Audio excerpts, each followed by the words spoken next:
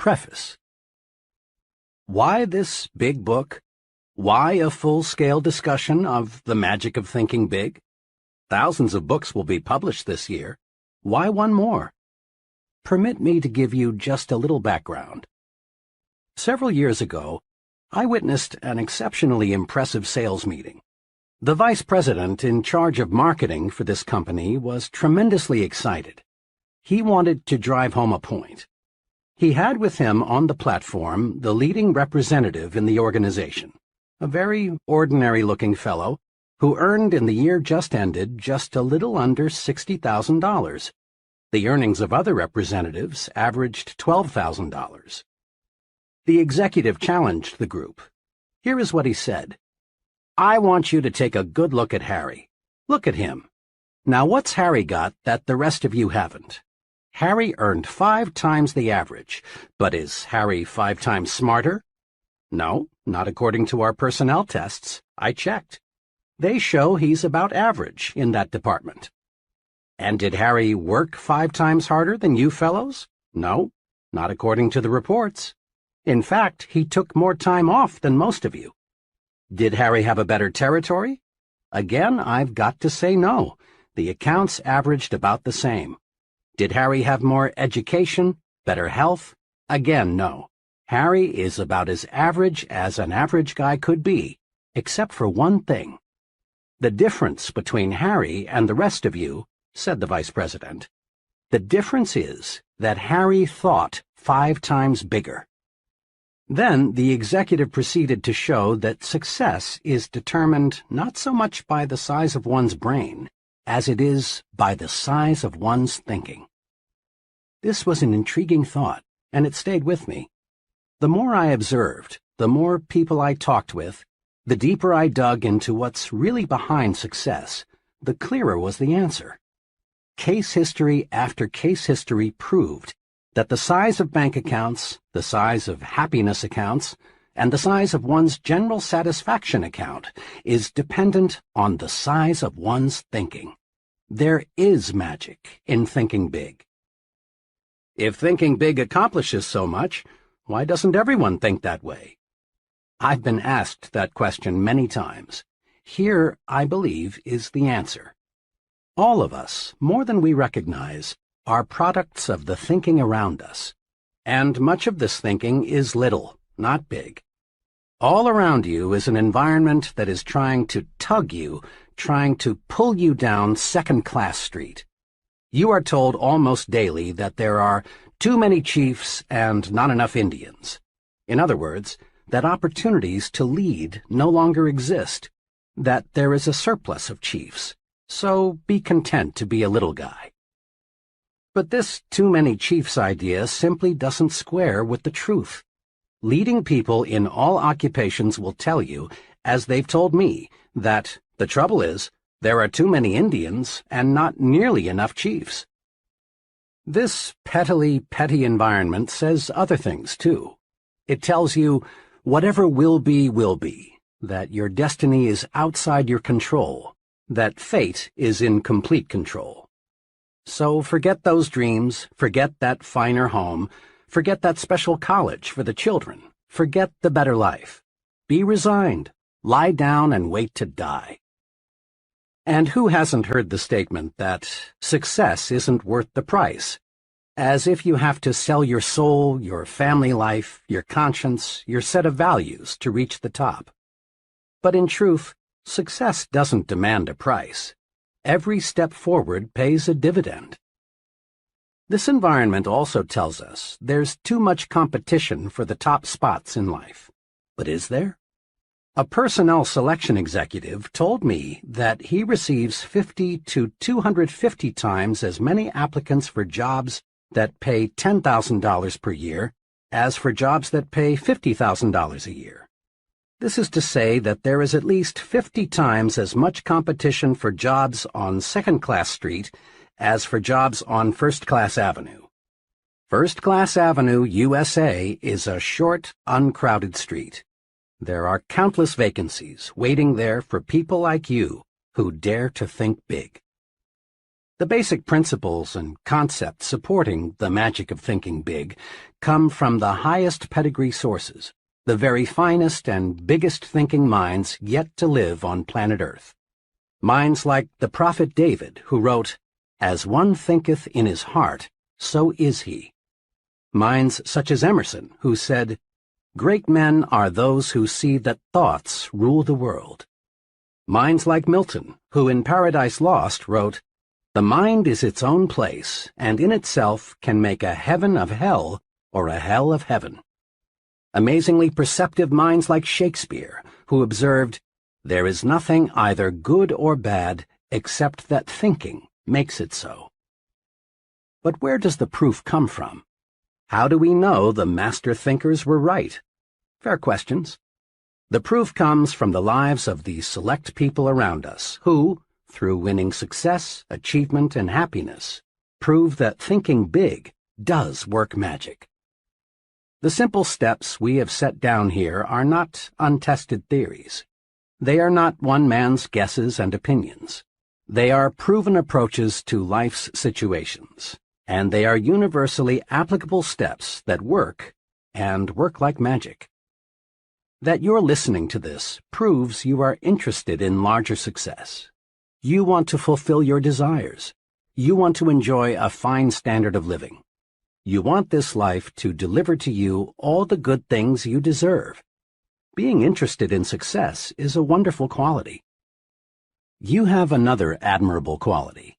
The fact that you're listening to this program shows you have the intelligence to look for tools that will help take you where you want to go. In building anything, automobiles, bridges, missiles, we need tools. Many people, in their attempt to build a successful life, forget there are tools to help them. You have not forgotten. You have, then, the two basic qualities needed to realize real profit from this book: a desire for greater success and the intelligence to select a tool to help you realize that desire. Think big, and you'll live big. You'll live big in happiness, you'll live big in accomplishment, big in income, big in friends, big in respect. Enough for the promise. Start now, right now, to discover how to make your thinking make magic for you. Start out with this thought of the great philosopher Disraeli: life is too short to be little. What this book will do for you. In every chapter of this book, you will find dozens of hard-headed, practical ideas, techniques, and principles that will enable you to harness the tremendous power of thinking big, so as to gain for yourself the success, happiness, and satisfaction you want so much. Every technique is dramatically illustrated by a real-life case history. You discover not only what to do, but what is even more important, you see exactly how to apply each principle to actual situations and problems. Here, then, is what this book will do for you.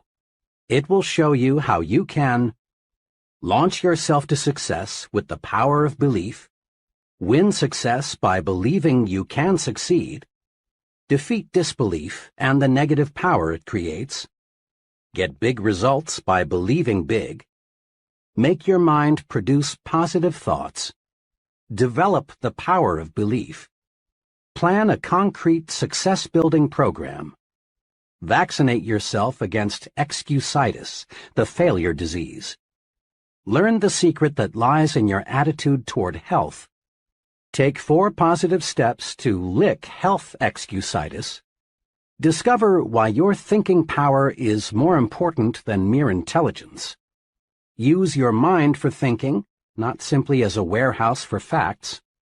Master 3 easy ways to cure intelligence excusitis.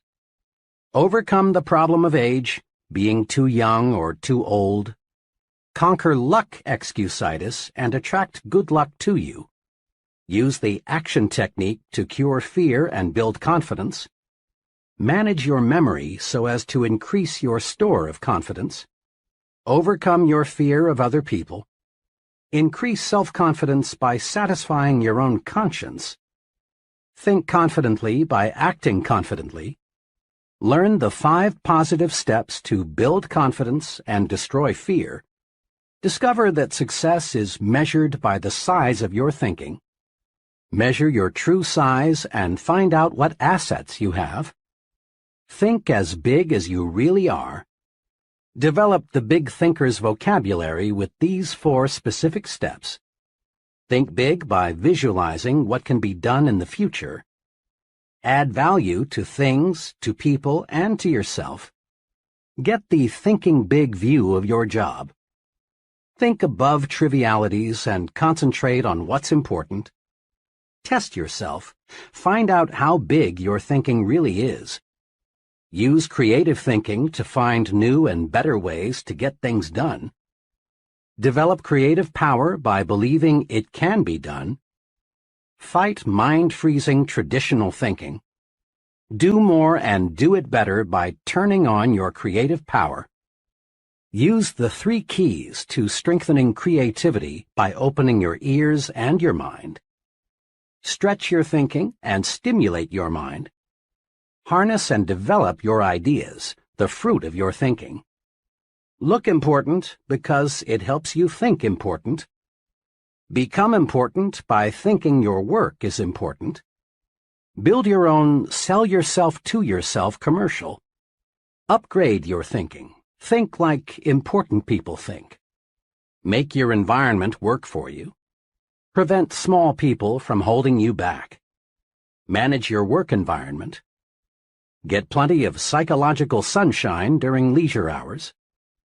Throw thought poison out of your environment. Go first class in everything you do. Grow the attitudes that will help you win what you want. Get activated, get enthusiastic. Develop the power of real enthusiasm. Grow the you are important attitude. Make more money by getting the put service first attitude. Win the support of other people by thinking right toward them.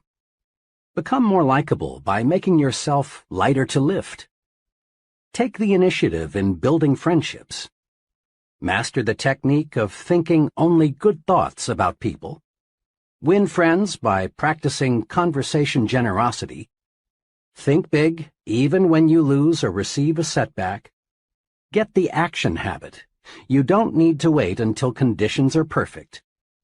Make up your mind to do something about your ideas. Use action to cure fear and gain confidence. Discover the secret of mind action. Capitalize on the magic of now. Strengthen yourself by getting the speak up habit. Develop initiative, a special kind of action. Discover that defeat is nothing more than a state of mind. Salvage something from every setback. Use the force of constructive self-criticism. Achieve positive results through persistence and experimentation. Whip discouragement by finding the good side to every situation. Multiply your energy by setting definite goals. Set goals that will help you get things done and live longer. Accomplish your goals with this 30-day improvement guide. Invest in yourself for future profit. Learn the 4 rules of leadership. Develop your power to trade minds with the people you want to influence. Put the be human approach to work for you. Think progress, believe in progress, push for progress. Test yourself to learn whether you are a progressive thinker. Tap your supreme thinking power. Use the magic of thinking big in life's most crucial situations. Chapter 1. Believe you can succeed and you will. Success means many wonderful, positive things. Success means personal prosperity, a fine home, vacations, travel, new things, financial security, giving your children maximum advantages. Success means winning admiration, leadership, being looked up to by people in your business and social life. Success means freedom, freedom from worries, fears, frustrations, and failure. Success means self-respect, continually finding more real happiness and satisfaction from life, being able to do more for those who depend on you. Success means winning. Success, achievement, is the goal of life. Every human being wants success. Everybody wants the best this life can deliver. Nobody enjoys crawling, living in mediocrity. No one likes feeling second class and feeling forced to go that way. Some of the most practical success-building wisdom is found in that biblical quotation stating that faith can move mountains. Believe, really believe you can move a mountain, and you can. Not many people believe that they can move mountains, so, as a result, not many people do. On some occasion, you've probably heard someone say something like, "It's nonsense to think you can make a mountain move away just by saying, 'Mountain, move away.' It's simply impossible." People who think this way have belief confused with wishful thinking. And true enough, you can't wish away a mountain. You can't wish yourself into an executive suite. Nor can you wish yourself into a 5-bedroom, 3-bath house or the high-income brackets. You can't wish yourself into a position of leadership. But you can move a mountain with belief. You can win success by believing you can succeed. There is nothing magical or mystical about the power of belief. Belief works this way. Belief, the "I'm positive I can" attitude, generates the power, skill, and energy needed to do. When you believe I can do it, the how to do it develops. Every day, all over the nation, young people start working in new jobs. Each of them wishes that someday he could enjoy the success that goes with reaching the top. But the majority of these young people simply don't have the belief that it takes to reach the top rungs.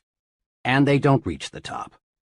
Believing it's impossible to climb high, they do not discover the steps that lead to great heights.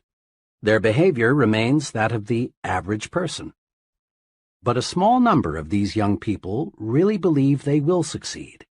They approach their work with the "I'm going to the top" attitude, and with substantial belief they reach the top. Believing they will succeed, and that it's not impossible, these folks study and observe the behavior of senior executives. They learn how successful people approach problems and make decisions. They observe the attitudes of successful people. The how to do it always comes to the person who believes he can do it.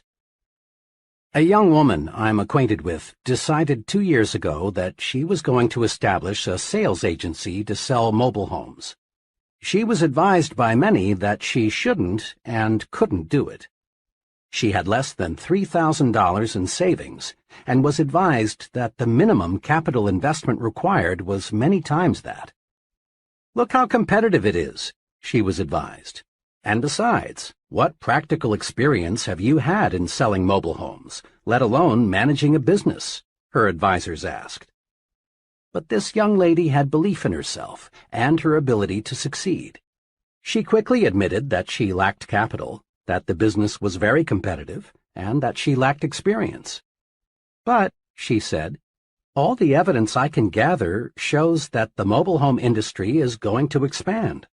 On top of that, I've studied my competition. I know I can do a better job of merchandising trailers than anybody else in this town. I expect to make some mistakes, but I'm going to be on top in a hurry." And she was. She had little trouble getting capital. Her absolutely unquestioned belief that she could succeed with this business won her the confidence of 2 investors. And armed with complete belief, she did the impossible. She got a trailer manufacturer to advance her a limited inventory with no money down. Last year, she sold over $1 million worth of trailers. Next year, she says, I expect to gross over $2 million. Belief, strong belief, triggers the mind to figure ways and means and how to. And believing you can succeed makes others place confidence in you. Most people do not put much stock in belief, but some, The residents of Successfulville, USA, do. Just a few weeks ago, a friend who is an official with a state highway department in a Midwestern state related a mountain-moving experience to me. "Last month," my friend began, "our department sent notices to a number of engineering companies that we were authorized to retain some firm to design 8 bridges as part of our highway building program. The bridges were to be built at a cost of $5 million. The engineering firm selected would get a 4% commission, or $200,000 for its design work. I talked with 21 engineering firms about this. The 4 largest decided right away to submit proposals. The other 17 companies were small, having only 3 to 7 engineers each. The size of the project scared off 16 of these 17. They went over the project, shook their heads, and said, in effect, 'It's too big for us. I wish I thought we could handle it, but it's no use even trying.' But one of these small firms, a company with only 3 engineers, studied the plans and said, 'We can do it. We'll submit a proposal.' They did, and they got the job. Those who believe they can move mountains do. Those who believe they can't, cannot. Belief triggers the power to do. Actually, in these modern times, belief is doing much bigger things than moving mountains. The most essential element, in fact, the essential element, in our space explorations today, is belief that space can be mastered. Without firm, unwavering belief that man can travel in space, our scientists would not have the courage, interest, and enthusiasm to proceed. Belief that cancer can be cured will ultimately produce cures for cancer. Currently, there is some talk of building a tunnel under the English Channel to connect England with the continent. Whether this tunnel is ever built depends on whether responsible people believe it can be built. Belief in great results is the driving force, the power behind all great books, plays, scientific discoveries. Belief in success is behind every successful business, church, and political organization. Belief in success is the one basic, absolutely essential ingredient of successful people. Believe, really believe you can succeed, and you will. Over the years, I've talked with many people who have failed in business ventures and in various careers. I've heard a lot of reasons and excuses for failure. Something especially significant unfolds as conversations with failures develop. In a casual sort of way, the failure drops a remark like, "To tell the truth, I didn't think it would work," or, "I had my misgivings before I even started out," or, "Actually, I wasn't too surprised that it didn't work out." The "okay, I'll give it a try, but I don't think it will work" attitude produces failures. Disbelief is negative power. When the mind disbelieves or doubts, the mind attracts reasons to support the disbelief. Doubt, disbelief, the subconscious will to fail, the not really wanting to succeed, is responsible for most failures. Think doubt and fail. Think victory and succeed. A young fiction writer talked with me recently about her writing ambitions. The name of one of the top writers in her field came up. "Oh," she said, "Mr. X is a wonderful writer, but, of course, I can't be nearly as successful as he is." Her attitude disappointed me very much, because I know the writer mentioned. He is not super intelligent, nor super perceptive, nor super anything else except super confident. He believes he is among the best, and so he acts and performs the best. It is well to respect the leader, learn from him, observe him, study him, but don't worship him. Believe you can surpass. Believe you can go beyond. Those who harbor the second-best attitude are invariably second-best doers. Look at it this way. Belief is the thermostat that regulates what we accomplish in life. Study the fellow who is shuffling down there in mediocrity. He believes he is worth little, so he receives little. He believes he can't do big things, and he doesn't. He believes he is unimportant, so everything he does has an unimportant mark. As time goes by, lack of belief in himself shows through in the way the fellow talks, walks, acts. Unless he readjusts his thermostat forward, he shrinks, grows smaller and smaller in his own estimation. And since others see in us what we see in ourselves, he grows smaller in the estimation of the people around him.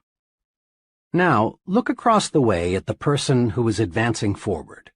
He believes he is worth much, and he receives much. He believes he can handle big, difficult assignments, and he does. Everything he does, the way he handles himself with people, his character, his thoughts, his viewpoints, all say, here is a professional. He is an important person. A person is a product of his own thoughts. Believe big. Adjust your thermostat forward. Launch your success offensive with honest, sincere belief that you can succeed. Believe big and grow big. Several years ago, after addressing a group of businessmen in Detroit, I talked with one of the gentlemen who approached me, introduced himself, and said, "I really enjoyed your talk. Can you spare a few minutes? I'd like very much to discuss a personal experience with you."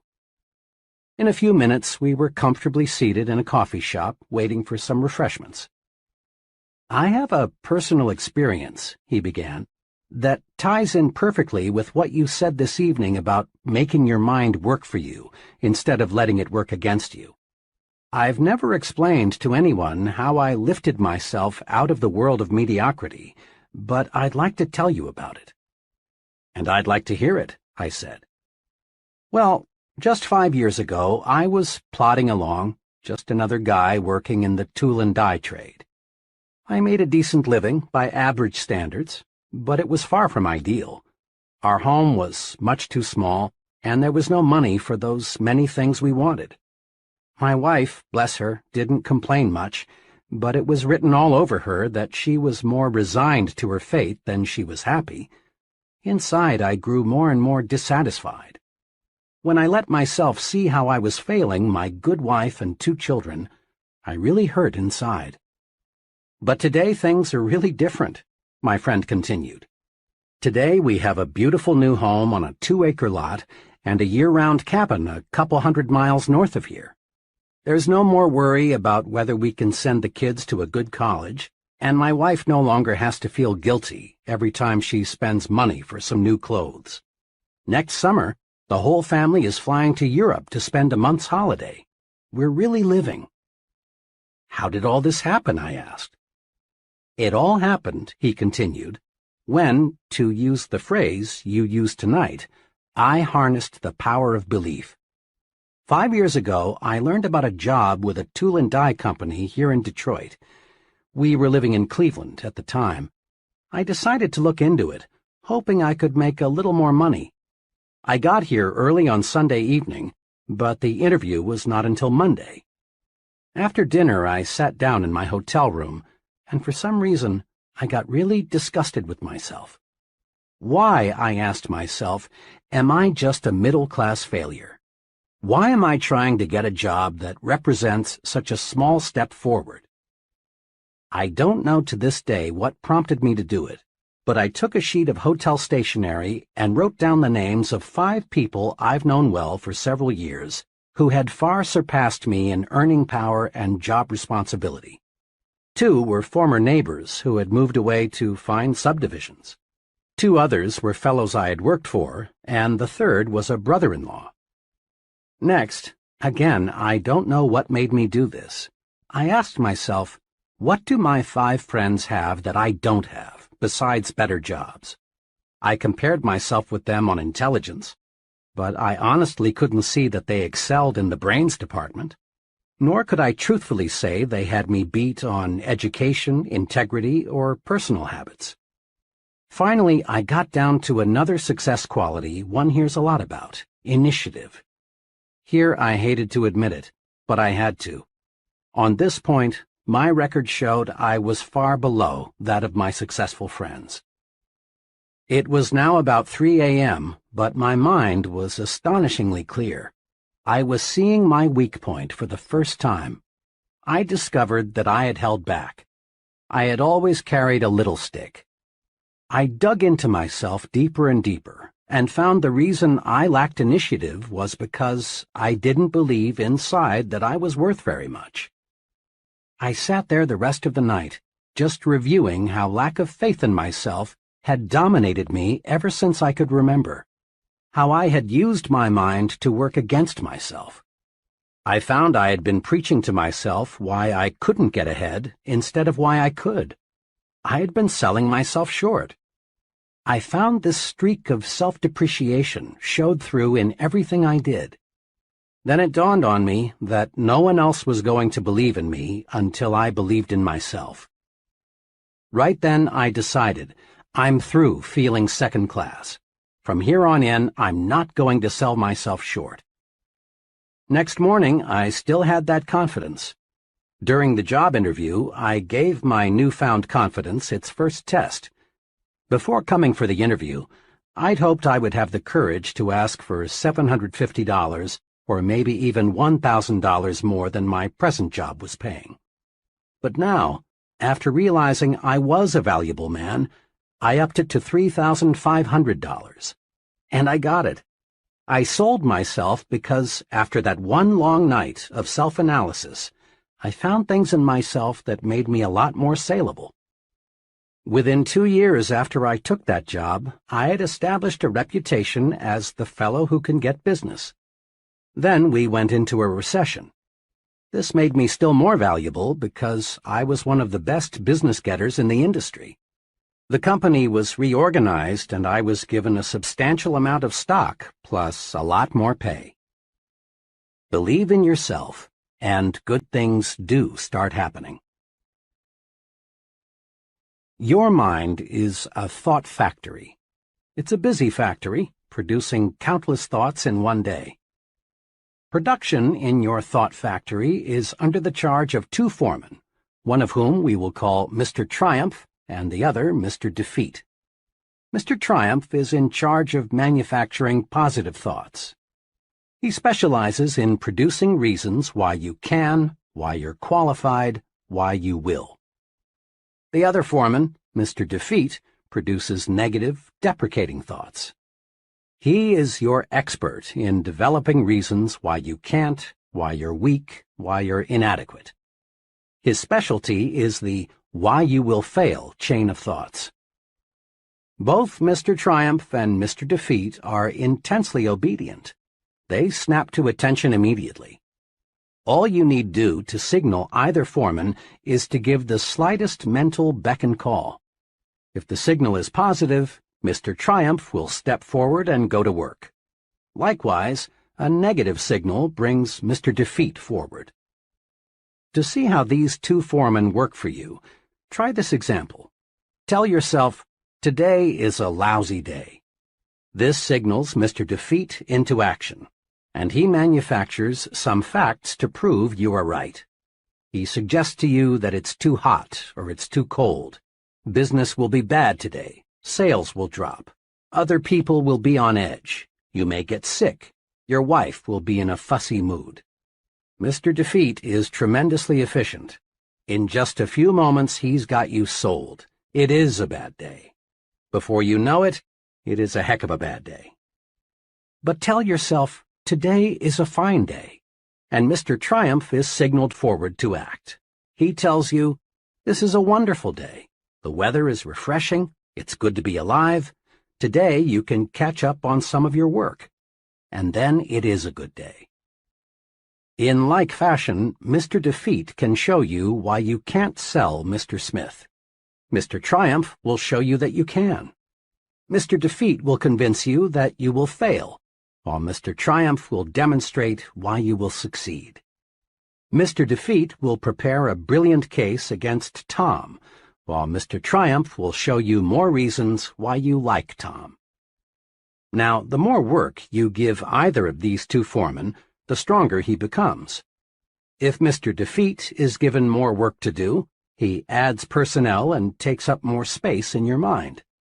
Eventually, he will take over the entire thought manufacturing division, and virtually all thought will be of a negative nature. The only wise thing to do is fire Mr. Defeat. You don't need him. You don't want him around telling you that you can't, you're not up to it, you'll fail, and so on. Mr. Defeat won't help you get where you want to go, so boot him out. Use Mr. Triumph 100% of the time. When any thought enters your mind, ask Mr. Triumph to go to work for you. He'll show you how you can succeed. Between now and tomorrow at this time, another 11,500 new consumers will have made their grand entry into the USA. Population is growing at a record rate. In the next 10 years, the increase is conservatively estimated at 35 million. That's equal to the present combined metropolitan population of our 5 biggest cities: New York, Chicago, Los Angeles, Detroit, and Philadelphia. Imagine.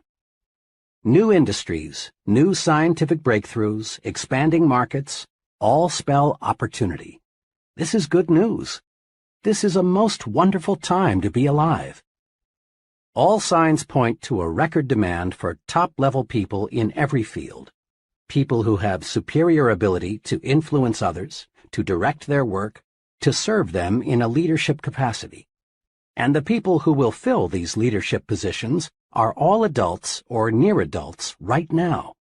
One of them is you. The guarantee of a boom is not, of course, a guarantee of personal success.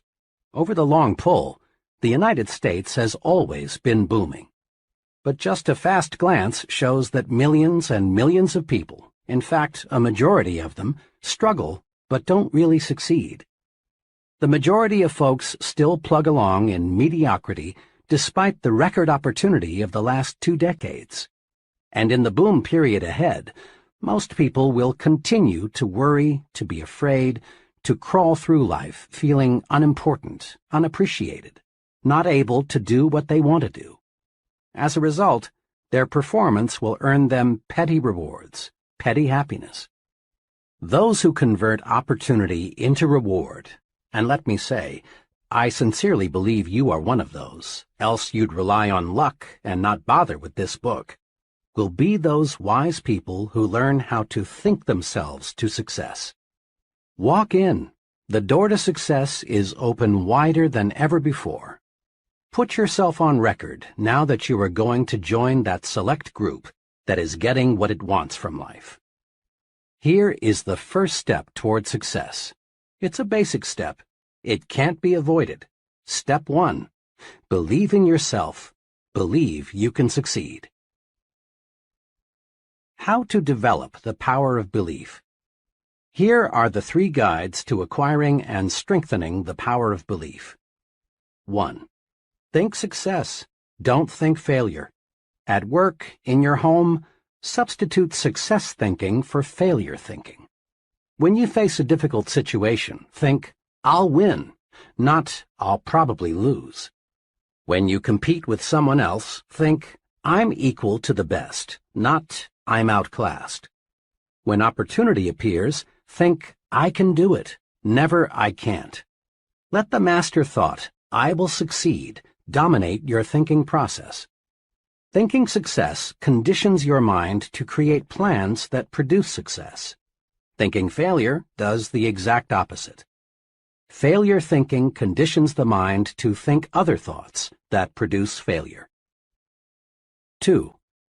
Remind yourself regularly that you are better than you think you are. Successful people are not supermen. Success does not require a super intellect, nor is there anything mystical about success. And success isn't based on luck. Successful people are just ordinary folks who have developed belief in themselves and what they do. Never, yes, never, sell yourself short. 3. Believe big. The size of your success is determined by the size of your belief. Think little goals and expect little achievements. Think big goals and win big success. Remember this, too. Big ideas and big plans are often easier, certainly no more difficult, then small ideas and small plans. Mr. Ralph J. Cordiner, chairman of the board of the General Electric Company, said this to a leadership conference: "We need from every man who aspires to leadership, for himself and his company, a determination to undertake a personal program of self-development. Nobody is going to order a man to develop. Whether a man lags behind or moves ahead in his specialty is a matter of his own personal application. This is something which takes time, work, and sacrifice. Nobody can do it for you." Mr. Cordiner's advice is sound and practical. Live it. Persons who reach the top rungs in business management, selling, engineering, religious work, writing, acting, and in every other pursuit get there by following conscientiously and continuously a plan for self-development and growth. Any training program, and that's exactly what this book is, must do three things. It must provide content, the what to do. Second, it must supply a method, the how to do it. And third, it must meet the acid test, that is, get results. The what of your personal training program for success is built on the attitudes and techniques of successful people. How do they manage themselves? How do they overcome obstacles? How do they earn the respect of others? What sets them apart from the ordinary? How do they think? The how of your plan for development and growth is a series of concrete guides for action. These are found in each chapter. These guides work. Apply them and see for yourself. What about the most important part of training? Results? Wrapped up briefly, conscientious application of the program presented here will bring you success, and on a scale that may now look impossible. Broken down into its components, your personal training program for success will bring you a series of rewards. The reward of deeper respect from your family, the reward of admiration from your friends and associates, the reward of feeling useful, of being someone, of having status, the reward of increased income and a higher standard of living. Your training is self-administered. There will be no one standing over your shoulder telling you what to do and how to do it. This book will be your guide, but only you can understand yourself. Only you can command yourself to apply this training. Only you can evaluate your progress. Only you can bring about corrective action should you slip a little. In short, you are going to train yourself to achieve bigger and bigger success. You already have a fully equipped laboratory in which you can work and study. Your laboratory is all around you. Your laboratory consists of human beings. This laboratory supplies you with every possible example of human action. And there is no limit to what you can learn once you see yourself as a scientist in your own lab. What's more, there is nothing to buy. There is no rent to pay. There are no fees of any kind. You can use this laboratory as much as you like for free. As director of your own laboratory, you will want to do what every scientist does: observe and experiment. Isn't it surprising to you that most people understand so little about why people act as they do, even though they are surrounded by people all their lives? Most people are not trained observers. One important purpose of this book is to help you train yourself to observe, to develop deep insight into human action. You'll want to ask yourself questions like, why is John so successful and Tom just getting by? Why do some people have many friends and other people have only few friends? Why will people gladly accept what one person tells them but ignore another person who tells them the same thing? Once trained, you will learn valuable lessons just through the very simple process of observing. Here are 2 special suggestions to help you make yourself a trained observer.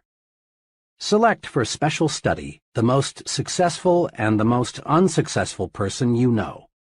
Then, as the book unfolds, observe how closely your successful friend adheres to the success principles. Notice also how studying the 2 extremes will help you see the unmistakable wisdom of following the truths outlined in this book. Each contact you make with another person gives you a chance to see success development principles at work. Your objective is to make successful action habitual.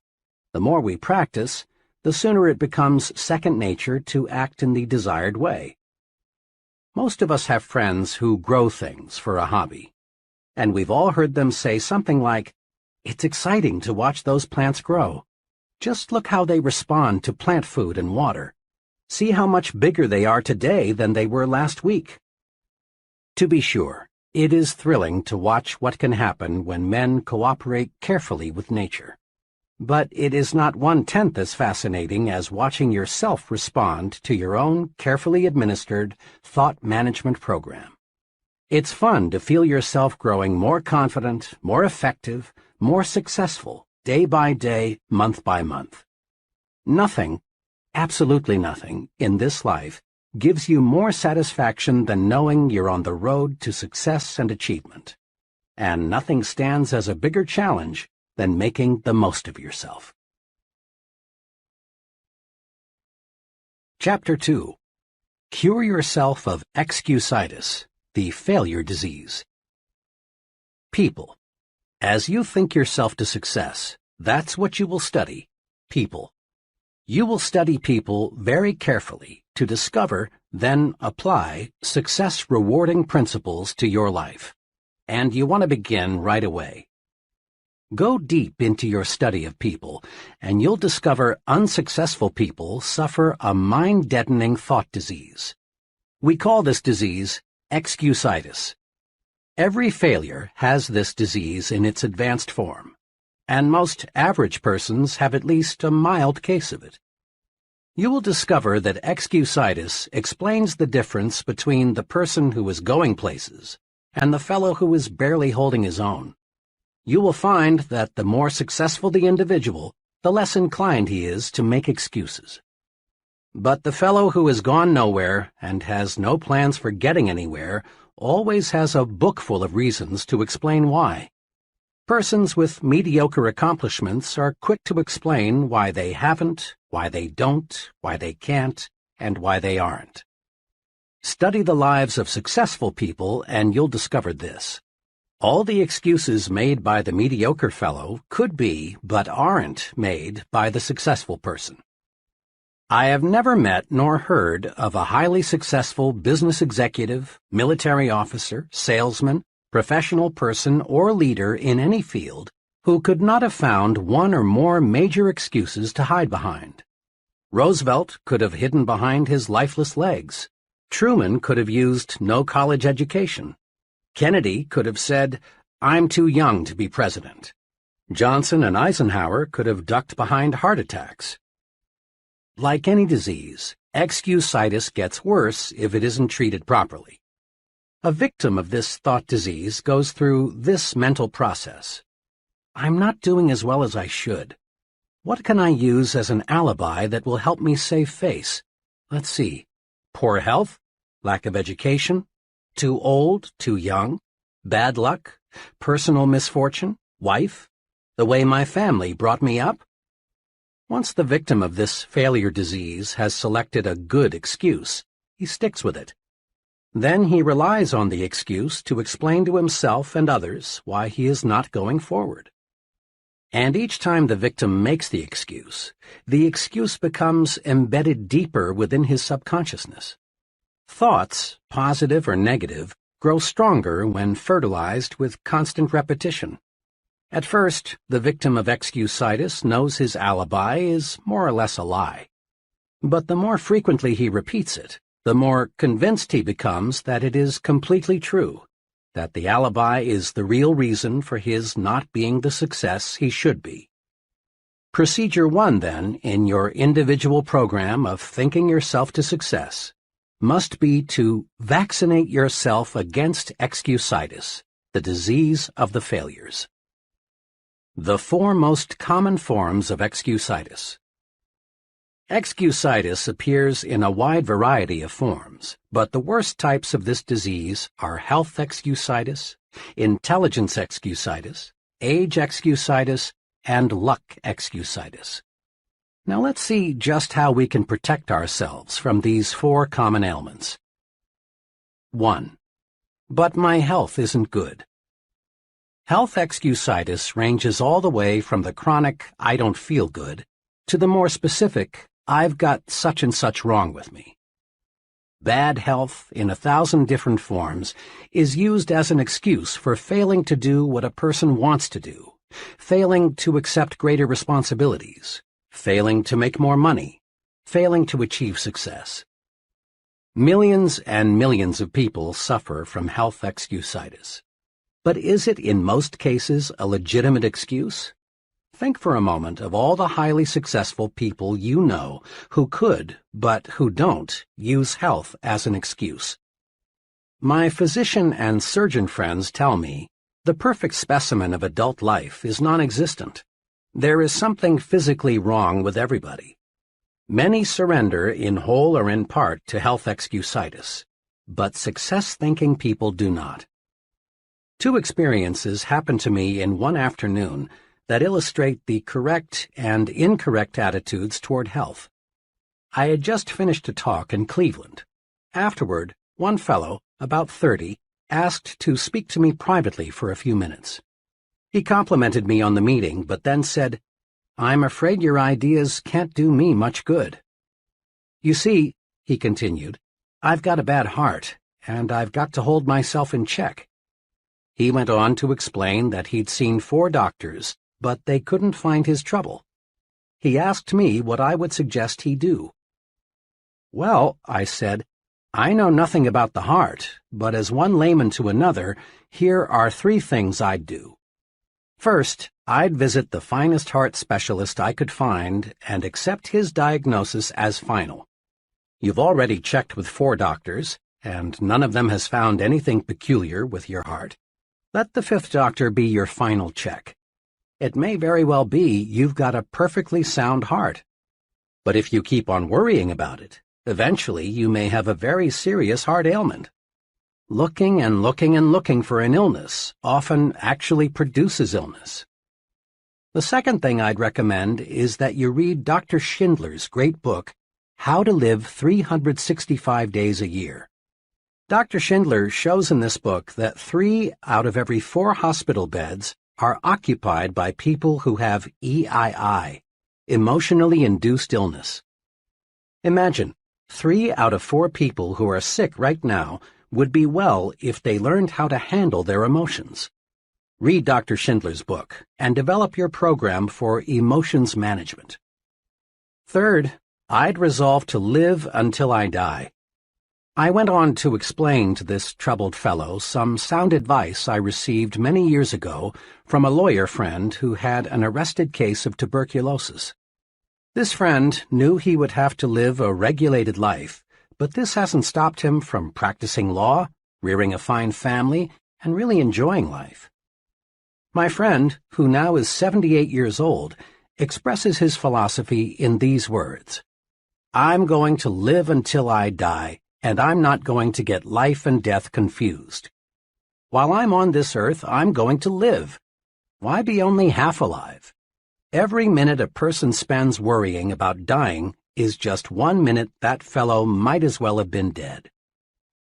I had to leave at that point because I had to be on a certain plane for Detroit. On the plane, the second but much more pleasant experience occurred. After the noise of the takeoff, I heard a ticking sound. Rather startled, I glanced at the fellow sitting beside me, for the sound seemed to be coming from him. He smiled a big smile and said, "Oh, it's not a bomb. It's just my heart." I was obviously surprised, so he proceeded to tell me what had happened. Just 21 days before, he had undergone an operation that involved putting a plastic valve into his heart. The ticking sound, he explained, would continue for several months until new tissue had grown over the artificial valve. I asked him what he was going to do. "Oh," he said, "I've got big plans. I'm going to study law when I get back to Minnesota. Someday I hope to be in government work. The doctors tell me I must take it easy for a few months, but after that I'll be like new. There you have two ways of meeting health problems. The first fellow, not even sure he had anything organically wrong with him, was worried, depressed, on the road to defeat, wanting somebody to second his motion that he couldn't go forward. The second individual, after undergoing one of the most difficult of operations, was optimistic, eager to do something. The difference lay in how they thought toward health. I've had some very direct experience with health excusitis. I'm a diabetic. Right after I discovered I had this ailment, about 5,000 hypodermics ago, I was warned, diabetes is a physical condition, but the biggest damage results from having a negative attitude about it. Worry about it, and you may have real trouble. Naturally, since the discovery of my own diabetes, I've gotten to know a great many other diabetics. Let me tell you about two extremes. One fellow who has a very mild case belongs to that fraternity of the living dead. Obsessed with a fear of the weather, he is usually ridiculously bundled up. He's afraid of infection, so he shuns anybody who has the slightest sniffle. He's afraid of overexertion, so he does almost nothing. He spends most of his mental energy worrying about what might happen. He bores other people telling them how awful his problem really is. His real ailment is not diabetes. Rather, he's a victim of health excusitis. He has pitied himself into being an invalid. The other extreme is a division manager for a large publishing company. He has a severe case. He takes about 30 times as much insulin as the fellow just mentioned. But he is not living to be sick. He is living to enjoy his work and have fun. One day he said to me, "Sure, it is an inconvenience, but so is shaving. But I'm not going to think myself to bed. When I take those shots, I just praise the guys who discovered insulin."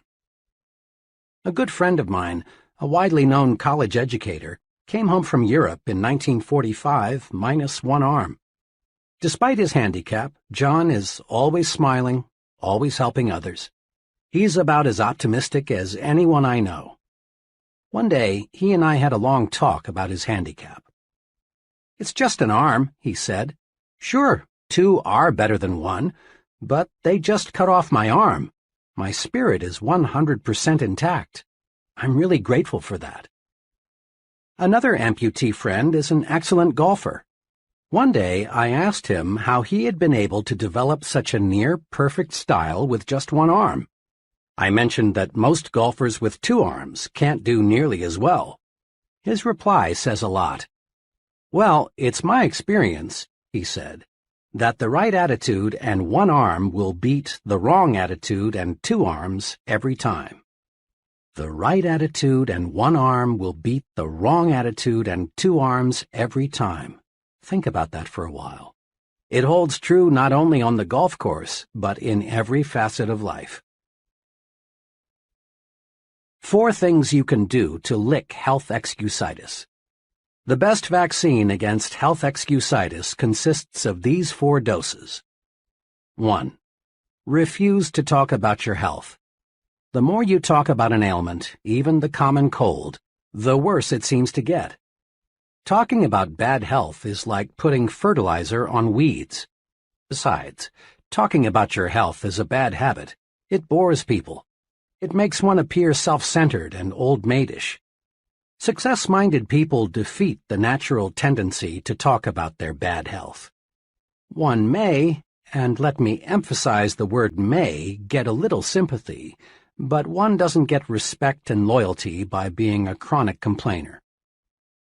2. Refuse to worry about your health. Dr. Walter Alvarez, emeritus consultant to the world-famous Mayo Clinic, wrote recently, "I always beg worriers to exercise some self-control.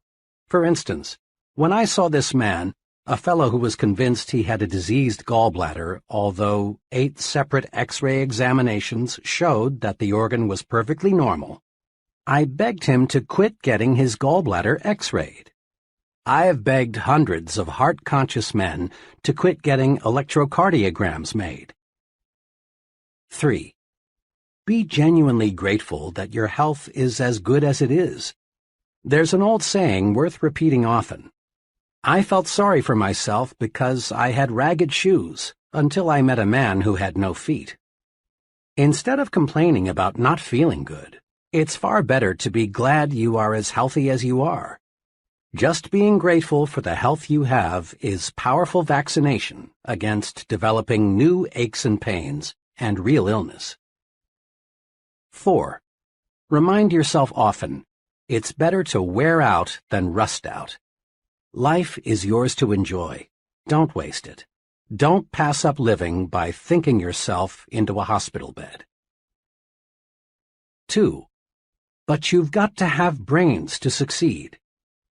Intelligence excusitis, or I lack brains, is common.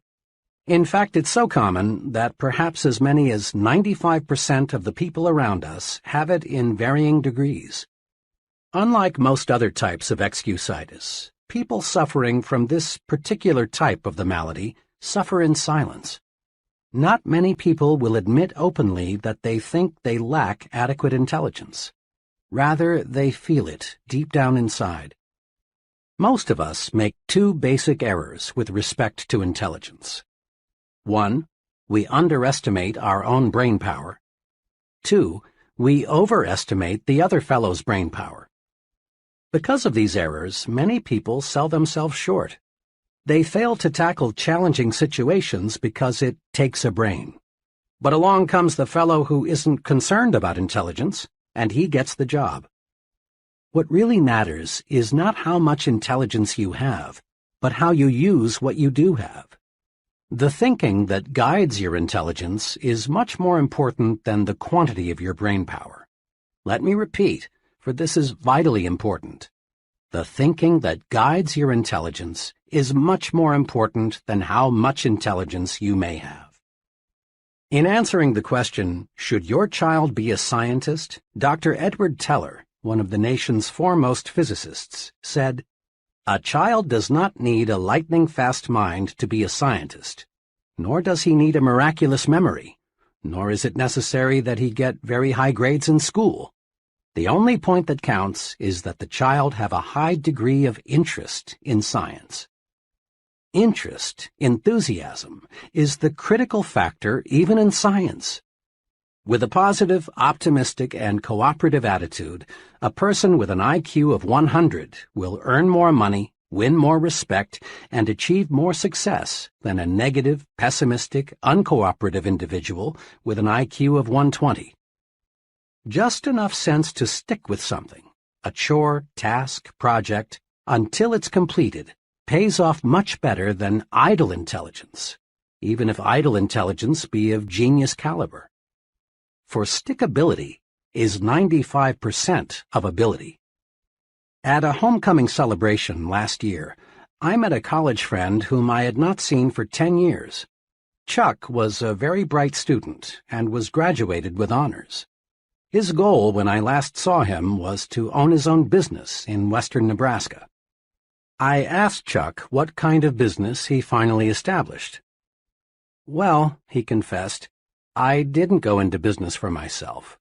I wouldn't have said this to anyone 5 years ago or even 1 year ago, but now I'm ready to talk about it.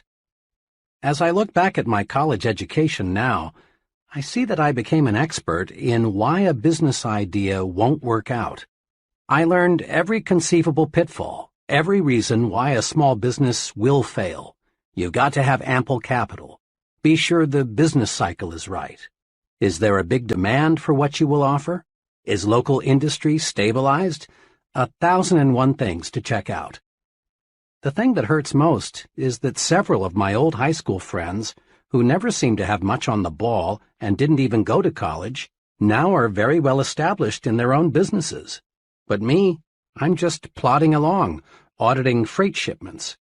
Had I been drilled a little more in why a small business can succeed, I'd be better off in every way today.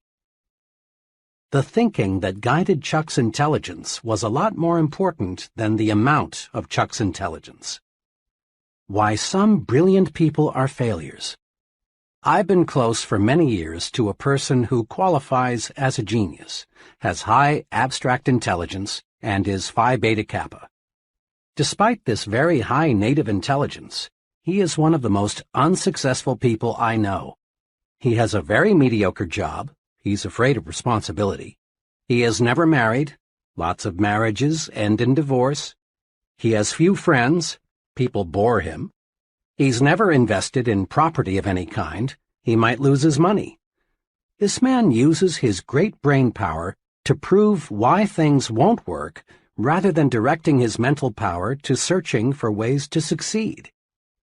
Because of the negative thinking that guides his great reservoir of brains, this fellow contributes little and creates nothing. With a changed attitude, he could do great things indeed.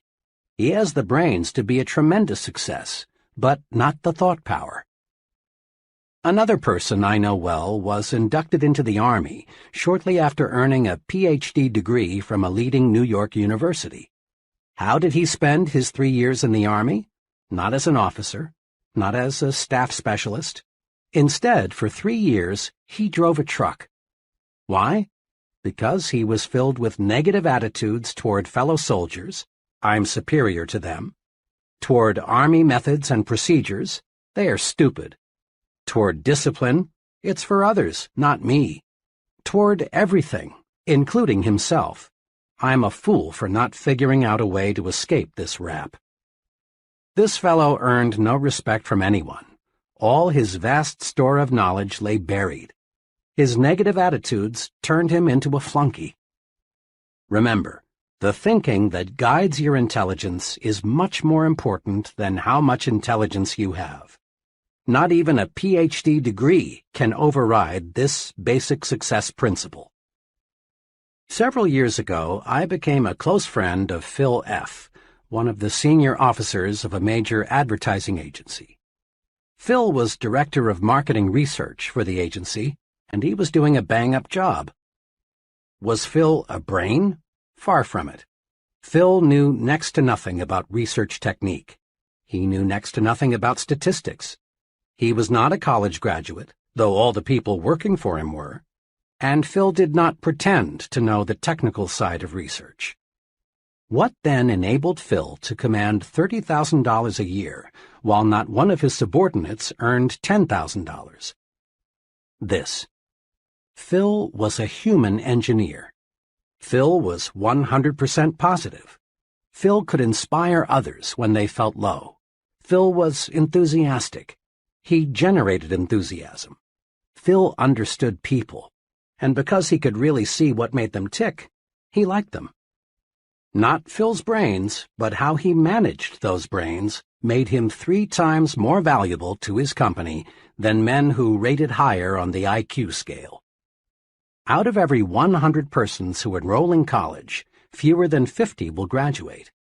I was curious about this, so I asked a director of admissions at a large university for his explanation. It's not insufficient intelligence, he said. We don't admit them if they don't have sufficient ability. And it's not money. Anyone who wants to support himself in college today can do so. The real reason is attitudes. You would be surprised, he said, how many young people leave because they don't like their professors, the subjects they must take, and their fellow students. The same reason, negative thinking, explains why the door to top-flight executive positions is closed to many young junior executives. Sour, negative, pessimistic, depreciating attitudes, rather than insufficient intelligence, hold back thousands of young executives. As one executive told me, it's a rare case when we pass up a young fellow because he lacks brains. Nearly always, it's attitude. Once, I was retained by an insurance company to learn why the top 25% of the agents were selling over 75% of the insurance, while the bottom 25% of the agents sold only 5% of total volume. Thousands of personnel files were carefully checked. The search proved beyond any question that no significant difference existed in native intelligence. What's more, differences in education did not explain the difference in selling success. The difference in the very successful and the very unsuccessful finally reduced to differences in attitudes, or difference in thought management. The top group worried less, was more enthusiastic, had a sincere liking for people. We can't do much to change the amount of native ability, but we can certainly change the way we use what we have. Knowledge is power, when you use it constructively. Closely allied to intelligence excusitis is some incorrect thinking about knowledge. We often hear that knowledge is power, but this statement is only a half-truth. Knowledge is only potential power. Knowledge is power only when put to use, and then only when the use made of it is constructive. The story is told that the great scientist Einstein was once asked how many feet are in a mile. Einstein's reply was, "I don't know. Why should I fill my brain with facts I can find in 2 minutes in any standard reference book?" Einstein taught us a big lesson. He felt it was more important to use your mind to think than to use it as a warehouse for facts. One time, Henry Ford was involved in a libel suit with the Chicago Tribune. The Tribune had called Ford an ignoramus, and Ford said, in effect, "Prove it." The Tribune asked him scores of simple questions, such as, who was Benedict Arnold? When was the Revolutionary War fought? And others, most of which Ford, who had little formal education, could not answer. Finally, he became quite exasperated and said, "I don't know the answers to those questions, but I could find a man in 5 minutes who does." Henry Ford was never interested in miscellaneous information. He knew what every major executive knows, that the ability to know how to get information is more important than using the mind as a garage for facts. How much is a fact man worth? I spent a very interesting evening recently with a friend who is the president of a young but rapidly growing manufacturing concern. The TV set happened to be turned to one of the most popular quiz programs. The fellow being quizzed had been on the show for several weeks. He could answer questions on all sorts of subjects, many of which seemed nonsensical. After the fellow answered a particularly odd question, something about a mountain in Argentina, my host looked at me and said, "How much do you think I'd pay that guy to work for me?" "How much?" I asked. "Not a cent over $300, not per week, not per month, but for life. I've sized him up. That expert can't think. He can only memorize. He's just a human encyclopedia, and I figure for $300 I can buy a pretty good set of encyclopedias. In fact, maybe that's too much. 90% of what that guy knows I can find in a $2 almanac. What I want around me," he continued, "are people who can solve problems, who can think up ideas, people who can dream and then develop the dream into a practical application. An idea man can make money with me. A fact man can't." 3 easy ways to cure intelligence excusitis are: Number 1, never underestimate your own intelligence, and never overestimate the intelligence of others. Don't sell yourself short. Concentrate on your assets. Discover your superior talents. Remember, it's not how many brains you've got that matters. Rather, it's how you use your brains that counts. Manage your brains instead of worrying about how much IQ you've got. Number 2, remind yourself several times daily, my attitudes are more important than my intelligence. At work and at home, practice positive attitudes. See the reasons why you can do it, not the reasons why you can't. Develop an I'm winning attitude. Put your intelligence to creative, positive use. Use it to find ways to win, not to prove you will lose. Number 3, remember that the ability to think is of much greater value than the ability to memorize facts. Use your mind to create and develop ideas, to find new and better ways to do things. Ask yourself, Am I using my mental ability to make history, or am I using it merely to record history made by others? 3. It's no use. I'm too old or too young. Age excusitis, the failure disease of never being the right age, comes in two easily identifiable forms, the I'm too old variety and the I'm too young brand. You've heard hundreds of people of all ages explain their mediocre performance in life something like this. I'm too old, or too young, to break in now. I can't do what I want to do or am capable of doing because of my age handicap. Really, it's surprising how few people feel they are just right, age-wise, and it's unfortunate. This excuse has closed the door of real opportunity to thousands of individuals. They think their age is wrong, so they don't even bother to try. The I'm too old variety is the most common form of age excusitis. This disease is spread in subtle ways. TV fiction is produced about the big executive who lost his job because of a merger and can't find another because he's too old. Mr. Executive looks for months to find another job, but he can't, and in the end, after contemplating suicide for a while, he decides to rationalize that it's nice to be on the shelf. Plays and magazine articles on the topic, Why You Are Washed Up at 40, are popular, not because they represent true facts, but because they appeal to many worried minds looking for an excuse. How to handle age excusitis. Age excusitis can be cured. A few years ago, while I was conducting a sales training program, I discovered a good serum that both cures this disease and vaccinates you so you won't get it in the first place. In that training program, there was a trainee named Cecil. Cecil, who was 40, wanted to shift over to set himself up as a manufacturer's representative, but he thought he was too old.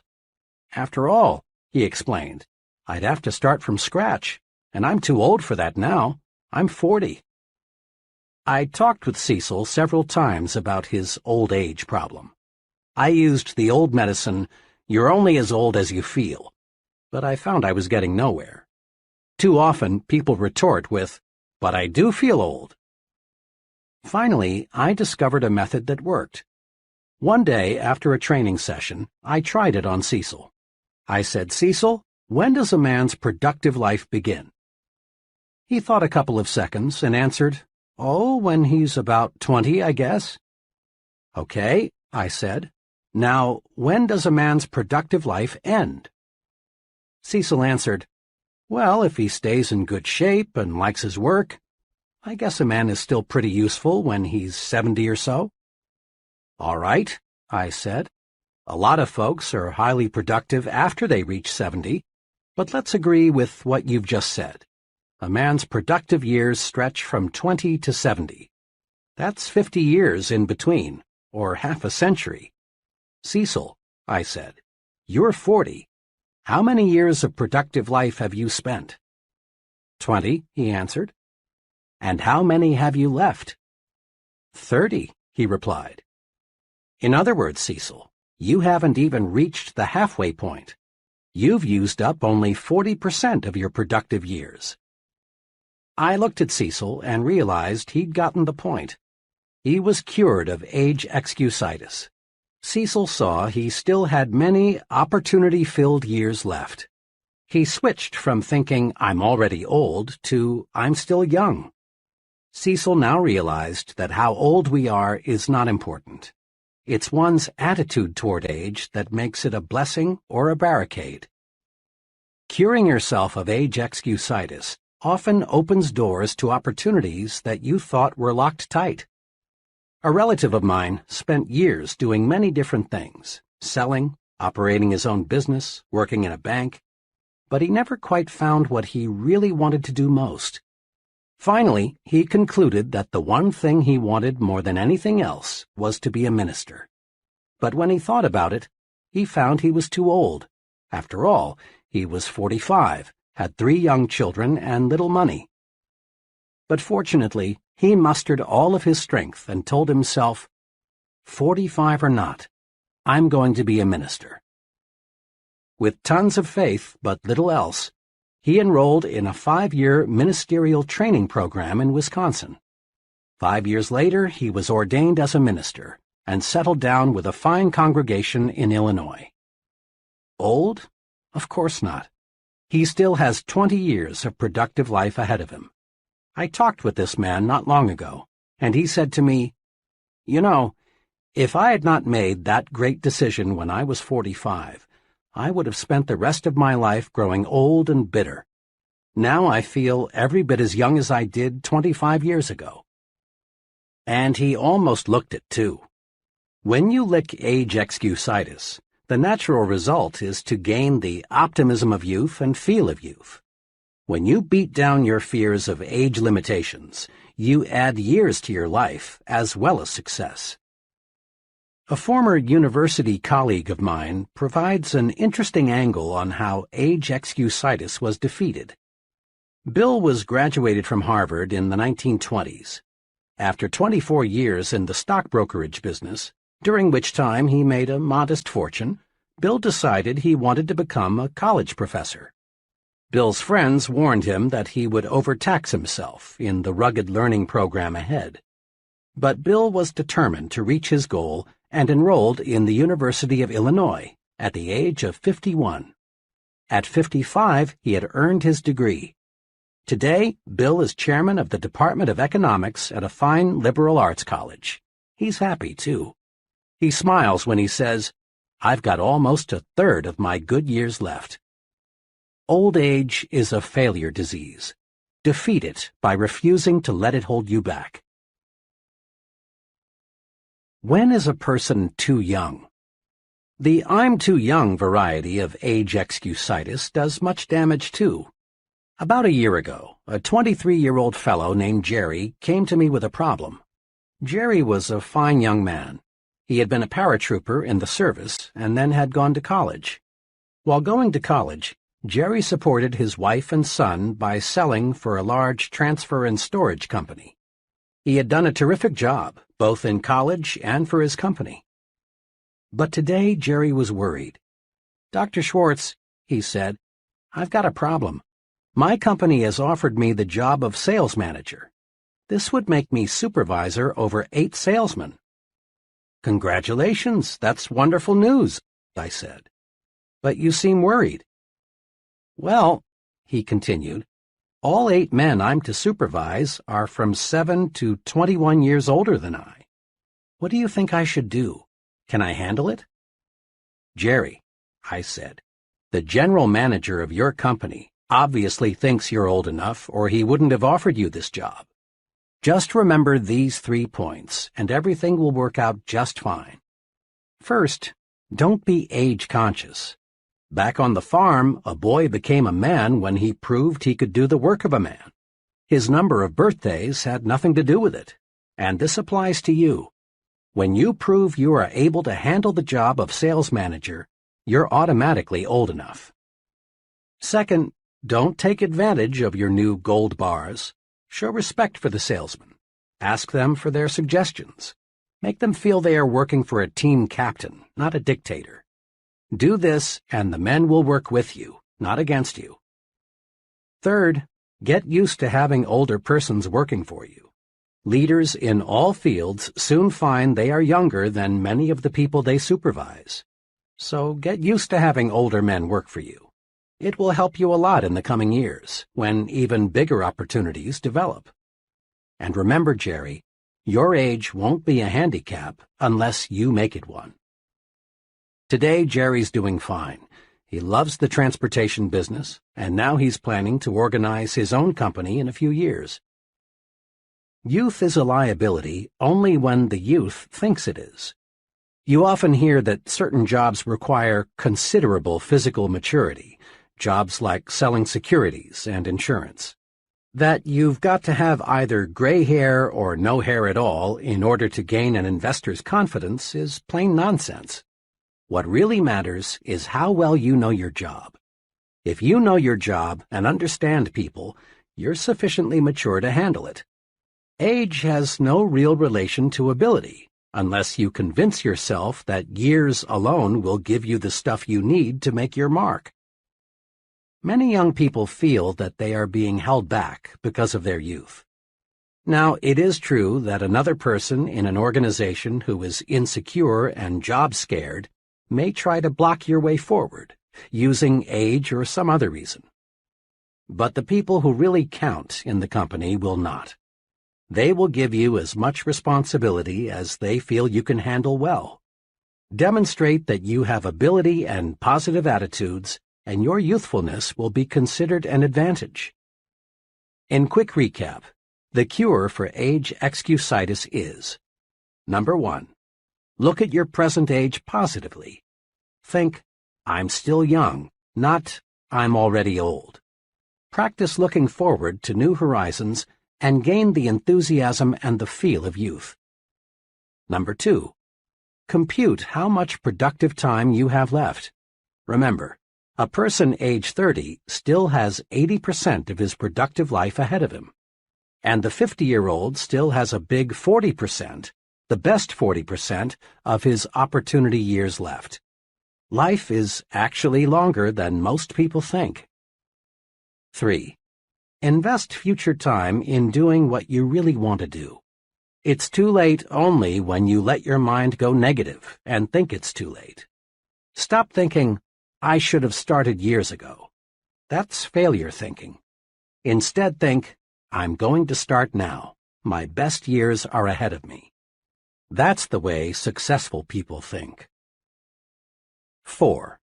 But my case is different. I attract bad luck. Recently, I heard a traffic engineer discuss highway safety. He pointed out that upward of 40,000 persons are killed each year in so-called traffic accidents. The main point of his talk was that there is no such thing as a true accident. What we call an accident is the result of human or mechanical failure, or a combination of both. What this traffic expert was saying substantiates what wise men throughout the ages have said. There is a cause for everything. Nothing happens without a cause. There is nothing accidental about the weather outside today. It is the result of specific causes. And there is no reason to believe that human affairs are an exception.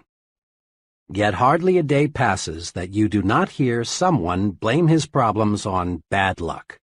And it's a rare day that you do not hear someone attribute another person's success to good luck. Let me illustrate how people succumb to luck excusitis. I lunched recently with 3 young junior executives. The topic of conversation that day was George C., who just yesterday had been picked from among their group for a major promotion. Why did George get the position? These 3 fellows dug up all sorts of reasons: luck, pull, bootlicking, George's wife and how she flattered the boss, everything but the truth. The facts were that George was simply better qualified. He had been doing a better job. He was working harder. He had a more effective personality. I also knew that the senior officers in the company had spent much time considering which one of the 4 would be promoted.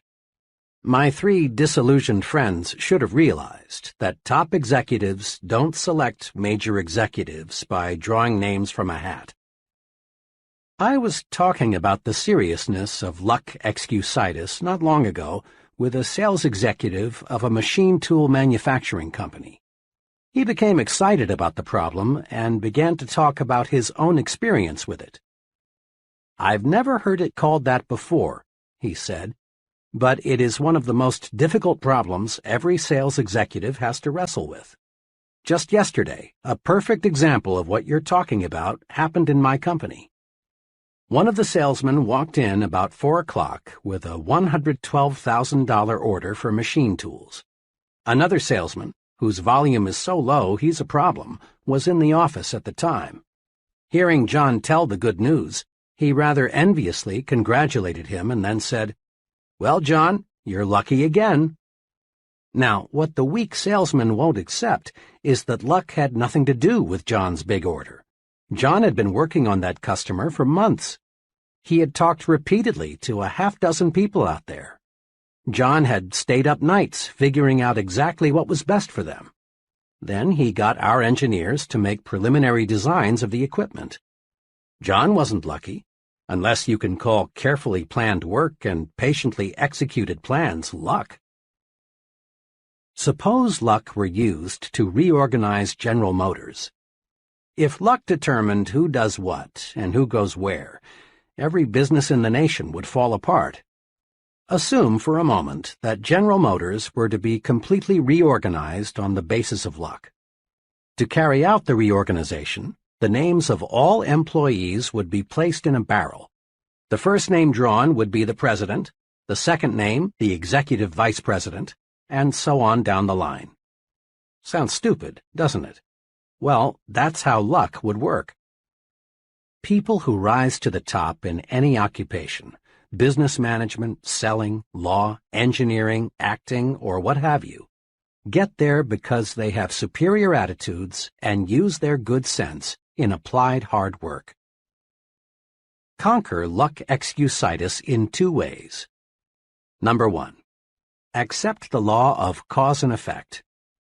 Take a second look at what appears to be someone's good luck. You'll find that not luck, but preparation, planning, and success-producing thinking preceded his good fortune. Take a second look at what appears to be someone's bad luck. Look, and you'll discover certain specific reasons. Mr. Success receives a setback. He learns and profits. But when Mr. Mediocre loses, he fails to learn. Number 2. Don't be a wishful thinker. Don't waste your mental muscles dreaming of an effortless way to win success. We don't become successful simply through luck. Success comes from doing those things and mastering those principles that produce success. Don't count on luck for promotions, victories, the good things in life. Luck simply isn't designed to deliver these good things. Instead, just concentrate on developing those qualities in yourself that will make you a winner.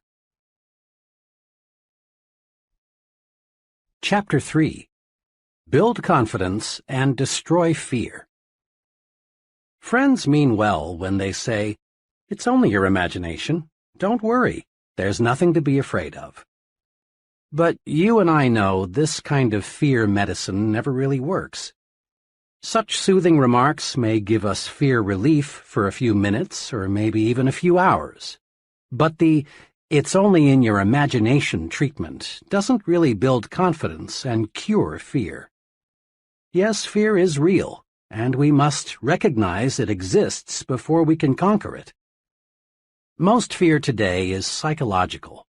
Worry, tension, embarrassment, panic all stem from mismanaged negative imagination. But simply knowing the breeding ground of fear doesn't cure fear. If a physician discovers you have an infection in some part of your body, he doesn't stop there. He proceeds with treatment to cure the infection. The old "it's only in your mind" treatment presumes fear doesn't really exist, but it does. Fear is real. Fear is success enemy number 1. Fear stops people from capitalizing on opportunity. Fear wears down physical vitality. Fear actually makes people sick, causes organic difficulties, shortens life. Fear closes your mouth when you want to speak. Fear, uncertainty, lack of confidence, explains why we still have economic recessions. Fear explains why millions of people accomplish little and enjoy little. Truly, fear is a powerful force. In one way or another, fear prevents people from getting what they want from life. Fear of all kinds and sizes is a form of psychological infection. We can cure a mental infection the same way we cure a body infection, with specific, proved treatments. First, though, as part of your pre-treatment preparation, condition yourself with this fact. All confidence is acquired, developed. No one is born with confidence. Those people you know who radiate confidence, who have conquered worry, who are at ease everywhere and all the time, acquired their confidence, every bit of it. You can too. This chapter shows how. During World War II, the Navy made sure that all of its new recruits either knew how to swim or learned how, the idea being, of course, that the ability to swim might someday save the sailor's life at sea. Non-swimming recruits were put into swimming classes. I watched a number of these training experiences.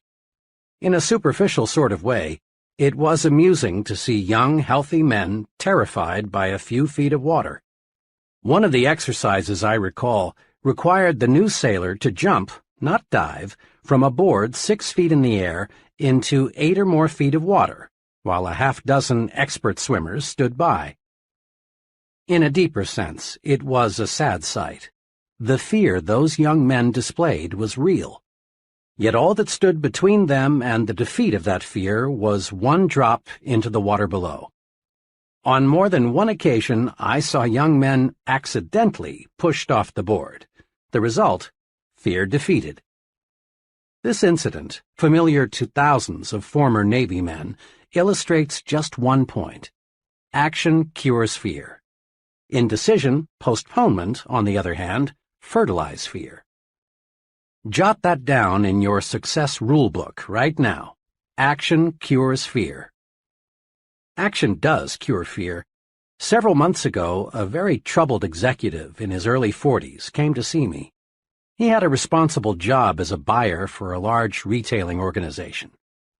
Worriedly, he explained, "I'm afraid of losing my job. I've got that feeling that my days are numbered." "Why?" I asked. "Well, the pattern is against me. Sales figures in my department are off 7% from a year ago. This is pretty bad, especially since the store's total sales are up 6%. I've made a couple of unwise decisions recently, and I've been singled out several times by the merchandise manager for not keeping pace with the company's progress." "I've never felt quite like this before," he continued. "I've lost my grip, and it shows. My assistant buyer senses it. The salespeople see it too. Other executives, of course, are aware that I'm slipping.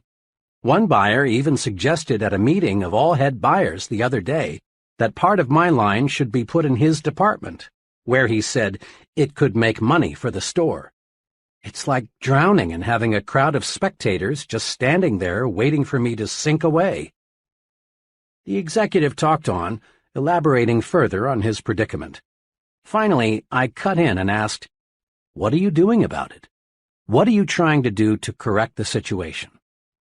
"Well," he answered, "there isn't much I can do, I guess, but hope for the best." To this comment I asked, "Honestly now, is hope enough?" Pausing, but not giving him a chance to answer, I put another question to him. "Why not take action to support your hope?" "Go on," he said. "Well, there are two kinds of action that seem to fit your case. First, start this afternoon to move those sales figures upward. We've got to face it. There's a reason your sales are slipping. Find it. Maybe you need a special sale to clear out your slow-moving merchandise, so you'll be in a position to buy some fresh stock. Perhaps you can rearrange your display counters. Maybe your salespeople need more enthusiasm. I can't pinpoint what will turn your sales volume upward, but something will. And it would probably be wise to talk privately with your merchandise manager. He may be on the verge of putting you out, but when you talk it over with him and ask his advice, he'll certainly give you more time to work things out. It's too expensive for the store to replace you as long as top management feels there's a chance you'll find a solution." I went on. "Then get your assistant buyers on the ball. Quit acting like a drowning man. Let people around you know that you're still alive."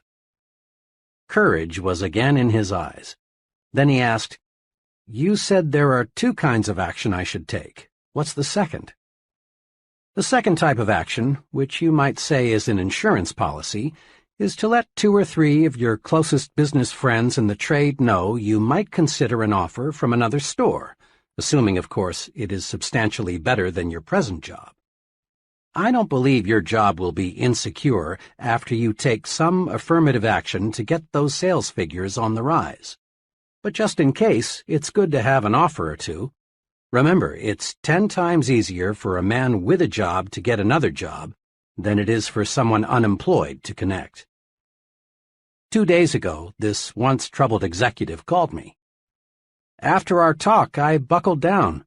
I made a number of changes, but the most basic one was with my salespeople.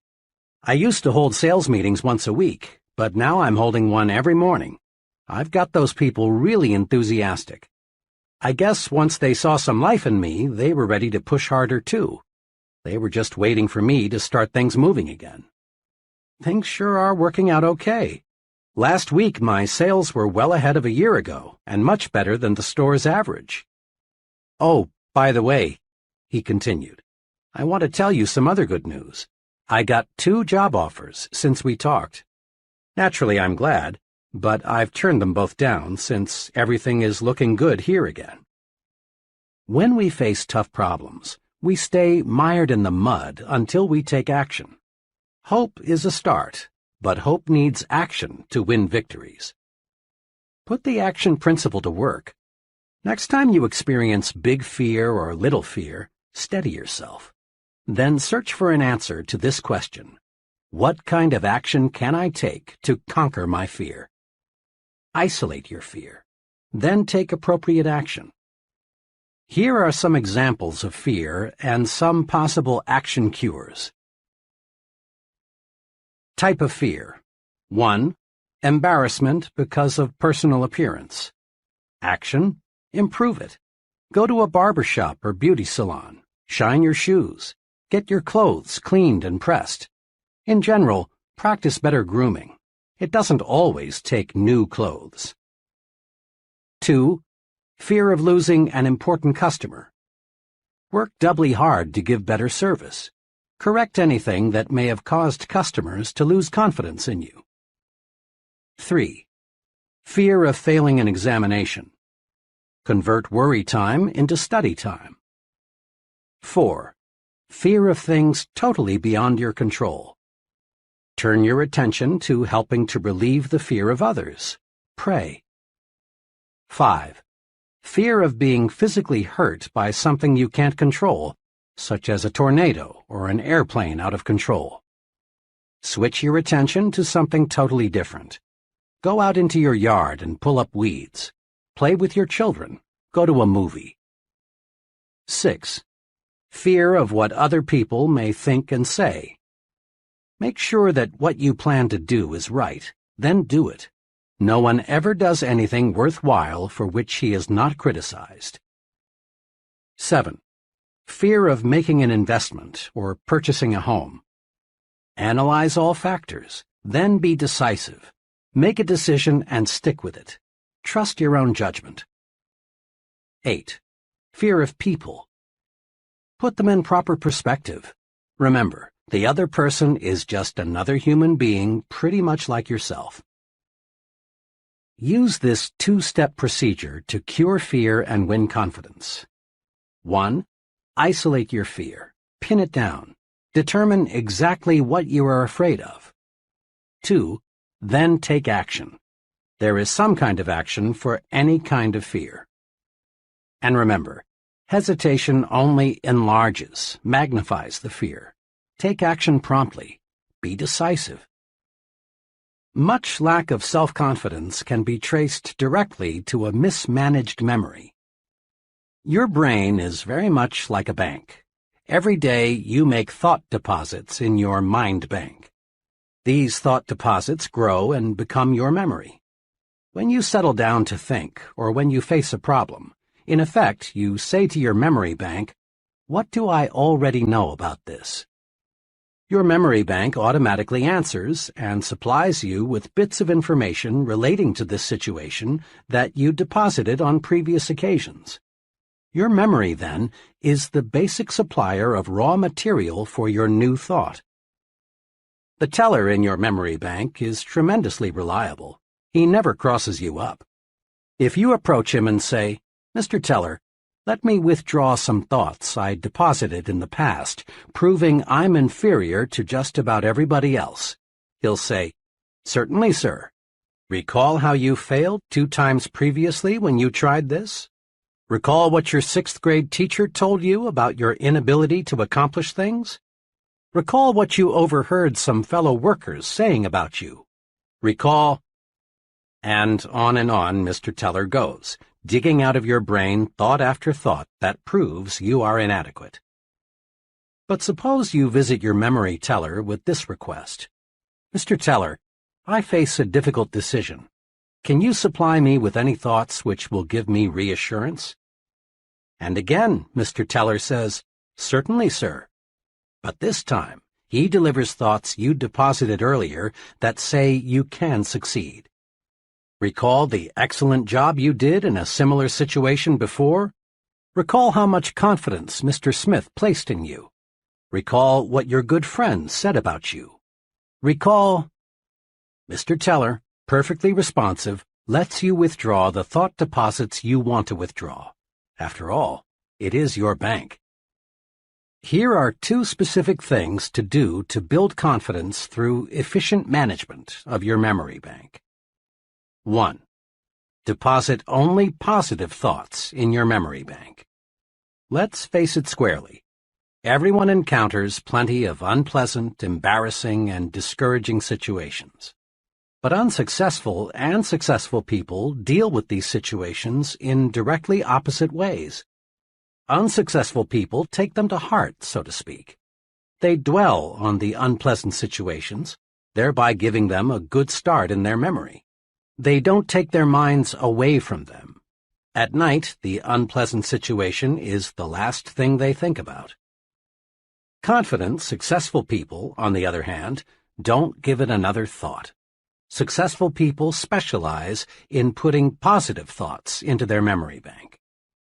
What kind of performance would your car deliver if every morning before you left for work, you scooped up a double handful of dirt and put it into your crankcase? That fine engine would soon be a mess, unable to do what you want it to do. Negative, unpleasant thoughts deposited in your mind affect your mind the same way. Negative thoughts produce needless wear and tear on your mental motor. They create worry, frustration, and feelings of inferiority. They put you beside the road while others drive ahead. Do this. In these moments when you're alone with your thoughts, when you're driving your car or eating alone, recall pleasant, positive experiences. Put good thoughts in your memory bank. This boosts confidence. It gives you that "I sure feel good" feeling. It helps keep your body functioning right, too. Here is an excellent plan. Just before you go to sleep, deposit good thoughts in your memory bank. Count your blessings. Recall the many good things you have to be thankful for. Your wife or husband, your children, your friends, your health. Recall the good things you saw people do today. Recall your little victories and accomplishments. Go over the reasons why you are glad to be alive. 2. Withdraw only positive thoughts from your memory bank. I was closely associated several years ago in Chicago with a firm of psychological consultants. They handled many types of cases, but mostly marriage problems and psychological adjustment situations, all dealing with mind matters. One afternoon, as I was talking with the head of the firm about his profession and his techniques for helping the seriously maladjusted person, he made this remark: "You know, there would be no need for my services if people would do just one thing." "What's that?" I asked eagerly. "Simply this: destroy their negative thoughts before those thoughts become mental monsters. Most individuals I try to help," he continued, "are operating their own private museum of mental horror. Many marriage difficulties, for example, involve the honeymoon monster. The honeymoon wasn't as satisfactory as one or both of the marriage partners had hoped, but instead of burying the memory, they reflected on it hundreds of times until it was a giant obstacle to successful marital relationships. They come to me as much as 5 or 10 years later. Usually, of course, my clients don't see where their trouble lies. It's my job to uncover and explain the source of their difficulty to them and help them to see what a triviality it really is. A person can make a mental monster out of almost any unpleasant happening, my psychologist friend went on. A job failure, a jilted romance, a bad investment, disappointment in the behavior of a teenage child. These are common monsters I have to help troubled people destroy. It is clear that any negative thought, if fertilized with repeated recall, can develop into a real mind monster, breaking down confidence and paving the way to serious psychological difficulties. In an article in Cosmopolitan magazine, The Drive Toward Self-Destruction, Alice Mulcahy pointed out that upward of 30,000 Americans commit suicide each year and another 100,000 attempt to take their own lives. She went on to say, "There is shocking evidence that millions of other people are killing themselves by slower, less obvious methods. Still others are committing spiritual rather than physical suicide, constantly seeking out ways to humiliate, punish, and generally diminish themselves." The psychologist friend mentioned before told me how he helped one of his patients to stop committing mental and spiritual suicide. This patient, he explained, was in her late 30s and had 2 children. In lay terminology, she suffered from severe depression. She looked back on every incident of her life as being an unhappy experience. Her school days, her marriage, the bearing of her children, the places she had lived, all were thought of negatively. She volunteered that she couldn't remember ever having been truly happy. And since what one remembers from the past colors what one sees in the present, she saw nothing but pessimism and darkness. When I asked her what she saw in a picture which I showed her, she said, "It looks like there will be a terrible thunderstorm tonight." That was the gloomiest interpretation of the picture I've yet heard. The picture was a large oil painting of the sun low in the sky and a jagged rocky coastline. The painting was very cleverly done and could be construed to be either a sunrise or a sunset. The psychologist commented to me that what a person sees in the picture is a clue to his personality. Most people say it is a sunrise, but the depressed, mentally disturbed person nearly always says it's a sunset. As a psychologist, I can't change what already is in a person's memory, but I can, with the patient's cooperation, help the individual to see his past in a different light. That's the general treatment I used on this woman. I worked with her to help her see joy and pleasure in her past instead of total disappointment. After 6 months, she began to show improvement.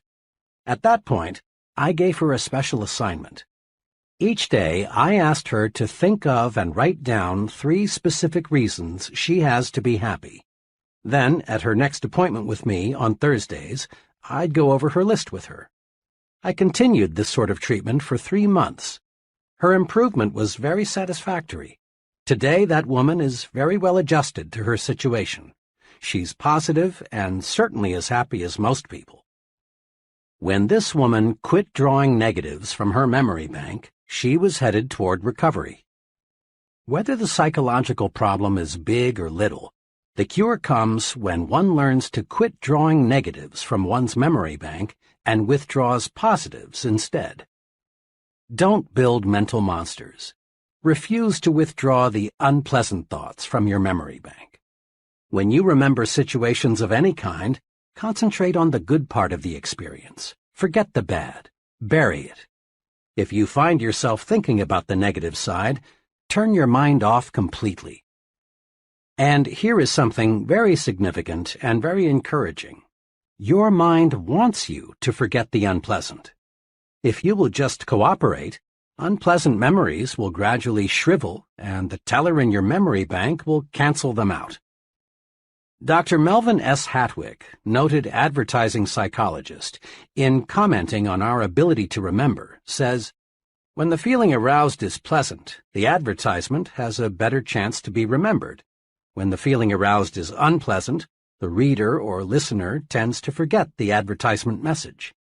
The unpleasant runs counter to what we want. We don't want to remember it.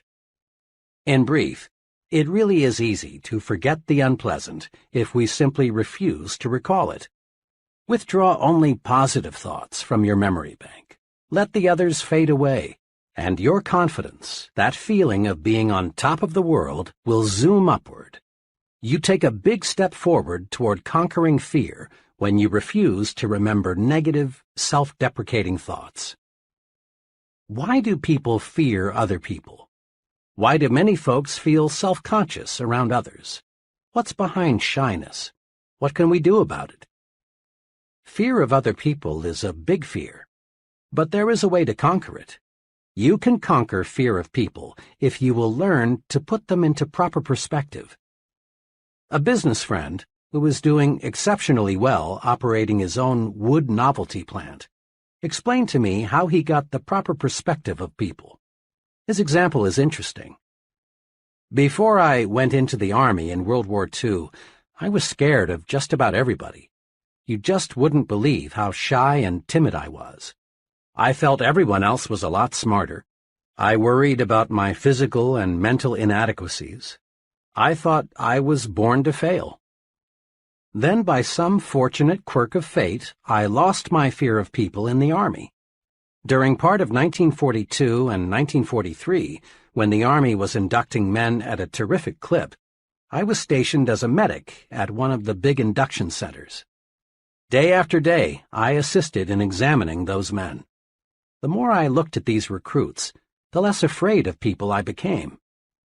All those men lined up by the hundreds, naked as jaybirds, looked so much alike.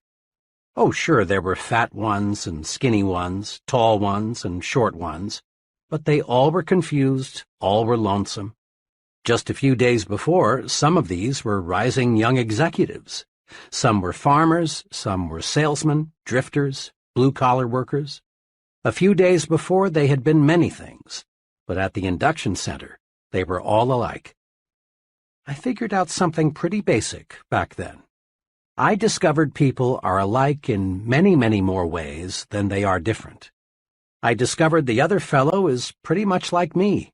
He likes good food, he misses his family and friends, he wants to get ahead, he has problems, he likes to relax.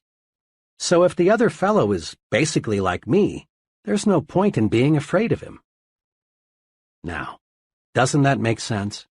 If the other fellow is basically like me, there's no reason to be afraid of him. Here are two ways to put people in proper perspective. 1. Get a balanced view of the other fellow. Keep these 2 points in mind when dealing with people.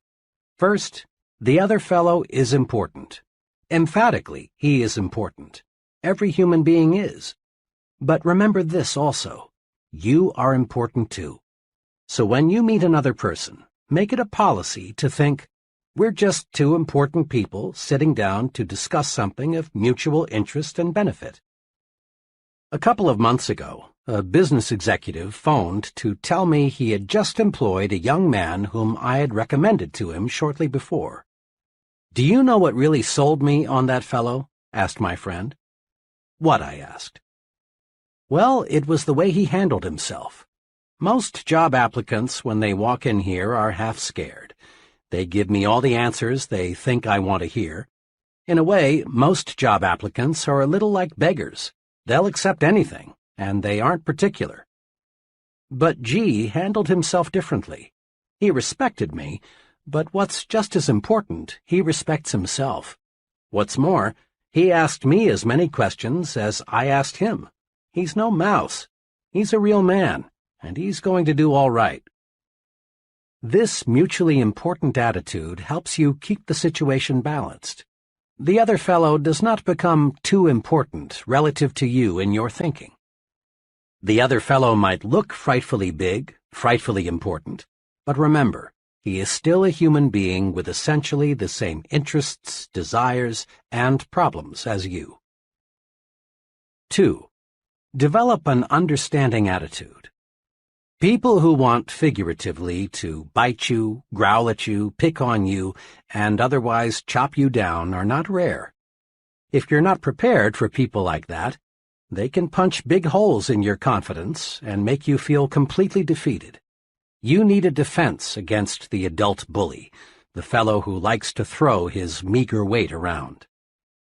A few months ago, at the reservations desk of a Memphis hotel, I saw an excellent demonstration of the right way to handle folks like this.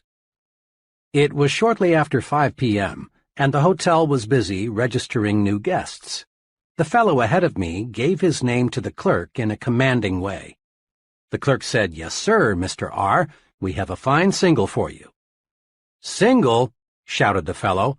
"I ordered a double." The clerk said, very politely, "Let me check, sir." He pulled the guest's reservation from the file and said, "I'm sorry, sir, your telegram specified a single. I'd be happy to put you in a double room, sir, if we had any available, but we simply do not." Then the irate customer said, "I don't care what the H that piece of paper says, I want a double." Then he started in with that "Do you know who I am" bit, followed with, "I'll have you fired. You'll see. I'll have you fired." As best he could, under the verbal tornado, the young clerk injected, "Sir, we're terribly sorry, but we acted on your instructions." Finally, the customer, really furious now, said, "I wouldn't stay in the best suite in this blank hotel now that I know how badly managed it is," and stormed out.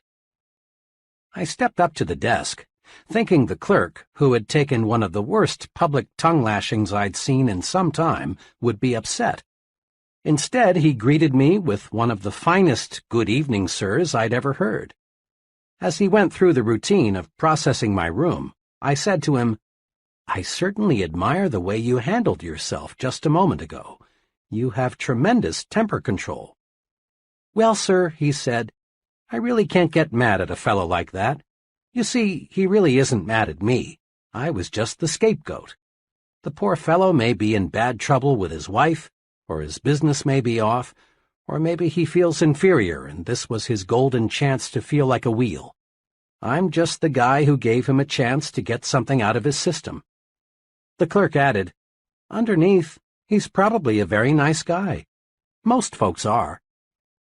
Walking toward the elevators, I caught myself repeating aloud, "Underneath, he's probably a very nice guy. Most folks are." Remember those two short sentences next time someone declares war on you. Hold your fire. The way to win in situations like this is to let the other fellow blow his stack and then forget it. Several years ago, while checking student examination papers, I came across one that especially disturbed me.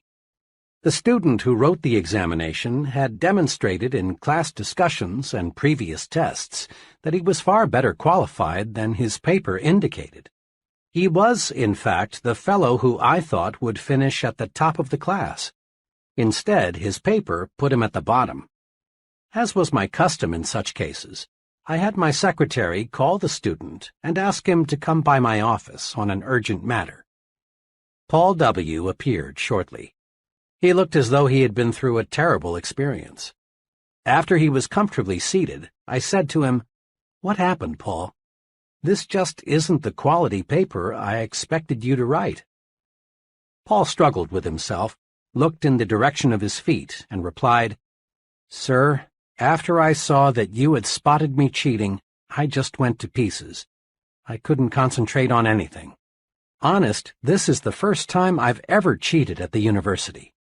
I desperately wanted an A, so I worked up a little pony to use." He was terribly upset, but now that he was talking, he wouldn't stop. "I suppose you'll have to recommend me for dismissal. The university rule says any student found cheating in any manner is subject to permanent dismissal." Here Paul started bringing up the shame this incident would bring to his family, how it would wreck his life, and all sorts of repercussions. Finally, I said, "Hold it now. Slow down. Let me explain something.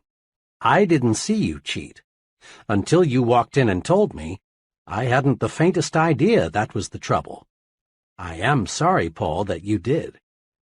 Then I continued, "Paul, tell me, just what do you want to gain from your university experience?" He was a little calmer now, and after a short pause he said, "Well, Doctor, I think my overall aim is to learn how to live, but I guess I'm failing pretty badly." "We learn in different ways," I said. "I think you can learn a real success lesson from this experience. When you used your pony in there, your conscience bothered you terribly. This gave you a guilt complex that in turn broke your confidence. As you expressed it, you went to pieces. Most of the time, Paul, this matter of right and wrong is approached from a moral or religious standpoint. Now understand, I'm not here to preach to you, give you a sermon about right and wrong. But let's look at the practical side. When you do anything that goes contrary to your conscience, you feel guilty, and this guilty feeling jams your thought processes. You can't think straight because your mind is asking, "Will I get caught? Will I get caught?" "Paul," I continued, "you wanted an A so badly you did something you knew was wrong. There are many times in life when you'll want to make an A so badly you'll be tempted to do something that is contrary to your conscience.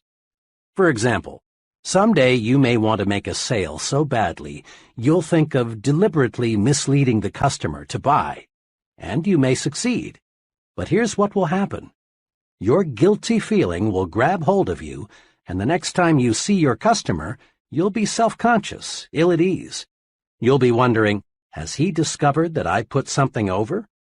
Your presentation will be ineffective because you can't concentrate.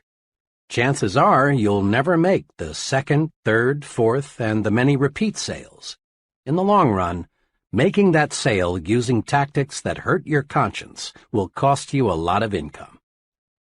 I went on and pointed out to Paul how an occasional business or professional man loses his grip because of an intense fear that his wife will learn about a secret love affair he is having with another woman. Will she find out? Will she find out? Eats away the man's confidence until he can't do a good job at work or in the home. I reminded Paul that many criminals are captured not because any clues point to them, but because they act guilty and self-conscious. Their guilt feeling puts them on the suspect list. There is within each of us a desire to be right, think right, and act right. When we go against that desire, we put a cancer in our conscience. This cancer grows and grows by eating away at our confidence. Avoid doing anything that will cause you to ask yourself, will I get caught? Will they find out? Will I get away with it? Don't try to make an A if it means violating your confidence. Paul, I'm pleased to say, got the point. He learned the practical value of doing what's right. I then proposed he sit down and retake the examination. In answer to his question, "But what about my dismissal?" I said, "I know what the regulations say about cheating, but you know, if we dismissed all students who have cheated in any way, half the professors would have to leave. And if we dismissed all students who thought about cheating, the university would have to shut down. So I'm forgetting this whole incident if you'll do me a favor." "Gladly," he said. I walked over to my bookshelf, took down my personal copy of 50 Years with the Golden Rule, and said, "Paul, read this book and return it. See how, in J.C. Penney's own words, just doing what's right made him one of America's richest men." Doing what's right keeps your conscience satisfied, and this builds self-confidence. When we do what is known to be wrong, two negative things happen. First, we feel guilt, and this guilt eats away confidence. Second, other people sooner or later find out and lose confidence in us. Do what's right and keep your confidence. That's thinking yourself to success. Here is a psychological principle that is worth listening to repeatedly until it absolutely saturates you. To think confidently, Act confidently. The great psychologist, Dr. George W. Crane, said in his famous book, Applied Psychology, "Remember, motions are the precursors of emotions. You can't control the latter directly, but only through your choice of motions or actions. To avoid this all-too-common tragedy, marital difficulties and misunderstandings, become aware of the true psychological facts. Go through the proper motions each day, and you'll soon begin to feel the corresponding emotions. Just be sure you and your mate go through those motions of dates and kisses, the phrasing of sincere daily compliments, plus the many other little courtesies, and you need not worry about the emotion of love. You can't act devoted for very long without feeling devoted." Psychologists tell us we can change our attitudes by changing our physical actions. For example, you actually feel more like smiling if you make yourself smile. You feel more superior when you make yourself stand tall than when you slouch. On the negative side, frown a really bitter frown and see if you don't feel more like frowning. It is easy to prove that managed motions can change emotions. People who are shy in introducing themselves can replace this timidity with confidence just by taking 3 simple actions simultaneously. First, reach for the other person's hand and clasp it warmly. Second, look directly at the other person. And third, say, "I'm very glad to know you." These 3 simple actions automatically and instantaneously banish shyness. Confident action produces confident thinking. So, to think confidently, act confidently. Act the way you want to feel. Here are 5 confidence-building exercises. Listen to these guides carefully, then make a conscious effort to practice them and build your confidence. 1. Be a front-seater. Ever notice in meetings, in church, classrooms, and other kinds of assemblies, how the back seats fill up first? Most folks scramble to sit in the back rows so they won't be too conspicuous.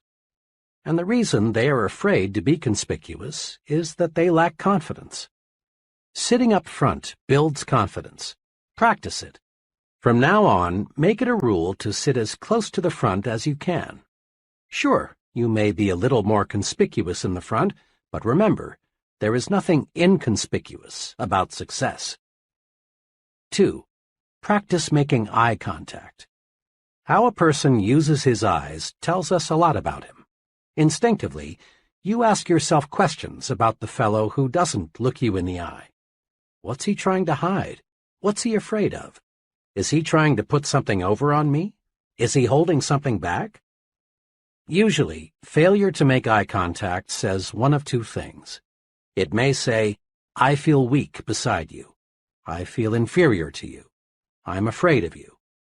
Or avoiding another person's eyes may say, "I feel guilty. I've done something or I've thought something that I don't want you to know. I'm afraid if I let my eyes connect with yours, you'll see through me." You say nothing good about yourself when you avoid making eye contact. You say, "I'm afraid. I lack confidence." Conquer this fear by making yourself look the other person in the eyes. Looking the other person in the eye tells him, "I'm honest and above board. I believe in what I'm telling you. I'm not afraid. I'm confident." Make your eyes work for you. Aim them right at the other person's eyes. It not only gives you confidence, it wins you confidence too. 3. Walk 25% faster. When I was a youngster, just going to the county seat was a big treat. After all the errands were accomplished and we were back in the car, my mother would often say, "Davy, let's just sit here a while and watch the people walk by." Mother was an excellent game player. She'd say, "See that fellow? What do you suppose is troubling him?" Or, "What do you think that lady there is going to do?" Or, "Look at that person. He just seems to be in a fog." Watching people walk and move about became real fun.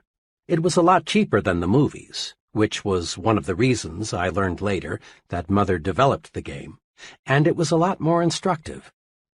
I still am a walk watcher. In corridors, lobbies, on sidewalks, I still occasionally find myself studying human behavior simply by watching people move about. Psychologists link slovenly posture and sluggish walking to unpleasant attitudes toward oneself, work, and the people around us.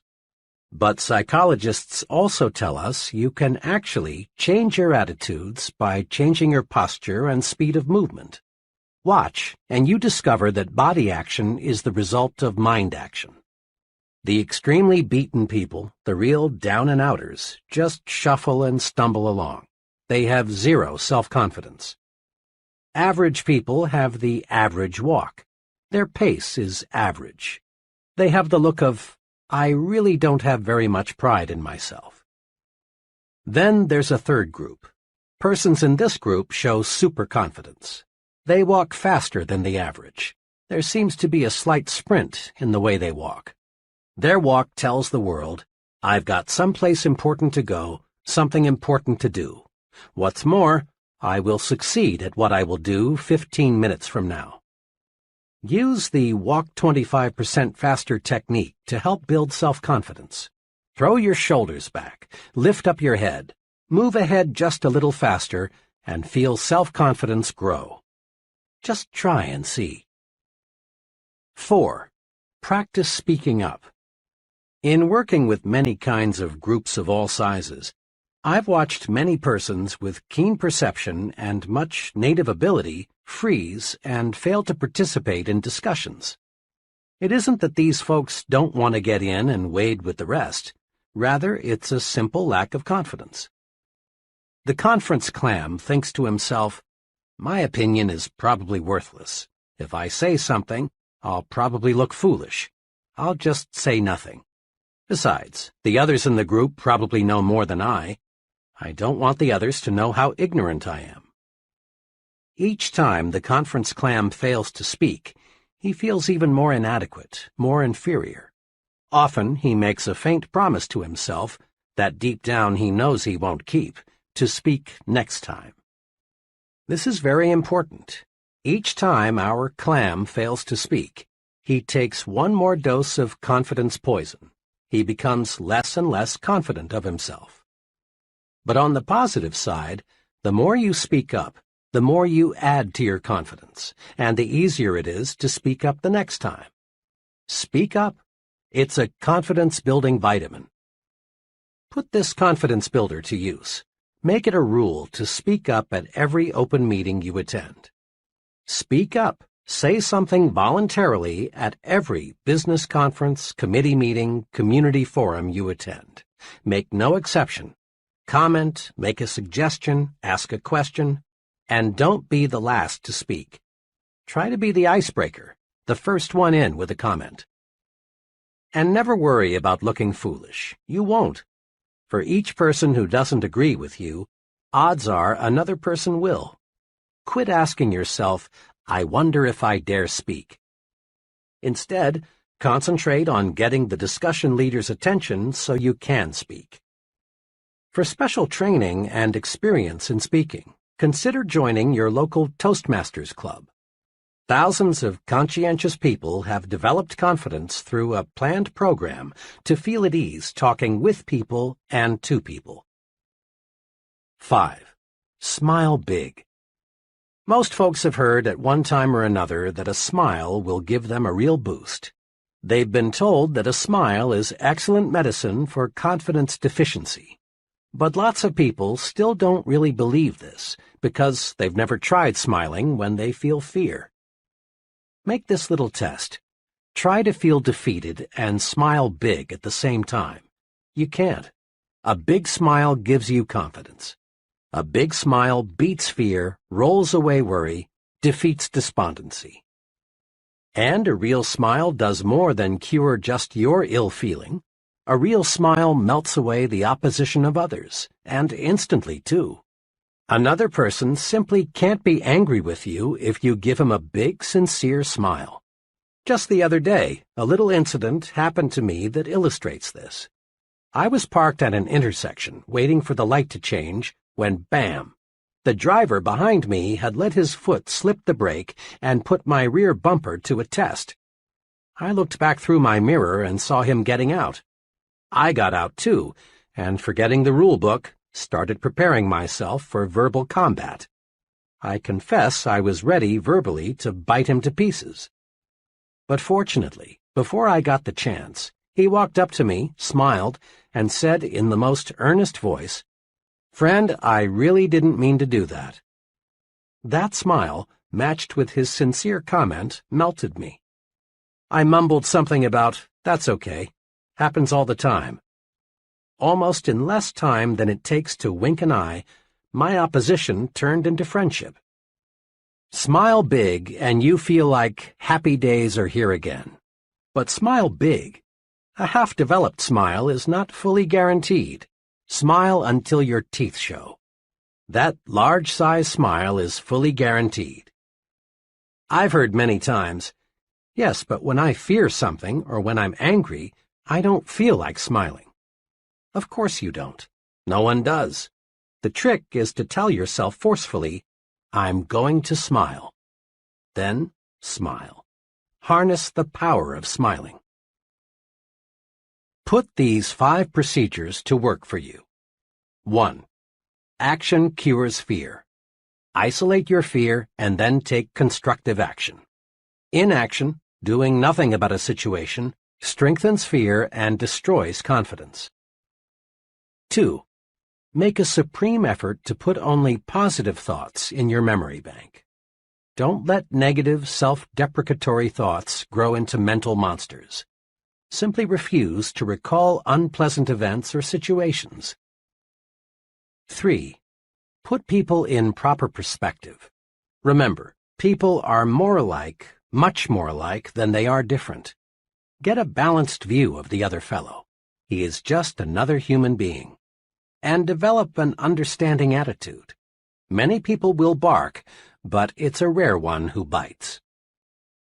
4. Practice doing what your conscience tells you is right. This prevents a poisonous guilt complex from developing. Doing what's right is a very practical rule for success. 5. Make everything about you say, "I'm confident, really confident." Practice these little techniques in your day-to-day activities. Be a front-seater, make eye contact, walk 25% faster, speak up, smile big. Chapter 4. How to Think Big. Recently, I chatted with a recruitment specialist for one of the nation's largest industrial organizations. 4 months each year, she visits college campuses to recruit graduating seniors for her company's junior executive training program. The tenor of her remarks indicated that she was discouraged about the attitudes of many people she talked with. Most days, I interview between 8 and 12 college seniors, all in the upper third of their class, all at least mildly interested in coming with us. One of the main things we want to determine in the screening interview is the individual's motivation.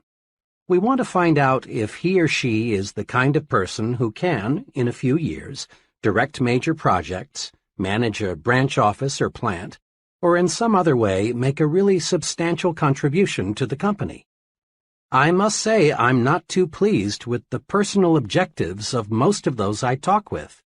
You'd be surprised, she went on, how many 22-year-olds are more interested in our retirement plan than in anything else we have to offer.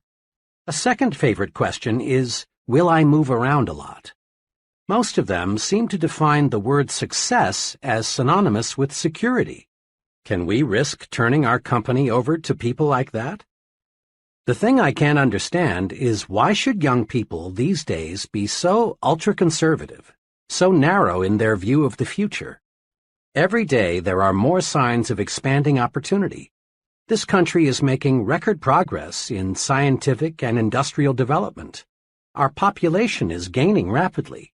If there ever was a time to be bullish about America, it's now. The tendency for so many people to think small means there is less competition than you think for a very rewarding career. Where success is concerned, people are not measured in inches or pounds or college degrees or family background. They are measured by the size of their thinking. How big we think determines the size of our accomplishments. Now, let's see how we can enlarge our thinking. Ever ask yourself, what is my greatest weakness? Probably the greatest human weakness is self-deprecation, that is, selling oneself short. Self-deprecation shows through in countless ways. John sees a job advertisement in the paper. It's exactly what he would like. But he does nothing about it because he thinks, I'm not good enough for that job, so why bother? Or Jim wants a date with Joan, but he doesn't call her because he thinks he wouldn't rate with her. Tom feels Mr. Richards would be a very good prospect for his product, but Tom doesn't call. He feels Mr. Richards is too big to see him. Pete is filling out a job application form. One question asks, what beginning salary do you expect? Pete puts down a modest figure because he feels he really isn't worth the bigger sum he would like to earn. Philosophers for thousands of years have issued good advice, know thyself.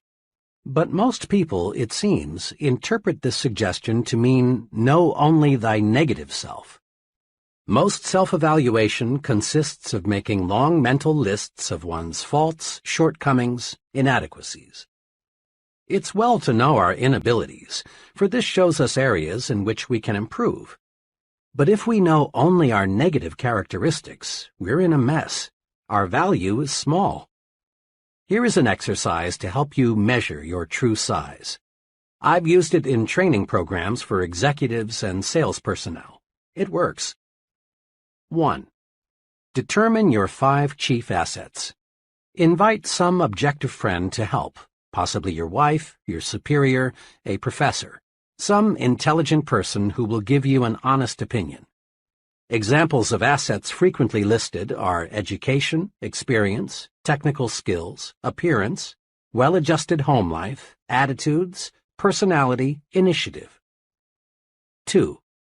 Next, under each asset, write the names of 3 persons you know who have achieved large success, but who do not have this asset to as great a degree as you. When you've completed this exercise, you will find you outrank many successful people on at least one asset. There is only one conclusion you can honestly reach. You're bigger than you think. So fit your thinking to your true size. Think as big as you really are. Never, never, never sell yourself short. The person who says adamantine when in plain talk he means immovable, or says coquette when we would understand him better if he said flirt, may have a big vocabulary. But does he have a big thinker's vocabulary? Probably not. People who use difficult, high-sounding words and phrases that most folks have to strain themselves to understand are inclined to be overbearing and stuffed shirts. And stuffed shirts are usually small thinkers. The important measure of a person's vocabulary is not the size or the number of words he uses. Rather, the thing that counts, the only thing that counts about one's vocabulary, is the effect his words and phrases have on his own and others' thinking. Here is something very basic. We do not think in words and phrases. We think only in pictures and/or images. Words are the raw materials of thought. When spoken or read, that amazing instrument, the mind, automatically converts words and phrases into mind pictures. Each word, each phrase, creates a slightly different mind picture. If someone tells you, Jim bought a new split level, you see one picture. But if you're told, Jim bought a new ranch house, you see another picture. The mind pictures we see are modified by the kinds of words we use to name things and describe things. Look at it this way. When you speak or write, you are, in a sense, a projector showing movies in the minds of others, and the pictures you create determine how you and others react. Suppose you tell a group of people, I'm sorry to report we've failed. What do these people see? They see defeat and all the disappointment and grief the word failed conveys. Now suppose you said instead, here's a new approach that I think will work. They would feel encouraged, ready to try again. Suppose you say, we face a problem. You have created a picture in the minds of others of something difficult, unpleasant to solve. Instead say, we face a challenge, and you create a mind picture of fun, sport, something pleasant to do. Or tell a group, we incurred a big expense, and people see money spent that will never return. Indeed, this is unpleasant. Instead say, we made a big investment, and people see a picture of something that will return profits later on, a very pleasant sight. The point is this. Big thinkers are specialists in creating positive, forward-looking, optimistic pictures in their own minds and in the minds of others. To think big, we must use words and phrases that produce big, positive mental images. Here are examples of phrases that create small, negative, depressing thoughts. And then, the same situation is discussed, but in a big, positive way. As you listen to these, ask yourself, what mind pictures do I see? Phrases that create small, negative mind images. 1. It's no use, we're whipped. Or, phrases that create big, positive mind images. We're not whipped yet. Let's keep trying. Here's a new angle. 2. I was in that business once and failed. Never again. Or, I went broke, but it was my own fault. I'm going to try again. 3.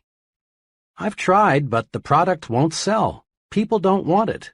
Or, so far I've not been able to sell this product, but I know it is good, and I'm going to find the formula that will put it over.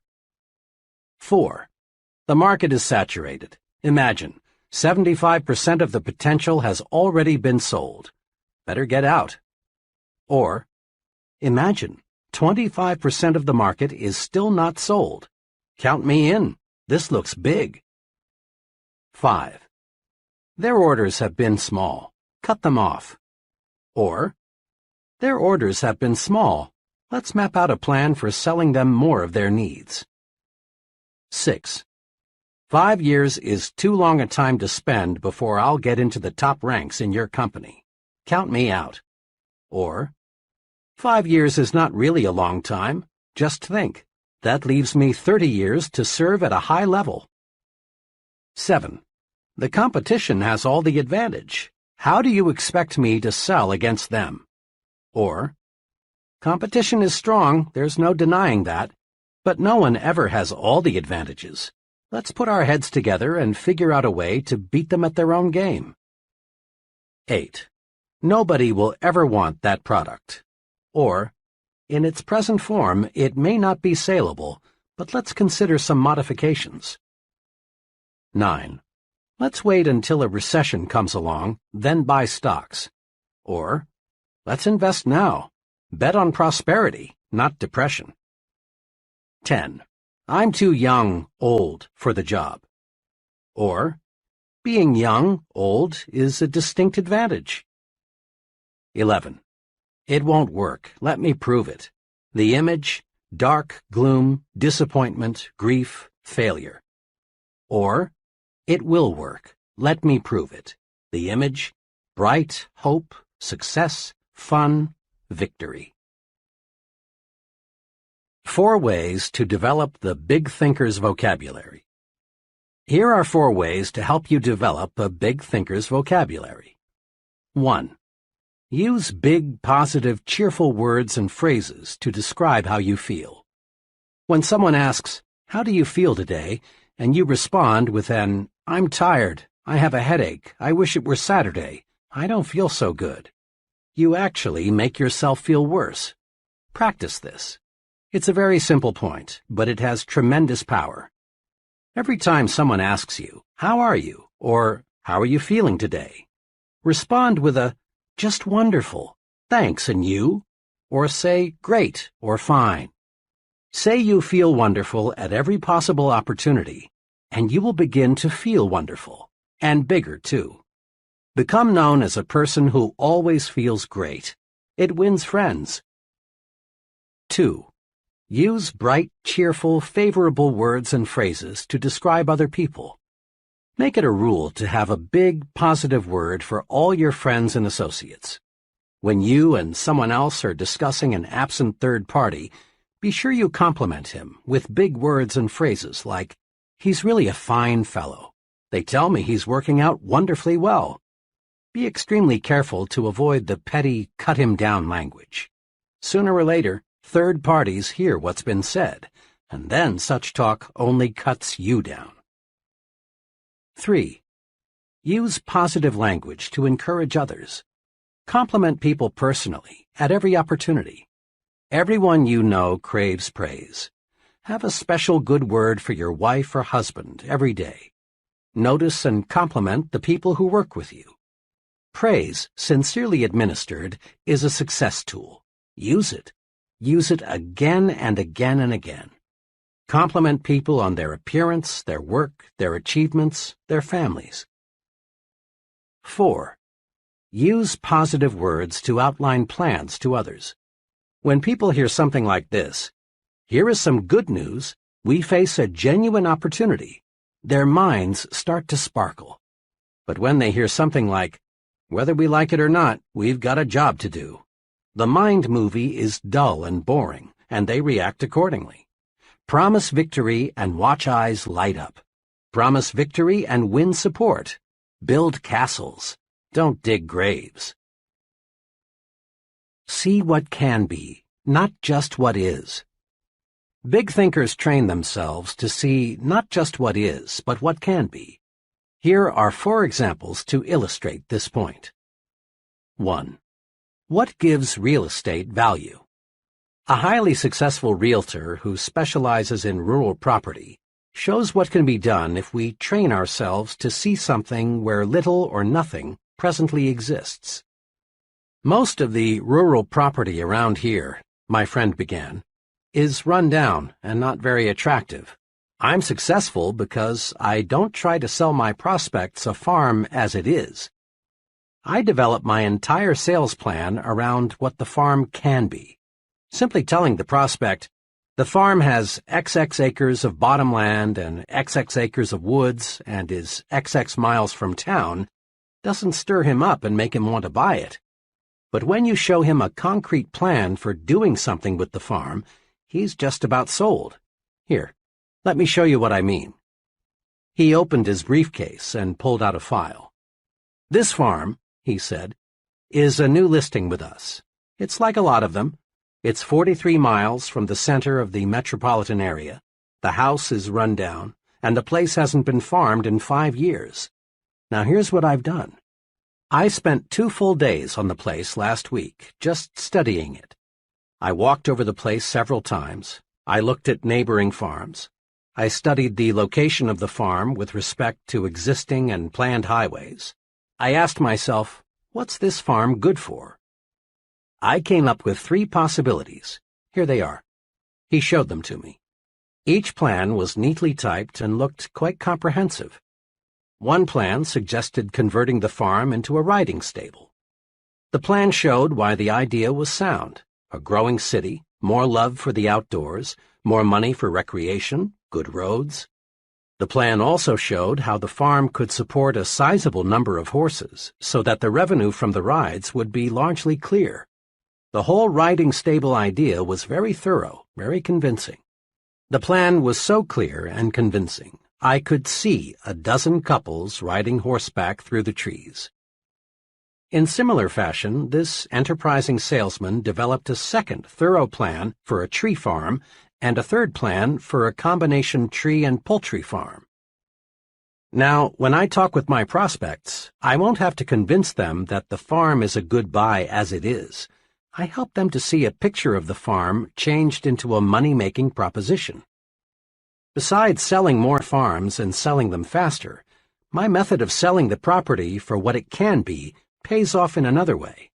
I can sell a farm at a higher price than my competitors. People naturally pay more for acreage and an idea than they do for just acreage. Because of this, more people want to list their farms with me, and my commission on each sale is larger. The moral is this: look at things not as they are, but as they can be. Visualization adds value to everything. A big thinker always visualizes what can be done in the future. He isn't stuck with the present. 2. How much is a customer worth? A department store executive was addressing a conference of merchandise managers. She was saying, "I may be a little old-fashioned, but I belong to the school that believes the best way to get customers to come back is to give them friendly, courteous service." One day I was walking through our store when I overheard a salesperson arguing with a customer. The customer left in quite a huff. Afterward, the salesperson said to another, "I'm not going to let a $1.98 customer take up all my time and make me take the store apart trying to find him what he wants. He's simply not worth it." I walked away, the executive continued, but I couldn't get that remark out of my mind. It is pretty serious, I thought, when our salespeople think of customers as being in the $1.98 category. I decided right then that this concept must be changed.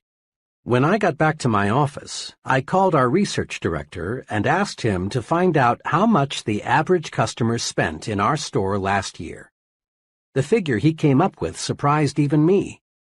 According to our research director's careful calculation, the typical customer spent $362 in our establishment. The next thing I did was call a meeting of all supervisory personnel and explain the incident to them. Then I showed them what a customer is really worth. Once I got these people to see that a customer is not to be valued on a single sale, but rather on an annual basis, customer service definitely improved. The point made by the retailing executive applies to any kind of business. It's repeat business that makes the profit. Often there's no profit at all on the first several sales. Look at the potential expenditures of the customers, not just what they buy today. Putting a big value on customers is what converts them into big regular patrons. Attaching little value to customers sends them elsewhere. A student related this pertinent incident to me, explaining why he'll never again eat in a certain cafeteria. For lunch one day, the student began, I decided to try a new cafeteria that had just opened a couple of weeks before. Nickels and dimes are pretty important to me right now, so I watch what I buy pretty closely. Walking past the meat section, I saw some turkey and dressing that looked pretty good, and it was plainly marked 39 cents. When I got to the cash register, the checker looked at my tray and said, $1.09. I politely asked her to check it again because my tally was 99 cents. After giving me a mean glare, she recounted. The difference turned out to be the turkey. She had charged me 49 cents instead of 39 cents. Then I called her attention to the sign which read 39 cents. This really set her off. I don't care what that sign says. It's supposed to be 49 cents. See? Here's my price list for today. Somebody back there made a mistake. You'll have to pay the 49 cents. Then I tried to explain to her the only reason I selected the turkey was because it was 39 cents. If it had been marked 49 cents, I'd have taken something else. To this, her answer was, You'll just have to pay the 49 cents. I did because I didn't want to stand there and create a scene. But I decided on the spot that I'd never eat there again. I spend about $250 a year for lunches, and you can be sure they'll not get 1 penny of it. There's an example of the little view. The checker saw 1 thin dime, not the potential $250. 3. The case of the blind milkman. It's surprising how people sometimes are blind to potential. A few years ago, a young milkman came to our door to solicit our dairy business. I explained to him that we already had milk delivery service, and we were quite satisfied.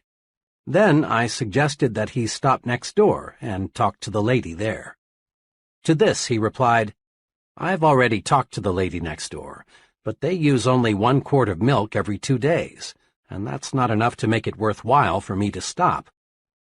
"That may be," I said, "but when you talked to our neighbor, did you not observe that the demand for milk in that household will increase considerably in a month or so?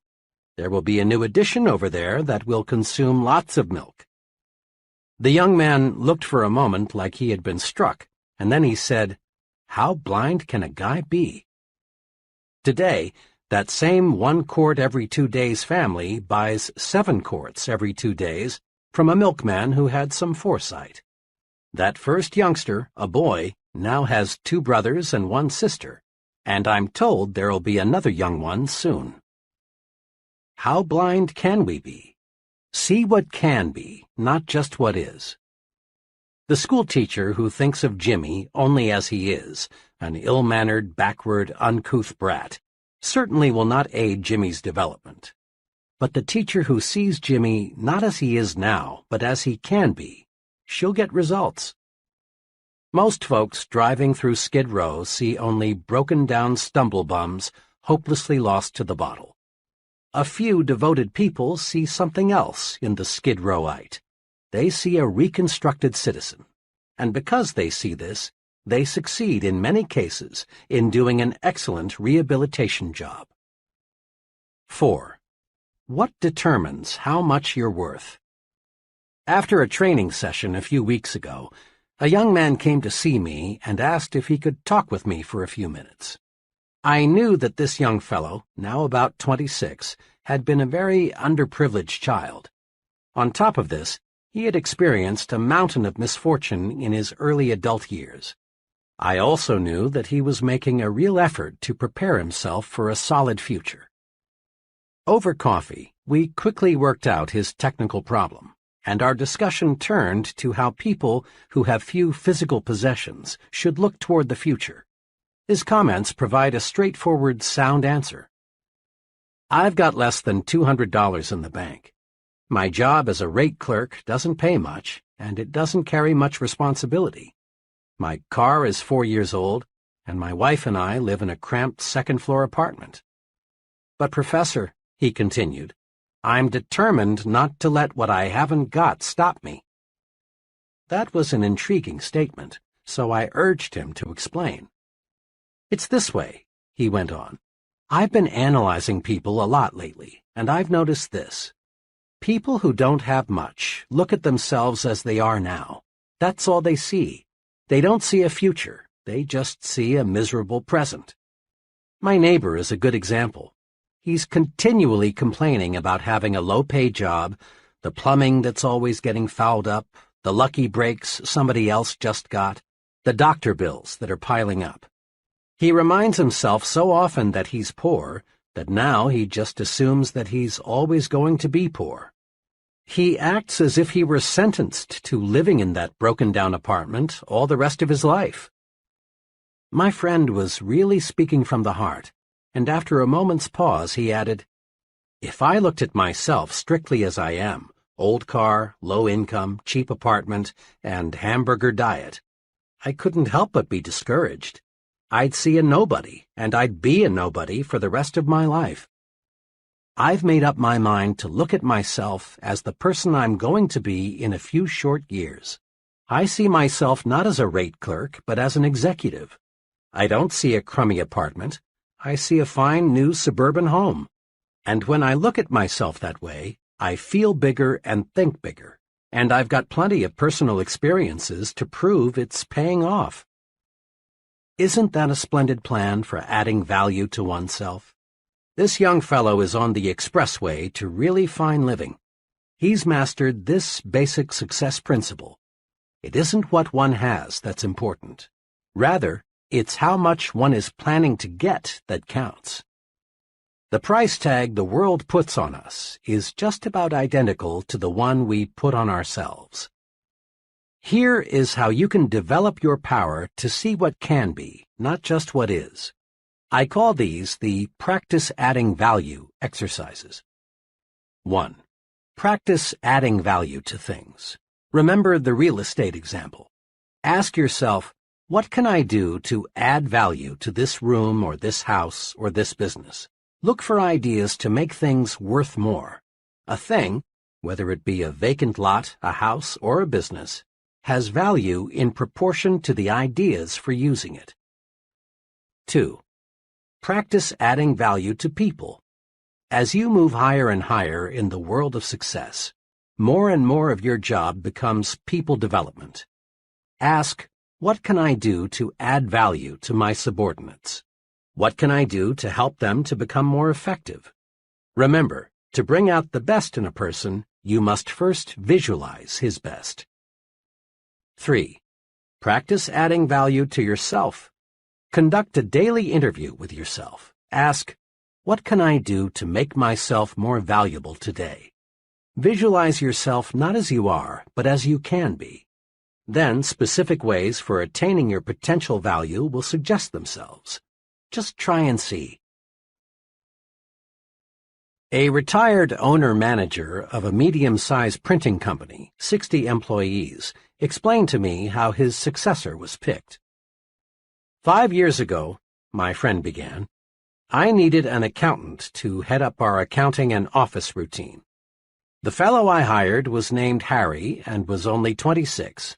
He knew nothing about the printing business, but his record showed he was a good accountant. Yet, a year and a half ago, when I retired, we made him president and general manager of the company. Looking back on it, Harry had one trait that put him out in front of everyone else.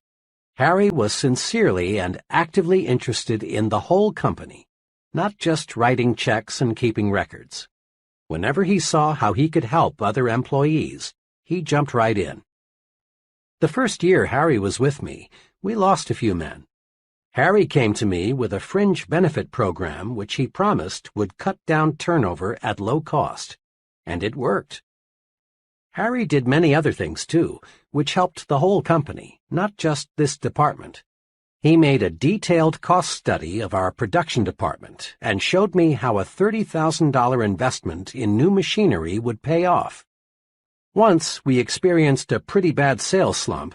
Harry went to our sales manager and said, in effect, I don't know much about the sales end of the business, but let me try to help. And he did. Harry came up with several good ideas, which helped us sell more jobs. When a new employee joined us, Harry was right there to help the fellow get comfortable. Harry took a real interest in the entire operation. When I retired, Harry was the only logical person to take over. But don't misunderstand, my friend continued. Harry didn't try to put himself over on me. He wasn't a mere meddler. He wasn't aggressive in a negative way. He didn't stab people in the back, and he didn't go around giving orders. He just went around helping. Harry simply acted as if everything in the company affected him. He made company business his business. We can all learn a lesson from Harry. The I'm doing my job and that's enough attitude is small, negative thinking. Big thinkers see themselves as members of a team effort, as winning or losing with the team, not by themselves. They help in every way they can, even when there is no direct and immediate compensation or other reward.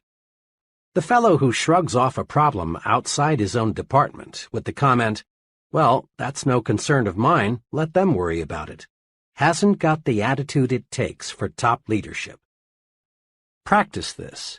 Practice being a big thinker. See the company's interest as identical with your own. Probably only a very few persons working in large companies have a sincere, unselfish interest in their company. But after all, only a relatively few persons qualify as big thinkers, and these few are the ones eventually rewarded with the most responsible, best-paying jobs. Many potentially powerful people let petty, small, insignificant things block their way to achievement. Let's look at 4 examples. 1. What does it take to make a good speech? Just about everyone wishes he had the ability to do a first-class job of speaking in public. But most people don't get their wish. Most folks are lousy public speakers. Why? The reason is simple. Most people concentrate on the small, trivial things of speaking at the expense of the big, important things. In preparing to give a talk, most people give themselves a host of mental instructions, like, I've got to remember to stand straight. Don't move around and don't use your hands. Don't let the audience see you use your notes. Remember, don't make mistakes in grammar. Especially don't say, for he and I. Say, for him and me. Be sure your tie is straight. Speak loud, but not too loud, and so on and so on. Now, what happens when the speaker gets up to speak? He's scared because he's given himself a terrific list of things not to do. He gets confused in his talk and finds himself silently asking, have I made a mistake? He is, in brief, a flop. He's a flop because he concentrated on the petty, trivial, relatively unimportant qualities of a good speaker and failed to concentrate on the big things that make a good speaker. Knowledge of what he's going to talk about and an intense desire to tell it to other people. The real test of a speaker is not did he stand straight or did he make any mistakes in grammar, but rather did the audience get the points he wanted to put across. Most of our top speakers have petty defects. Some of them even have unpleasant voices. Some of the most sought-after speakers in America would flunk a speech course taught by the old negative, don't do this and don't do that method. Yet all these successful public speakers have one thing in common. They have something to say, and they feel a burning desire for other people to hear it. Don't let concern with trivia keep you from speaking successfully in public. 2. What causes quarrels? Ever stop to ask yourself just what causes quarrels? At least 99% of the time, quarrels start over petty, unimportant matters like this. John comes home a little tired, a little on edge. Dinner doesn't exactly please him, so he turns up his nose and complains. Joan's day wasn't perfect either, so she rallies to her own defense with, well, what do you expect on my food budget? Or, maybe I could cook better if I had a new stove like everybody else. This insults John's pride, so he attacks with, now, Joan, it's not lack of money. It's simply that you don't know how to manage. And away they go. Before a truce is finally declared, all sorts of accusations are made by each party. In-laws, sex, money, premarital and postmarital promises, and other issues will be introduced. Both parties leave the battle nervous, tense. Nothing has been settled, and both parties have new ammunition to make the next quarrel more vicious. Little things, petty thinking, causes arguments. So, to eliminate quarrels, eliminate petty thinking. Here's a technique that works. Before complaining or accusing or reprimanding someone or launching a counterattack in self-defense, ask yourself, is it really important? In most cases, it isn't, and you avoid conflict.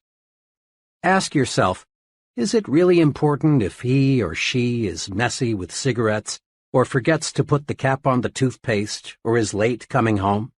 Is it really important if he or she squandered a little money or invited some people in I don't like? When you feel like taking negative action, ask yourself, is it really important? That question works magic in building a finer home situation. It works at the office, too. It works in homegoing traffic when another driver cuts in ahead of you. It works in any situation in life that is apt to produce quarrels. 3. John got the smallest office and fizzled out. Several years ago, I observed small thinking about an office assignment destroy a young fellow's chances for a profitable career in advertising. 4 young executives, all on the same status level, were moved into new offices. 3 of the offices were identical in size and decoration. The 4th was smaller and less elaborate. J.M. was assigned the 4th office. This turned out to be a real blow to his pride. Immediately, he felt discriminated against. Negative thinking, resentment, bitterness, jealousy built up. J.M. began to feel inadequate. The result was that J.M. grew hostile toward his fellow executives. Rather than cooperate, he did his best to undermine their efforts. Things got worse. 3 months later, J.M. slipped so badly that management had no choice but to issue him a pink slip. Small thinking over a very small matter stopped J.M. In his haste to feel he was discriminated against, J.M. failed to observe that the company was expanding rapidly and office space was at a premium. He didn't stop to consider the possibility that the executive who made the office assignments didn't even know which one was the smallest. No one in the organization, except J.M., regarded his office as an index of his value. Small thinking about unimportant things, like seeing your name last on the department route sheet or getting the fourth carbon of an office memo, can hurt you. Think big, and none of these little things can hold you back. 4.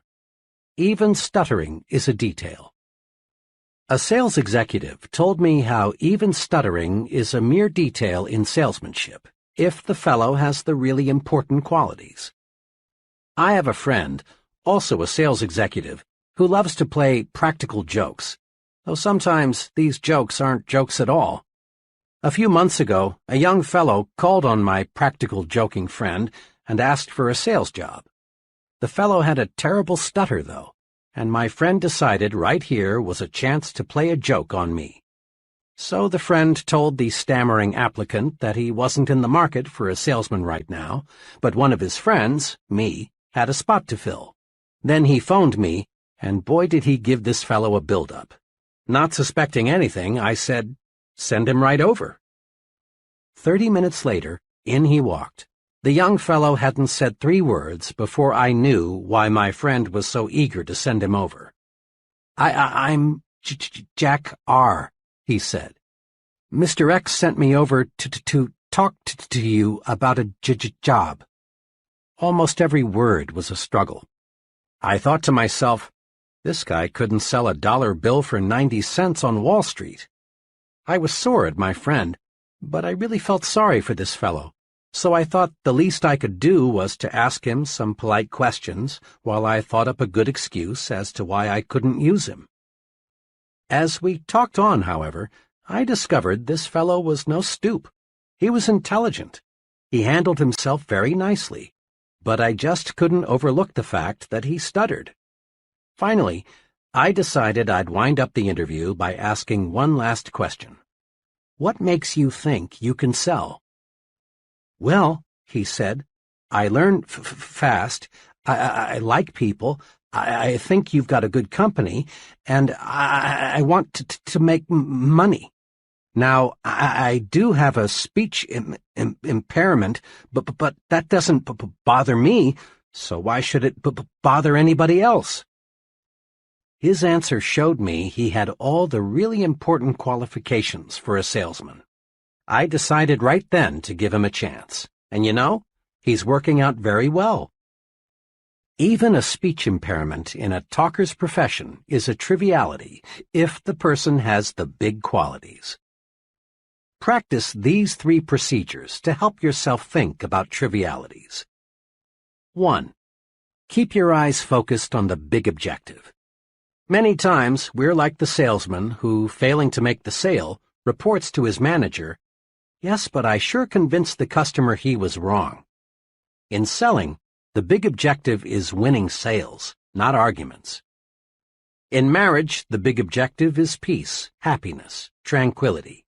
Not winning quarrels or saying, "I could have told you so." In working with employees, the big objective is developing their full potential, not making issues out of their minor errors. In living with neighbors, the big objective is mutual respect and friendship, not seeing if you can have their dog impounded because once in a while it barks at night. Paraphrasing some military lingo, it is much better to lose a battle and win the war than to win a battle and lose the war. Resolve to keep your eyes on the big ball. 2. Ask Is it really important? Before becoming negatively excited, just ask yourself, is it important enough for me to get all worked up about? There is no better way to avoid frustration over petty matters than to use this medicine. At least 90% of quarrels and feuds would never take place if we just faced troublesome situations with, is this really important? 3. Don't fall into the triviality trap. In making speeches, solving problems, counseling employees, think of those things that really matter, things that make the difference. Don't become submerged under surface issues. Concentrate on important things. Take this test to measure the size of your thinking. Here listed are several common situations of how petty thinkers and big thinkers see the same situation. Check yourself, then decide which will get me where I want to go, petty thinking or big thinking. The same situation handled in two entirely different ways. The choice is yours. Situation: expense accounts. The petty thinker's approach figures out ways to increase income through chiseling on expense accounts. The big thinker's approach figures out ways to increase income by selling more merchandise. Situation: conversation. The petty thinker's approach talks about the negative qualities of his friends, the economy, his company, the competition. The big thinker's approach talks about the positive qualities of his friends, his company, the competition. Progress. Believes in retrenchment or, at best, the status quo, or believes in expansion. Future. Views the future as limited, or sees the future as very promising. Work. Looks for ways to avoid work, or looks for more ways and things to do, especially helping others. Competition. Competes with the average, or competes with the best. Budget problems. Figures out ways to save money by cutting down on necessary items, or figures out ways to increase income and buy more of the necessary items. Goals. Sets goals low, or sets goals high. Goals vision. Sees only the short run, or is preoccupied with the long run. Security. Is preoccupied with security problems, or regards security as a natural companion of success. Companionship. Surrounds himself with petty thinkers, or surrounds himself with persons with large progressive ideas. Mistakes. Magnifies minor errors, turns them into big issues, or ignores errors of little consequence. Remember, it pays in every way to think big. 1. Don't sell yourself short. Conquer the crime of self-deprecation. Concentrate on your assets. You're better than you think you are. 2. Use the big thinker's vocabulary. Use big, bright, cheerful words. Use words that promise victory, hope, happiness, pleasure. Avoid words that create unpleasant images of failure, defeat, grief. 3. Stretch your vision. See what can be, not just what is. Practice adding value to things, to people, and to yourself. 4. Get the big view of your job. Really think your present job is important. That next promotion depends mostly on how you think toward your present job. 5. Think above trivial things. Focus your attention on big objectives. Before getting involved in a petty matter, ask yourself, is it really important? Grow big by thinking big. Chapter 5. How to Think and Dream Creatively. First, let's clear up a common fallacy about the meaning of creative thinking. For some illogical reason, Science, engineering, art, and writing got tabbed as about the only truly creative pursuits. Most people associate creative thinking with things like the discovery of electricity or a polio vaccine, or the writing of a novel, or the development of color television. Certainly, accomplishments like these are evidence of creative thinking. Each forward step made in the conquest of space is the result of creative thinking, lots of it. But creative thinking is not reserved for certain occupations, nor is it restricted to super-intelligent people. Well then, what is creative thinking? A low-income family devises a plan to send their son to a leading university. That's creative thinking. A family turns the street's most undesirable lot into the neighborhood beauty spot. That's creative thinking. A minister develops a plan that doubles his Sunday evening attendance. That's creative thinking. Figuring out ways to simplify record-keeping, selling the impossible customer, keeping the children occupied constructively, making employees really like their work, or preventing a certain quarrel. All of these are examples of practical, everyday creative thinking. Creative thinking is simply finding new improved ways to do anything. The rewards of all types of success in the home, at work, in the community, hinge on finding ways to do things better. Now, let's see what we can do to develop and strengthen our creative thinking ability. Step 1. Believe it can be done. Here is a basic truth. To do anything, we must first believe it can be done. Believing something can be done sets the mind in motion to find a way to do it. To illustrate this point of creative thinking in training sessions, I often use this example. I ask the group, how many of you feel it is possible to eliminate jails within the next 30 years? Invariably, the group looks bewildered, not quite sure they heard right, and thinking they are listening to a real fuzzbrain. So, after a pause, I repeat, how many of you feel it is possible to eliminate jails within the next 30 years? Once they're sure I'm not joking, someone always blasts me with something like, you mean to say you want to turn all those murderers, thieves, and rapists loose? Don't you realize what this would mean? Why, none of us would be safe. We have to have jails. Then the others cut loose. All order would break down if we didn't have jails. Some people are born criminals. If anything, we need more jails. Did you read in this morning's paper about that murder? And the group goes on, telling me all sorts of good reasons why we must have jails. One fellow even suggested we've got to have jails so the police and prison guards can have jobs. After about 10 minutes of letting the group prove why we can't eliminate the need for jails, I say to them, now, let me mention here that this question of eliminating jails is used to make a point. Each of you has come up with reasons why we can't eliminate the need for jails. Will you do me a favor? Will you try extra hard for a few minutes to believe we can eliminate jails? Joining in the spirit of the experiment, the group says, in effect, oh well, but just for kicks.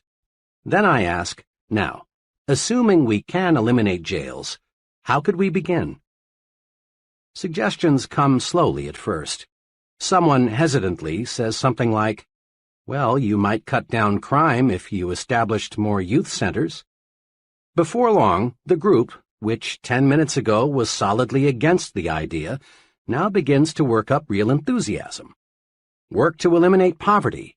Most crime stems from the low income levels. Conduct research to spot potential criminals before they commit a crime. Develop surgical procedures to cure some kinds of criminals.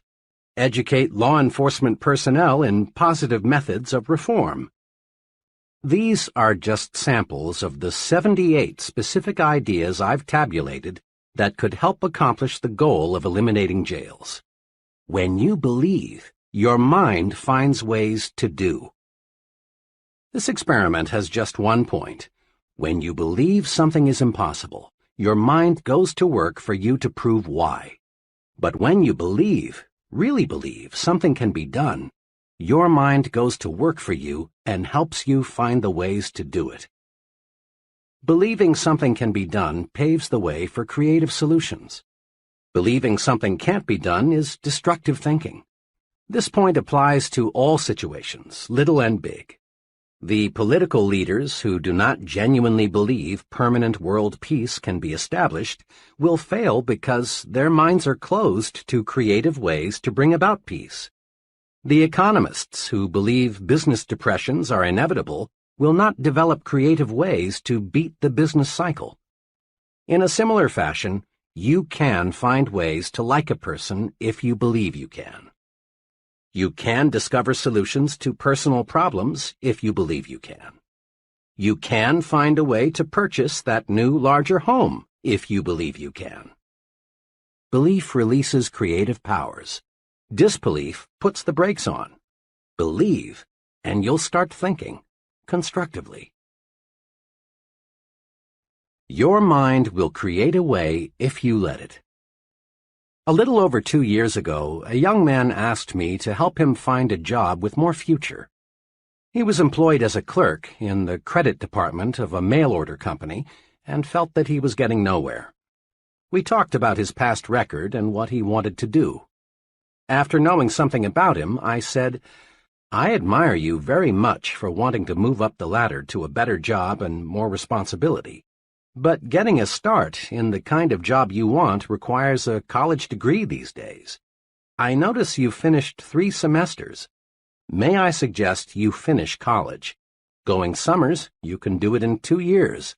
Then I'm sure you can land the job you want, with the company you want to work for." "I realize," he answered, "that a college education would help, but it's impossible for me to go back to school." "Impossible? Why?" I asked. "Well, for one thing," he began, "I'm 24. On top of that, my wife and I are expecting our second child in a couple of months. We barely get by now on what I make. I wouldn't have time to study since I'd have to keep my job. It's just impossible, that's all." This young man really had himself convinced that finishing college was impossible. Then I said to him, "If you believe it is impossible to finish school, then it is. But by the same token, if you'll just believe it is possible to return to the university, a solution will come. Now here's what I would like you to do. Make up your mind you are going to go back to school. Let that one thought dominate your thinking. Then think, really think, about how you can do it and still support your family. Come back in a couple of weeks and let me know what ideas you've come up with." My young friend returned 2 weeks later. "I thought a lot about what you said," he began. "I've decided I must go back to school. I haven't figured out all the angles yet, but I'll find a solution." And he did. He managed to get a scholarship provided by a trade association, which paid his tuition, books, and incidentals. He rearranged his work schedule so he could attend classes. His enthusiasm and the promise of a better life won him his wife's full support. Together, they creatively found ways to budget money and time more effectively. Last month, he received his degree one day and went to work the next as a management trainee for a large corporation. Where there's a will, there is a way. Believe it can be done. That's basic to creative thinking. Here are suggestions to help you develop creative power through belief. 1. Eliminate the word impossible from your thinking and speaking vocabularies. Impossible is a failure word. The thought, "it's impossible," sets off a chain reaction of other thoughts to prove you're right. 2. Think of something you've been wanting to do but felt you couldn't. Now, make a list of reasons why you can do it. Many of us whip and defeat our desires simply because we concentrate on why we can't, when the only thing worthy of our mental concentration is why we can. Recently, I read a newspaper item that said there are too many counties in most states. The article pointed out that most county boundaries were established decades before the first automobile was built, and while the horse and buggy was the chief mode of travel. But today, with fast automobiles and good roads, there is no reason why 3 or 4 counties could not be combined. This would cut down greatly on duplicated services so that taxpayers would actually get better service for less money. The writer of this article said he thought he had stumbled across a really live idea, so he interviewed 30 people at random to get their reactions. The result? Not one person thought the idea had merit, even though it would provide them with better local government at less cost. That's an example of traditional thinking. The traditional thinker's mind is paralyzed. He reasons, it's been this way for 100 years. Therefore, it must be good and must stay this way. Why risk a change? Average people have always resented progress. Many voiced a protest toward the automobile on the grounds that nature meant for us to walk or use horses. The airplane seemed drastic to many. Man had no right to enter the province reserved for birds. A lot of status quoers still insist that man has no business in space. One top missile expert recently gave an answer to this kind of thinking. Man belongs, says Dr. von Braun, where man wants to go. Around 1900, a sales executive discovered a scientific principle of sales management. It received a lot of publicity and even found its way into textbooks. The principle was this: there is one best way to sell a product. Find the best way, then never deviate from it. Fortunately for this man's company, new leadership came in time to save the organization from financial ruin. Contrast that experience with the philosophy of Crawford H. Greenwalt, president of one of the nation's largest business organizations, E.I. DuPont de Nemours.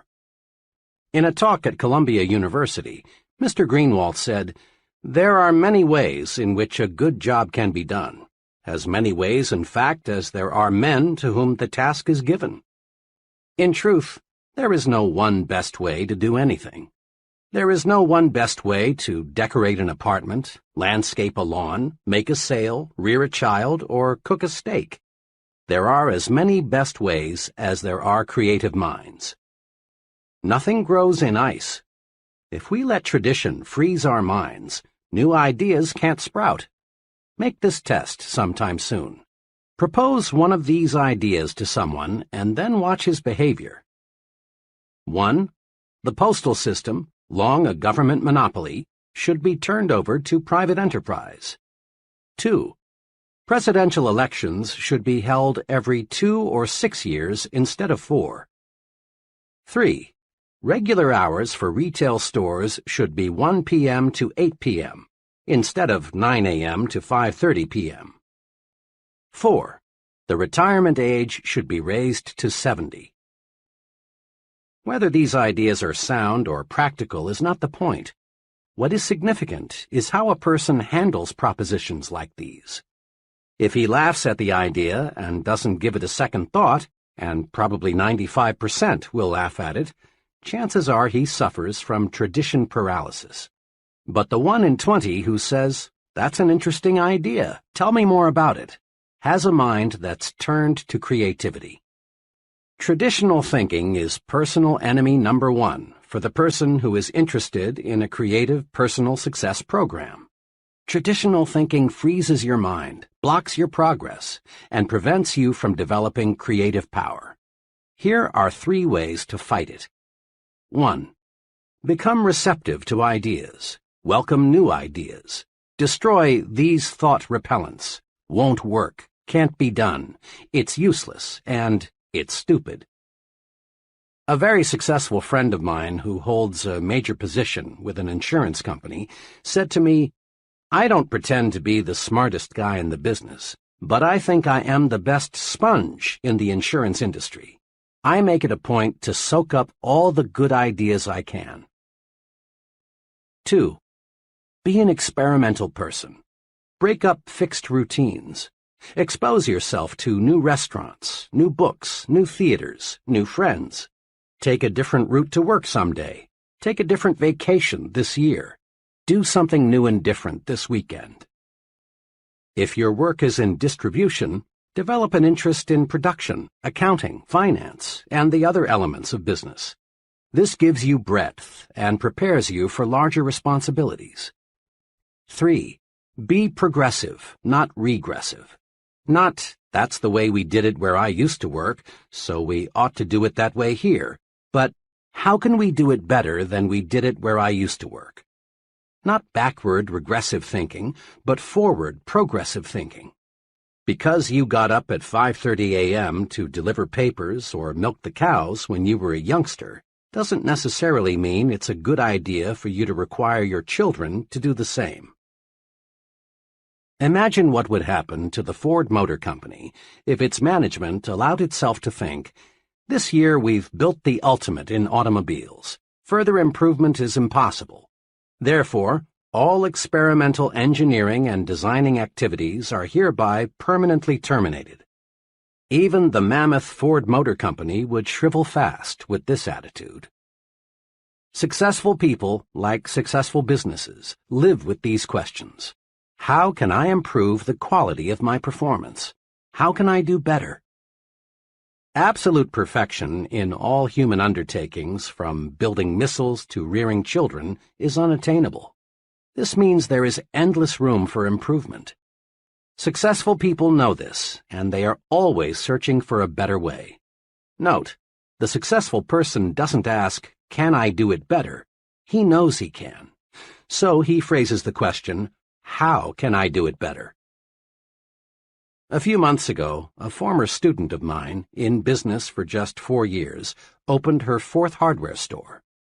This was quite a feat, considering the young lady's small initial capital investment of only $3,500, strong competition from other stores, and the relatively short time she had been in business. I visited her new store shortly after it opened to congratulate her on the fine progress she had made. In an indirect way, I asked her how she was able to make a success of 3 stores and open a 4th one, when most merchants had to struggle to make a success of just 1 store. "Naturally," she answered, "I worked hard, but just getting up early and working late isn't responsible for the 4 stores.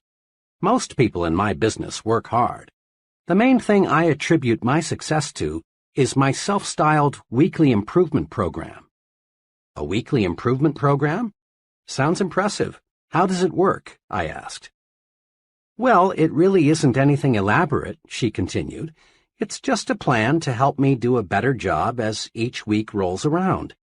To keep my forward thinking on the track, I've divided my job into 4 elements: customers, employees, merchandise, and promotion. All during the week, I make notes and jot down ideas as to how I can improve my business. Then, every Monday evening, I set aside 4 hours to review the ideas I've jotted down and figure out how to put the solid ones to use in the business. In this 4-hour period, I force myself to take a hard look at my operation. I don't simply wish more customers would shop in my store. Instead, I ask myself, what can I do to attract more customers?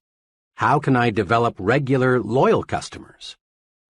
She went on describing numerous little innovations that made her first 3 stores so successful. Things like the way she arranged the merchandise within her stores, her suggestion selling technique that sold 2 out of 3 customers merchandise they had not planned to buy when they entered her stores, the credit plan she devised when many of her customers were out of work because of a strike, the contest she developed that boosted sales during a slack season. I ask myself, what can I do to improve my merchandise offerings? And I get ideas. Let me cite just one case. 4 weeks ago, it occurred to me that I should do something to get more youngsters into the store. I reasoned if I had something here to draw the kids to the store, I'd also draw more of the parents. I kept thinking about it, and then this idea came. Put in a line of small carded toys for children in the 4 to 8 age bracket.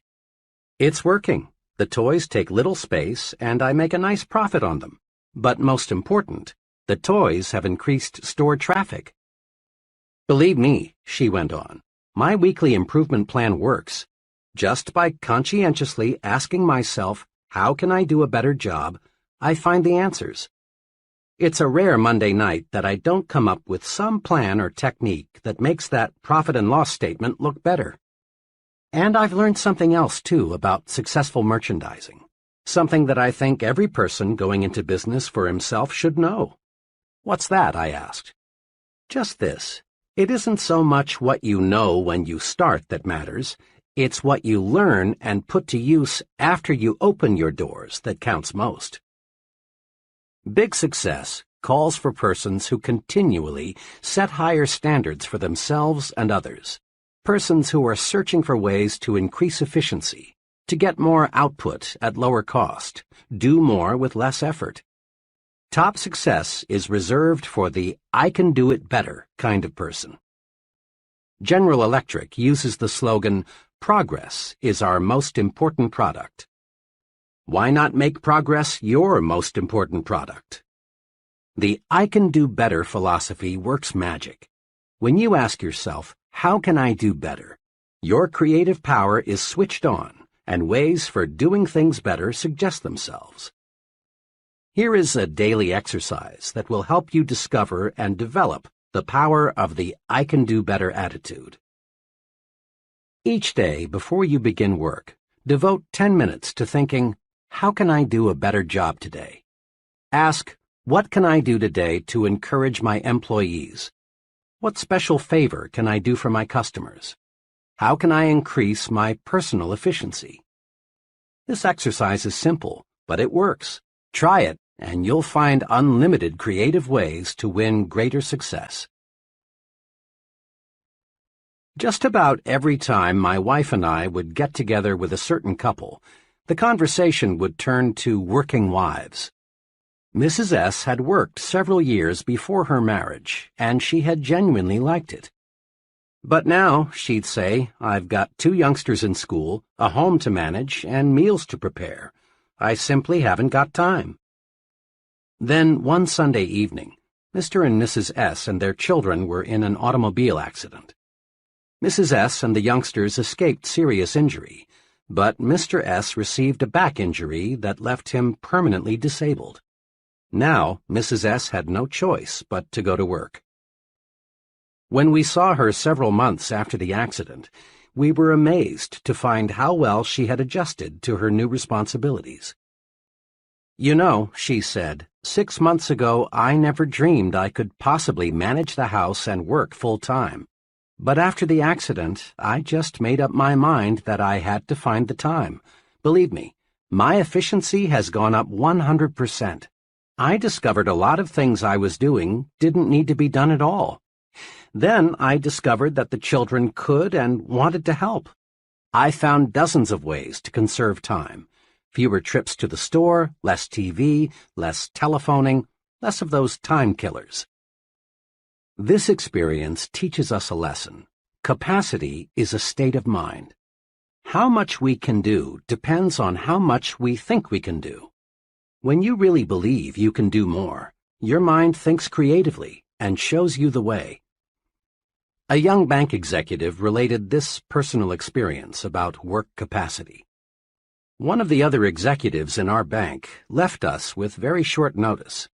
This put our department on the spot. The fellow leaving had filled an important job, and his work couldn't be postponed or left undone. The day after he left, the vice president in charge of my department called me in. He explained to me that he had already talked individually to the 2 others in my group, asking them if they could divide the work of the man who had just left until a replacement could be found. Neither of them flatly refused, said the vice president, but each stated that he is up to his neck now with his own pressing work. I'm wondering if you could handle some of the overload temporarily? Throughout my working career, I've learned that it never pays to turn down what looks like an opportunity. So I agreed and promised to do my very best to handle all the vacated job as well as keep up with my own work. The vice president was pleased at this. I walked out of his office knowing I had taken on a big job. I was just as busy as the two others in my department who had wiggled out of this extra duty. But I was determined to find a way to handle both jobs. I finished up my work that afternoon, and when the offices were closed, I sat down to figure out how I could increase my personal efficiency. I got a pencil and started writing down every idea I could think of. And I came up with some good ones, like working out an arrangement with my secretary to channel all routine telephone calls to me during a certain hour each day, placing all outgoing calls during a certain hour, cutting my usual conference periods from 15 minutes to 10, giving all my dictation at one time each day. I also discovered my secretary could and was eager to take over a number of little time-consuming details for me. I had been handling my present job for over 2 years, and frankly, I was amazed to discover how much inefficiency I had let creep in. Within a week's time, I was dictating twice as many letters, handling 50% more phone calls, attending half again as many meetings, all with no strain. A couple more weeks passed. The vice president called me in. He complimented me on doing a fine job. He went on to say that he had looked over a number of people from both inside and outside the bank, but he had not yet found the right man. Then he confessed that he had already cleared with the bank's executive committee, and they had authorized him to combine the two jobs, put them both in my charge, and give me a substantial increase in salary. I proved to myself that how much I can do depends on how much I think I can do. Capacity is indeed a state of mind. Every day, it seems, this takes place in the fast-moving world of business. The boss calls in an employee and explains that a special task must be accomplished. Then he says, "I know you got a lot of work to do, but can you handle this?" Too often the employee replies, "I'm awfully sorry, but I'm all loaded down now. I wish I could take it on, but I'm just too busy." Under the circumstances, the boss doesn't hold it against the employee because it is extra duty, so to speak. But the boss realizes the task must be done, and he'll keep on looking until he finds an employee who is just as busy as the rest, but who feels he can take on more. And this employee is the fellow who will forge ahead. In business, in the home, in the community, the success combination is do what you do better, improve the quality of your output, and do more of what you do, increase the quantity of your output. Convinced it pays to do more and better? Then try this two-step procedure. 1. Eagerly accept the opportunity to do more. It's a compliment to be asked to take on a new responsibility. Accepting greater responsibility on the job makes you stand out and shows that you're more valuable. When your neighbors ask you to represent them on a civic matter, accept. It helps you to become a community leader. 2. Next, concentrate on how can I do more. Creative answers will come. Some of these answers may be better planning and organization of your present work, or taking intelligent shortcuts in your routine activities, or possibly dropping non-essential activities altogether. But, let me repeat, the solution for doing more will appear. As a personal policy, I have accepted fully the concept, if you want it done, give it to a busy man. I refuse to work on important projects with persons who have lots of free time. I have learned from painful, expensive experience that the fellow who has plenty of time makes an ineffective work partner. All the successful, competent people I know are busy. When I start something, some project with them, I know it will be satisfactorily completed. I have learned in dozens of instances that I can count on a busy man to deliver. But I have often been disappointed in working with people who have all the time in the world. Progressive business management constantly asks, what can we do to expand output? Why not ask yourself, what can I do to expand my output? Your mind will creatively show you how. In hundreds of interviews with people at all levels, I've made this discovery. The bigger the person, the more apt he is to encourage you to talk. The smaller the person, the more apt he is to preach to you. Big people monopolize the listening. Small people monopolize the talking. Note this also. Top-level leaders in all walks of life spend much more time requesting advice than they do in giving it. Before a top man makes a decision, he asks, "How do you feel about it? What do you recommend? What would you do under these circumstances? How does this sound to you?" Look at it this way. A leader is a decision-making human machine. Now, to manufacture anything, you've got to have raw material.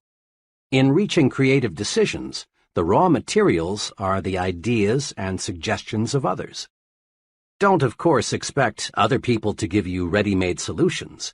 That's not the primary reason for asking and listening.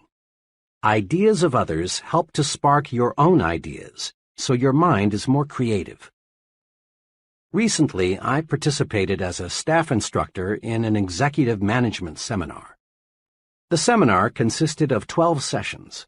One of the highlights of each meeting was a 15-minute discussion by one of the executives on the topic, "How I Solved My Most Pressing Management Problem."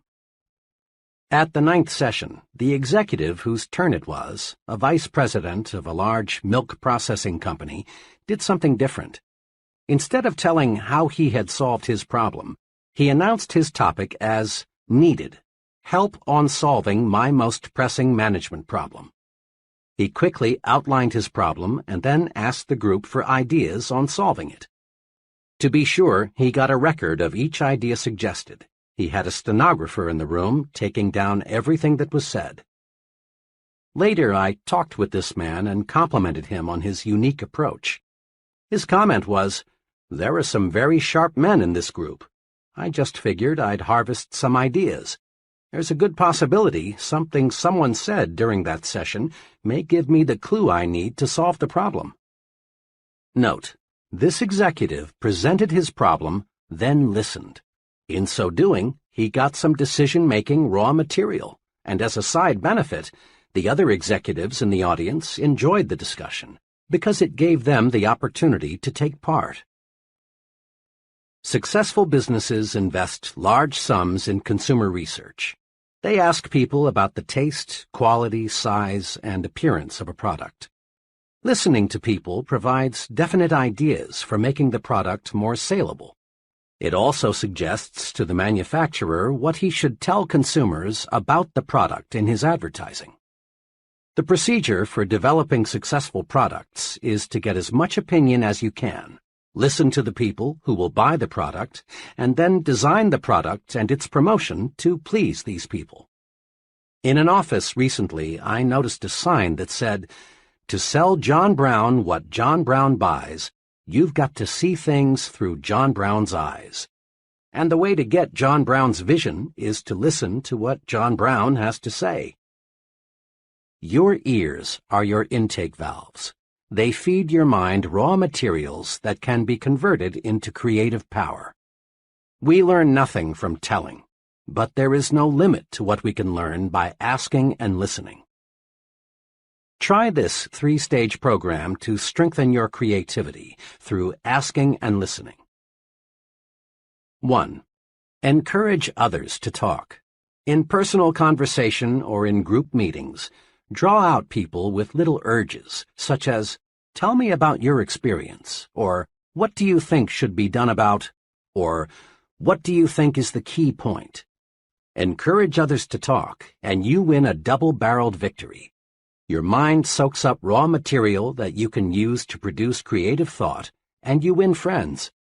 There is no surer way to get people to like you than to encourage them to talk to you.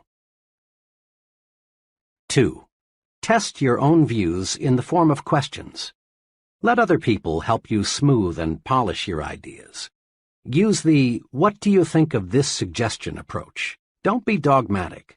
Don't announce a fresh idea as if it were handed down on a gold tablet. Do a little informal research first. See how your associates react to it. If you do, chances are you'll end up with a better idea. 3. Concentrate on what the other person says. Listening is more than just keeping your own mouth shut. Listening means letting what's said penetrate your mind. So often, people pretend to listen when they aren't listening at all. They're just waiting for the other person to pause so they can take over with the talking. Concentrate on what the other person says. Evaluate it. That's how you collect mind food. More and more leading universities are offering advanced management training programs for senior business executives. According to the sponsors, the big benefit of these programs is not that the executives get ready-made formulae that they can use to operate their business more efficiently. Rather, they benefit most from the opportunity to exchange and discuss new ideas. Many of these programs require the executives to live together in college dormitories, thus encouraging bull sessions. Boiled down to one word, the executives benefit most from the stimulation received.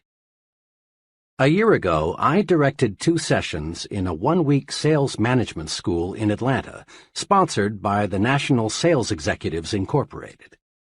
A few weeks later, I met a salesman friend who worked for one of the sales executives who'd attended the school. "You people at the school sure gave my sales manager a lot of things to do to run our company better," my young friend said. Curious, I asked him specifically what changes he'd noticed. He reeled off a number of things: a revision in the compensation plan, sales meetings twice a month instead of once a month, new business cards and stationery, a revision in sales territories, not one of which was specifically recommended in the training program. The sales manager didn't get a bunch of canned techniques. Instead, he got something much more valuable: the stimulation to think of ideas directly beneficial to his own particular organization. A young accountant for a paint manufacturer told me about a very successful venture of his that was sparked by the ideas of others. "I never had more than a casual interest in real estate," he told me. "I've been a professional accountant for several years now, and I've stuck pretty close to my profession. One day, a realtor friend invited me to be his guest at a luncheon of one of the city's real estate groups. The speaker that day was an older man who had seen the city grow. His talk was about the next 20 years. He predicted that the metropolitan area would continue to grow far out into the surrounding farmland. He also predicted that there would be a record demand for what he called gentleman-size farms, 2 to 5 acres. Big enough so the businessman or professional person could have a pool, horses, a garden, and other hobbies that require space. This man's talk really stimulated me. What he described was exactly what I wanted. The next few days, I asked several friends what they thought about the idea of someday owning a 5-acre estate. Everyone I talked to said, in effect, "I'd love that." I continued to think about it and to figure how I could turn the idea into profit. Then one day, as I was driving to work, the answer came out of nowhere. Why not buy a farm and divide it into estates? I figured the land might be worth more in relatively small pieces than in one big piece.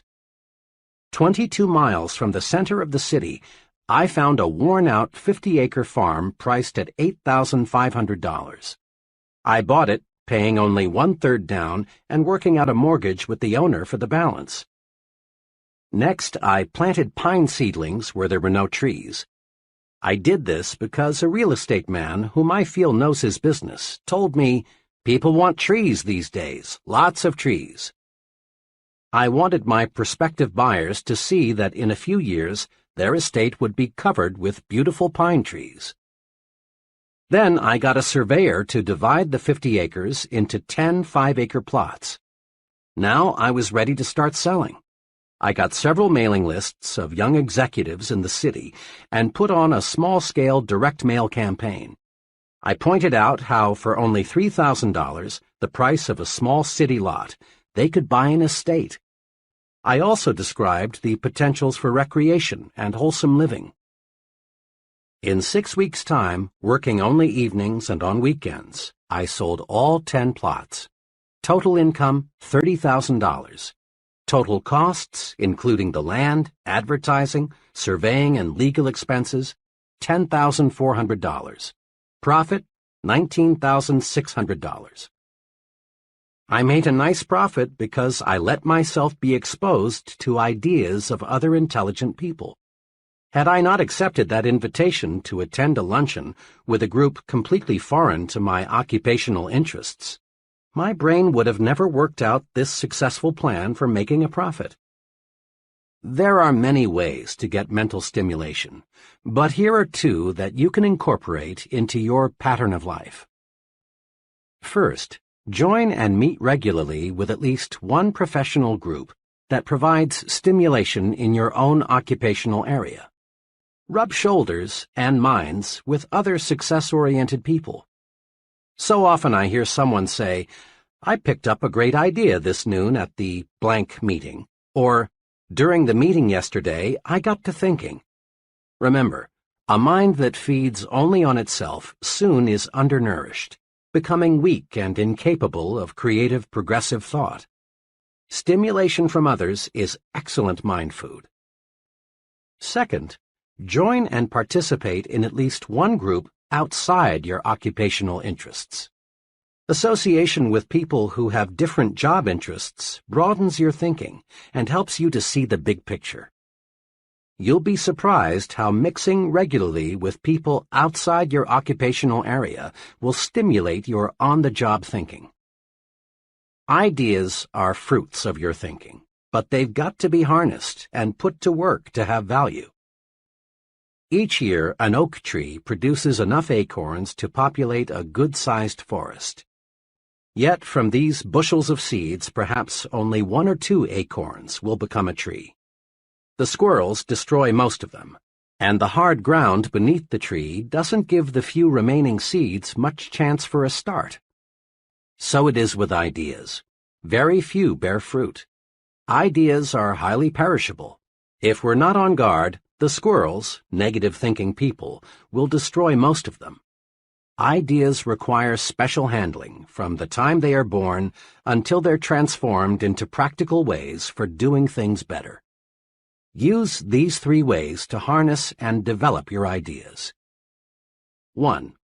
Don't let ideas escape. Write them down. Every day, lots of good ideas are born only to die quickly because they aren't nailed to paper. Memory is a weak slave when it comes to preserving and nurturing brand-new ideas. Carry a notebook or some small cards with you. When you get an idea, write it down. A friend who travels a lot keeps a clipboard beside him so that he can write down an idea the instant it occurs to him. People with fertile creative minds know a good idea may sprout any time, any place. Don't let ideas escape, else you destroy the fruits of your thinking. Fence them in. 2. Next, review your ideas. File these ideas in an active file. The file can be an elaborate cabinet or it can be a desk drawer. A shoebox will do. But build a file and then examine your storehouse of ideas regularly.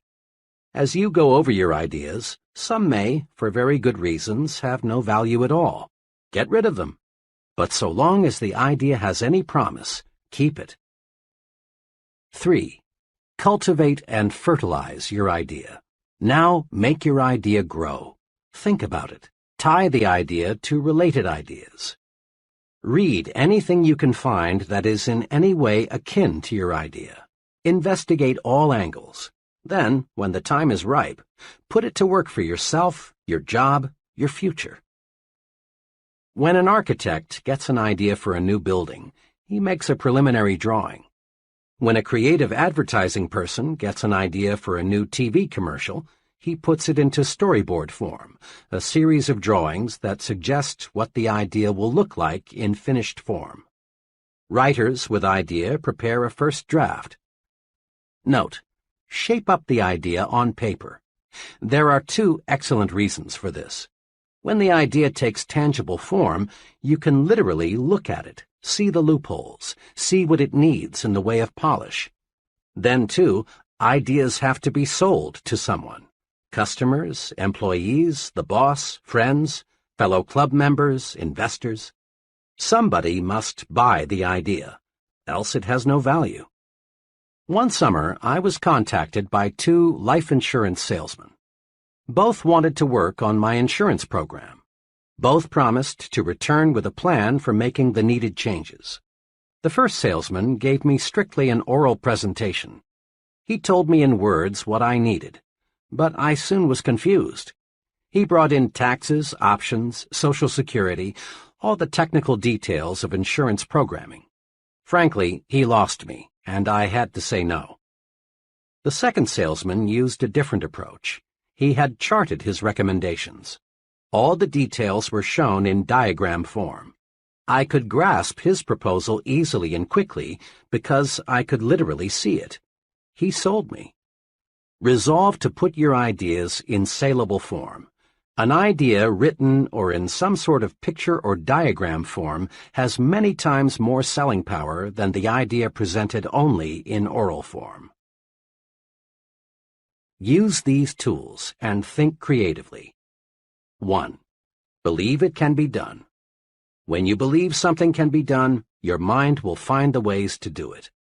Believing a solution paves the way to solution. Eliminate impossible, won't work, can't do, no use trying from your thinking and speaking vocabularies. 2. Don't let tradition paralyze your mind. Be receptive to new ideas. Be experimental. Try new approaches. Be progressive in everything you do. 3. Ask yourself daily, how can I do better? There is no limit to self-improvement. When you ask yourself, how can I do better, sound answers will appear. Try it and see. 4. Ask yourself, how can I do more? Capacity is a state of mind. Asking yourself this question puts your mind to work to find intelligent shortcuts. The success combination in business is: do what you do better, improve the quality of your output, and do more of what you do, increase the quantity of your output. 5. Practice asking and listening. Ask and listen, and you'll obtain raw material for reaching sound decisions. Remember, big people monopolize the listening. Small people monopolize the talking. 6. Stretch your mind. Get stimulated. Associate with people who can help you think of new ideas, new ways of doing things. Mix with people of different occupational and social interests. Chapter 6. You are what you think you are. It's obvious. Much human behavior is puzzling. Have you ever wondered why a salesperson will greet one customer with an alert, "Yes, sir, may I serve you?" but virtually ignore another? Or why a man will open a door for one woman but not for another? Or why an employee will consistently carry out the instructions of one superior but only grudgingly do what another superior requests? Or why we will pay close attention to what one person says but not to another? Look around you. You'll observe some people receiving the "Hey, Mac" or "Hey, buddy" treatment, while others receive the sincere and important "Yes, sir" treatment. Watch. You'll observe that some people command confidence, loyalty, and admiration, while others do not. Look closer still, and you'll also observe that those persons who command the most respect are also the most successful. What is the explanation? It can be distilled into one word: thinking. Thinking does make it so. Others see in us what we see in ourselves. We receive the kind of treatment we think we deserve. Thinking does make it so. The fellow who thinks he is inferior, regardless of what his real qualifications may be, is inferior. For thinking regulates actions. If a man feels inferior, he acts that way, and no veneer of cover-up or bluff will hide this basic feeling for long. The person who feels he isn't important isn't. On the other side, A fellow who really thinks he is equal to the task is. To be important, we must think we are important, really think so. Then others will think so too. Here again is the logic. How you think determines how you act. How you act, in turn, determines how others react to you. Like other phases of your personal program for success, winning respect is fundamentally simple. To gain the respect of others, you must first think you deserve respect. And the more respect you have for yourself, the more respect others will have for you. Test this principle. Do you have much respect for the fellow on Skid Row? Of course not. Why? Because the poor fellow doesn't respect himself. He's letting himself rot away from lack of self-respect. Self-respect shows through in everything we do. Let's focus our attention now on some of the specific ways we can increase self-respect and thereby earn more respect from others. Look important. It helps you think important. Rule. Remember, your appearance talks. Be sure it says positive things about you. Never leave home without feeling certain you look like the kind of person you want to be. The most honest advertisement ever appearing in print is the "Dress Right, You Can't Afford Not to" slogan, sponsored by the American Institute of Men's and Boys' Wear. This slogan deserves to be framed in every office, restroom, bedroom, and schoolroom in America. In one ad, a policeman speaks. He says, "You can usually spot a wrong kid just by the way he looks." Sure, it's unfair, but it's a fact. People today judge a youngster by appearance, and once they've tabbed a boy, it's tough to change their minds about him, their attitude toward him. Look at your boy. Look at him through his teacher's eyes, your neighbor's eyes. Could the way he looks, the clothes he wears, give them the wrong impression? Are you making sure he looks right, dresses right, everywhere he goes? This advertisement, of course, refers primarily to children, but it can be applied to adults as well. In the sentence beginning with look, substitute the word yourself for him, your for his, superiors for teachers, and associates for neighbors, and repeat the sentence. Look at yourself through your superior's eyes, your associate's eyes. It costs so little to be neat. Take the slogan literally. Interpret it to say, dress right, it always pays. Remember, look important because it helps you to think important. Use clothing as a tool to lift your spirits, build confidence. An old psychology professor of mine used to give this advice to students on last-minute preparations for final examinations. Dress up for this important exam. Get a new tie, have your suit pressed, shine your shoes. Look sharp because it will help you think sharp. The professor knew his psychology. Make no mistake about it. Your physical exterior affects your mental interior. How you look on the outside affects how you think and feel on the inside. All boys, I'm told, go through the hat stage. That is, they use hats to identify themselves with the person or character they want to be. I will always remember a hat incident with my own son, Davy. One day, he was dead set on being the Lone Ranger, but he had no Lone Ranger hat. I tried to persuade him to substitute another. His protest was, "But Dad, I can't think like the Lone Ranger without a Lone Ranger hat." I gave in finally and bought him the hat he needed. Sure enough, donning the hat, he was the Lone Ranger. I often recall that incident because it says so much about the effect of appearance on thinking. Anyone who has ever served in the Army knows a soldier feels and thinks like a soldier when he is in uniform. A woman feels more like going to a party when she is dressed for a party. By the same token, an executive feels more like an executive when he is dressed like one. A salesman expressed it to me this way. I can't feel prosperous, and I have to if I'm going to make big sales, unless I know I look that way. Your appearance talks to you, but it also talks to others. It helps determine what others think of you. In theory, it's pleasant to hear that people should look at a man's intellect, not his clothes. But don't be misled. People do evaluate you on the basis of your appearance.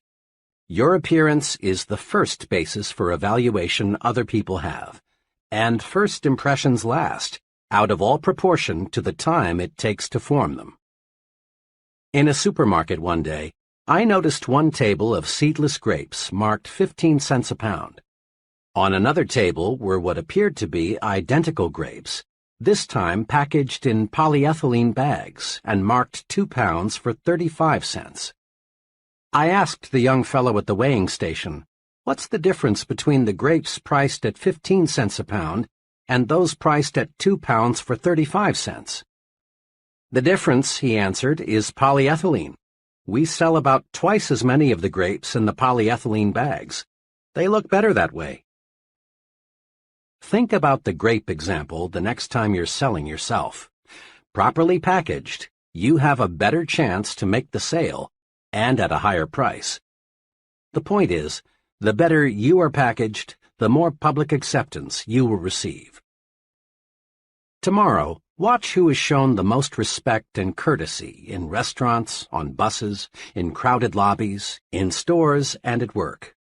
People look at another person, make a quick and often subconscious appraisal, and then treat them accordingly. We look at some people and respond with the "Hey, Mac" attitude. We look at others and respond with the "Yes, sir" feeling. Yes, a person's appearance definitely talks. The well-dressed person's appearance says positive things. It tells people, here is an important person, intelligent, prosperous, and dependable. This man can be looked up to, admired, trusted. He respects himself, and I respect him.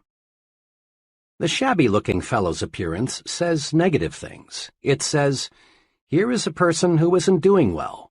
He's careless, inefficient, unimportant. He's just an average person. He deserves no special consideration. He's used to being pushed around.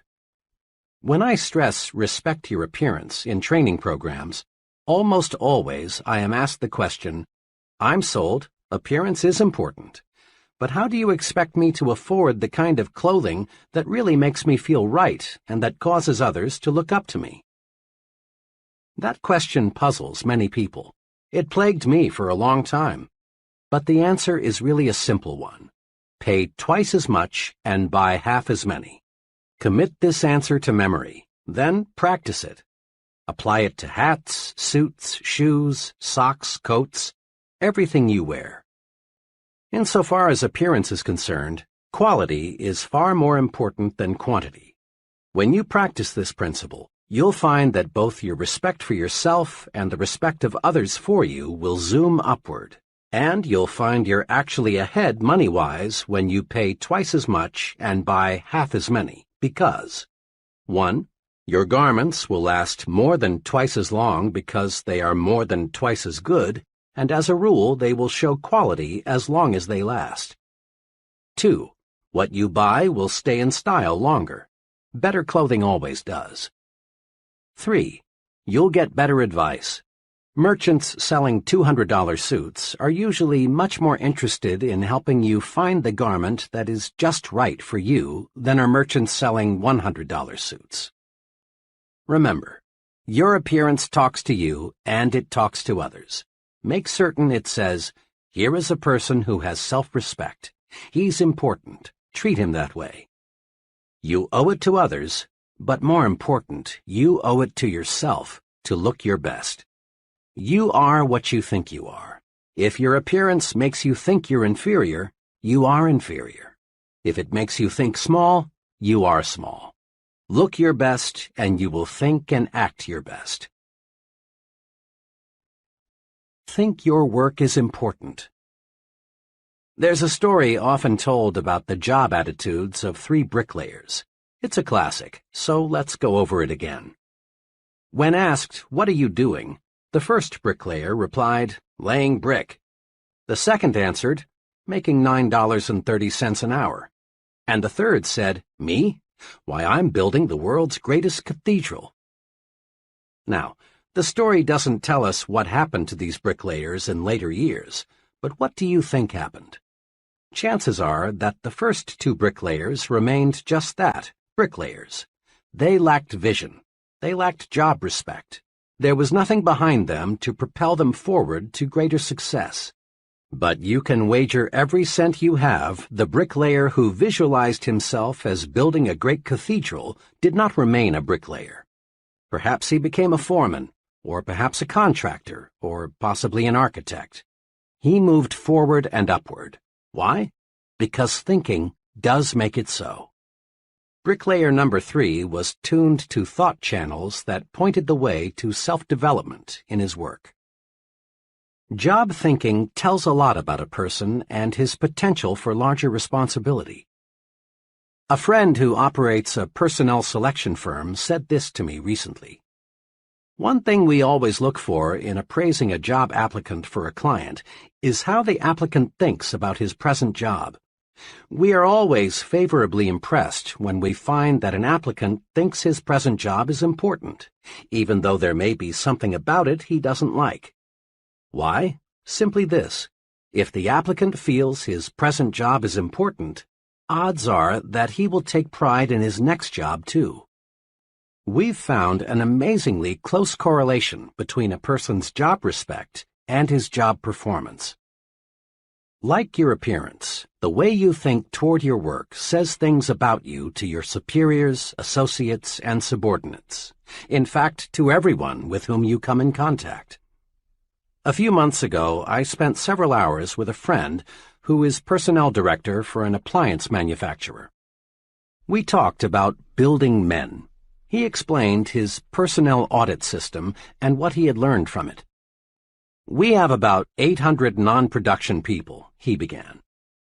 Under our personnel audit system, an assistant and I interview each employee every 6 months. Our purpose is simple. We want to learn how we can help him in his job. We think this is a good practice because each person working with us is important, else he wouldn't be on the payroll. We are careful not to ask the employees any point-blank questions. Instead, we encourage him to talk about whatever he wants to. We aim to get his honest impressions. After each interview, we fill out a rating form on the employee's attitudes toward specific aspects of his job. Now here's something I've learned, he went on. Our employees fit into one of 2 categories, Group A and Group B, on the basis of how they think toward their jobs. The persons in Group B talk mainly about security, company retirement plans, sick leave policy, extra time off, what we're doing to improve the insurance program, and if they will be asked to work overtime next March as they were last March. They also talk a lot about disagreeable features of their job, things they don't like in fellow workers, and so on. People in Group B, and they include close to 80% of all non-production personnel, view their jobs as a sort of necessary evil.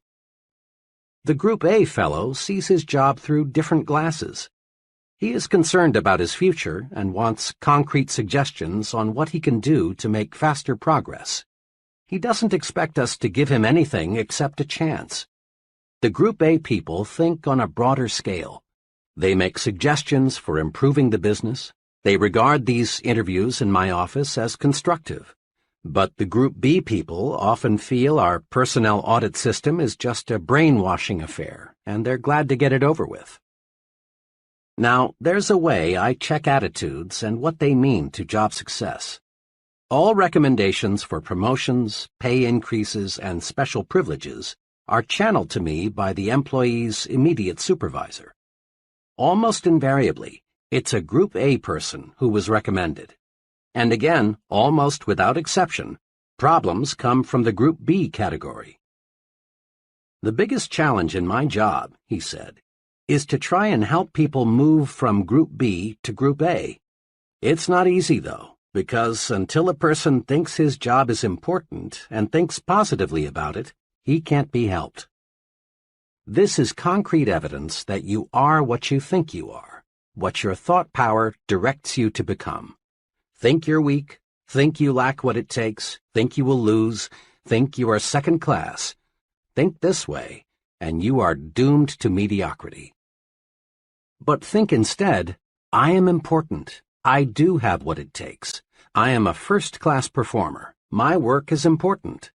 Think this way, and you're headed straight to success. The key to winning what you want lies in thinking positively toward yourself. The only real basis other people have for judging your abilities is your actions, and your actions are controlled by your thoughts. You are what you think you are. Wear the shoes of a supervisor for a few moments and ask yourself which person you would recommend for a raise or a promotion. 1.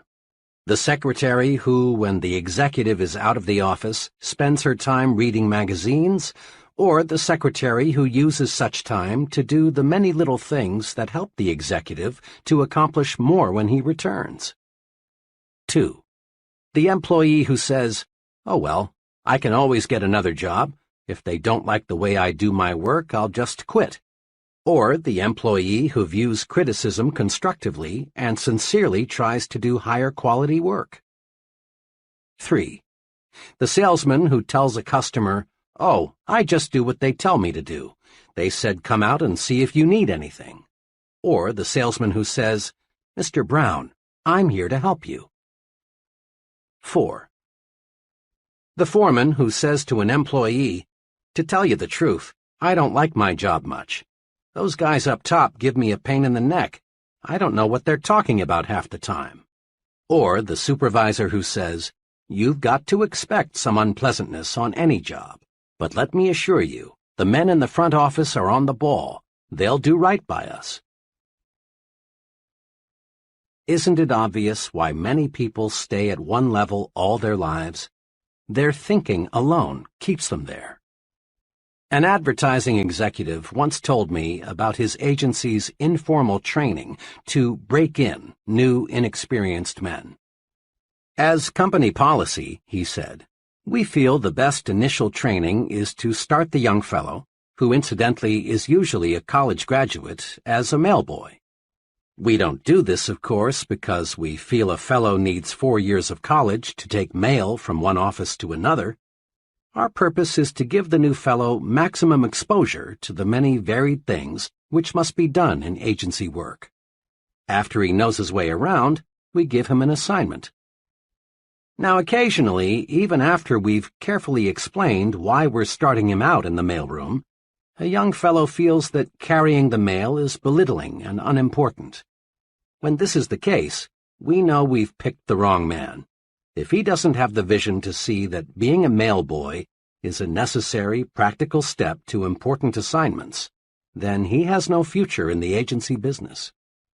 Remember, executives answer the question, "What would he do on that specific level?" by first answering the question, "What kind of job is he doing where he is now?" Here is some logic, sound, straight, and easy. Listen to it a few times before you continue.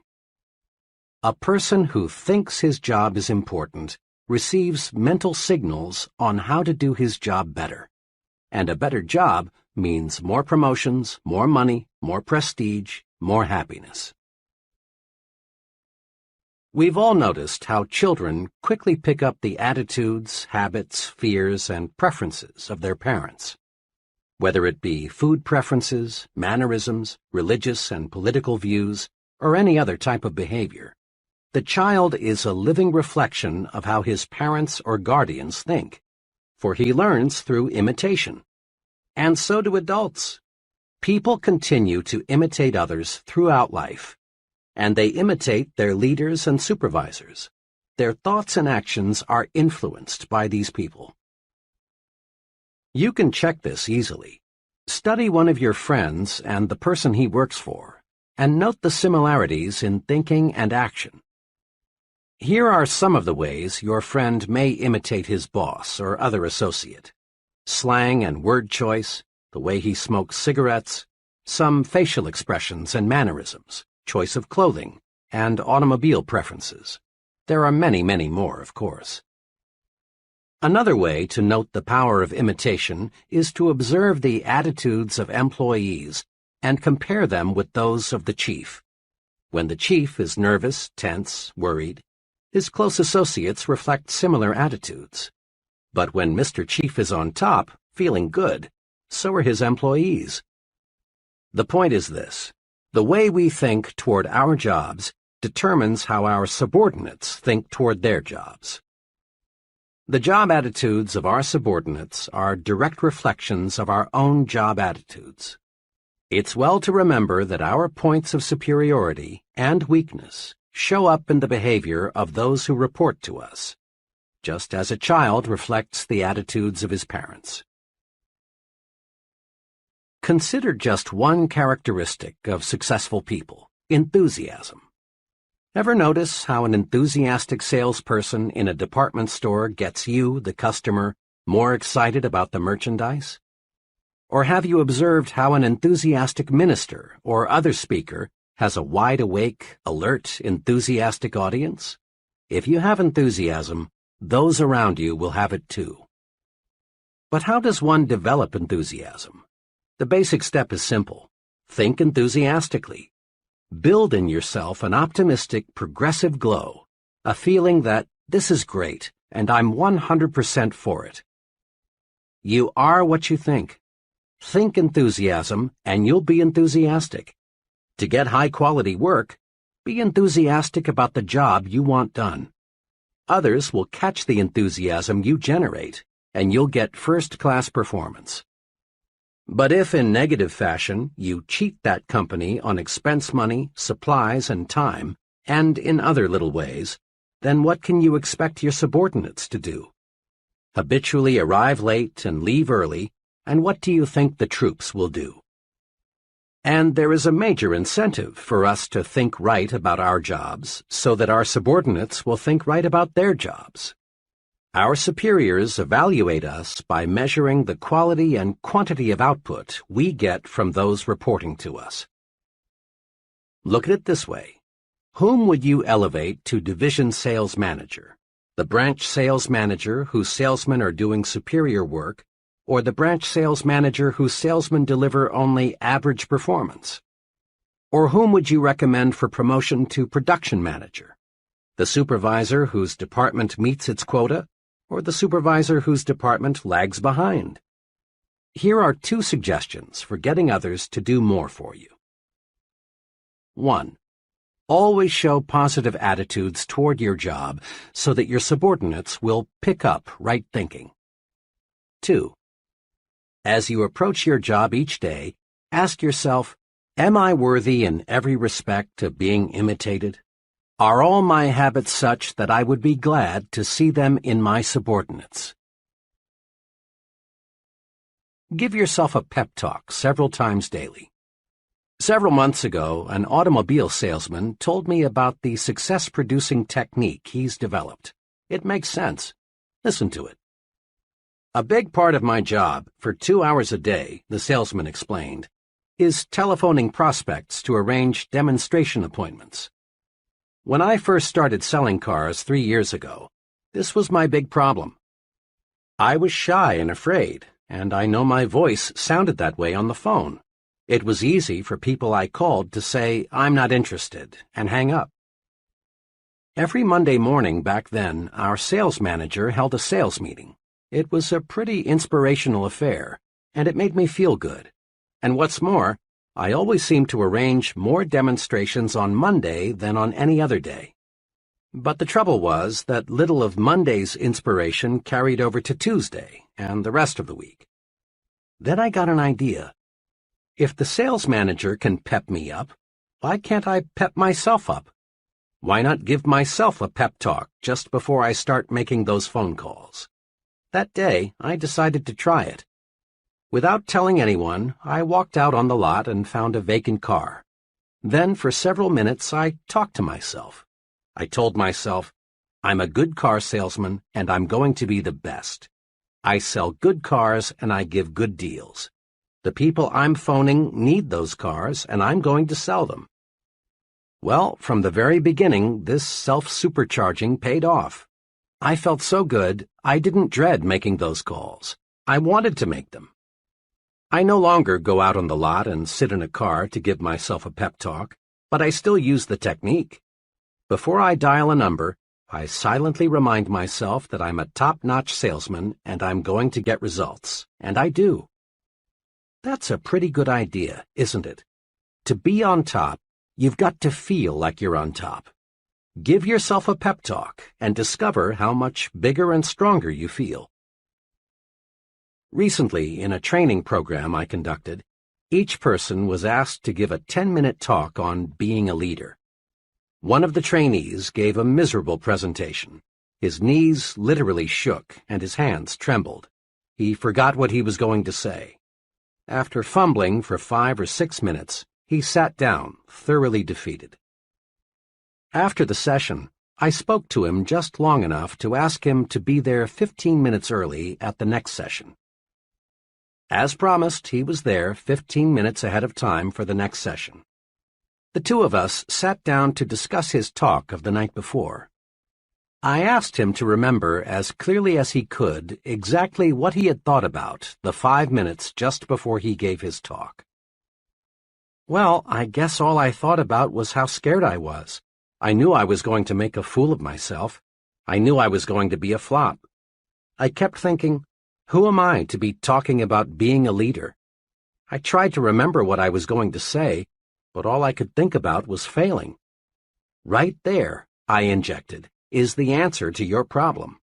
Before you got up to talk, you gave yourself a terrible mental beating. You convinced yourself that you would fail. Is it any wonder your talk didn't come off well? Instead of developing courage, you developed fear. Now this evening's session, I continued, starts in just 4 minutes. Here's what I'd like you to do. Give yourself a pep talk for the next few minutes. Go in that vacant room across the hall and tell yourself, I'm going to give a great talk. I've got something those people need to hear and I want to say. Keep repeating those sentences forcefully, with complete conviction. Then come into the conference room and give your talk again. I wish you could have been there to hear the difference. That brief, self-administered, hard-hitting pep talk helped him to make a splendid speech. The moral? Practice uplifting self-praise. Don't practice belittling self-punishment. You are what you think you are. Think more of yourself, and there is more of you. Build your own sell yourself to yourself commercial. Think for a moment about one of America's most popular products, Coca-Cola. Every day, your eyes or ears come in contact many times with the good news about Coke. The people who make Coca-Cola are continually reselling you on Coke, and for a good reason. If they stopped reselling you, chances are you'd grow lukewarm and eventually cold to Coke. Then sales would drop.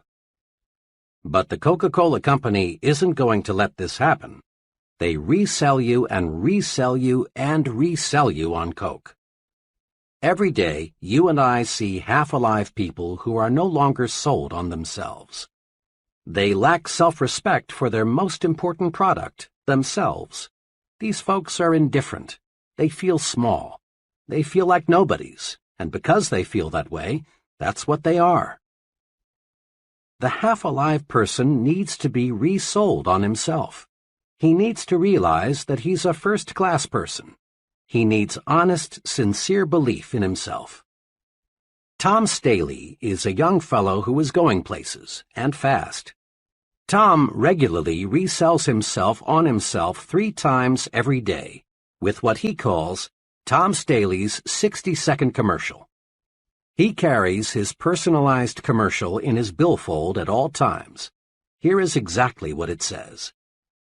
Tom Staley, meet Tom Staley, a really important person. Tom, you're a big thinker, so think big. Think big about everything. You've got plenty of ability to do a first-class job, so do a first-class job. Tom, you believe in happiness, progress, and prosperity. So, talk only happiness. Talk only progress. Talk only prosperity. You have lots of drive, Tom. Lots of drive. So put that drive to work. Nothing can stop you, Tom. Nothing. Tom, you're enthusiastic. Let your enthusiasm show through. You look good, Tom, and you feel good. Stay that way. Tom Staley, you were a great fellow yesterday, and you're going to be an even greater fellow today. Now go to it, Tom. Go forward. Tom credits his commercial with helping him become a more successful, dynamic person. Before I started selling myself to myself, says Tom, I thought I was inferior to just about anybody and everybody. Now I realize that I've got what it takes to win, and I'm winning, and I'm always going to win. Here's how to build your sell yourself to yourself commercial. First, select your assets, your points of superiority. Ask yourself, what are my best qualities? Don't be shy in describing yourself. Next, put these points down on paper in your own words. Write your commercial to you. Reread Tom Staley's commercial. Notice how he talks to Tom. Talk to yourself. Be very direct. Don't think of anyone but you as you say your commercial. Third, practice your commercial out loud in private at least once a day. It helps a lot to do this before a mirror. Put your body into it. Repeat your commercial forcefully, with determination. Make your blood travel faster through your body. Get yourself warmed up. Fourth, read your commercial silently several times every day. Read it before you tackle anything that demands courage. Read it every time you feel let down. Keep your commercial handy at all times, then use it. Just one thing more. A lot of people, maybe even a majority, may laugh at this success-rewarding technique. That's because they refuse to believe that success comes from managed thinking. But please, don't accept the judgment of average people. You are not average. If you have any doubts as to the basic soundness of the sell yourself to yourself principle, ask the most successful person you know what he thinks about it. Ask him, and then start selling yourself to yourself.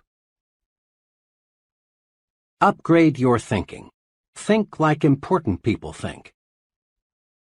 Upgrading your thinking upgrades your actions, and this produces success.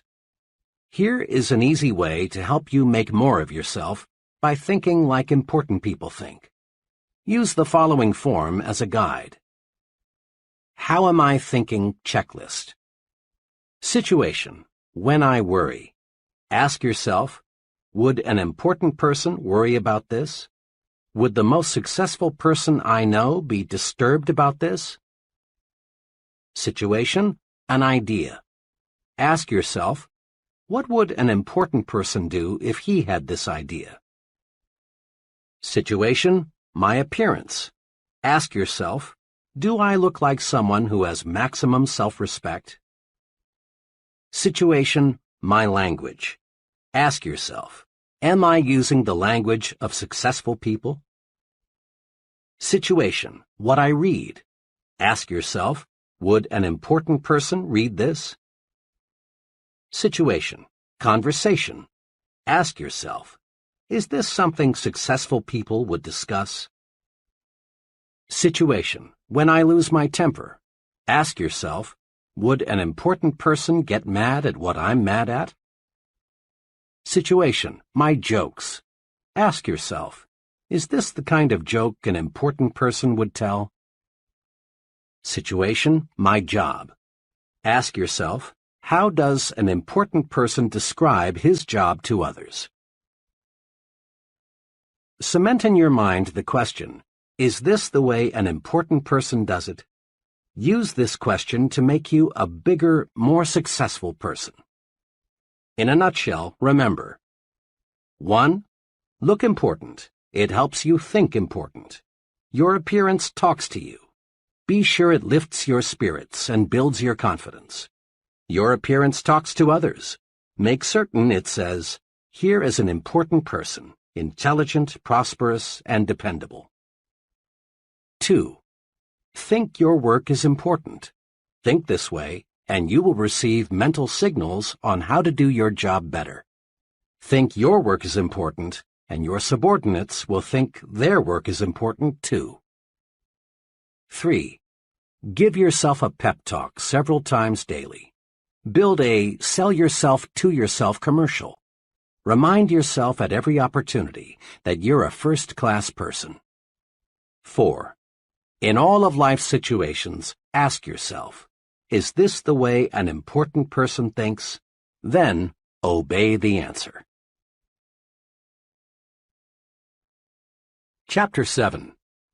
Manage your environment. Go first class. Your mind is an amazing mechanism. When your mind works one way, it can carry you forward to outstanding success. But the same mind operating in a different manner can produce a total failure. The mind is the most delicate, most sensitive instrument in all creation. Let's look now and see what makes the mind think the way it does. Millions of people are diet conscious. We're a calorie-counting nation. We spend millions of dollars on vitamins, minerals, and other dietary supplements. And we all know why. Through nutritional research, we've learned that the body reflects the diet fed the body. Physical stamina, resistance to disease, body size, even how long we live are all closely related to what we eat. The body is what the body is fed. By the same token, the mind is what the mind is fed. Mind food, of course, doesn't come in packages, and you can't buy it at the store. Mind food is your environment. All the countless things that influence your conscious and subconscious thought. The kind of mind food we consume determines our habits, attitudes, personality. Each of us inherited a certain capacity to develop. But how much of that capacity we have developed, and the way we have developed that capacity, depends on the kind of mind food we feed it. The mind reflects what its environment feeds it, just as surely as the body reflects the food you feed it. Have you ever thought what kind of person you would be had you been reared in some foreign country instead of the United States? What kinds of foods would you prefer? Would your preferences for clothing be the same? What sort of entertainment would you like the most? What kind of work would you be doing? What would your religion be? You can't, of course, be sure of the answers to these questions, but chances are you would be a materially different person had you grown up in a different country. Why? Because you would have been influenced by a different environment. As the saying goes, you are a product of your environment. Mark it well. Environment shapes us, makes us think the way we do. Try to name just one habit or one mannerism you have that you did not pick up from other people. Relatively minor things, like the way we walk, cough, hold a cup. Our preferences for music, literature, entertainment, clothing, all stem in very large part from environment. More important, the size of your thinking, your goals, your attitudes, your very personality is formed by your environment. Prolonged association with negative people makes us think negatively. Close contact with petty individuals develops petty habits in us. On the bright side, companionship with people with big ideas raises the level of our thinking. Close contact with ambitious people gives us ambition. Experts agree that the person you are today, your personality, ambitions, present status in life, are largely the result of your psychological environment. And experts agree also that the person you will be 1, 5, 10, 20 years from now depends almost entirely on your future environment. You will change over the months and years, this we know. But how you will change depends on your future environment, the mind food you feed yourself. Let's look now at what we can do to make our future environment pay off in satisfaction and prosperity. Recondition yourself for success. The number one obstacle on the road to high-level success is the feeling that major accomplishment is beyond reach. This attitude stems from many, many suppressive forces, that direct our thinking toward mediocre levels. To understand these suppressive forces, let's go back to the time we were children. As children, all of us set high goals. At a surprisingly young age, we made plans to conquer the unknown, to be leaders, to attain positions of high importance, to do exciting and stimulating things, to become wealthy and famous. In short, to be first, biggest, and best. And in our blessed ignorance, we saw our way clear to accomplish these goals. But what happened? Long before we reached the age when we could begin to work toward our great objectives, a multitude of suppressive influences went to work. From all sides we heard, it's foolish to be a dreamer, and that our ideas were impractical, stupid, naive, or foolish, that you have got to have money to go places, that luck determines who gets ahead, or you've got to have important friends, or you're too old or too young. As a result of being bombarded with the "you can't get ahead, so don't bother to try" propaganda, most people you know can be classified into three groups. First group, those who surrendered completely. The majority of people are convinced deep down inside that they haven't got what it takes, that real success, real accomplishment, is for others who are lucky or fortunate in some special respect. You can easily spot these people because they go to great lengths to rationalize their status and explain how happy they really are. A very intelligent man, age 32, who has dead-ended himself in a safe but mediocre position, recently spent hours telling me why he was so satisfied with his job. He did a good job of rationalizing, but he was only kidding himself, and he knew it. What he really wanted was to work in a challenging situation where he could grow and develop. But that multitude of suppressive influences had convinced him that he was inadequate for big things. This group is, in reality, just the other extreme of the discontented job switcher searching for opportunity. Rationalizing yourself into a rut, which, incidentally, has been described as a grave with both ends open, can be as bad as wandering aimlessly, hoping opportunity will somehow, someday, hit you in the face. Second group, those who surrendered partially. A second but much smaller group enters adult life with considerable hope for success. These people prepare themselves, they work, they plan, but after a decade or so, resistance begins to build up. Competition for top-level jobs looks rugged. This group then decides that greater success is not worth the effort. They rationalize, we're earning more than the average, and we live better than the average. Why should we knock ourselves out? Actually, this group has developed a set of fears: fear of failure, fear of social disapproval, fear of insecurity, fear of losing what they already have. These people aren't satisfied because deep down they know they have surrendered. This group includes many talented, intelligent people who elect to crawl through life because they are afraid to stand up and run. Third group, those who never surrender. This group, maybe 2 or 3% of the total, doesn't let pessimism dictate, doesn't believe in surrendering to suppressive forces, doesn't believe in crawling. Instead, these people live and breathe success. This group is the happiest because it accomplishes the most. These people become top salesmen, top executives, top leaders in their respective fields. These people find life stimulating, rewarding, worthwhile. These people look forward to each new day, each new encounter with other people, as adventures to be lived fully. Let's be honest. All of us would like to be in the third group, the one that finds greater success each year, the one that does things and gets results. To get and stay in this group, however, we must fight off the suppressive influences of our environment. To understand how persons in the first and second groups will unwittingly try to hold you back, study this example.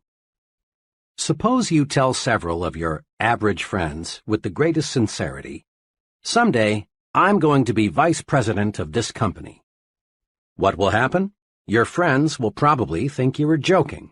And if they should believe you mean it, chances are they will say, "You poor guy, you sure have a lot to learn."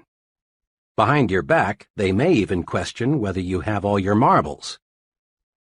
Now, assume you repeat the same statement with equal sincerity to the president of your company.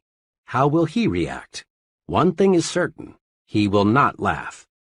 He will look at you intently and ask himself, "Does this fellow really mean this?" But he will not, we repeat, laugh. Because big men do not laugh at big ideas. Or suppose you tell some average people you plan to own an expensive home, and they may laugh at you because they think it's impossible. But tell your plan to a person already living in an expensive home, and he won't be surprised. He knows it isn't impossible because he's already done it. Remember, people who tell you it cannot be done almost always are unsuccessful people, are strictly average or mediocre at best in terms of accomplishment. The opinions of these people can be poison. Develop a defense against people who want to convince you that you can't do it. Accept negative advice only as a challenge to prove that you can do it. Be extra cautious about this. Don't let negative thinking people, negators, destroy your plan to think yourself to success. Negators are everywhere, and they seem to delight in sabotaging the positive progress of others. During college, I buddied for a couple of semesters with W.W. He was a fine friend, the kind of fellow who would loan you a little money when you were short, or help you in many little ways. Despite this fine loyalty, W.W. was just about 100% sour and bitter toward life, the future, opportunity. He was a real negator. During that period, I was an enthusiastic reader of a certain newspaper columnist who stressed hope, the positive approach, opportunity. When W.W. would find me reading this columnist, or when her column was mentioned, he'd swing verbally and say, "Oh, for Pete's sake, Dave, read the front page. That's where you learn about life. You ought to know that columnist is just making a quick buck, dishing out sweet sauce for the weak."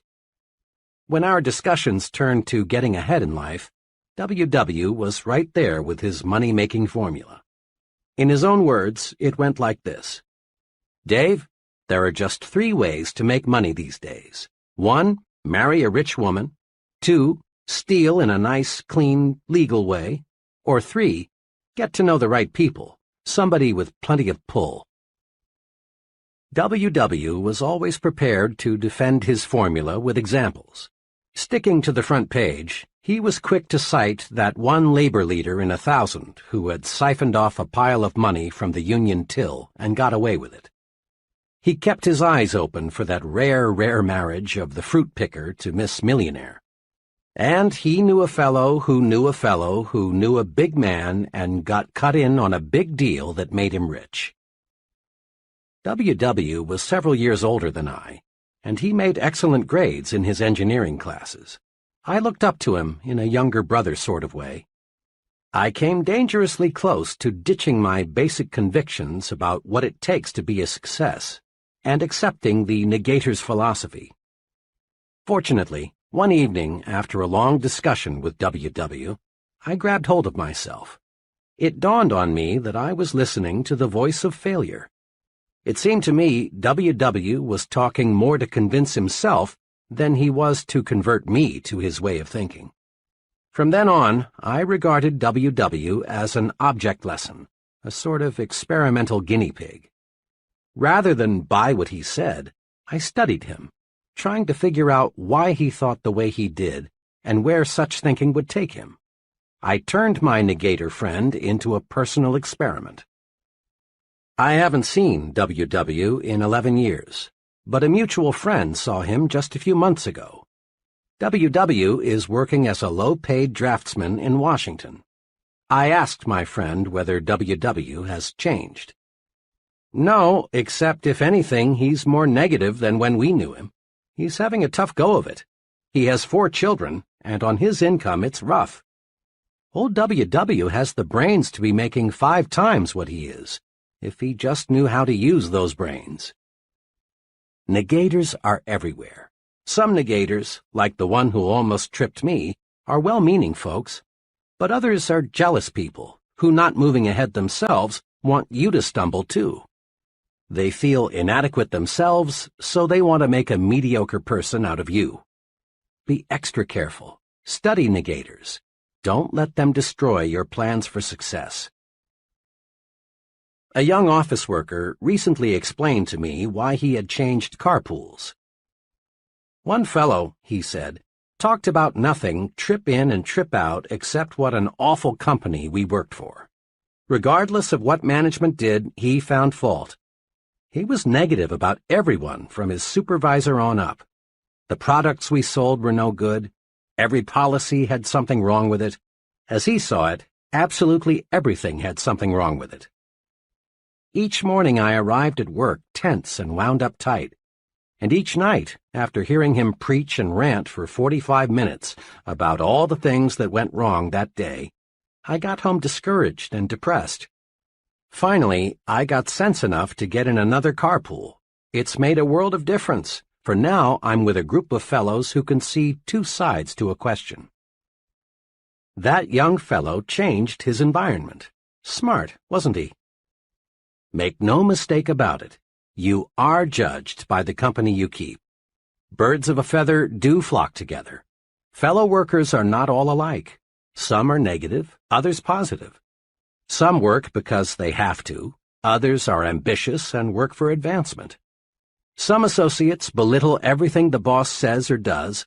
Others are much more objective and realize they must be good followers before they can be good leaders. How we think is directly affected by the group we're in. Be sure you're in the flock that thinks right. There are pitfalls to watch in your work environment.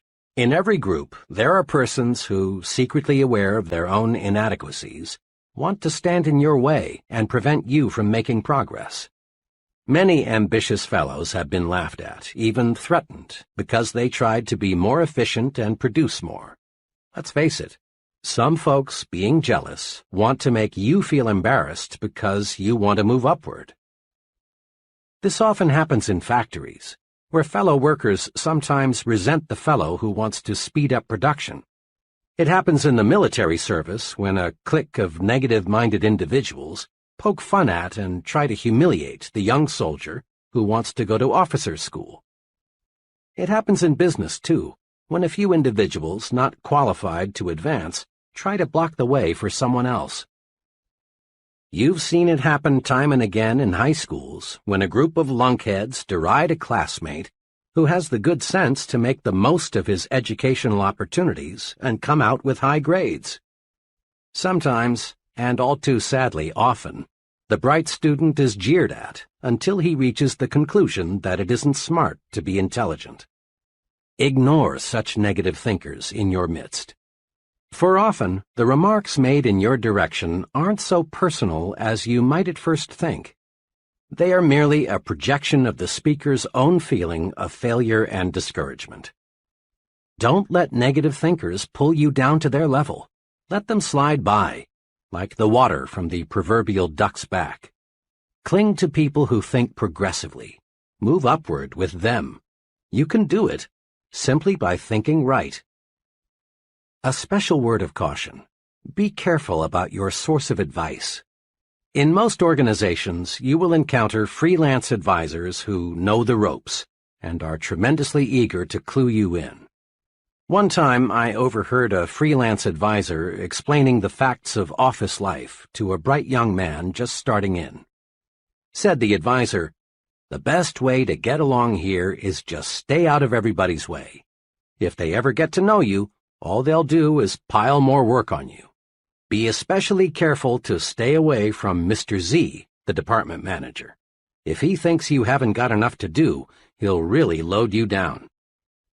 This freelance advisor had been with the company for almost 30 years and was still bottom man on the totem pole. What a consultant for a young man who wants to move upward in the business. Make it a rule to seek advice from people who know. There's a lot of incorrect thinking that successful people are inaccessible. The plain truth is that they are not. As a rule, it's the more successful people who are the most humble and ready to help. Since they are sincerely interested in their work and success, they are eager to see that the work lives on and that somebody capable succeeds them when they retire. It's the would-be big people who are most often the most abrupt and hard to get to know. An executive made this clear. I'm a busy woman, but there's no do not disturb sign on my office door. Counseling people is one of my key functions. We give standardized training of one kind or another to everybody in the company. But personal counseling or tutoring, as I like to call it, is available for the asking. I stand ready to help the fellow who comes in here with either a company or a personal problem. The fellow who displays curiosity and exhibits a real desire to know more about his job and how it relates to other jobs is the individual I like most to help. But, she said, for obvious reasons, I can't spend time offering advice to anybody who isn't sincere in seeking it. Go first class when you have questions. Seeking advice from a failure is like consulting a quack on how to cure cancer. Many executives today never employ persons for key jobs without first interviewing the fellow's wife. One sales executive explained to me, I want to be sure the prospective salesman has his family behind him, a cooperative family that won't object to travel, irregular hours, and other inconveniences which are part of selling, a family that will help the salesman over those inevitable rough spots. Executives today realize that what happens on weekends and between 6 p.m. and 9 a.m. directly affects a person's performance from 9 a.m. to 6 p.m. The person with a constructive off-the-job life nearly always is more successful than the person who lives in a dull, dreary home situation. Let's look in on the traditional way two co-workers, John and Milton, spend their weekends. Let's look, too, at the ultimate results. John's psychological diet on weekends is something like this. Usually, one evening is spent with some carefully selected, interesting friends. Another evening is generally spent out, perhaps at a movie, a civic or community project, or some friend's house. John devotes Saturday morning to Boy Scout work. Saturday afternoon he does errands and chores around the house. Often he works on some special project. Currently, it's building a patio in the backyard. On Sundays, John and his family do something special. One Sunday recently, they climbed a mountain. Another Sunday, they visited a museum. Occasionally, they drive into the nearby countryside, for John wants to buy some country property in the not-too-distant future. Sunday evening is spent quietly. John usually reads a book and catches up on the news. Wrapped up, John's weekends are planned. His many refreshing activities keep boredom locked out.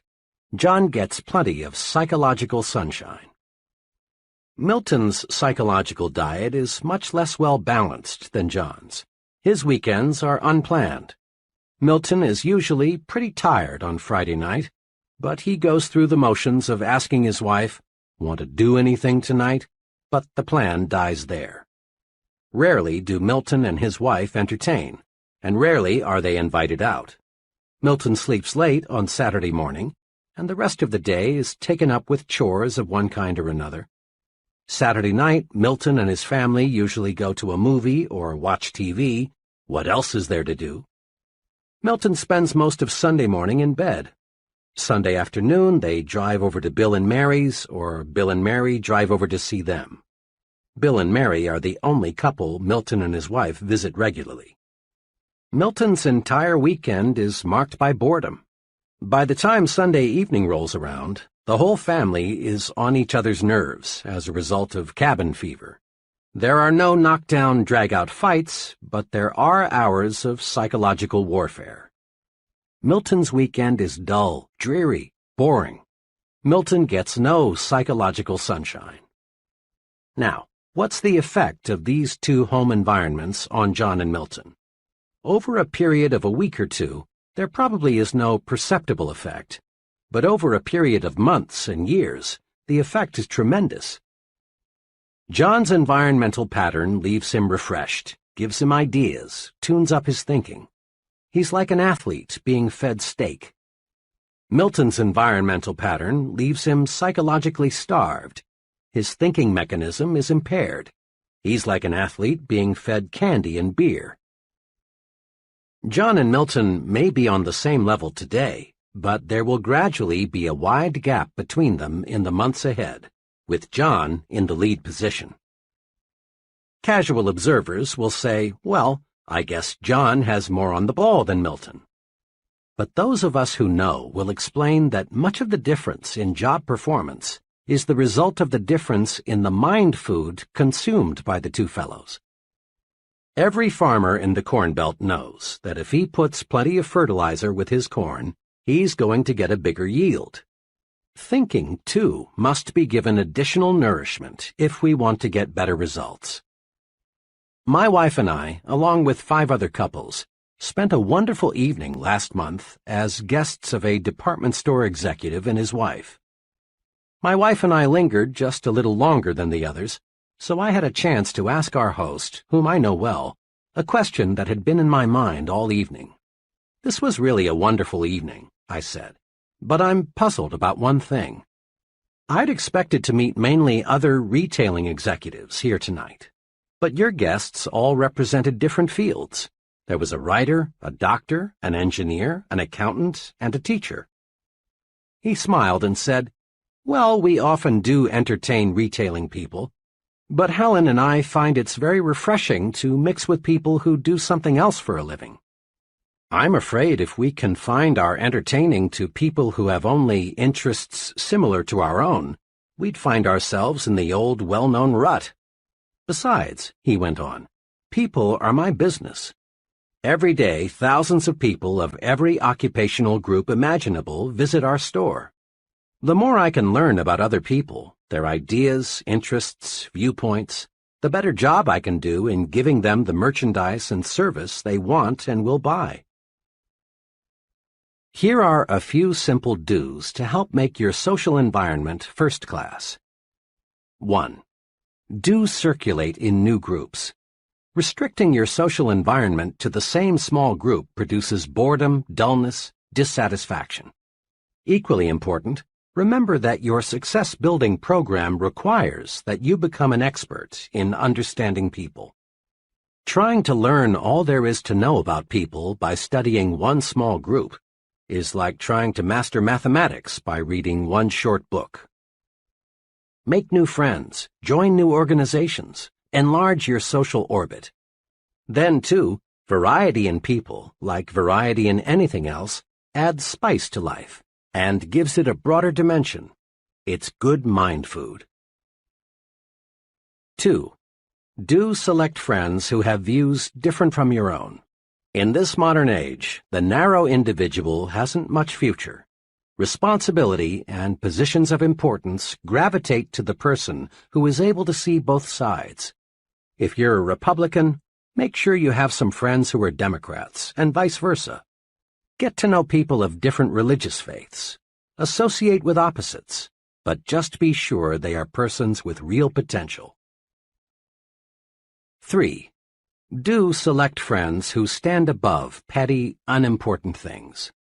Folks who are more concerned with the square footage of your home or the appliances you have or don't have than with your ideas and your conversation are inclined to be petty. Guard your psychological environment. Select friends who are interested in positive things, friends who really do want to see you succeed. Find friends who breathe encouragement into your plans and ideals. If you select petty thinkers as your close friends, you'll gradually develop into a petty thinker yourself. We're a poison-conscious nation. Body poison, that is. Every restaurateur is on guard against food poisoning. Just a couple of cases of it, and his patrons won't come near his place. We've got tons of laws to protect the public against hundreds of body poisons. We put, or should put, poisons on the top shelves so the kids can't reach them. We go to any extreme to avoid body poison, and it's good that we do. But there's another type of poison, perhaps a little more insidious, thought poison, commonly called gossip. Thought poison differs from body poison in two ways.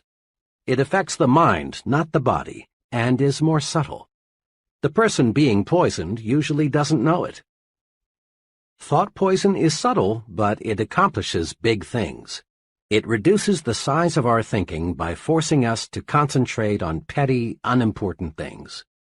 It warps and twists our thinking about people because it is based on a distortion of facts, and it creates a guilt feeling in us that shows through when we meet the person we've gossiped about.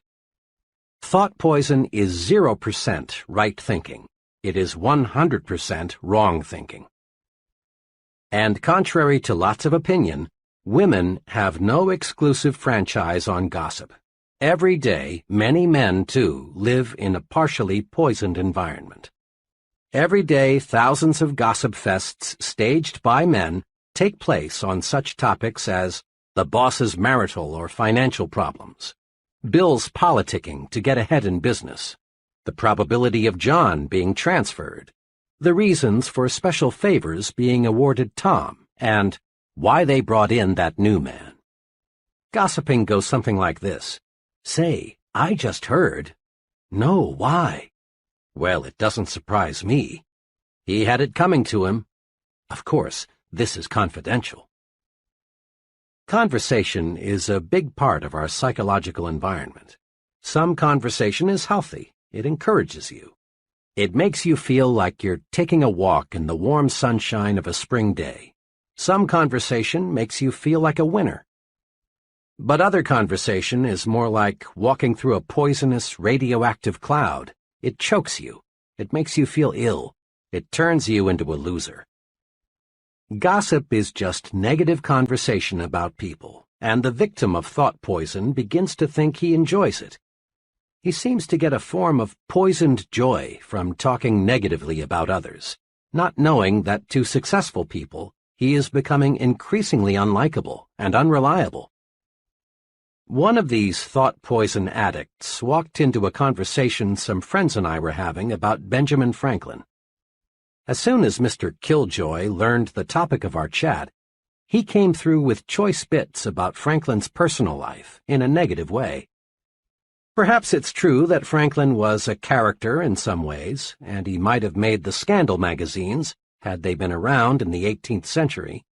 But the point is, Benjamin Franklin's personal life had no bearing on the discussion at hand, and I couldn't help being glad that we weren't discussing somebody whom we knew intimately. Talk about people? Yes, but stay on the positive side.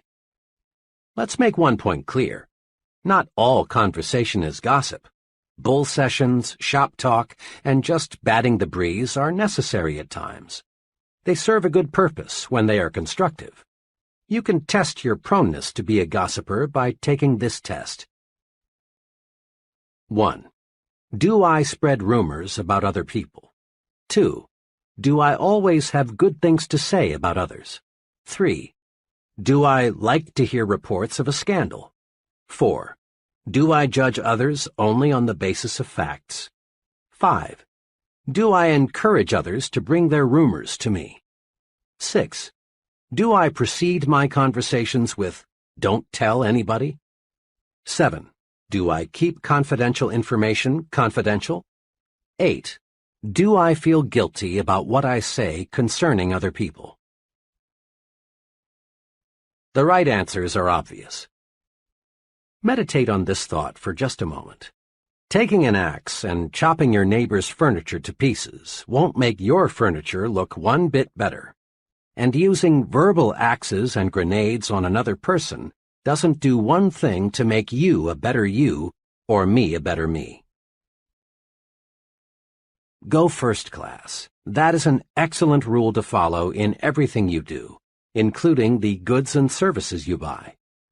Once, To prove the unconditional truth of the go first class thinking, I asked a group of trainees to give one example of how they had been penny-wise and pound-foolish.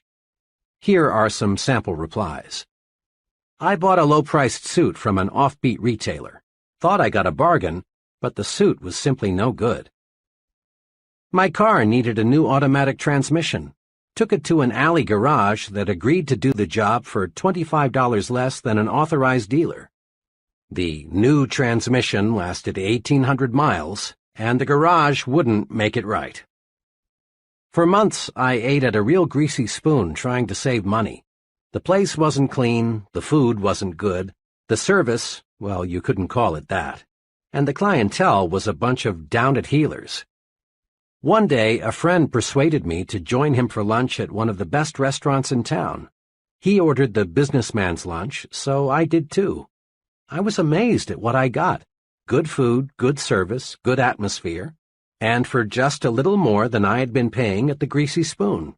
I learned a big lesson. There were many other replies. One fellow reported that he got in trouble with the Bureau of Internal Revenue because he used a bargain accountant. Another went to a cut-rate doctor and later learned he had received a completely wrong diagnosis. Others related the costs of going second class in home repairs, hotels, and other goods and services. Of course, I've heard the argument many times, but I can't afford to go first class. The simplest answer is, you cannot afford to go any other way. Certainly in the long run, going first class actually costs you less than going second class. Then, too, it's better to have fewer things and have quality than to have many things and have junk. It's better, for example, to have one really good pair of shoes than to have 3 pairs of second-class shoes. People rate you for quality, often subconsciously, perhaps. Develop an instinct for quality. It pays, and it costs no more, often costs less, than second class. Make your environment make you successful. 1. Be environment conscious. Just as body diet makes the body, mind diet makes the mind. 2. Make your environment work for you, not against you. Don't let suppressive forces, the negative, you can't do it people, make you think defeat. 3. Don't let small-thinking people hold you back. Jealous people want to see you stumble. Don't give them that satisfaction. 4. Get your advice from successful people. Your future is important. Never risk it with freelance advisors who are living failures. 5. Get plenty of psychological sunshine. Circulate in new groups. Discover new and stimulating things to do. 6. Throw thought poison out of your environment. Avoid gossip. Talk about people, but stay on the positive side. 7. Go first class in everything you do. You can't afford to go any other way. Chapter 8. Make your attitudes your allies. Can you read minds? Reading minds is easier than you think. Perhaps you've never thought of it, but you read the minds of other people, and they read your mind every day. How do we do it? We do it automatically, through attitude appraisals. Remember the song, "You Don't Need to Know the Language to Say You're in Love"? Bing Crosby made it famous some years ago.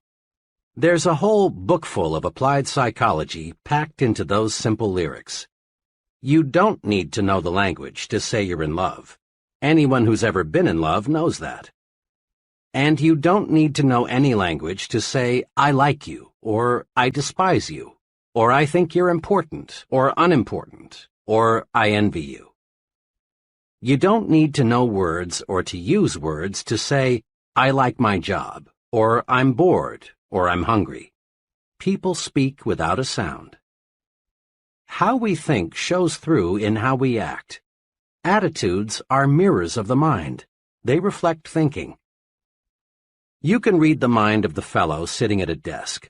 You sense, by observing his expressions and mannerisms, how he feels toward his job. You can read the minds of salesmen, students, husbands, and wives. You not only can, you do. The expert actors, those in demand in movies and television year after year, in a sense are not actors at all. They don't play their roles. Instead, they lose their own identity and actually think and feel like the character they are playing. They've got to. Else they'd look like phonies, and their ratings would plunge. Attitudes do more than show through. They sound through, too. A secretary does more than identify an office when she says, "Good morning, Mr. Shoemaker's office." In just 5 words, one secretary says, "I like you. I'm glad you're calling. I think you are important. I like my job." But another secretary, saying exactly the same words, tells you, "You bothered me. I wish you hadn't called. I'm bored with my job, and I don't like people who bother me." We read attitudes through expressions and voice tones and inflections. Here's why. In the long, long history of humankind, a speaking language, even remotely resembling what we use today, is a very recent invention. So recent, you might say, in terms of the great clock of time, that we developed a language only this morning. For millions and millions of years, people got by with little more than moans and groans and grunts and growls. So for millions of years, people communicated with other people by body and facial expressions and sounds, not words. And we still communicate our attitudes, our feelings toward people and things, the same way. Aside from direct body contact, body movements, facial expressions, and sound are the only ways we have to communicate with infants. And those young ones show an uncanny ability to spot the phony. Professor Irwin H. Shell, one of America's most respected authorities on leadership, says, "Obviously, there is something more than facilities and competence that makes for accomplishment.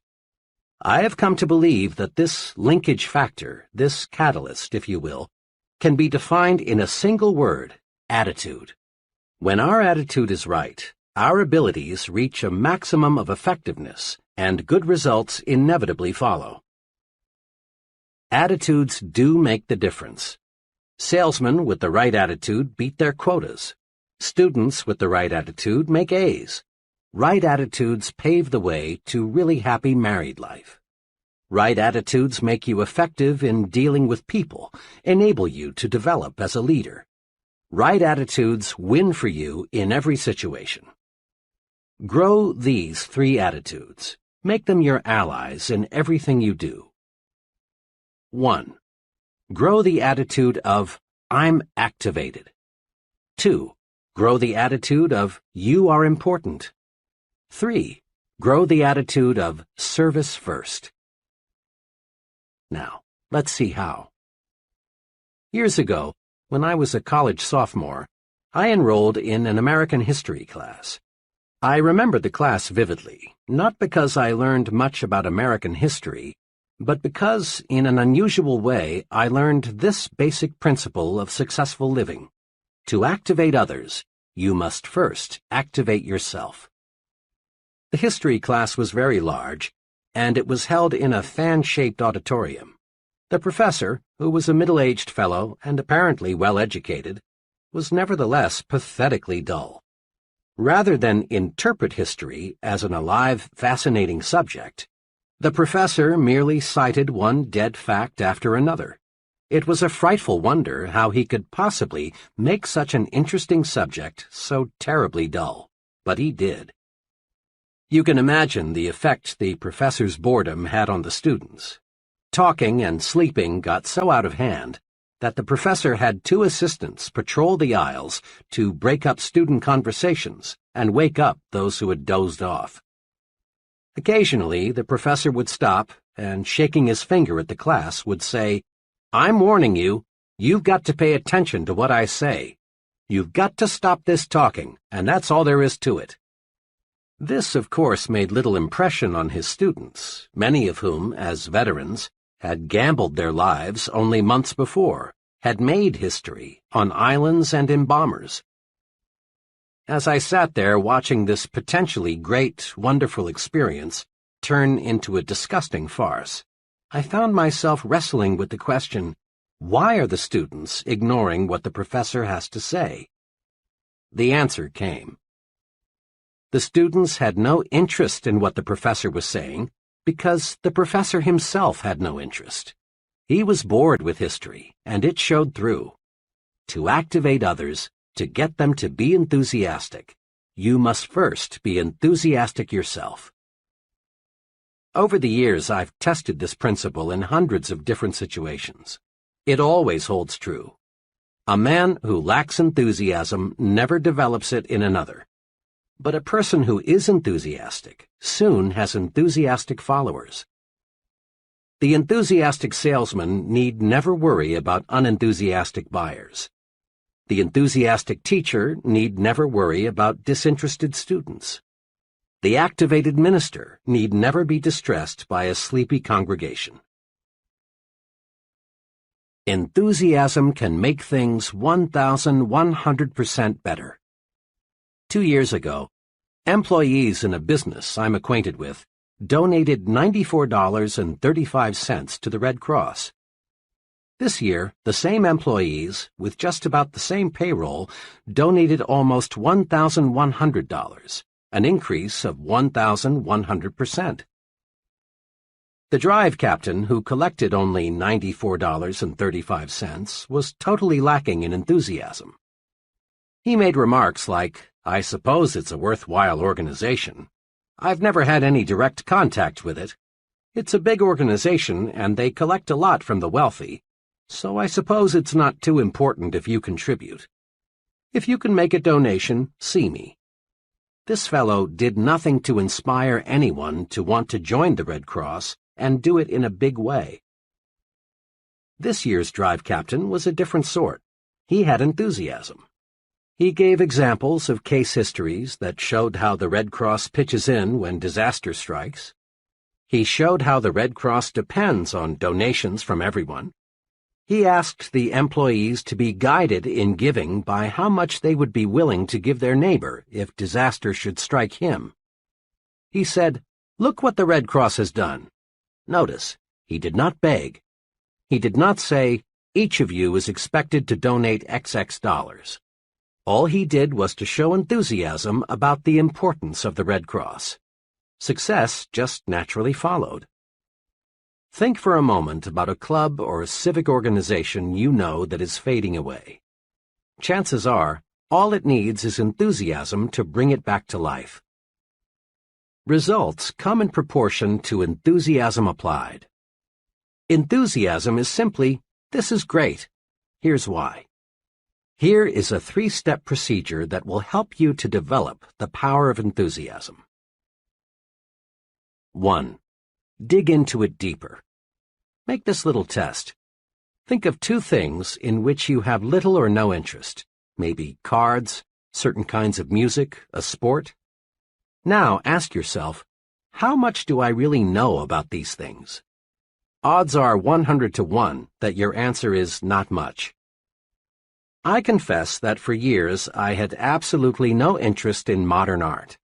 It was just so many botched-up lines, until I let a friend who knows and loves modern art explain it to me. Really, now that I've dug into it, I find it fascinating.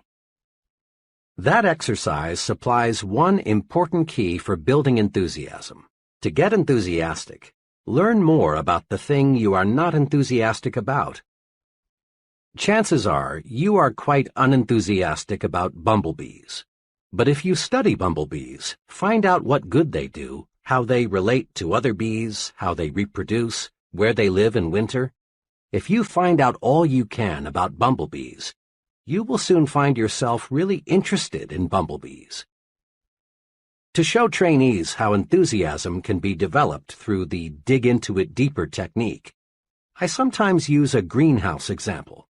In a deliberately casual way, I ask the group, "Are any of you interested in manufacturing and selling greenhouses?" Not once have I gotten an affirmative answer. Then I make a few points about greenhouses. I remind the group how, as our standard of living rises, people become more and more interested in non-necessities.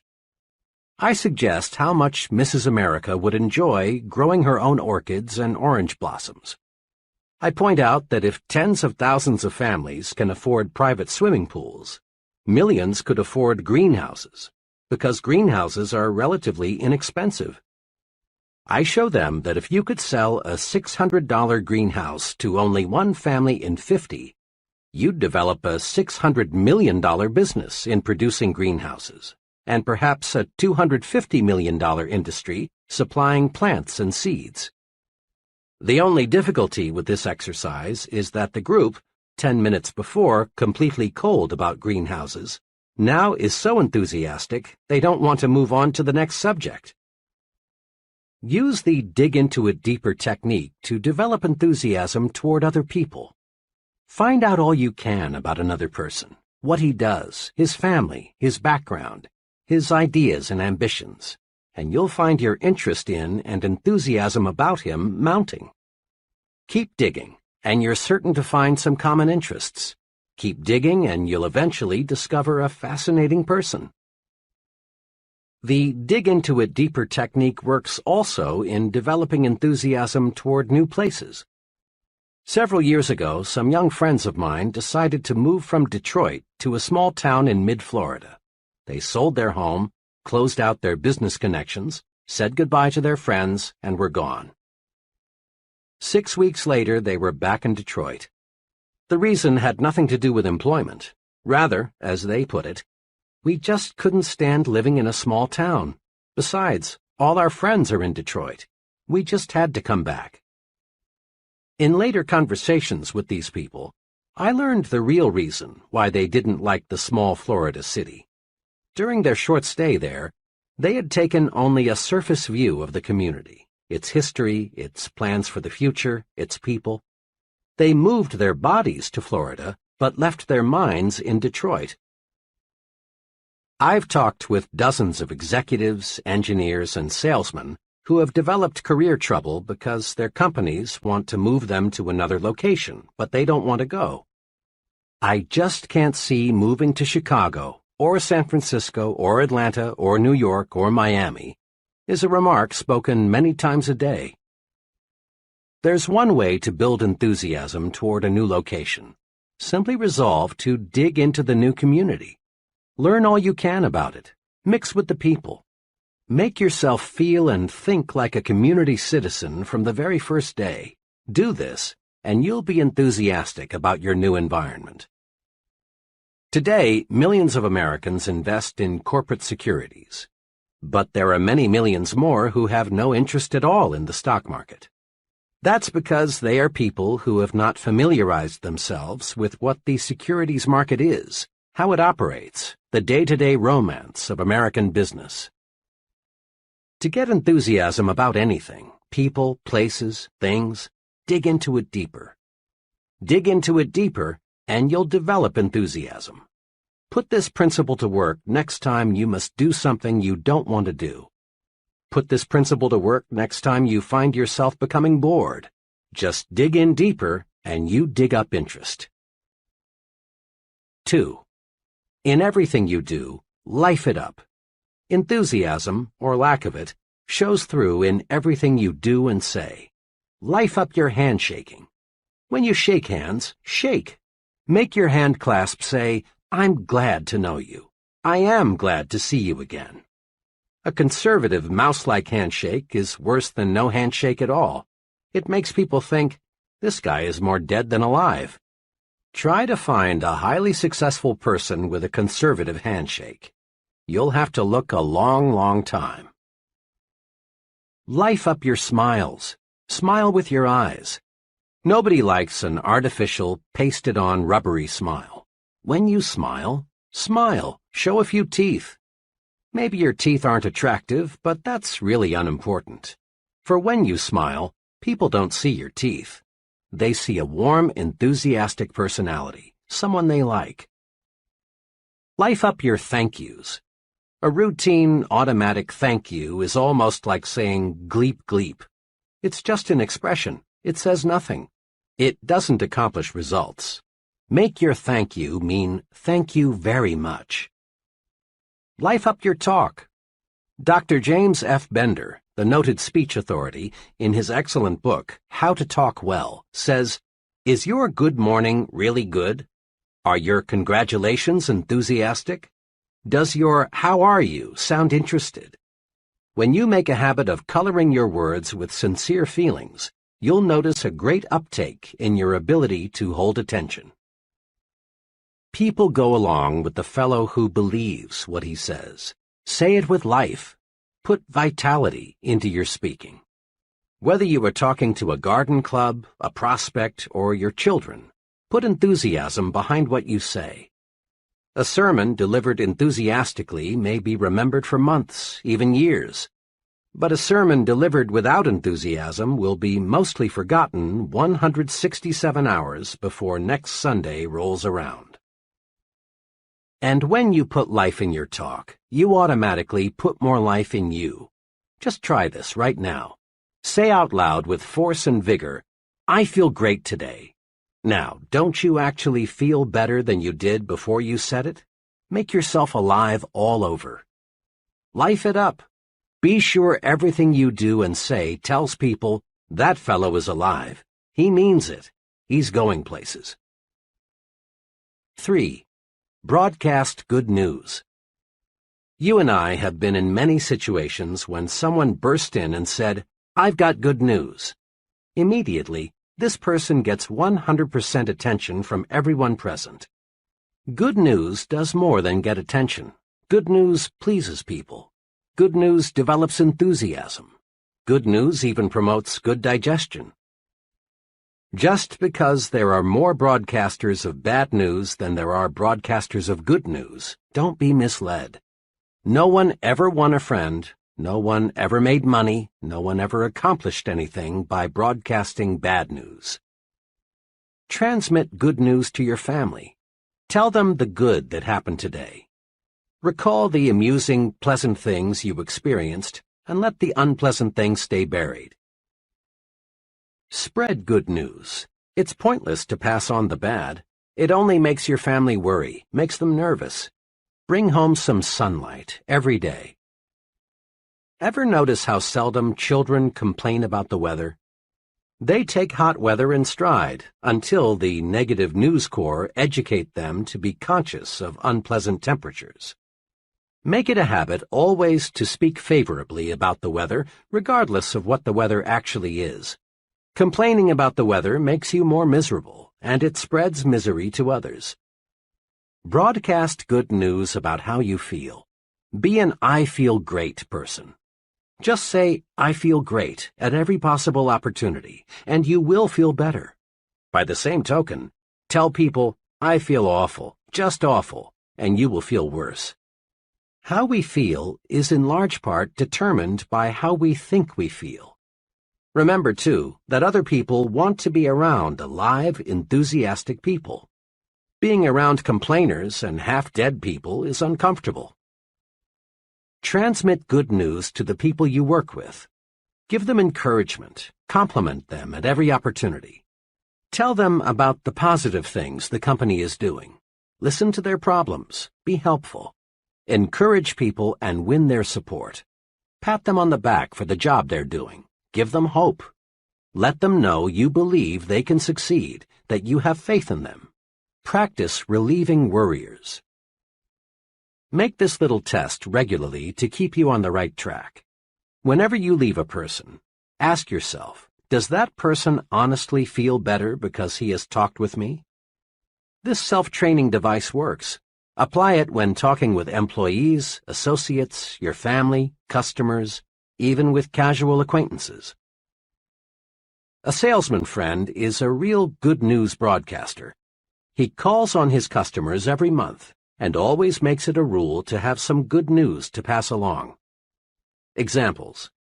I met one of your good friends last week. He said to tell you hello. Since I was here last, big things have happened. Over 350,000 new babies were born last month, and more babies means more business for both of us.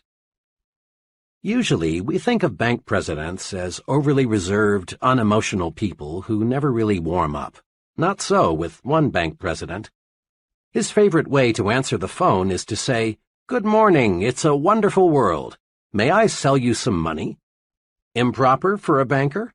Some might say so, but let me point out that the banker who uses this greeting is Mills Lane, Jr., president of the Citizens and Southern Bank, the largest in the entire Southeast. Good news gets good results. Broadcast it. The president of a brush manufacturing company I visited recently had this maxim neatly framed on his desk facing the visitor's chair. "Give me a good word or none at all."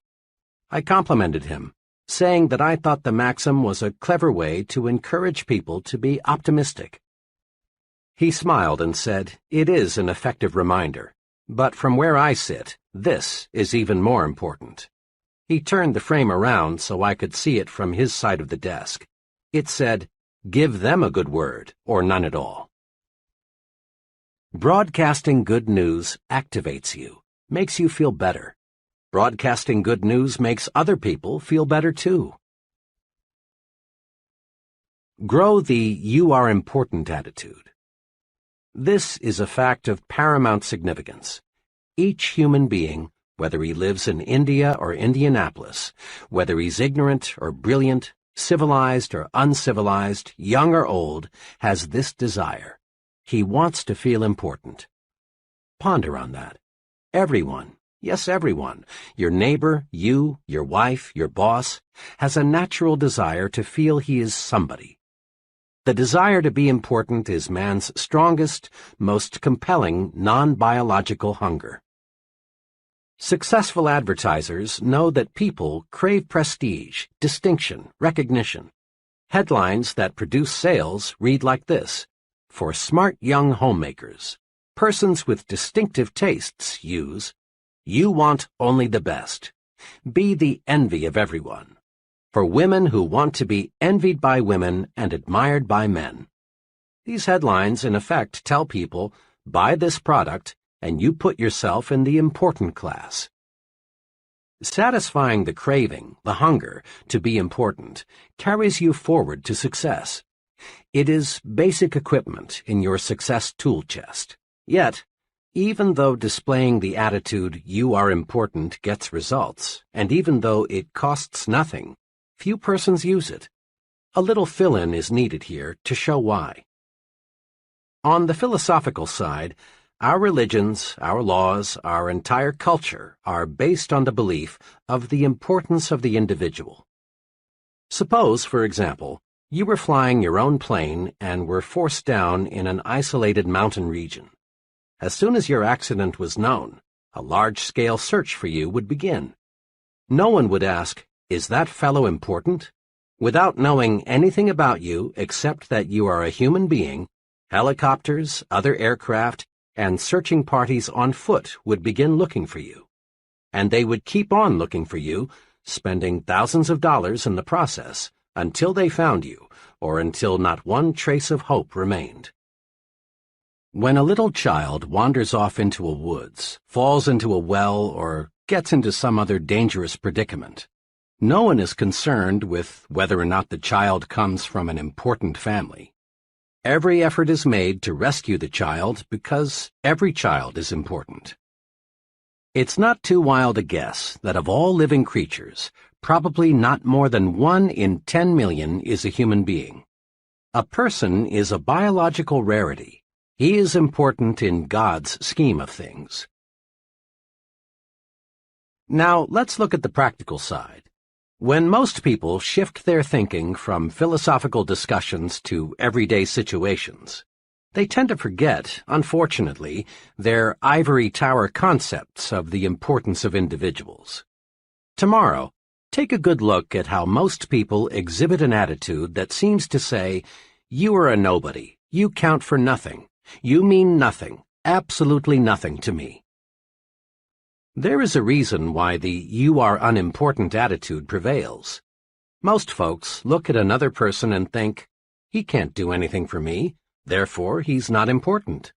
But right there is where people make a basic blunder. The other person, regardless of his status or his income, is important to you, and for two giant dollars and cents reasons. First, people do more for you when you make them feel important. Years ago, in Detroit, I rode a certain bus to work each morning. The driver was an old grump. Dozens, maybe hundreds of times, I saw this driver pull away from the curb when a wildly waving, shouting, and running passenger was just a second or two from the door.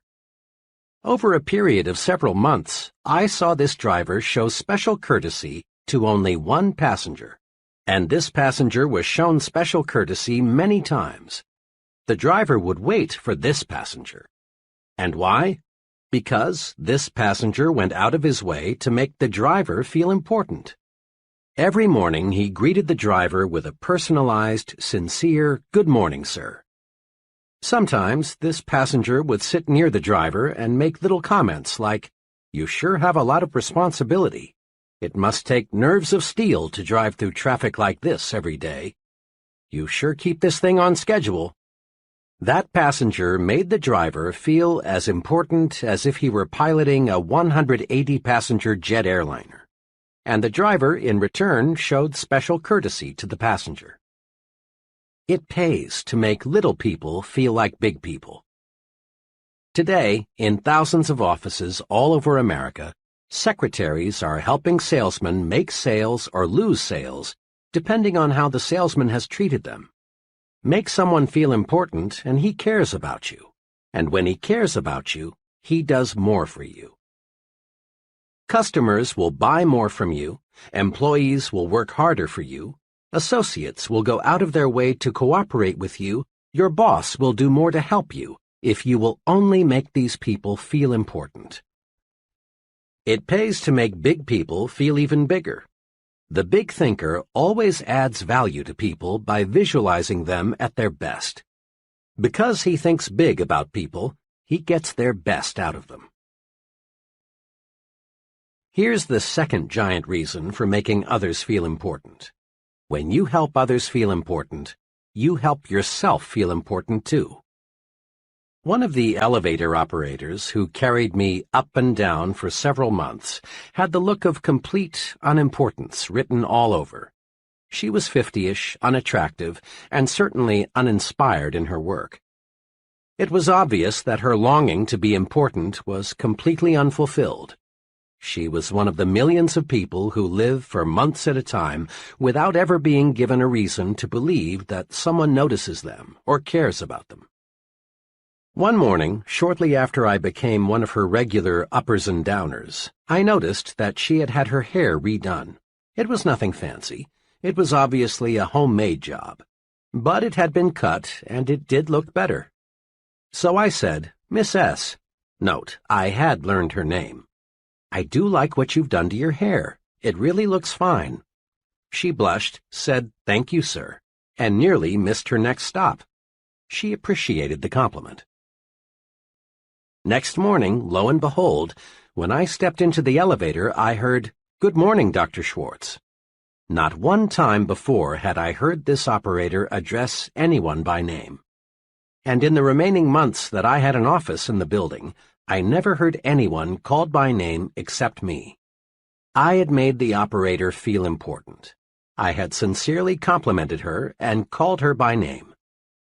I had made her feel important. Now she was repaying me by making me feel important. Let's not kid ourselves. People who do not have a deep-down feeling of self-importance are slated for mediocrity.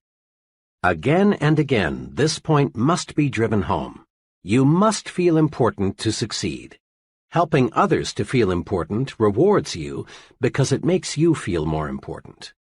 Try it and see. Here's how to do it. 1. Practice appreciation. Make it a rule to let others know you appreciate what they do for you. Never, never let anyone feel he is taken for granted. Practice appreciation with a warm, sincere smile. A smile lets others know you notice them and feel kindly toward them. Practice appreciation by letting others know how you depend on them. An earnest, "Jim, "I don't know what we'd do without you" type of remark makes people feel necessary, and when they feel necessary, they do increasingly better work. Practice appreciation with honest, personalized compliments. People thrive on compliments, whether 2 or 20, 9 or 90. A person craves praise. He wants to be assured that he's doing a good job, that he is important. Don't feel that you should hand out praise only for big accomplishments. Compliment people on little things: their appearance, the way they do their routine work, their ideas, their loyal efforts. Praise by writing personal notes, complimenting people you know on their achievements. Make a special phone call or a special trip to see them. Don't waste time or mental energy trying to classify people as very important persons, or unimportant persons. Make no exceptions. A person, whether he is garbage collector or company vice president, is important to you. Treating someone as second class never gets you first-class results. 2. Practice calling people by their names. Every year, shrewd manufacturers sell more briefcases, pencils, Bibles, and hundreds of other items just by putting the buyer's name on the product. People like to be called by name. It gives everyone a boost to be addressed by name. 2 special things you must remember: pronounce the name correctly and spell it correctly. If you mispronounce or misspell someone's name, that person feels that you feel he is unimportant. And here's one special reminder. When talking with people you don't know well, add the appropriate title: Miss, Mr., or Mrs. The office boy prefers Mr. Jones to just Jones. So does your junior assistant. So do people at every level. These little titles help tremendously to make people feel important. 3. Don't hog glory. Invest it instead. Just recently, I was a guest at an all-day sales convention.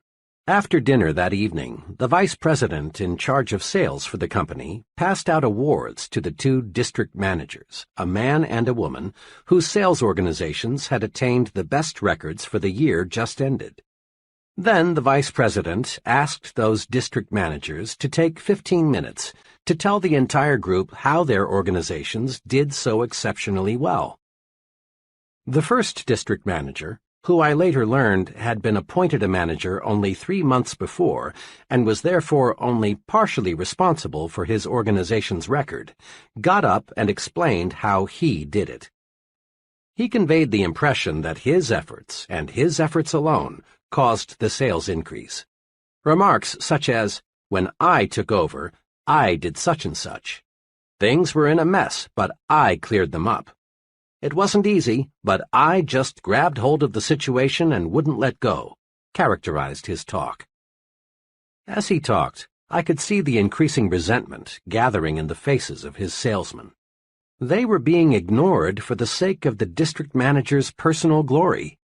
Their hard work, which was responsible for the sales increase, was completely unrecognized. Then the second district manager got up to make her short talk. But this lady used an entirely different approach. First, she explained that the reason for her organization's success was the wholehearted effort of her sales force. Then she asked each one to stand and paid a sincere personal compliment to each for his or her efforts. Note this difference. The first manager squandered the vice president's praise entirely on himself. In doing so, he offended his own people. His sales force was demoralized. The second passed the praise on to her sales force, where it could do more good. This manager knew that praise, like money, can be invested to pay dividends. She knew that passing the credit on to her salespeople would make them work even harder next year. Remember, praise is power. Invest the praise you receive from your superior. Pass praise on down to your subordinates, where it will encourage still greater performance. When you share praise, your subordinates know you sincerely appreciate their value. Here's a daily exercise that pays off surprisingly well. Ask yourself every day, what can I do today to make my wife and family happy? This may seem almost too simple, but it is amazingly effective. One evening, as part of a sales training program, I was discussing building the home environment for selling success. To illustrate a point, I asked the salesmen, who were all married, when was the last time, aside from Christmas, your wedding anniversary, or her birthday, that you surprised your wife with a special gift? Even I was shocked at the answers. Of the 35 salesmen, only one had surprised his wife in the past month. Many of the group answered between 3 and 6 months, and over a third said, "I can't remember." Imagine. And some men wonder why their wives no longer treat them like Mr. King with a crown. I wanted to impress these salesmen with the power of the thoughtful gift. The next evening, I arranged to have a florist appear just before the close of the session. I introduced him and leveled with them. I want each of you to discover what a little unexpected remembrance will do to build a better home environment. I've arranged with the florist for each of you to get a fine, long-stemmed red rose for just 50 cents. Now, if you don't have 50 cents, or if you think your wife isn't worth that, they laughed, I'll buy the flower for her myself. All I ask is that you take the rose to your wife, and then tomorrow evening tell us what happened. Don't, of course, tell her how you came to purchase this rose for her. They understood. Without exception, every fellow testified the next evening that the mere investment of 50 cents had made his wife happy. Do something special for your family often. It doesn't have to be something expensive. It's thoughtfulness that counts. Anything that shows that you put your family's interests first will do the trick. Get the family on your team. Give them planned attention. In this busy age, a lot of people never seem able to find time for their families. But if we plan, we can find it. One company vice president told me of this method, which he says works well for him. My job carries a lot of responsibility, and I have no choice but to bring quite a lot of work home every night. But I will not neglect my family, because it's the most important thing in my life. It's the main reason I work as hard as I do. I've worked out a schedule that enables me to give attention to my family as well as to my work. From 7:30 to 8:30 every evening, I devote my time to my 2 young children. I play games with them, read them stories, draw, answer questions, anything they want me to do. After an hour with those kids of mine, they're not only satisfied, but I'm 100% fresher. At 8:30 they trot off to bed, and I settle down to work for 2 hours. At 10:30, I quit working and spend the next hour with my wife. We talk about the kids, her various activities, our plans for the future. This hour, undisturbed by anything, is a wonderful way to cap off the day. I also reserve Sundays for my family. The whole day is theirs. I find my organized program for giving my family the attention it deserves is good not only for them, but also good for me. It gives me new energy. Want to make money? Then get the put service first attitude. It's perfectly natural, in fact, it's highly desirable, to want to make money and accumulate wealth. Money is power to give your family and yourself the standard of living they deserve. Money is power to help the unfortunate. Money is one of the means to living life fully.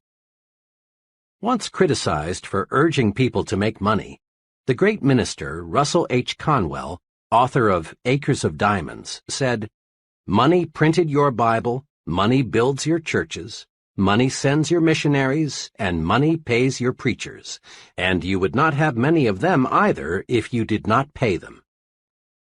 The person who says he wants to be poor usually suffers from a guilt complex or a feeling of inadequacy. He's like the youngster who feels he can't make A's in school or make the football team. So he pretends he doesn't want to make A's or play football. Money, then, is a desirable objective. What's puzzling about money is the backward approach so many people use in trying to make it. Everywhere you see people with a money-first attitude. Yet these same people always have little money. Why? Simply this. People with a money-first attitude become so money-conscious that they forget money can't be harvested unless they plant the seeds that grow the money. And the seed of money is service. That's why put service first is an attitude that creates wealth. Put service first, and money takes care of itself. One summer evening, I was traveling by car through Cincinnati. It was time for a gas-up. I stopped at an ordinary-looking but surprisingly busy service station. 4 minutes later, I knew why this particular service station was so popular. After filling my car with gasoline, checking under the hood, and cleaning the outside of my windshield, the attendant walked around to my side of the car and said, "Pardon me, sir, it's been a dusty day. Let me clean the inside of your windshield." Quickly and efficiently, he did a thorough job of cleaning the inside of my windshield, something not one service station attendant in 100 ever does. This little special service did more than improve my night visibility, and it improved a lot. It made me remember this station. It so happened that I made 8 trips through Cincinnati during the next 3 months. Each time, of course, I stopped at this station, and each time I got more service than I expected to get. Interesting, too, was the fact that each time I stopped, once it was 4 a.m., there were other automobiles filling up also. In all, I probably purchased about 100 gallons of gasoline from this station. The first time I stopped, the attendant could have thought to himself, "This guy is from out of state. Odds are 20 to 1 that he'll never be back. Why do more than give him the routine treatment? He's only a one-time customer." But the attendants in that station didn't think that way. They put service first, and that's why they were busy pumping gasoline while other stations looked almost deserted. If the gasoline was any better than a dozen other brands, I didn't notice it, and the price was competitive. The difference was service, and it was obvious that service was paying off in profits. When the attendant on my first visit cleaned the inside of my windshield, he planted a money seed. Put service first, and money takes care of itself, always. The put service first attitude pays off in all situations. In one of my first jobs, I worked closely with another young fellow, whom I'll call F.H. F.H. was like many persons you know. He was preoccupied with why he needed more money instead of being preoccupied with ways to make money. Each week, F.H. spent hours of company time working on his personal budget problems. His favorite topic of conversation was, "I'm the most underpaid man here. Let me tell you why." F.H. had the not uncommon attitude of, "This is a big company, it's netting millions, it's paying a lot of people big salaries, so it ought to pay me more too." F.H. had been passed over several times for pay increases. Finally, one day he decided that it was high time he went in there and demanded more money. About 30 minutes later, F.H. was back, all heated up. His expression made it obvious that next month's check would look exactly like this month's check. Immediately, F.H. began to let go. Boy, am I mad. What do you suppose the old man said when I told him I wanted more money? He had the gall to ask me, "Why do you believe you are justified in asking for an increase?" I gave him plenty of reasons, F.H. went on. I told him I'd been passed over when others around here were getting pay raises. I told him my bills are getting larger and my paycheck isn't. And I told him that I do everything around here they ask me to do. Can you beat that? I need a raise, but instead of paying me more, they give out raises to other guys around here who don't need it half as much as I do. Why, the way he acted, F.H. continued, you'd think I was asking for charity. All he would say is, "When your record shows that you deserve more money, you'll get more money." Sure, I could do a better job if they paid me for it, but only a fool does something he isn't paid for. F.H. is an example of the breed that is blind to the how of making money. His last remark sums up his mistake. In effect, FH wanted the company to pay him more and then he would produce more. But this is not how the system works. You don't get a raise on the promise of better performance. You get a raise only by demonstrating better performance. You can't harvest money unless you plant the seeds that grow money. And the seed of money is service. Put service first, and money takes care of itself. Consider which producers make the money from movies. The get-rich-quick producer proceeds to make a picture. Putting money ahead of entertainment, service, he cuts corners everywhere. He buys a poorly written script and employs second-rate writers to adapt it. In employing actors, arranging sets, even recording sound, he puts money first. This producer thinks the moviegoer is a sucker, someone who can't tell good from bad. But the get-rich-quick producer seldom does get rich quick. There never is a bandwagon movement to buy anything second class, especially when it is given a first-class price. The producer who enjoys the largest profits from pictures puts entertainment ahead of money. Rather than chisel the moviegoer, he does everything possible to give people more and better entertainment than they expect to get. The result? People like the movie. It gets talked about, it gets good reviews, and it makes money. Again, put service first, and money takes care of itself. The waitress who concentrates on giving the best possible service needn't worry about tips. They'll be there. But her counterpart who overlooks the empty coffee cups, why refill them? They don't look like tippers. Won't find any gratuities. The secretary who resolves to make those letters look better than the boss expects will do all right on future paychecks. But the secretary who thinks, why worry about a few smudges? What do they expect for $65 a week? She is stuck at $65 a week. The salesman who gives full service to an account need harbor no fears he'll lose the account. Here is a simple but powerful rule that will help you to develop the put service first attitude. Always give people more than they expect to get. Each little extra something you do for others is a money seed. Volunteering to work late and get the department out of a tight spot is a money seed. Giving customers extra service is a money seed because it brings customers back. Advancing a new idea that will increase efficiency is a money seed. Money seeds, of course, grow money. Plant service and harvest money. Spend some time each day answering this question.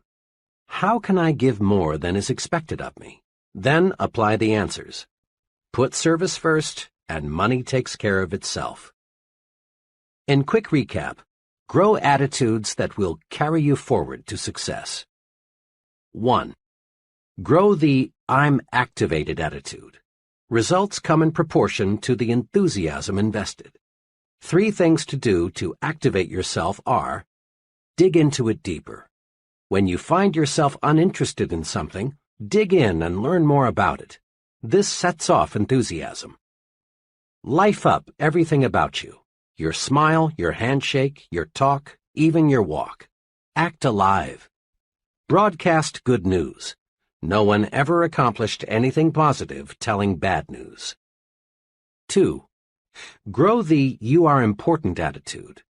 People do more for you when you make them feel important. Remember to do these things. Show appreciation at every opportunity. Make people feel important. Call people by name. 3.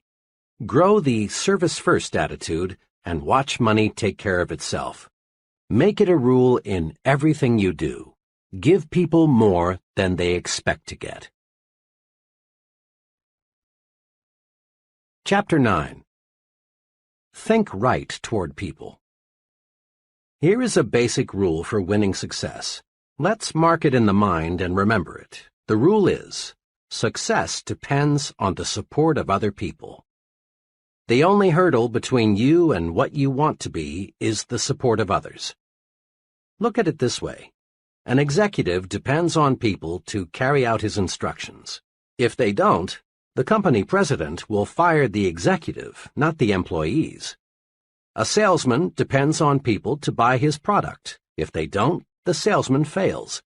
Likewise, a college dean depends on professors to carry forward his educational program. A politician depends on voters to elect him.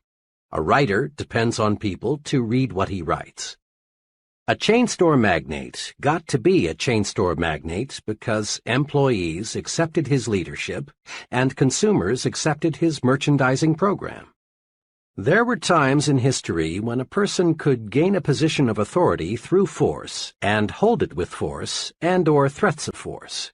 In those days, a man either cooperated with the leader or risked literally losing his head. But today, remember, a person either supports you willingly or he doesn't support you at all. Now it's time to ask, granted, I depend on others in order to achieve the success I want. But what must I do to get these people to support me and accept my leadership? The answer, wrapped up in one phrase, is think right toward people. Think right toward people, and they will like and support you. This chapter shows how. Thousands of times daily, a scene like this takes place. A committee or group is in session. The purpose, to consider names for a promotion, a new job, a club membership, an honor, someone to be the new company president, the new supervisor, the new sales manager. A name is placed before the group. The chairman asks, "What is your feeling about so-and-so?" Comments come forth. For some names, there are positive remarks, such as, "He's a good fellow. People there speak highly of him. He has a good technical background, too." Mr. F. "Oh, he's a personable sort of man, very human. I believe he would fit in well with our group."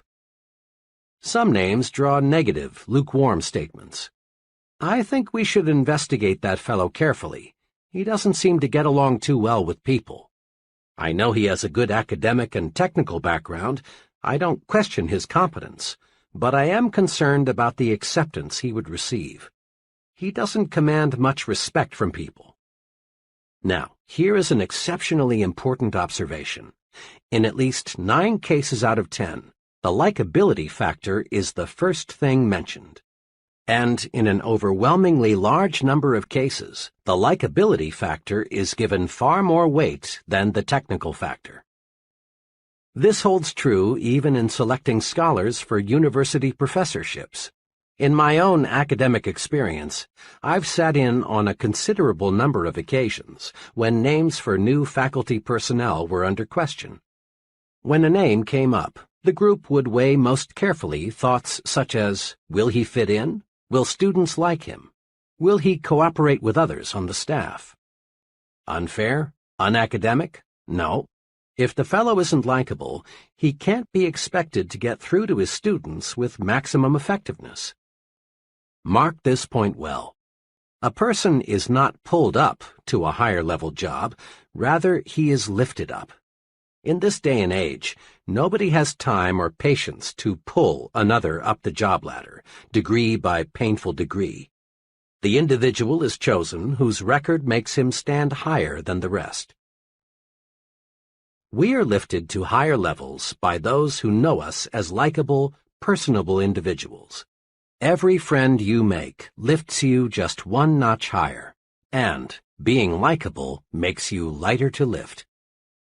Successful people follow a plan for liking people. Do you? People who reach the top don't discuss much their techniques for thinking right toward people. But you would be surprised how many really big people have a clear, definite, even written plan for liking people. Consider the case of President Lyndon Johnson. Long before he became president, Johnson, in the process of developing his amazing power of personal persuasion, developed his own 10-point formula for success. His rules, which even a casual observer of the president can see are practiced in everything he does, are quoted directly. 1. Learn to remember names. Inefficiency at this point may indicate that your interest is not sufficiently outgoing. 2. Be a comfortable person, so there is no strain in being with you. Be an old shoe kind of individual. 3. Acquire the quality of relaxed easygoing so that things do not ruffle you. 4.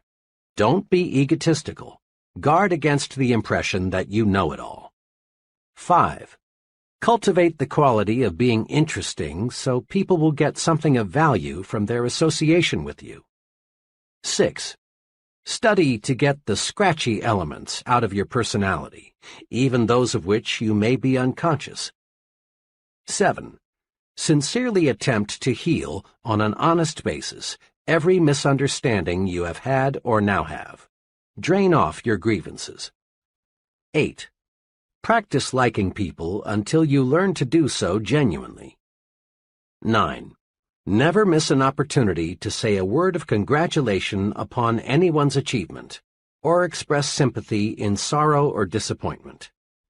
10. Give spiritual strength to people, and they will give genuine affection to you. Living these 10 simple but tremendously powerful like-people rules makes President Johnson easier to vote for, easier to support in Congress. Living these 10 rules makes President Johnson easier to lift. Listen to these rules again. Notice that there's no get-even philosophy here. There's no let the other fellow come to me to patch up differences. There's no I know it all, other people are stupid. Big people, those on top in industry, the arts, sciences, and politics, are human, warm. They specialize in being likable. But don't try to buy friendship. It's not for sale. Giving gifts is a wonderful practice if the gift is backed up with genuine sincerity, a liking to give, and liking for the person to whom it is given. But without real sincerity, the gift is often regarded as nothing more than a payoff or a bribe. Last year, just a few days before Christmas, I was in the office of the president of a medium-sized trucking firm. Just as I was about to leave, in marched a delivery man with a gift of liquid refreshment from a local tire recapping firm. My friend was obviously provoked, and with a certain amount of chill in his voice, asked the delivery man to return the gift to its sender. After the delivery man left, my friend hastened to explain to me, "Don't misunderstand. I like to give gifts, and I like to get them."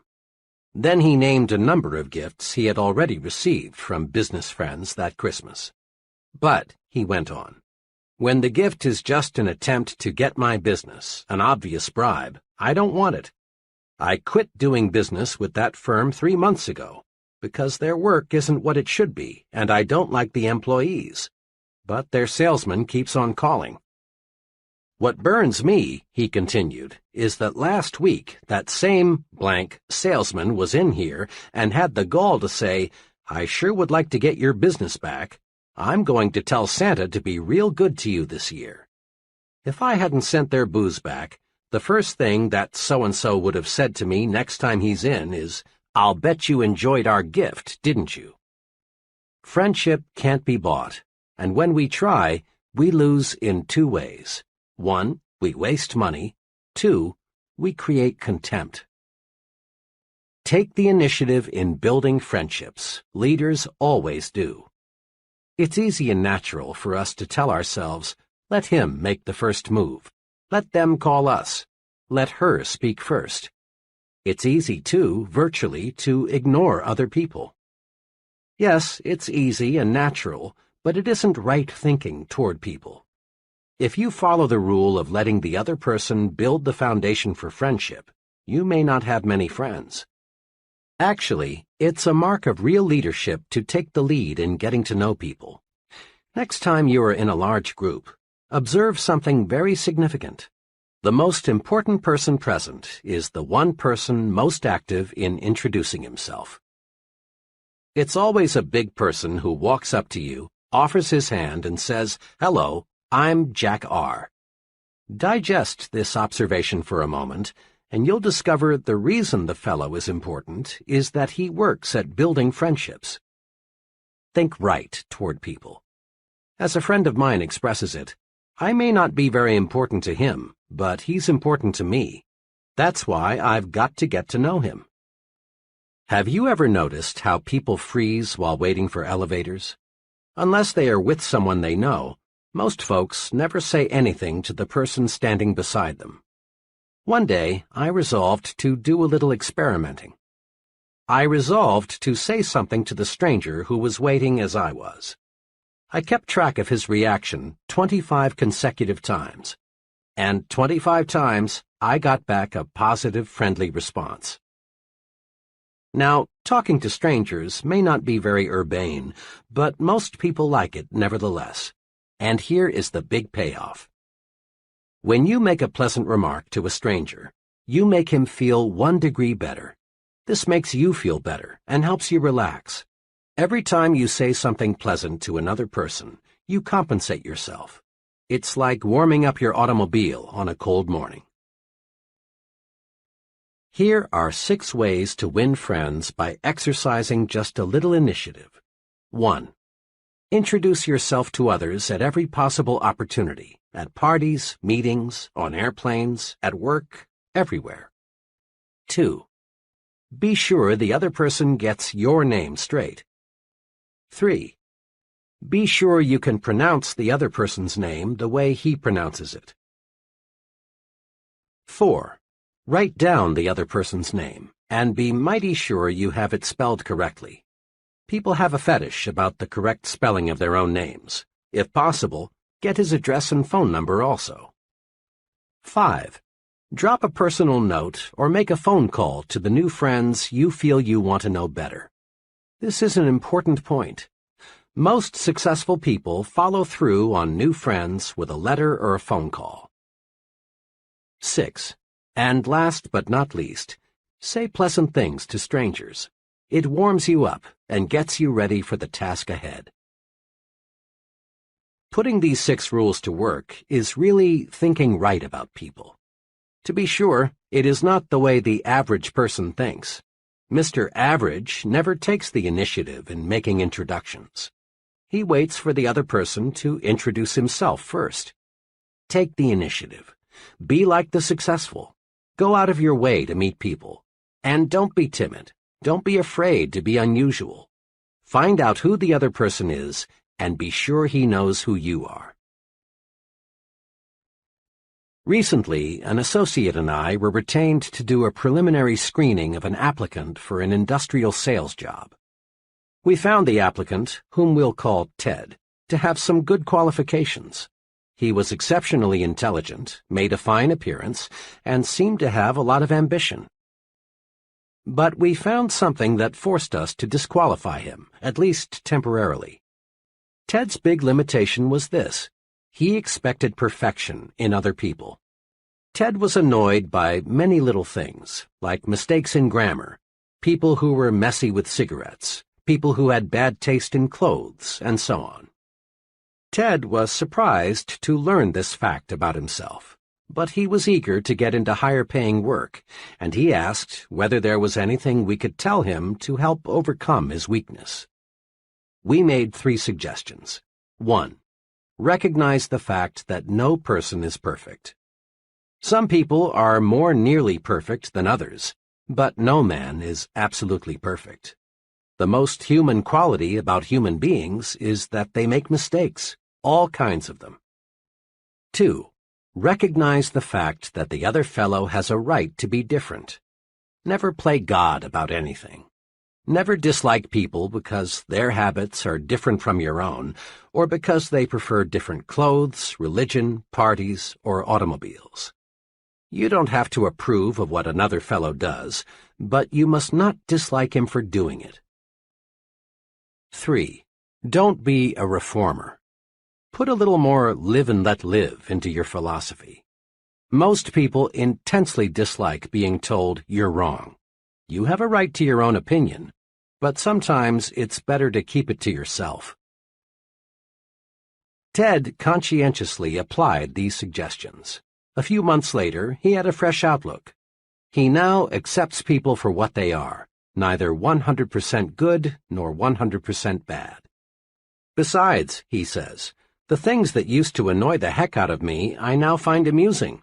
It finally dawned on me what a dull world this would be if people were all alike and everybody was perfect. Note this simple but key fact. No person is all good and no person is all bad. The perfect person just doesn't exist. Now, if we let our thinking go uncontrolled, we can find much to dislike in almost anyone. By the same token, if we manage our thinking properly, if we think right toward people, we can find many qualities to like and admire in the same person. View it this way. Your mind is a mental broadcasting station. This broadcasting system transmits messages to you on two equally powerful channels, Channel P, positive, and Channel N, negative. Let's see how your broadcasting system works. Suppose that today your business superior, we'll call him Mr. Jacobs, called you into his office and reviewed your work with you. He complimented you on your work, but he also made some specific suggestions on how you can do it better. Tonight, it's only natural for you to recall the incident and do some thinking about it. If you tune in Channel N, the announcer will be saying something like this. Watch out! Jacobs is out to get you. He's a crab. You don't need any of his advice. To heck with it. Remember what Joe told you about Jacobs? He was right. Jacobs wants to grind you down like he did Joe. Resist him. Next time he calls you in, fight back. Better still, don't wait. Tomorrow, go in and ask him just what he really meant by his criticism. But tune in Channel P, and the announcer will say something along these lines. You know, Mr. Jacobs is a pretty good fellow. Those suggestions he made to me seem pretty sound. If I put them to use, I can probably do a better job and position myself for an increase. The old boy did me a favor. Tomorrow I'll go in and thank him for his constructive help. Bill was right. Jacobs is a good man to work with. In this specific case, if you listen to Channel N, you're almost certain to make some bad, perhaps fatal mistake in your relations with your superior.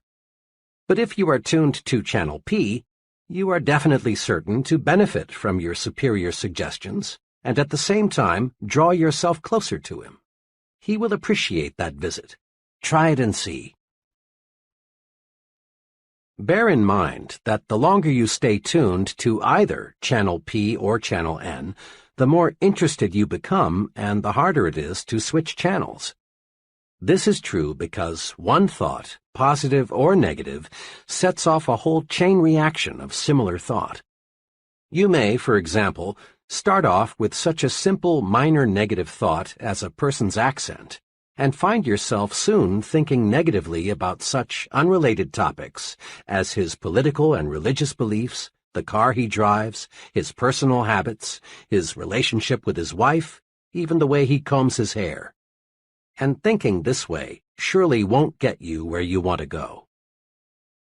You own it, so manage your thought broadcasting station. When your thoughts turn to people, make Channel P your listening habit.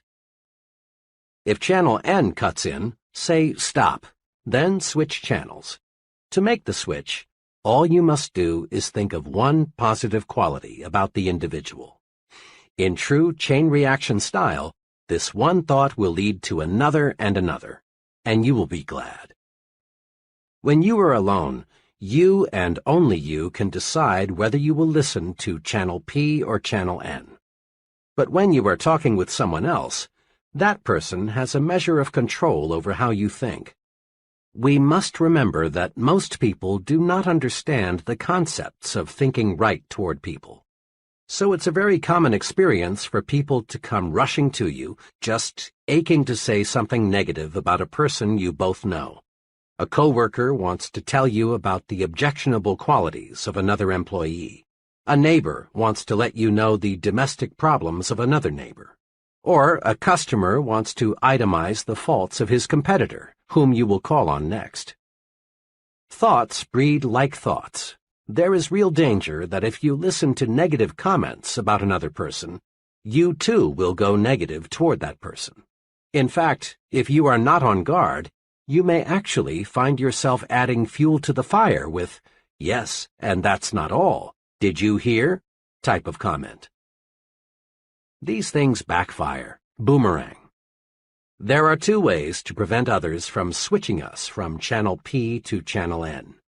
One way is to switch topics as quickly and quietly as possible with some remark like, "Pardon me, John, but while I think of it, I've been meaning to ask you." A second way is to excuse yourself with a, "Sorry, John, I'm late now," or, "I've a deadline to meet. Will you excuse me?"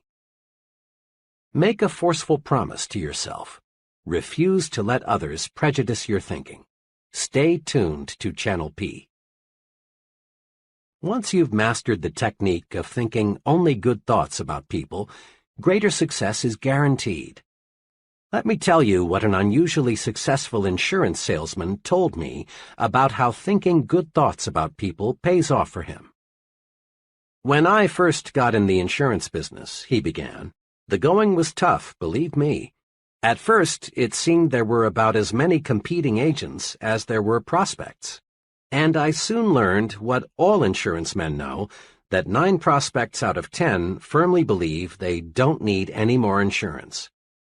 I'm doing well, but let me tell you, it's not because I know a lot about the technical side of insurance. That's important, don't misunderstand me. But there are men trying to sell insurance who know policies and contracts better than I.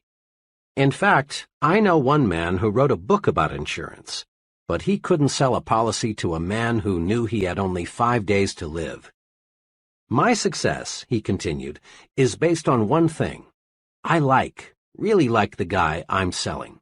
Let me say again, I really like him. Some of my fellow salesmen try to pretend they like the other fellow, but this won't work. You can't even fool a dog. Your mannerisms, eyes, facial expressions, all spell PHONY when you pretend. Now, when I'm gathering information about a prospect, I do what every other agent does. I get his age, where he works, how much he makes, how many kids he's got, and so on. But I also get something else, which most salesmen never search for. That is, some sound reasons why I can like the prospect. Maybe the job he's doing will supply the reason, or perhaps I can find it someplace in his past record. But I find some good reasons to like him. Then, whenever my attention is focused on the prospect, I review the reasons why I like him. I build a likable image of the prospect before I say one word to him about insurance. This little technique works. Because I like him, he sooner or later likes me. Pretty soon, instead of sitting across the table from him, I'm on the same side with him, and we're working out his insurance plan together. He trusts and believes in my judgment because I am a friend. Now, people don't always accept me right off the bat, but I've found that so long as I continue to like a fellow, he'll come around and we can get down to business. Just last week, my friend went on, I was making the 3rd call on a difficult prospect. He met me at the door, and before I could even say good evening, he proceeded to give me hell. He went on, not even stopping for a breath until he had run down and finished with, "And don't ever come back here again." After he had said that, I just stood there looking into his eyes for about 5 seconds, and then said softly and with genuine sincerity, because I meant it, "But Mr. S., I'm calling tonight as your friend." Yesterday, he bought a $250,000 endowment policy. Saul Polk is popularly called the appliance king of Chicago. Starting with nothing, Saul Polk now sells millions of dollars worth of appliances in a year in metropolitan Chicago. Saul Polk credits a lot of his success to his attitude toward shoppers. "Customers," says Mr. Polk, "should be treated like they are guests in my home." Isn't that thinking toward people? And isn't it about the simplest success formula one can put to work? Just treat customers like guests in your home. This technique works outside the store, too. Substitute the word employees for customers so that it reads, "Employees should be treated like guests in my home." Give first-class treatment to your employees, and you get first-class cooperation, first-class output. Think first-class about everyone around you, and you'll receive first-class results in return. One of the reviewers of an early version of this book is a close personal friend who owns his own business management consulting firm. When he read the above illustration, he commented, "That's the positive result of liking and respecting people." Let me give you a personal experience of a friend of mine which shows what happens if you don't like and admire people. His experience has a big point. Here it is. My firm obtained a contract to provide consulting services to a relatively small soft drink bottling concern. The contract was substantial. The client had little formal education. His business was in bad shape, and in recent years he had made some very costly mistakes. 3 days after we had got the contract, an associate and I were driving out to his plant, which was about 45 minutes from our offices. To this day, I don't know how it started, but somehow we began talking about the negative qualities of our client. Before we realized it, we were talking about how his own stupidity had brought about the mess he was in, instead of discussing how we could best approach solving his problems. I remember one remark I made which I thought particularly clever. "The only thing holding up Mr. F is fat." My associate laughed and came up with an equally choice observation. "And that son of his, Junior, must be all of 35, but the only qualification he has for the job he's holding is he speaks English." The whole drive out, we talked about nothing else but what a weak-minded numbskull we had as a client. Well, the conference that afternoon was cold. Looking back, I think our client sensed somehow the way we felt toward him. He must have thought, "These fellows think I'm stupid or something, and all they're going to do for my money is give me some smooth-sounding talk." 2 days later, I got a 2-sentence letter from this client. It said, "I've decided to cancel our contract for your consulting services. If there is a charge for your services to date, please bill me." Printing ourselves with negative thoughts for only 40 minutes cost us a contract. What made it even more painful was learning about a month later that this former client had contracted with an out-of-town firm for the professional assistance he needed. We would never have lost him had we concentrated on his many fine qualities, and he has them. Most people do. Here's how you can have some fun and discover a basic success principle at the same time. For the next 2 days, listen in on as many conversations as you can. Note 2 things. Which person in the conversation does the most talking, and which person is the more successful. Hundreds of my own little experiments have revealed this. The person who does the most talking and the person who is the most successful are rarely the same person. Almost without exception, the more successful the person, the more he practices conversation generosity. That is, he encourages the other person to talk about himself, his views, his accomplishments, his family, his job, his problems. Conversation generosity paves the way to greater success in 2 important ways. 1. Conversation generosity wins friends. 2. Conversation generosity helps you learn more about people. Remember this, the average person would rather talk about himself than anything else in this world. When you give him the chance, he likes you for it. Conversation generosity is the easiest, simplest, and surest way there is to win a friend. The second benefit of conversation generosity, learning more about other people, is important too. As we said in Chapter 1, people are what we study in our success lab. The more we can learn from them, their thought processes, their strong and weak points, why they do what and as they do, the better equipped we are to influence them effectively in the way that we want. Let me illustrate. A large New York advertising agency, like all advertising agencies, specializes, of course, in telling the public why it should buy the products it advertises. But this agency does something else, too. It requires its copywriters to spend 1 week each year behind counters so they can listen to what the people say about the products they promote. Listening provides the clues these copywriters need to write better, more effective ads. Many progressive businesses conduct so-called terminal interviews with employees who are leaving. The reason is not to sell the employees on staying with the company, but to find out why he is quitting. Then the company can bring about improvements in its employee relations. Listening pays off. Listening pays off for the salesman, too. Often people think of a good salesman as a good talker or a fast talker. Sales managers, however, are not as impressed by a good talker as they are by a good listener, a fellow who can ask questions and get desired answers. Don't be a conversation hog. Listen, win friends, and learn. Courtesy, practiced in every relationship with another person, is the finest tranquilizer you can use. No commercial preparation is 1/10 as effective in relaxing you as doing little things for other people. Thinking right toward people removes frustrations and stress. When you boil it all down, the big cause of stress is negative feelings toward other people.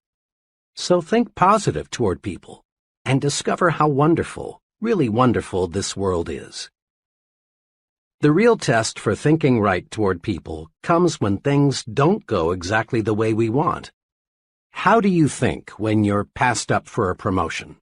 Or when you fail to win an office in a club you belong to? Or when you're criticized for the job you've done? Remember this: how you think when you lose determines how long it will be until you win. The answer for thinking right toward people when things don't go exactly our way comes from Benjamin Fairless, one of the century's most outstanding persons. Mr. Fairless, who rose from very modest circumstances to become chief executive of the United States Steel Corporation, said this, quoted in Life magazine, October 15, 1956. "It depends on how you look at things. For example, I never had a teacher I hated. Naturally, I was disciplined just like every other pupil, but I always figured it was my fault that the discipline was necessary. I have also liked every boss I ever had. I always tried to please him and do more than he expected if I possibly could, never less. I have had some disappointments, times when I greatly wanted a promotion and somebody else got it. But I never figured that I was the victim of office politics or prejudice or bad judgment on the boss's part. Instead of sulking or quitting in a huff, I reasoned things out. Obviously, the other fellow deserved the promotion more than I did. What could I do to make myself deserving of the next opportunity? At the same time, I never got angry with myself for losing, and never wasted any time berating myself. Remember Benjamin Fairless when things go wrong. Just do 2 things. 1. Ask yourself, what can I do to make myself more deserving of the next opportunity? 2. Don't waste time and energy being discouraged. Don't berate yourself. Plan to win next time. In a capsule, put these principles to work. 1. Make yourself lighter to lift. Be likable. Practice being the kind of person people like. This wins their support and puts fuel in your success-building program. 2. Take the initiative in building friendships. Introduce yourself to others at every opportunity. Make sure you get the other person's name straight, and make certain he gets your name straight, too. Drop a personal note to your new friends you want to get to know better. 3. Accept human differences and limitations. Don't expect anyone to be perfect. Remember, the other person has a right to be different. And don't be a reformer. 4. Tune in to Channel P, the Good Thought Station. Find qualities to like and admire in a person, not things to dislike. And don't let others prejudice your thinking about a third person. Think positive thoughts toward people and get positive results. 5. Practice conversation generosity. Be like successful people. Encourage others to talk. Let the other person talk to you about his views, his opinions, his accomplishments. 6. Practice courtesy all the time. It makes other people feel better. It makes you feel better, too. 7. Don't blame others when you receive a setback. Remember, how you think when you lose determines how long it will be until you win. Chapter 10. Get the action habit. Here's something leaders in every field agree on. There is a shortage of top-flight, expertly qualified persons to fill key positions. There really is, as the saying goes, plenty of room at the top. As one executive explained, there are many almost qualified people, but there is one success ingredient often missing.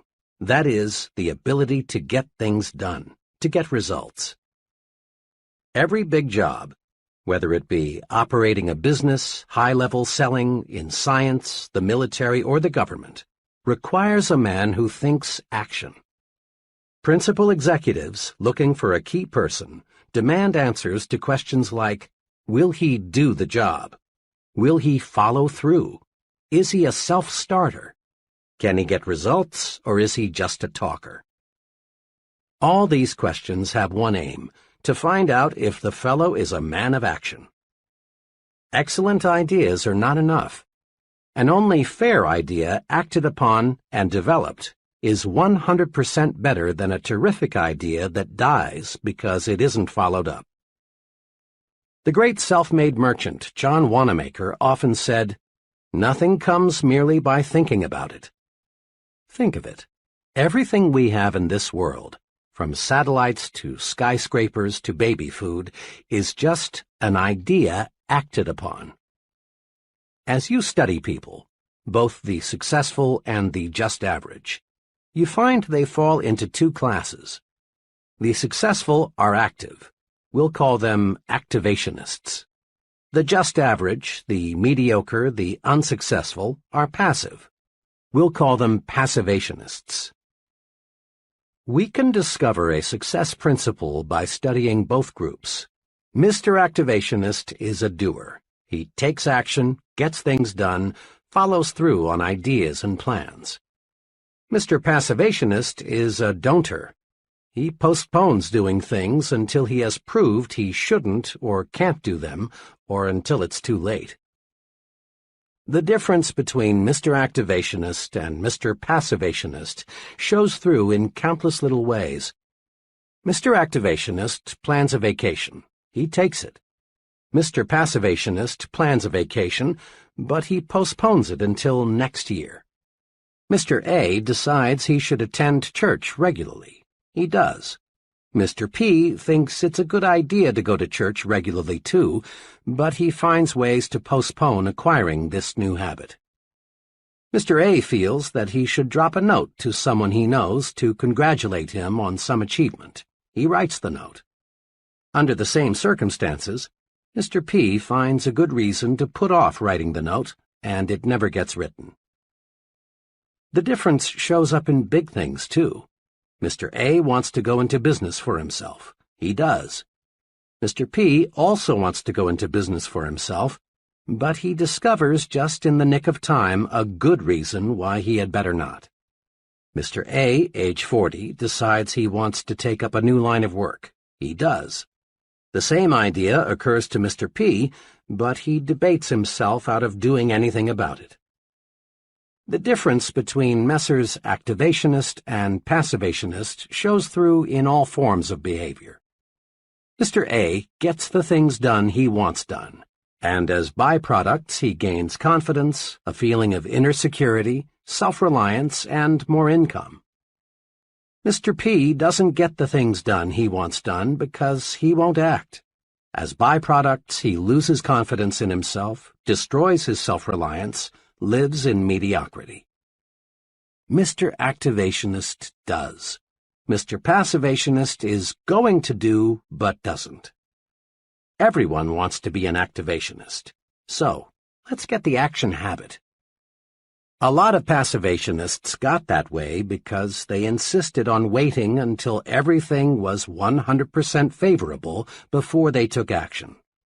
Perfection is highly desirable, but nothing man-made or man-designed is or can be absolutely perfect. So to wait for the perfect set of conditions is to wait forever. Here are 3 case histories that show how 3 persons reacted to conditions. Case number 1. Why G.N. hasn't married. Mr. G.N. is now in his late 30s, is well-educated, works as an accountant, and lives alone in Chicago. G.N.'s big desire is to get married. He wants love, companionship, a home, children, the works. G.N. has been close to marriage. Once he was only 1 day away. But each time he has been near marriage, he discovers something wrong with the girl he's about to marry. Just in time before I made an awful mistake. One instance stands out. 2 years ago, G.N. thought he finally had met just the right girl. She was attractive, pleasant, intelligent. But G.N. had to be absolutely sure that marriage was the right thing. As they were discussing marriage plans one evening, the future Mrs. G.N. made a few remarks that bothered G.N. So, to make certain he was marrying the right girl, G.N. drew up a 4-page document of stipulations she was to agree to before they got married. The document, neatly typed and looking very legal, covered every segment of living G.N. could think of. There was one section on religion, what church they would go to, how often they would attend, how much they would donate. Another section covered children, how many and when. In detail, G.N. outlined the kind of friends they would have, his future wife's employment status, where they would live, how their income would be spent. To finish the document, G.N. devoted half a page to listing specific habits the girl must break or must acquire. This covered such habits as smoking, drinking, makeup, entertainment, and so on. When G.N.'s prospective bride reviewed his ultimatum, she did what you would expect. She sent it back with a note saying, "The usual marriage clause, for better or for worse, is good enough for everyone else, and it's good enough for me. The whole thing is off."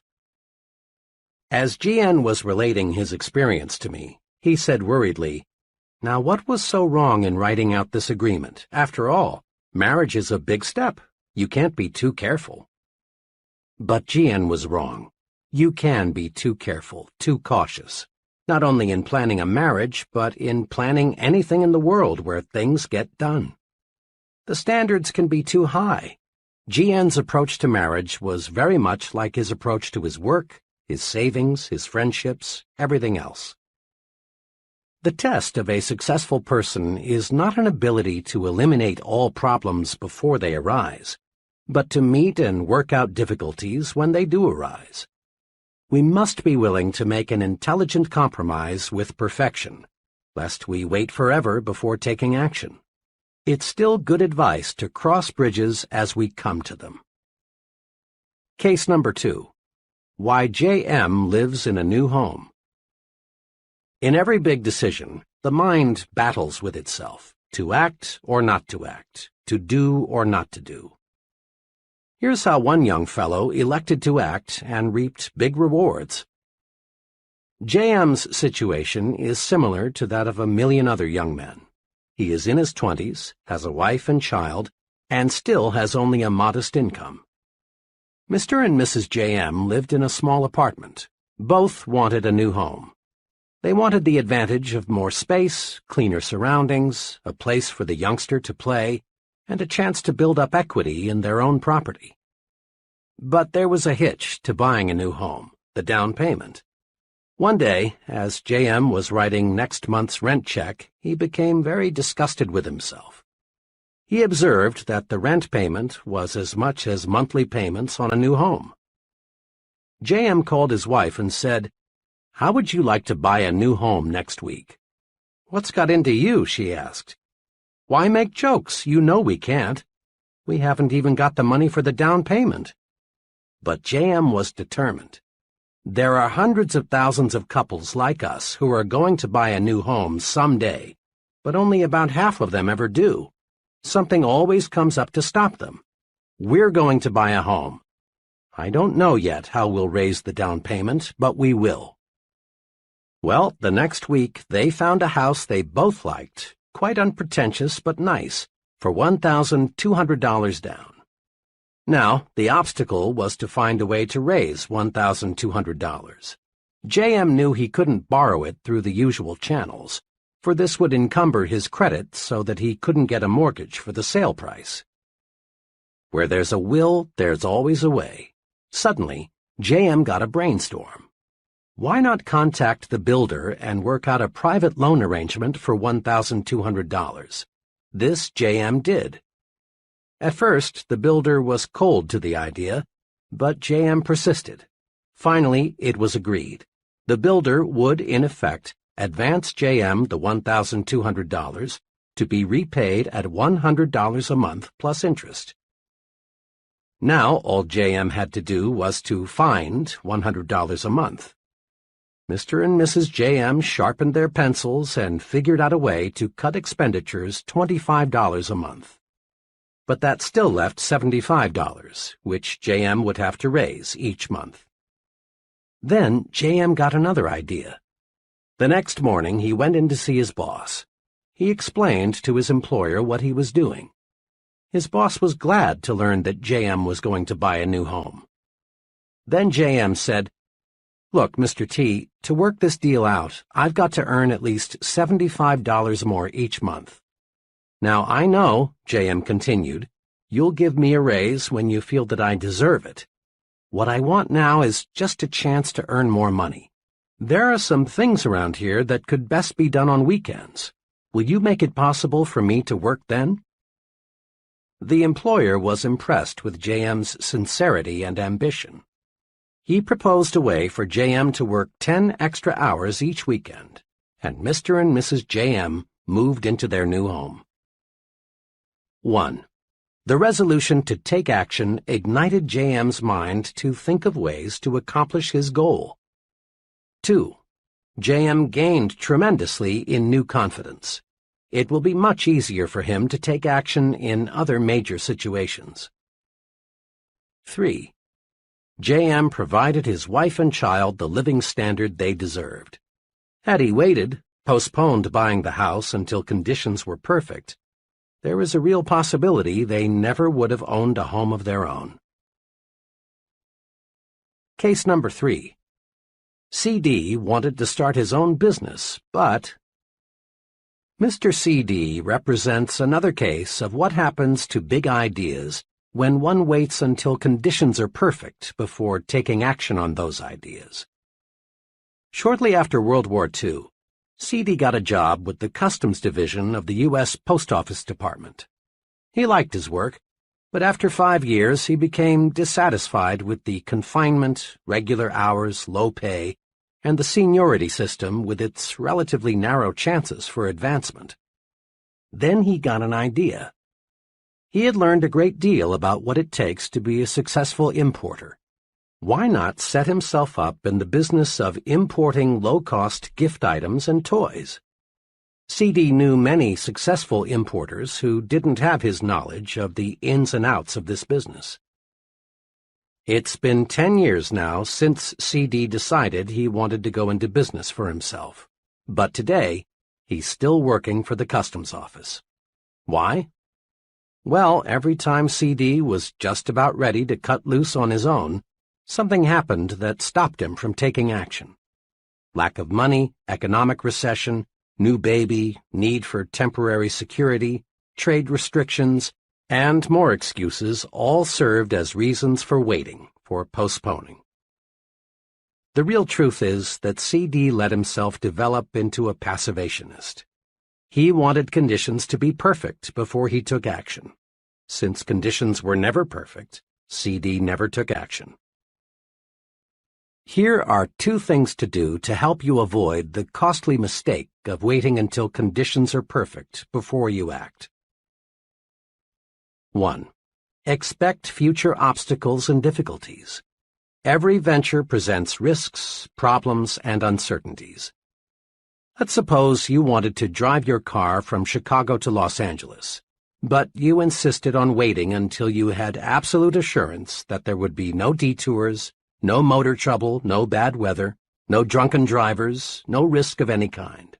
When would you start? Never. In planning your trip to Los Angeles, it makes sense to map your route, check your car, in other ways to eliminate as much risk as possible before you start.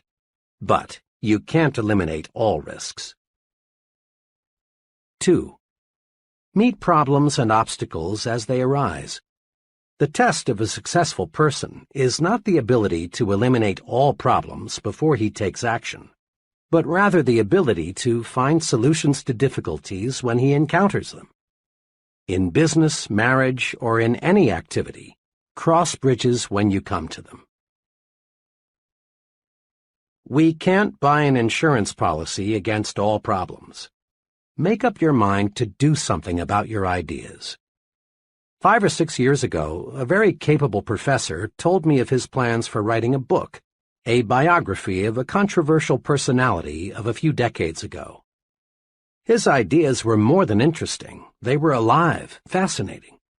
The professor knew what he wanted to say, and he had the skill and energy to say it. The project was destined to reward him with much inner satisfaction, prestige, and money. Last spring I saw my friend again, and I innocently asked him whether the book was about finished. This was a blunder. It opened up an old wound. No, he hadn't written the book. He struggled with himself for a moment, as if he were debating with himself whether to explain why. Finally, he explained that he had been too busy. He had more responsibilities and just couldn't get to it. In reality, what the professor had done was to bury the idea deep in his mental graveyard. He let his mind grow negative thoughts. He visualized the tremendous work and sacrifices that would be involved. He saw all sorts of reasons why the project would fail. Ideas are important. Let's make no mistake about that. We must have ideas to create and improve anything. Success shuns the man who lacks ideas. But let's make no mistakes about this point either. Ideas in themselves are not enough. That idea for getting more business, for simplifying work procedures, is of value only when it is acted upon. Every day, thousands of people bury good ideas because they are afraid to act on them. And afterward, the ghosts of those ideas come back to haunt them. Put these 2 thoughts deep in your mind. First, give your ideas value by acting on them. Regardless of how good the idea, unless you do something with it, you gain nothing. Second, act on your ideas and gain mind tranquility. Someone once said that the saddest words of tongue or pen are these: "It might have been." Every day you hear someone saying something like, "Had I gone into business 7 years ago, I'd sure be sitting pretty now." Or, "I had a hunch it would work out like that. I wish I had done something about it." A good idea, if not acted upon, produces terrible psychological pain. But a good idea acted upon brings enormous mental satisfaction. Got a good idea? Then do something about it. Use action to cure fear and gain confidence. Here's something to remember. Action feeds and strengthens confidence.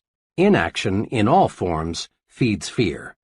To fight fear, act. To increase fear, wait, put off, postpone. Once I heard a young paratrooper instructor explain, "The jump really isn't so bad. It's the waiting to jump that gets a fellow." On the trip to the jump site, I always try to make the time pass quickly for the men. It's happened more than once that a trainee thought too much about what may happen and panicked. If we can't get him to jump the next trip, he's through as a paratrooper. Instead of gaining confidence, the longer he postpones the jump, the more scared he gets. Waiting even makes the experts nervous. Time magazine reported that Edward R. Murrow, the nation's top newscaster, perspires and is on edge just before he telecasts. But once he's in action, fear disappears. Many veteran actors experience the same sensation. They agree that the only cure for stage fright is action. Getting right out there before the audience is the cure for dread, worry, fear. Action cures fear. One evening, we were visiting in a friend's home when their 5-year-old boy, who had been put to bed 30 minutes before, cried out. The youngster had been overstimulated by a science fiction film and was afraid the little green monsters were going to enter his room and kidnap him. I was intrigued by the way the boy's father relieved the lad's worry. He didn't say, "Don't worry, son, nothing is going to get you, go back to sleep." Instead, he took positive action. He made quite a show for the boy by inspecting the windows to be sure they were tight. Then he picked up one of the boy's plastic guns and put it on a table beside his bed and said, "Billy, here's a gun for you just in case." The little fellow had a look of complete relief. 4 minutes later, he was fast asleep. Many physicians give neutral, harmless medication to people who insist they've got to have something to make them sleep. To lots of folks, the act of swallowing a pill, even though, unknown to them, the pill has no medication, makes them feel better. It's perfectly natural to experience fear in one of many forms, but the usual methods of combating it simply don't work. I've been with many salesmen who tried to cure fear, which creeps up on even the most experienced of them at times, by going around the block a few times or drinking extra coffee. But these things don't get results. The way to combat that kind of fear, yes, any kind of fear, is action. Dread making a certain phone call? Make it and dread disappears. Put it off, and it will get harder and harder to make. Dread going to a doctor for a checkup? Go and your worry vanishes. Chances are nothing serious is wrong with you, and if there is, you know where you stand. Put off that checkup, and you feed your fear until it may grow so strong that you actually are sick. Dread discussing a problem with your superior? Discuss it and discover how those worries are conquered. Build confidence. Destroy fear through action. Start your mental engine mechanically. An aspiring young writer who wasn't experiencing success made this confession. My trouble is, whole days and weeks pass that I can't get a thing written. You see, he remarked, writing is creative. You've got to be inspired. Your spirit must move you. True, writing is creative, but here's how another creative man, also a writer, explained his secret for producing quantities of successful material. I use a mind force technique, he began. I've got deadlines to meet, and I can't wait for my spirit to move me. I've got to move my spirit. Here's how my method works. I make myself sit down at my desk. Then I pick up a pencil and go through mechanical motions of writing. I put down anything. I doodle. I get my fingers and arm in motion, and sooner or later, without my being conscious of it, my mind gets on the right track. Sometimes, of course, I get ideas out of the blue when I'm not trying to write, he went on, but these are just bonuses. Most of the good ideas come from just getting to work. Action must precede action. That's a law of nature. Nothing starts itself, not even the dozens of mechanical gadgets we use daily. Your home is heated automatically, but you must select, take action, the temperature you want. Your car shifts gears automatically only after you have set the right lever. The same principle applies to mind action. You get your mind in gear to make it produce for you. A young branch sales manager for a door-to-door sales organization explained how he trained his sales force the mechanical way to start each day earlier and more successfully. There's a tremendous resistance to the door-to-door salesman, as anyone who has ever sold house-to-house knows, he commented. And it's hard, even for the veteran salesman, to make that first call in the morning. He knows the odds are pretty good that he'll get some pretty rough treatment before the day is over. So it's natural for him to put off getting started in the morning. He'll drink a couple of extra cups of coffee, maybe cruise around the neighborhood a while, or do a dozen little things to postpone that first call. I train each new man this way. I explain to him that the only way to start is to start. Don't deliberate. Don't postpone getting started. Do this. Just park your car, get your sample case, walk to the door, ring the bell, smile, say good morning, and make your presentation, all mechanically, without a lot of conscious thought. Start making calls this way and you break the ice. By the second or third call, your mind is sharp and your presentations become effective. A humorist once said the most difficult problem in life was getting out of a warm bed into a cold room, and he had a point. The longer you lie there and think how unpleasant it will be to get up, the more difficult it becomes. Even in such a simple operation as this, mechanical action, just throwing off the covers and putting your feet on the floor, defeats dread. The point is clear. People who get things done in this world don't wait for the spirit to move them. They move the spirit. Try these two exercises. 1. Use the mechanical way to accomplish simple but sometimes unpleasant business and household chores. Rather than think about the unpleasant features of the task, jump right in and get going without a lot of deliberation. Perhaps the most unpleasant household task to most women is washing dishes. My mother is no exception.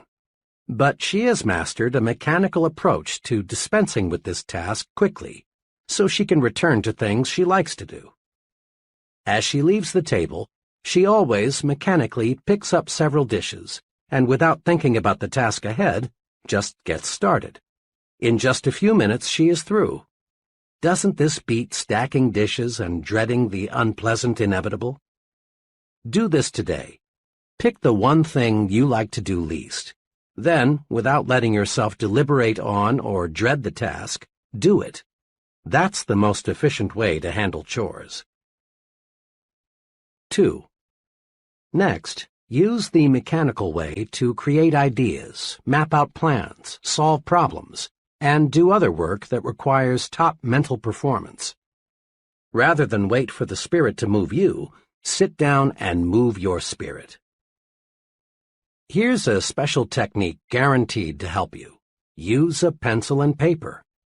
A simple pencil is the greatest concentration tool money can buy.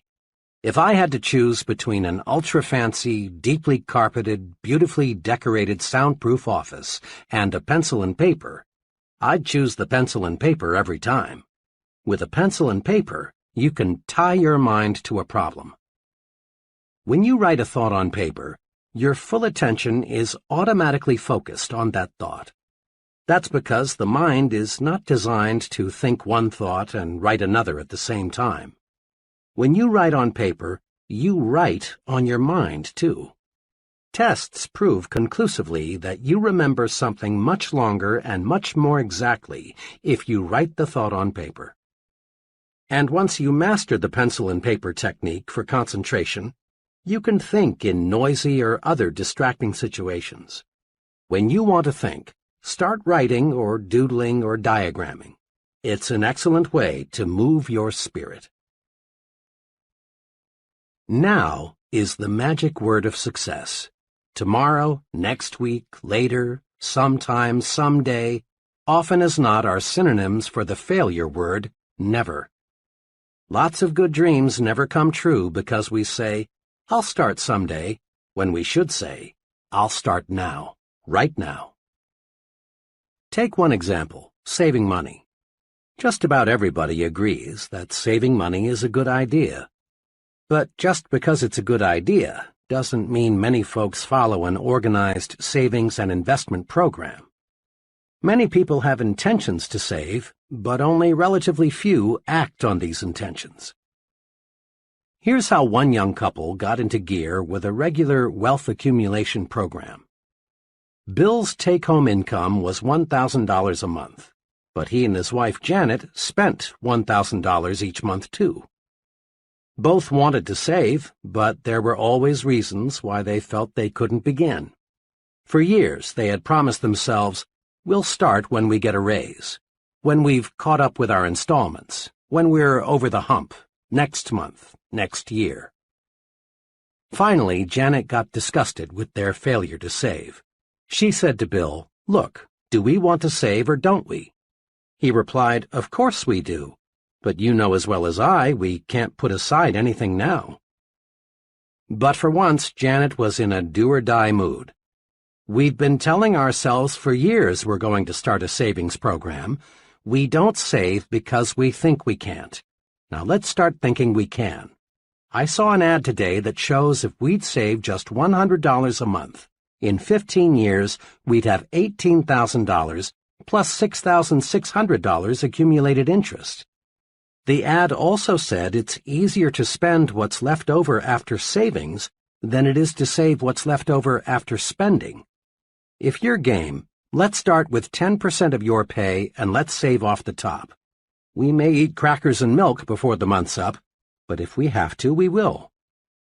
Bill and Janet were cramped for a few months, but soon they were adjusted to their new budget. Now they feel it's just as much fun to spend money on savings as it is to spend it on something else. Want to write a note to a friend? Do it now. Got an idea you think would help your business? Present it now. Live the advice of Benjamin Franklin. Don't put off until tomorrow what you can do today. Remember, thinking in terms of now gets things accomplished. But thinking in terms of someday or sometime usually means failure.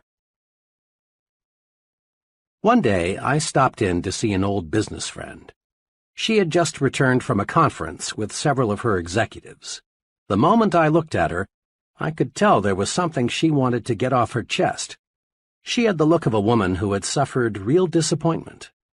"You know," she said, "I called that conference this morning because I wanted some help on a proposed policy change. But what kind of help did I get? I had 6 men in there, and only one of them had anything to contribute. 2 others talked, but what they said was just an echo of what I had said. It was like talking with a bunch of vegetables. I confess it's hard for me to find out what those fellows think." "Really," she went on, "you'd think those fellows would speak up and let me know what they think. After all, it directly affects each of them." My friend didn't get help in the conference, but had you roamed the hall after the meeting broke up, you'd have heard her junior associates making remarks like, "I felt like saying, why didn't someone suggest, I don't think, we ought to go ahead." So, often the vegetables, those who have nothing to say in the conference room, are full of talk after the meeting, when what they've got to say won't make any difference. They're suddenly full of life when it's too late. Business executives want comment. The fellow who hides his light under a bushel hurts himself. Get the speak-up habit. Each time you speak up, you strengthen yourself. Come forward with your constructive ideas. We all know how many college students prepare their assignments. With fine intentions, Joe College sets aside a whole evening for some concentrated study. Here is a general pattern of how, too often, the evening is spent. Joe's ready to begin studying at 7 p.m., but his dinner seems just a bit heavy, so he decides to get in a little TV. A little turns out to be an hour's worth, since the program was pretty good. At 8 p.m., he sits down at his desk, but gets right back up because he just remembered he promised to call his girl. This shoots another 40 minutes. He hadn't talked to her all day. An incoming call takes another 20 minutes. On his way back to his desk, Joe is drawn into a ping-pong game. Another hour gone. The ping-pong makes him feel sweaty, so he takes a shower. Next, he needs a snack. The combined effect of the ping pong and the shower have made him hungry. And so the evening planned with good intentions drifts away. Finally, at 1 a.m., he opens the book, but he's too sleepy to absorb the subject. Finally, he surrenders completely. Next morning, he tells the professor, "I hope you give me a break. I studied till 2 a.m. for this exam." Joe College didn't get into action because he spent too much time getting ready to get into action. And Joe College isn't alone in being a victim of overpreparedness. Joe Salesman, Joe Executive, Joe Professional Worker, Josephine Housewife.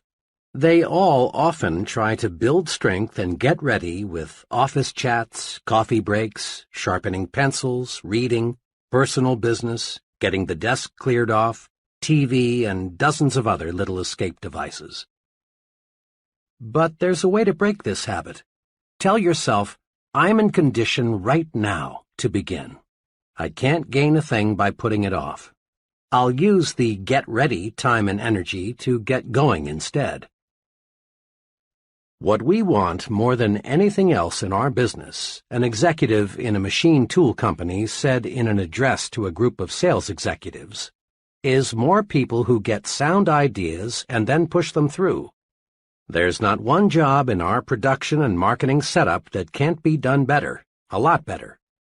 I don't want to infer that we're not doing a good job now. We are. But like all progressive companies, we need new products, new markets, new and more efficient ways of doing things. We depend on people with initiative. They're the ball carriers on our team. Initiative is a special kind of action. It's doing something worthwhile without being told to do it. The person with initiative has a standing invitation to join the high-income brackets in every business and profession. The director of marketing research in a medium-sized drug manufacturing firm told me how he got to be a director of marketing research. It's a good lesson in the power of initiative. 5 years ago, I got an idea, he told me. I was working then as a sort of missionary salesman, calling on wholesalers. I discovered that one thing we lacked was facts about the consumers we wanted to buy our drug line. I talked about the need for market research to everyone here. At first I got only deaf ears because management couldn't see the need for it. I was pretty much obsessed with the idea of marketing research in our company, so I sort of took the bull by the horns. I asked and got permission to prepare a monthly report on facts of drug marketing. I collected information from every source I could find. I kept on with this, and pretty soon management and the other salesmen found themselves really interested in what I was doing. Just 1 year after I started crusading for research, I was relieved of my regular duties and asked to concentrate on developing my ideas. The rest, he continued, was just natural development. Now I've got 2 assistants, a secretary, and about 3 times the yearly income I had 5 years ago.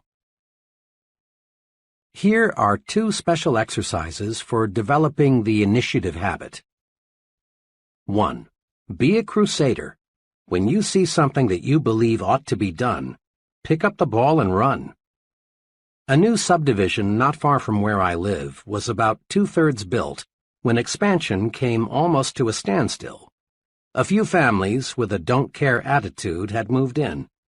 This prompted several of the finest families in the area to sell their homes at a loss and move on.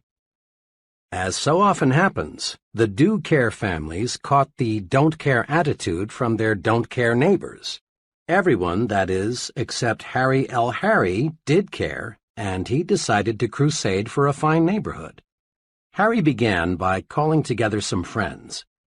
He pointed out that this subdivision had tremendous potential, but that something must be done now or the area would soon be a strictly second-class neighborhood. Harry's enthusiasm and initiative quickly won support. Soon there were clean-up-the-vacant lots projects. Garden clubs were organized. A massive tree-planting project was started. A playground was built for the youngsters. A community swimming pool was constructed. The don't-care families became eager supporters. The whole subdivision took on new life and new sparkle. It's really a pleasure now to drive through that community. It shows what a crusader can do. Do you feel your business should develop a new department, make a new product, or in some other way expand? Well then, crusade for it. Feel your church needs a new building? Crusade for it. Would you like your children's school to have better equipment? Crusade and get it for them. And you can bank on this. While crusades may start out as one-man crusades, if the idea behind the enterprise is good, soon you'll have lots of support. Be an activationist and crusade. 2. Be a volunteer.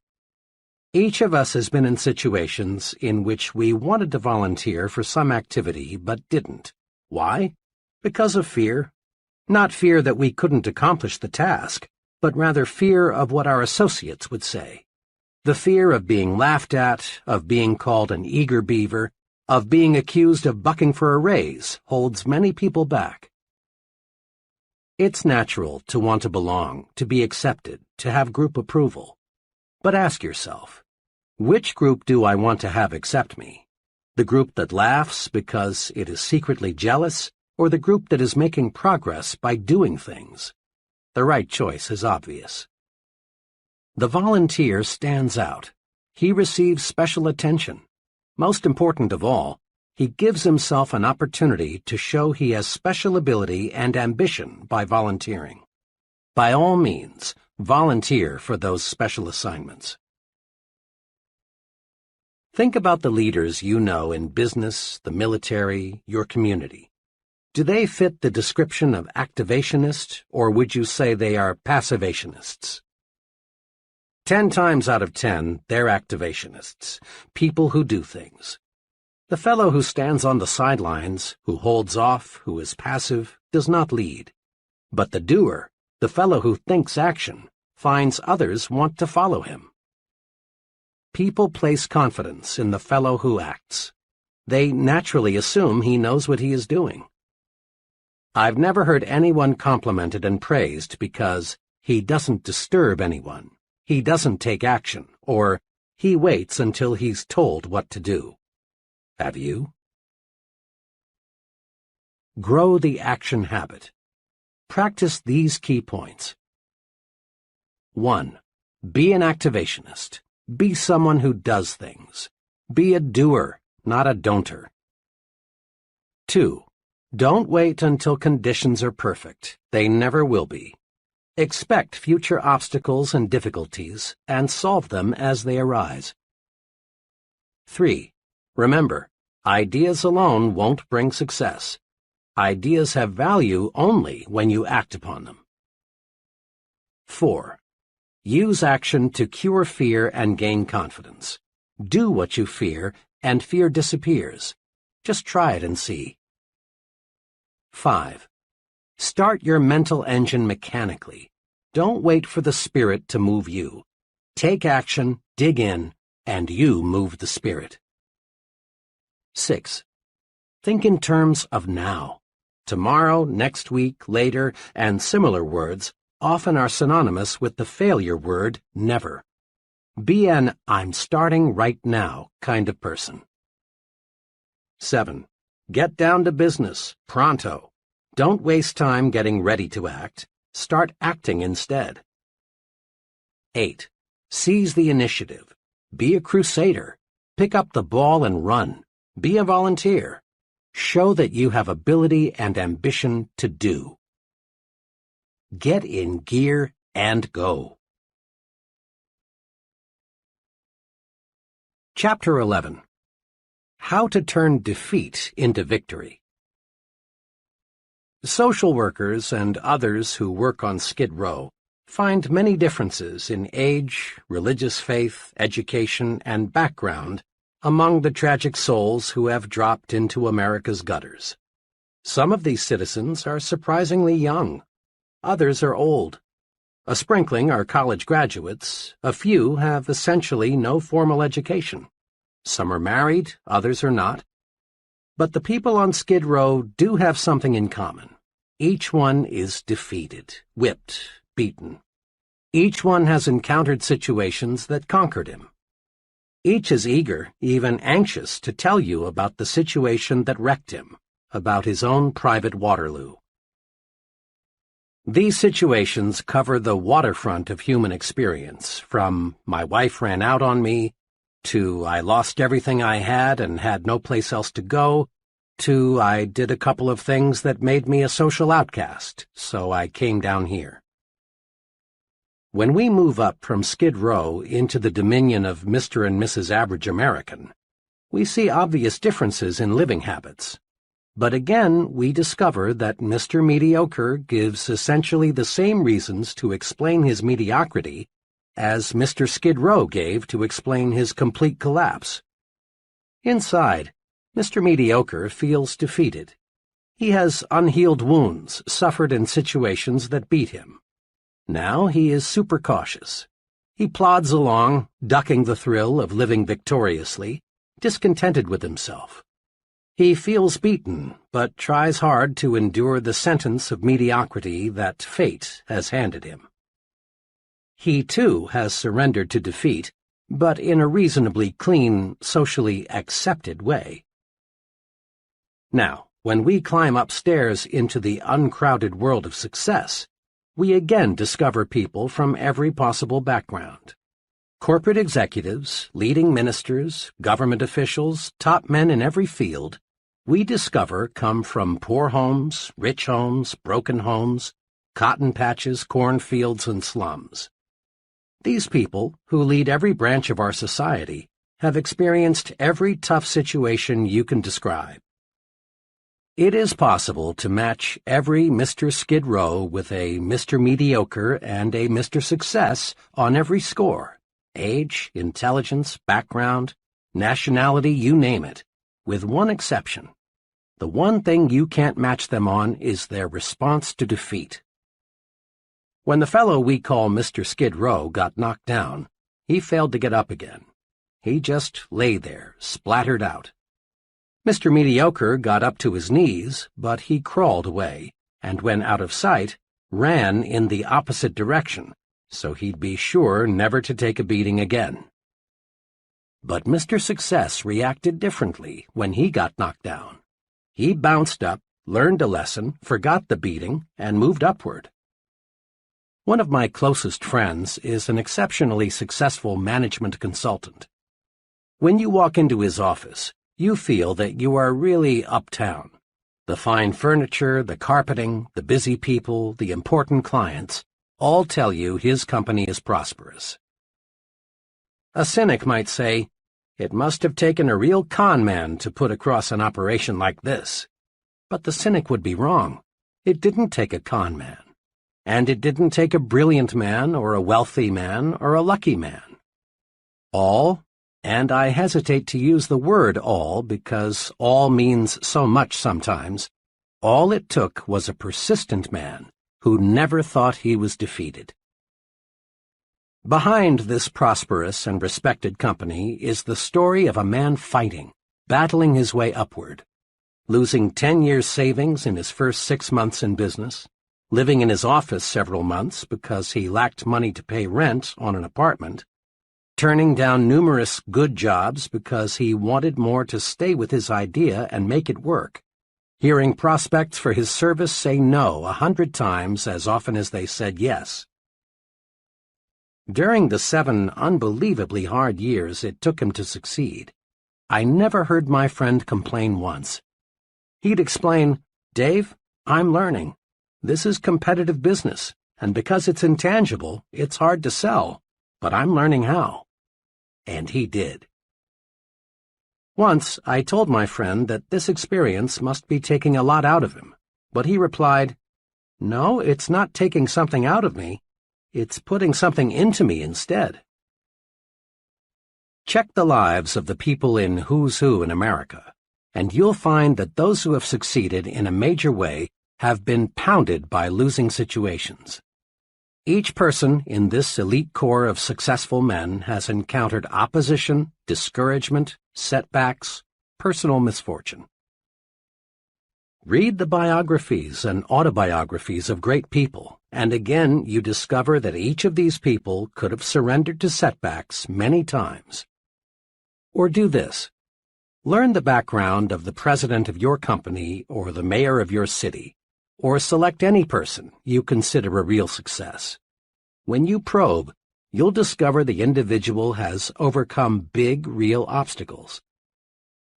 It is not possible to win high-level success without meeting opposition, hardship, and setback. But it is possible to use setbacks to propel you forward. Let's see how. I saw some commercial airline statistics recently showing that there is only one fatality per 10 billion miles flown. Air travel is a magnificently safe way to go these days. Unfortunately, air accidents still occur, but when they do, the Civil Aviation Administration is on the scene quickly to find out what caused the crash. Fragments of metal are picked up from miles around and pieced together. A variety of experts reconstruct what probably happened. Witnesses and survivors are interviewed. The investigation goes on for weeks, months, until the question, what caused this crash, is answered.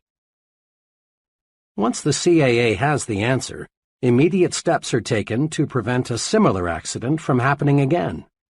If the crash was caused by a structural defect, other planes of that type must have that defect corrected. Or if certain instruments are found faulty, corrections must be made.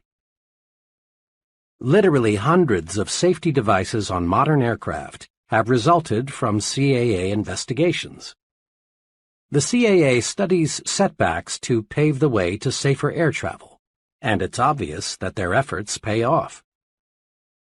Doctors use setbacks to pave the way to better health and longer life. Often, when a patient dies for an uncertain reason, doctors perform a post-mortem to find out why. In this way, they learn more about the functioning of the human body, and lives of other people are saved.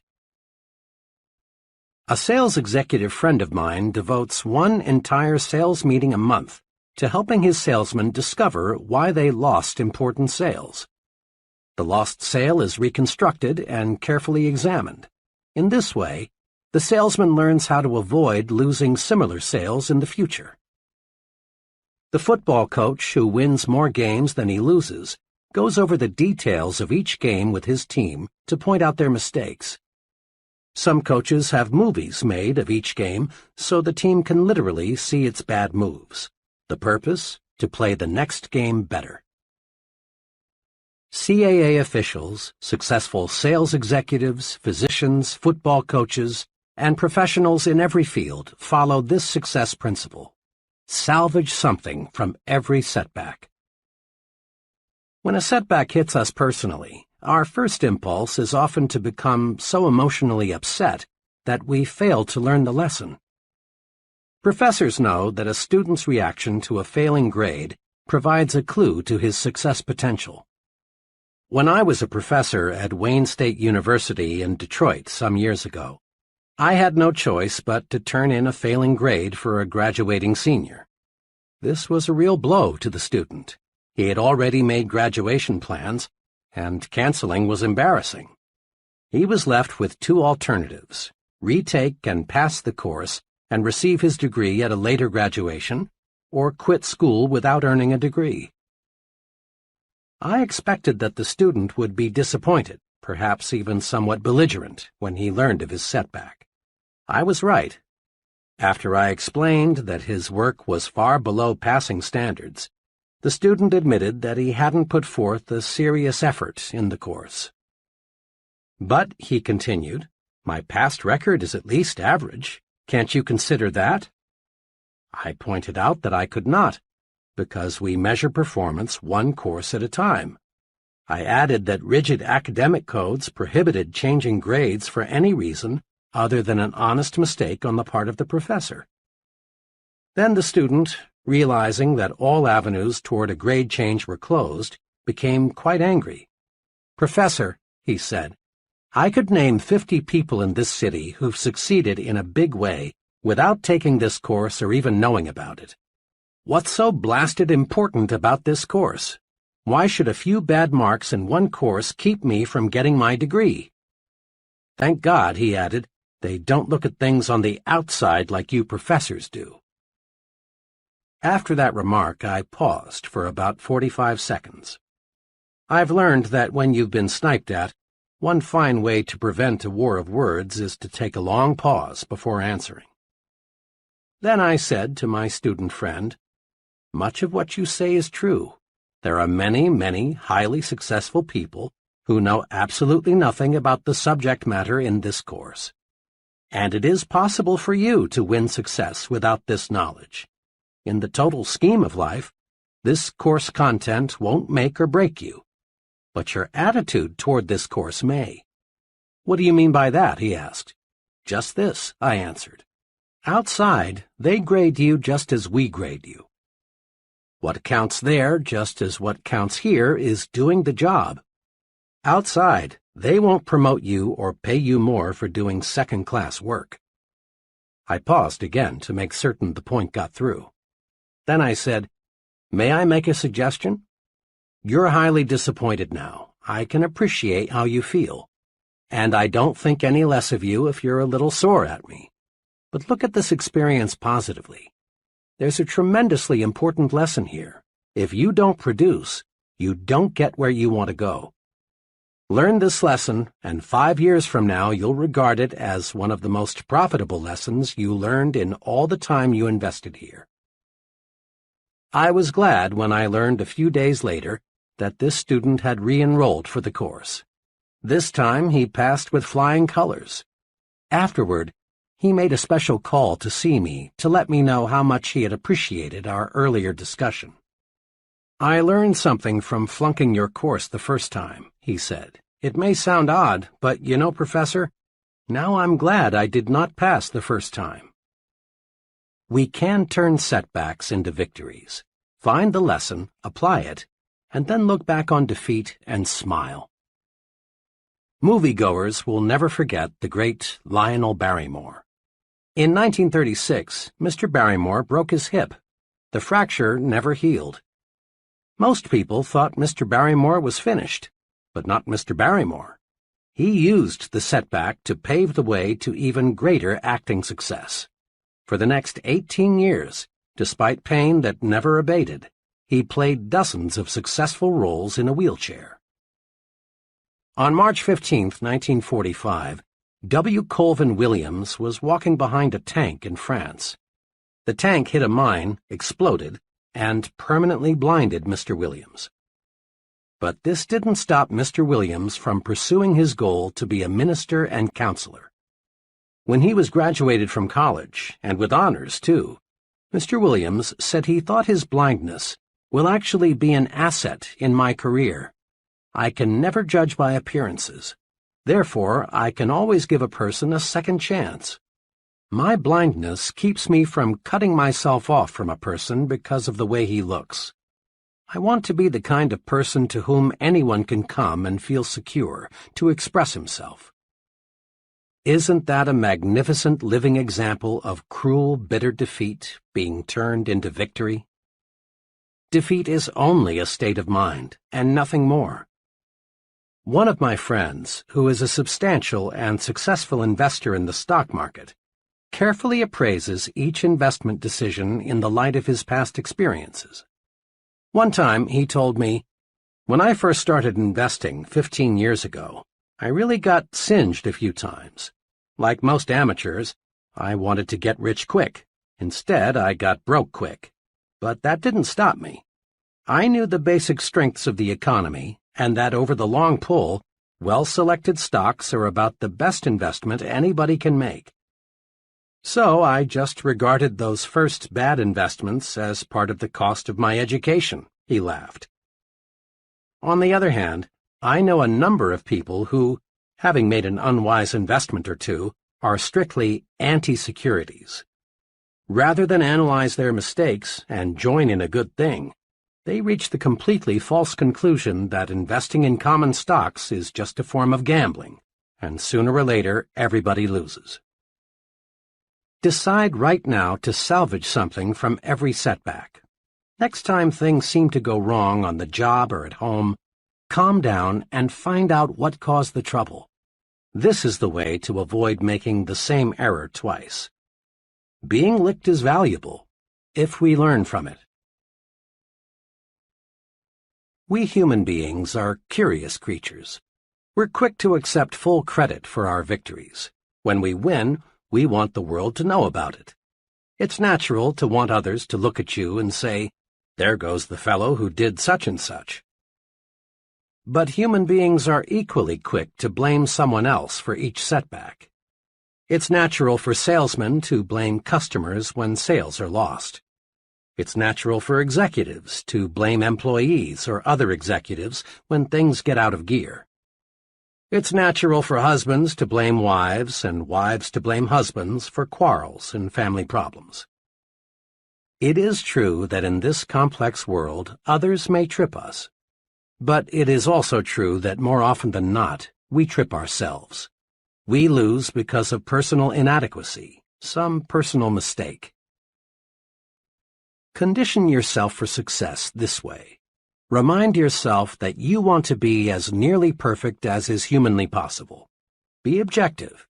Put yourself in a glass tube and look at yourself as a disinterested third party would look at the situation. See if you have a weakness that you've never noticed before. If you have, take action to correct it. Many people become so accustomed to themselves that they fail to see ways for improvement. The great Metropolitan Opera star Risa Stevens said in Reader's Digest, July 1955, that at the unhappiest moment of her life, she received the best advice she's ever had. Early in her career, Miss Stevens lost the Metropolitan Opera Auditions of the Air. After losing, Miss Stevens was bitter. "I longed to hear," she said, "that my voice was really better than the other girls', that the verdict was grossly unfair, that I had just lacked the right connections to win."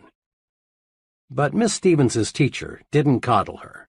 Instead, she said to Miss Stevens, "My dear, have the courage to face your faults." Much as I wanted to fall back on self-pity, continued Miss Stevens, those words, kept coming back to me. That night they woke me. I couldn't sleep until I faced my shortcomings. Lying there in the dark, I asked myself, why did I fail? How can I win next time? And I admitted to myself that my voice range was not as good as it had to be, that I had to perfect my languages, that I must learn more roles. Miss Stevens went on to say how facing her faults not only helped her to succeed on stage, but also helped her win more friends and develop a more pleasing personality. Being self-critical is constructive. It helps you to build the personal strength and efficiency needed for success. Blaming others is destructive. You gain absolutely nothing from proving that someone else is wrong. Be constructively self-critical. Don't run away from inadequacies. Be like the real professionals. They seek out their faults and weaknesses, then correct them. That's what makes them professionals. Don't, of course, try to find your faults so you can say to yourself, "Here's another reason I'm a loser." Instead, view your mistakes as, "Here's another way to make me a bigger winner." The great Orville Hubbard once said, "A failure is a man who has blundered but is not able to cash in on the experience." Often we blame luck for our setbacks. We say, "Well, that's the way the ball bounces," and let it go at that. But stop and think. Balls don't bounce in certain ways for uncertain reasons. The bounce of a ball is determined by three things: the ball, the way it is thrown, and the surface it strikes. Definite physical laws explain the bounce of a ball, not luck. Suppose the CAA were to issue a report saying, "We're sorry the crash occurred, but folks, that's just the way the ball bounces." You'd say it's time to get a new CAA. Or suppose a doctor explained to a relative, "I'm awfully sorry, I don't know what happened. It's just one of those things." You'd switch doctors when you or another relative became ill. The "that's the way the ball bounces" approach teaches us nothing. We're no better prepared to avoid a duplication of the mistake the next time we face a similar situation. The football coach who takes Saturday's loss with, "Well, boys, that's the way the ball bounces," isn't helping his team avoid the same mistakes the next Saturday. Orville Hubbard, mayor of Dearborn, Michigan for 17 consecutive years, is one of the nation's most colorful and respected urban administrators. For 10 years prior to becoming mayor of Dearborn, Mr. Hubbard could have used the bad luck excuse and stepped out of politics. Before becoming a perennial winner, Orville Hubbard was unlucky 3 times in trying to get the nomination for mayor. 3 times he tried to get the nomination for state senator, but failed. Once he was beaten in a race for a congressional nomination. But Orville Hubbard studied these setbacks. He regarded them as part of his political education. And today he is one of the sharpest, most unbeatable politicians in local government. Instead of blaming luck, research those setbacks. If you lose, learn. Lots of folks go through life explaining their mediocrity with hard luck, tough luck, sour luck, bad luck. These people are still like children, immature, searching for sympathy. Without realizing it, they fail to see opportunities to grow bigger, stronger, more self-reliant. Stop blaming luck. Blaming luck never got anyone where he wanted to go. A friend, who is a literary consultant, writer, and critic, chatted with me recently about what it takes to be a successful writer. A lot of would-be writers, he explained, simply aren't serious about wanting to write. They try for a little while, but give it up when they discover there is real work involved. I haven't much patience with these people because they're looking for a shortcut, and there just isn't one. But, he went on, I don't want to imply that pure persistence is enough. The plain truth is, often it isn't. Just now, I'm working with a fellow who's written 62 short fiction pieces but hasn't sold one. Obviously, he is persistent in his goal to become a writer. But this fellow's problem is that he uses the same basic approach in everything he writes. He's developed a hard format for his stories. He has never experimented with his material, his plots and characters, and perhaps even style. What I'm trying to do now is to get this client to try some new approaches and some new techniques. He has ability, and if he'll do some experimenting, I'm sure he'll sell much of what he writes. But until he does, he'll just go on receiving one rejection slip after another. The advice of the literary consultant is good. We must have persistence. But persistence is only one of the ingredients of victory. We can try and try and try and try and try again and still fail, unless we combine persistence with experimentation. Edison is credited with being one of America's most persistent scientists. It's reported that he conducted thousands of experiments before he invented the electric light bulb. But note, Edison conducted experiments. He persisted in his goal to develop a light bulb. But he made that persistence pay off by blending it with experimentation. Persisting in one way is not a guarantee of victory. But persistence blended with experimentation does guarantee success. Recently, I noticed an article about the continuous search for oil. It said that oil companies study the rock formations carefully before they drill a well. Yet, despite their scientific analysis, 7 out of 8 wells drilled turn out to be dry holes. Oil companies are persistent in their search for oil, not by digging one hole to ridiculous depths, but rather by experimenting with a new well when good judgment says the first well won't produce. Many ambitious people go through life with admirable persistence and show of ambition, but they fail to succeed because they don't experiment with new approaches. Stay with your goal. Don't waver an inch from it. But don't beat your head against a wall.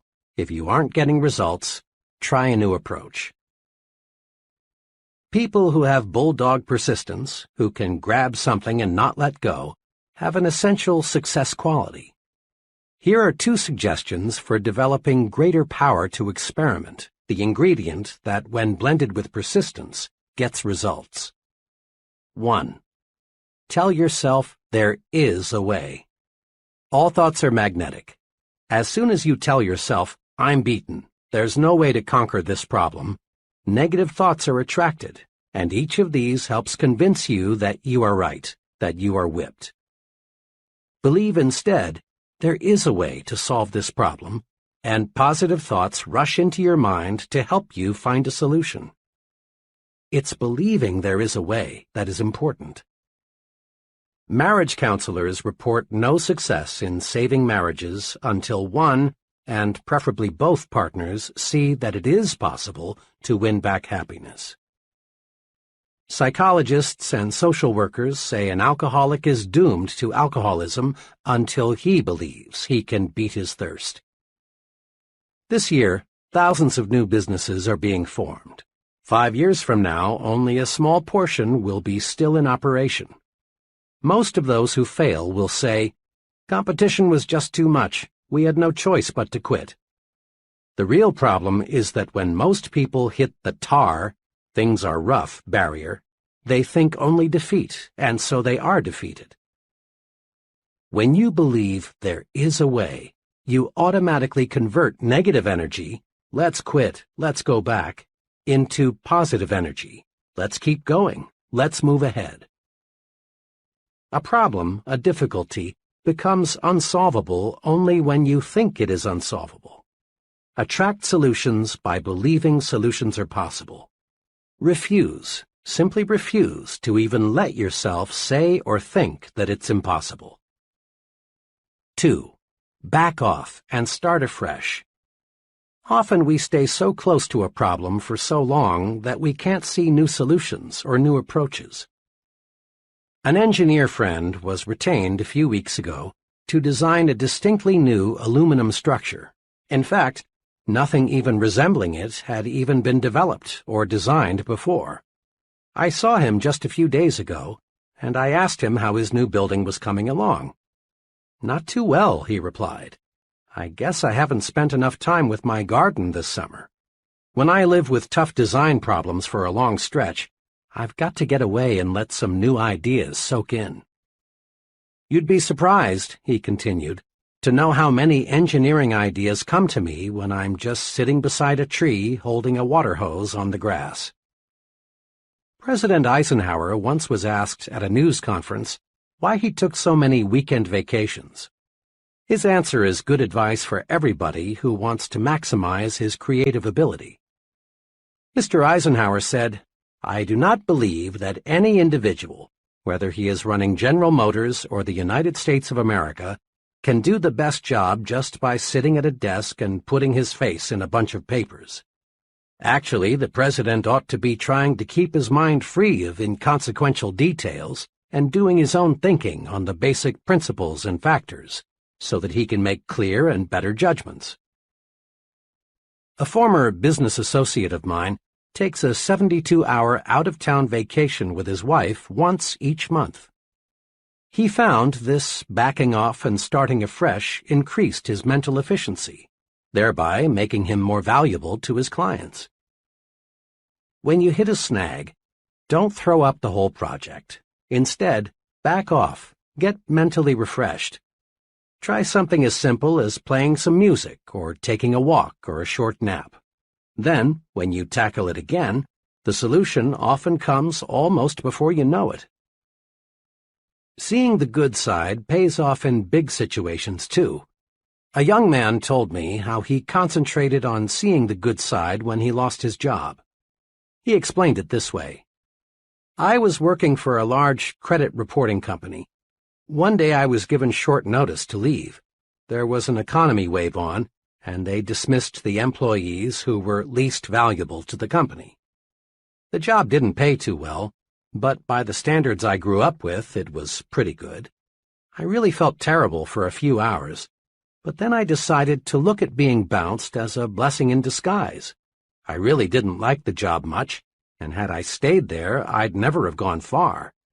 Now I had a chance to find something I really liked to do. It wasn't long until I found a job that I liked a lot better that paid more money, too.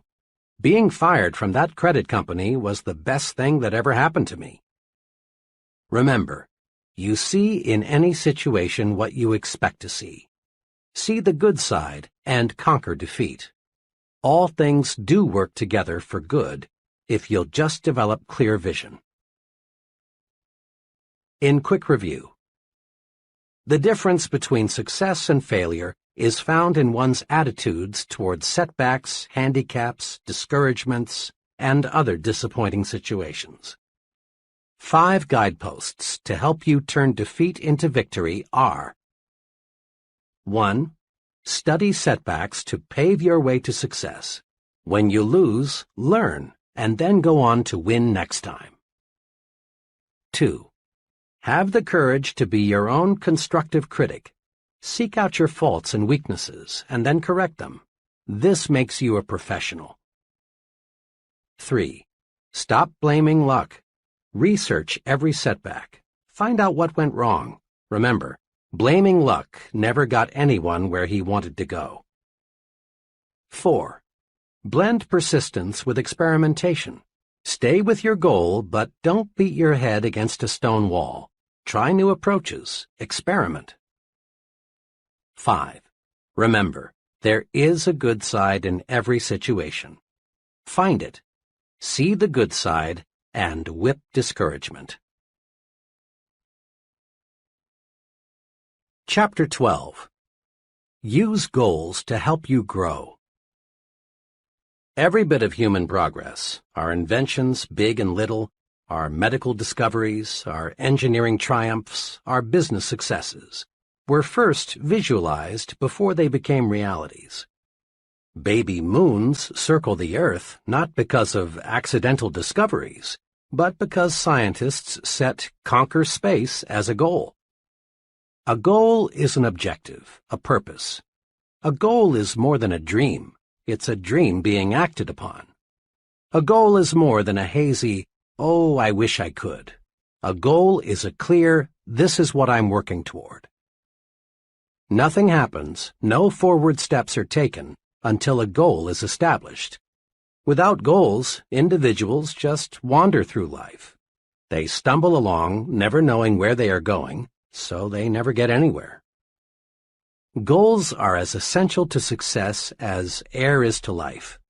No one ever stumbles into success without a goal. No one ever lives without air. Get a clear fix on where you want to go. Dave Mahoney rose from a low-paying job in the mailroom of an advertising agency to an agency vice president at 27 and president of the Good Humor Company at 33. This is what he says about goals.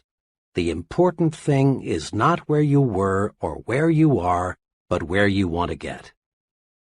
A progressive corporation plans company goals 10 to 15 years ahead. Executives who manage leading businesses must ask, where do we want our company to be 10 years from now? Then they gauge their efforts accordingly. New plant capacity is built not for today's needs, but rather for needs 5 to 10 years in the future. Research is undertaken to develop products that won't appear for a decade or longer. The modern corporation does not leave its future to chance, should you? Each of us can learn a precious lesson from the forward-looking business. We can and should plan at least 10 years ahead. You must form an image now of the person you want to be 10 years from now, if you are to become that image. This is a critical thought. Just as the business that neglects to plan ahead will be just another business, if it even survives, the individual who fails to set long-range goals will most certainly be just another person lost in life's shuffle. Without goals, we cannot grow. Let me share with you an example of why we must have long-run goals to achieve real success. Just last week, a young man, let me call him FB, came to me with a career problem. FB looked well-mannered and intelligent. He was single and had finished college 4 years ago. We talked for a while about what he was doing now, his education, his aptitudes, and general background. Then I said to him, "You came to see me for help on making a job change. What kind of job are you looking for?" "Well," he said, "that's what I came to see you about. I don't know what I want to do." His problem, of course, was a very common one, but I realized that just to arrange for the young man to have interviews with several possible employers would not help him. Trial and error is a pretty poor way to select a career. With dozens of career possibilities, the odds of stumbling into the right choice are several dozen to 1. I knew I had to help FB see that before he starts going someplace career-wise, he's got to know where that someplace is. So I said, "Let's look at your career plan from this angle. Will you describe for me your image of yourself 10 years from now?" FB, obviously studying the question, finally said, "Well, I guess I want what just about everyone else wants, a good job that pays well and a nice home. Really, though," he continued, "I haven't given it too much thought." This, I assured him, was quite natural. I went on to explain that his approach to selecting a career was like going to an airline ticket counter and saying, "Give me a ticket." The people selling the tickets just can't help you unless you give them a destination. So I said, "And I can't help you find a job until I know what your destination is, and only you can tell me that." This jarred FB into thinking. We spent the next 2 hours not talking about the merits of different kinds of jobs, but rather discussing how to set goals. FB learned, I believe, the most important lesson in career planning. Before you start out, know where you want to go. Like the Progressive Corporation, plan ahead. You are, in a sense, a business unit. Your talent, skills, and abilities are your products. You want to develop your products so they command the highest possible price. Forward planning will do it. Here are 2 steps that will help. First, visualize your future in terms of 3 departments: work, home, and social.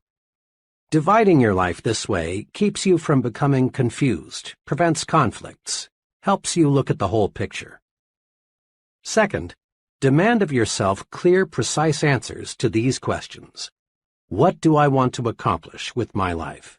What do I want to be? And what does it take to satisfy me? Using this planning guide will help. An image of me 10 years from now. 10 years planning guide. A. Work department. 10 years from now. 1. What income level do I want to attain? 2. What level of responsibility do I seek? 3. How much authority do I want to command? 4. What prestige do I expect to gain from my work? B. Home department, 10 years from now. 1. What kind of standard of living do I want to provide for my family and myself? 2. What kind of house do I want to live in? 3. What kind of vacations do I want to take? 4. What financial support do I want to give my children in their early adult years? C. Social department, 10 years from now. 1. What kinds of friends do I want to have? 2. What social groups do I want to join? 3. What community leadership positions would I like to hold? 4. What worthwhile causes do I want to champion?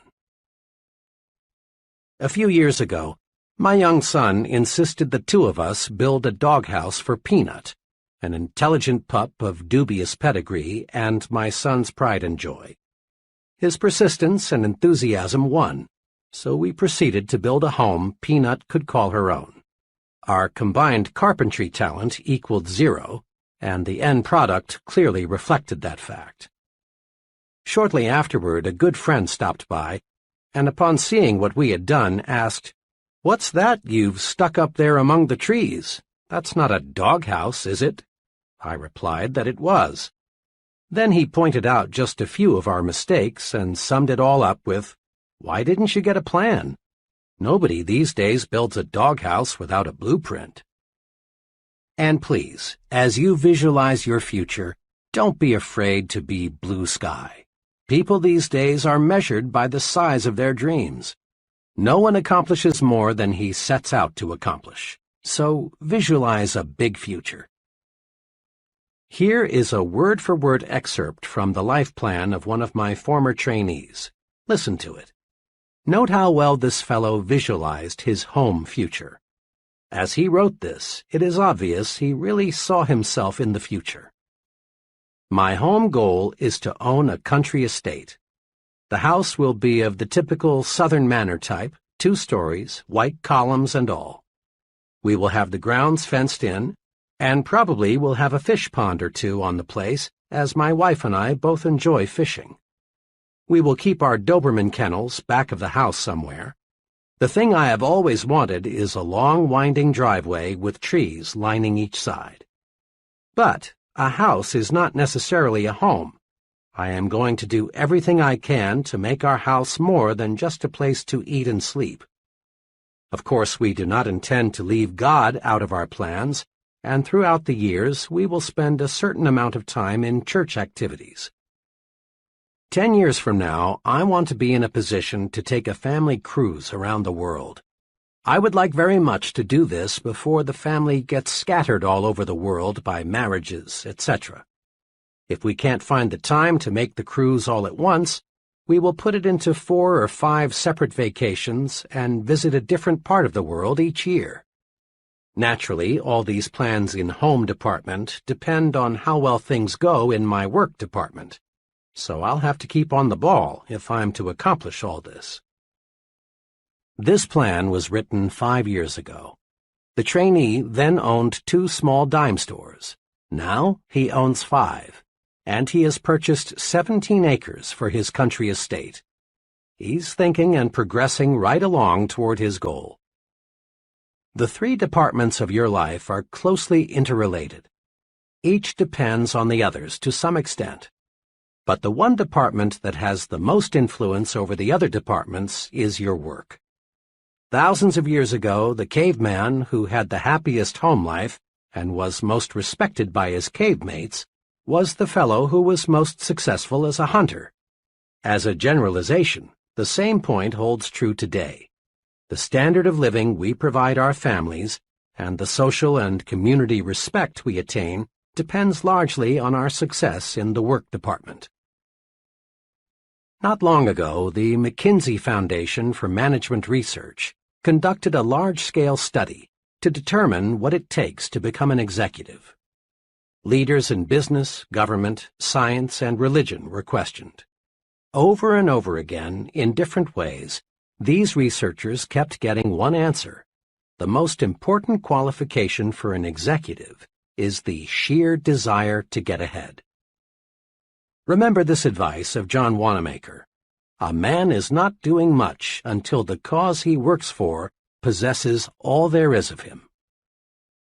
Desire, when harnessed, is power. Failure to follow desire, to do what you want to do most, paves the way to mediocrity. I recall a conversation with a very promising young writer on a college newspaper.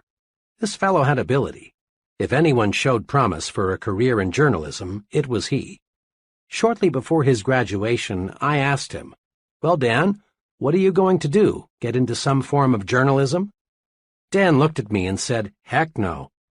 I like writing and reporting very much, and I've had a lot of fun working on the college paper. But journalists are a dime a dozen, and I don't want to starve." I didn't see or hear from Dan for 5 years. Then one evening I chanced to meet him in New Orleans. Dan was working as an assistant personnel director for an electronics company, and he was quick to let me know that he was quite dissatisfied with his work. "Oh, I'm reasonably well paid. I'm with a wonderful company, and I've got reasonable security. But you know, my heart isn't in it. I wish now I'd gone with a publisher or a newspaper when I finished school." Dan's attitude reflected boredom, uninterest. He was cynical about many things. He will never achieve maximum success until he quits his present job and gets into journalism. Success requires heart and soul effort, and you can put your heart and soul only into something you really desire. Had Dan followed his desire, he could have risen to the very top in some phase of communication. And over the long pull, he would have made much more money and achieved far more personal satisfaction than he will find in his present kind of work. Switching from what you don't like to do to what you do like to do is like putting a 500-horsepower motor in a 10-year-old car. All of us have desires. All of us dream of what we really want to do. But few of us actually surrender to desire. Instead of surrendering to desire, we murder it. 5 weapons are used to commit success suicide. Destroy them. They're dangerous. 1. Self-depreciation. You have heard dozens of people say, "I would like to be a doctor, or an executive, or a commercial artist, or in business for myself, but I can't do it. I lack brains. I'd fail if I tried. I lack the education and/or experience." Many young folks destroy desire with the old negative self-depreciation. 2. Security-itis. Persons who say, "I've got security where I am," use the security weapons to murder their dreams. 3. Competition. The field is already overcrowded. People in that field are standing on top of each other, are remarks which kill desire fast. 4. Parental dictation. I've heard hundreds of young people explain their career choice with, "I'd really like to prepare for something else, but my parents want me to do this, so I must." Most parents, I believe, do not intentionally dictate to their children what they must do. What all intelligent parents want is to see their children live successfully. If the young person will patiently explain why he or she prefers a different career, and if the parent will listen, there will be no friction. The objectives of both the parent and the young person for the young person's career are identical: success. 5. Family responsibility. The attitude of, "It would have been wise for me to change over 5 years ago, but now I've got a family and I can't change," illustrates this kind of desire murder weapon. Throw away those murder weapons. Remember, the only way to get full power, to develop full go force, is to do what you want to do. Surrender to desire and gain energy, enthusiasm, mental zip, and even better health. And it's never too late to let desire take over. The overwhelming majority of really successful people work much longer than 40 hours a week, and you don't hear them complain of overwork. Successful people have their eyes focused on a goal, and this provides energy. The point is this: energy increases, multiplies, when you set a desired goal and resolve to work toward that goal. Many people, millions of them, can find new energy by selecting a goal and giving all they've got to accomplish that goal. Goals cure boredom. Goals even cure many chronic ailments. Let's probe a little deeper into the power of goals. When you surrender yourself to your desires, when you let yourself become obsessed with a goal, you receive the physical power, energy, and enthusiasm needed to accomplish your goal. But you receive something else, something equally valuable. You receive the automatic instrumentation needed to keep you going straight to your objective. The most amazing thing about a deeply entrenched goal is that it keeps you on course to reach your target. This isn't double talk. What happens is this: when you surrender to your goal, the goal works itself into your subconscious mind. Your subconscious mind is always in balance. Your conscious mind is not, unless it is in tune with what your subconscious mind is thinking. Without full cooperation from the subconscious mind, a person is hesitant, confused, indecisive. Now, with your goal absorbed into your subconscious mind, you react the right way automatically. The conscious mind is free for clear, straight thinking. Let's illustrate this with two hypothetical persons. As you listen, you'll recognize these characters among the real people you know. We'll call them Tom and Jack. These fellows are comparable in all respects except one. Tom has a firmly entrenched goal. Jack does not. Tom has a crystal-clear image of what he wants to be. He pictures himself as a corporation vice president 10 years hence. Because Tom has surrendered to his goal through his subconscious mind signals to him saying, "Do this," or "Don't do that. It won't help get you where you want to go." The goal constantly speaks, "I am the image you want to make real. Here is what you must do to make me real." Tom's goal does not pilot him in vague generalities.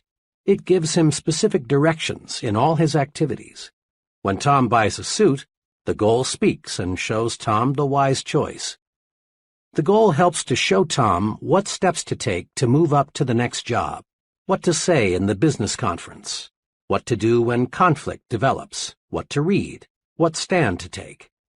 Should Tom drift a little off course, his automatic instrumentation, housed securely in his subconscious mind, alerts him and tells him what to do to get back on course. Tom's goal has made him supersensitive to all the many forces at work that affect him. Jack, on the other hand, lacking a goal, also lacks the automatic instrumentation to guide him. He is easily confused. His actions reflect no personal policy. Jack wavers, shifts, guesses at what to do. Lacking consistency of purpose, Jack flounders on the ruddy road to mediocrity. May I suggest you listen to this section again, right now. Let this concept soak in. Then look around you. Study the very top echelon of successful persons. Note how they, without exception, are totally devoted to their objective. Observe how the life of a highly successful person is integrated around a purpose. Surrender to that goal. Really surrender. Let it obsess you and give you the automatic instrumentation you need to reach that goal. On occasion, all of us have waked up on Saturday morning with no plans, no agenda, either mental or written, that spells out what we're going to do. On days like that, we accomplish next to nothing. We aimlessly drift through the day, glad when it's finally over. But when we face the day with a plan, we get things done. This common experience provides an important lesson. To accomplish something, we must plan to accomplish something. Before World War II, our scientists saw the potential power locked in the atom. But relatively little was known about how to split the atom and unleash that tremendous power. When the United States entered the war, forward-thinking scientists saw the potential power of an atomic bomb. A crash program was developed to accomplish just one goal: build an atomic bomb. The result is history. In just a few years, the concentrated effort paid off. The bombs were dropped, and the war was ended. But without that crash program to accomplish a goal, splitting the atom would have been delayed perhaps a decade, maybe longer. Set goals to get things done. Our great production system would be hopelessly bogged down if production executives did not establish and adhere to target dates and production schedules. Sales executives know salesmen sell more when they are given a carefully defined quota to sell. Professors know students get term papers written on time when a deadline is set. Now, as you press forward to success, set goals, deadlines, target dates, self-imposed quotas. You will accomplish only what you plan to accomplish. According to Dr. George E. Birch of the Tulane University School of Medicine, an expert in the study of human longevity, many things determine how long you will live: weight, heredity, diet, psychic tension, personal habits. But Dr. Birch says, the quickest way to the end is to retire and do nothing. Every human being must keep an interest in life just to keep living. Each of us has a choice. Retirement can be the beginning or the end. The do nothing but eat, sleep, and rock attitude is the poison yourself fast form of retirement. Most folks who regard retirement as the end of purposeful living soon find retirement is the end of life itself. With nothing to live for, no goals, people waste away fast. The other extreme, the sensible way to retire, is the I'm going to pitch right in and start fast method. One of my finest friends, Lou Gordon, has chosen this way to retire. Lou's retirement several years ago as a vice president of Atlanta's biggest bank was really commencement day for him. He established himself as a business consultant, and his pace is amazing. Now in his 60s, he serves numerous clients and is in national demand as a speaker. One of his special projects is helping to build Pi Sigma Epsilon, a young but fast-growing fraternity for professional salesmen and sales executives. Every time I see Lou, he seems younger. He's a young 30 in spirit. Few people I know of any age are reaping more from life than this senior citizen who resolved not to go out to pasture. And the Lou Gordons aren't the boring old grumps feeling sorry for themselves because they're old. Goals, intense goals, can keep a person alive when nothing else will. Mrs. D, the mother of a college friend of mine, contracted cancer when her son was only 2. To darken matters, her husband had died only 3 months before her illness was diagnosed. Her physicians offered little hope. But Mrs. D would not give up. She was determined that she would see her 2-year-old son through college by operating a small retail store left her by her husband. There were numerous surgical operations. Each time the doctors would say, just a few more months. The cancer was never cured, but those few more months stretched into 20 years. She saw her son graduated from college. 6 weeks later, she was gone. A goal, a burning desire, was powerful enough to stave off sure death for 2 decades. Use goals to live longer. No medicine in the world, and your physician will bear this out, is as powerful in bringing about long life as is the desire to do something. The person determined to achieve maximum success learns the principle that progress is made one step at a time. A house is built a brick at a time. Football games are won a play at a time. A department store grows bigger one new customer at a time. Every big accomplishment is a series of little accomplishments. Eric Sevareid, the well-known author and correspondent, reported in Reader's Digest, April 1957, that the best advice he ever received was the principle of the next mile. Here's part of what he said. During World War II, I and several others had to parachute from a crippled Army transport plane into the mountainous jungle on the Burma-India border. It was several weeks before an armed relief expedition could reach us, and then we began a painful, plodding march out to civilized India. We were faced by a 140-mile trek over mountains in August heat and monsoon rains. In the first hour of the march, I rammed a boot nail deep into one foot. By evening, I had bleeding blisters the size of a 50-cent piece on both feet. Could I hobble 140 miles? Could the others, some in worse shape than I, complete such a distance? We were convinced we could not, but we could hobble to that ridge, we could make the next friendly village for the night, and that, of course, was all we had to do. When I relinquished my job and income to undertake a book of 250,000 words, I could not bear to let my mind dwell on the whole scope of the project.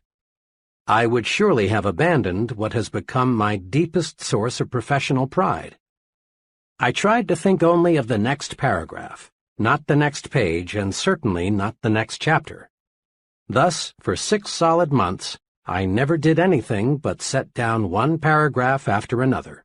The book wrote itself. Years ago, I took on a daily writing and broadcasting chore that has totaled, now, more than 2,000 scripts. Had I been asked at the time to sign a contract to write 2,000 scripts, I would have refused in despair at the enormousness of such an undertaking. But I was only asked to write one, the next one, and that is all I have ever done. The principle of the next mile works for Eric Sevareid, and it will work for you. The step-by-step method is the only intelligent way to attain any objective. The best formula I have heard for quitting smoking, the one that has worked for more of my friends than any other, I call the hour-by-hour method. Instead of trying to reach the ultimate goal, freedom from the habit, just by resolving never to smoke again, the person resolves not to smoke for another hour. When the hour is up, the smoker simply renews his resolution not to smoke for another hour. Later, as desire diminishes, the period is extended to 2 hours, later to a day. Eventually, the goal is won. The person who wants freedom from the habit all at once fails because the psychological pain is more than he can stand. An hour is easy. Forever is difficult. Winning any objective requires a step-by-step method. To the junior executive, each assignment, however insignificant it may appear, should be viewed as an opportunity to take one step forward. A salesman qualifies for management responsibilities one sale at a time.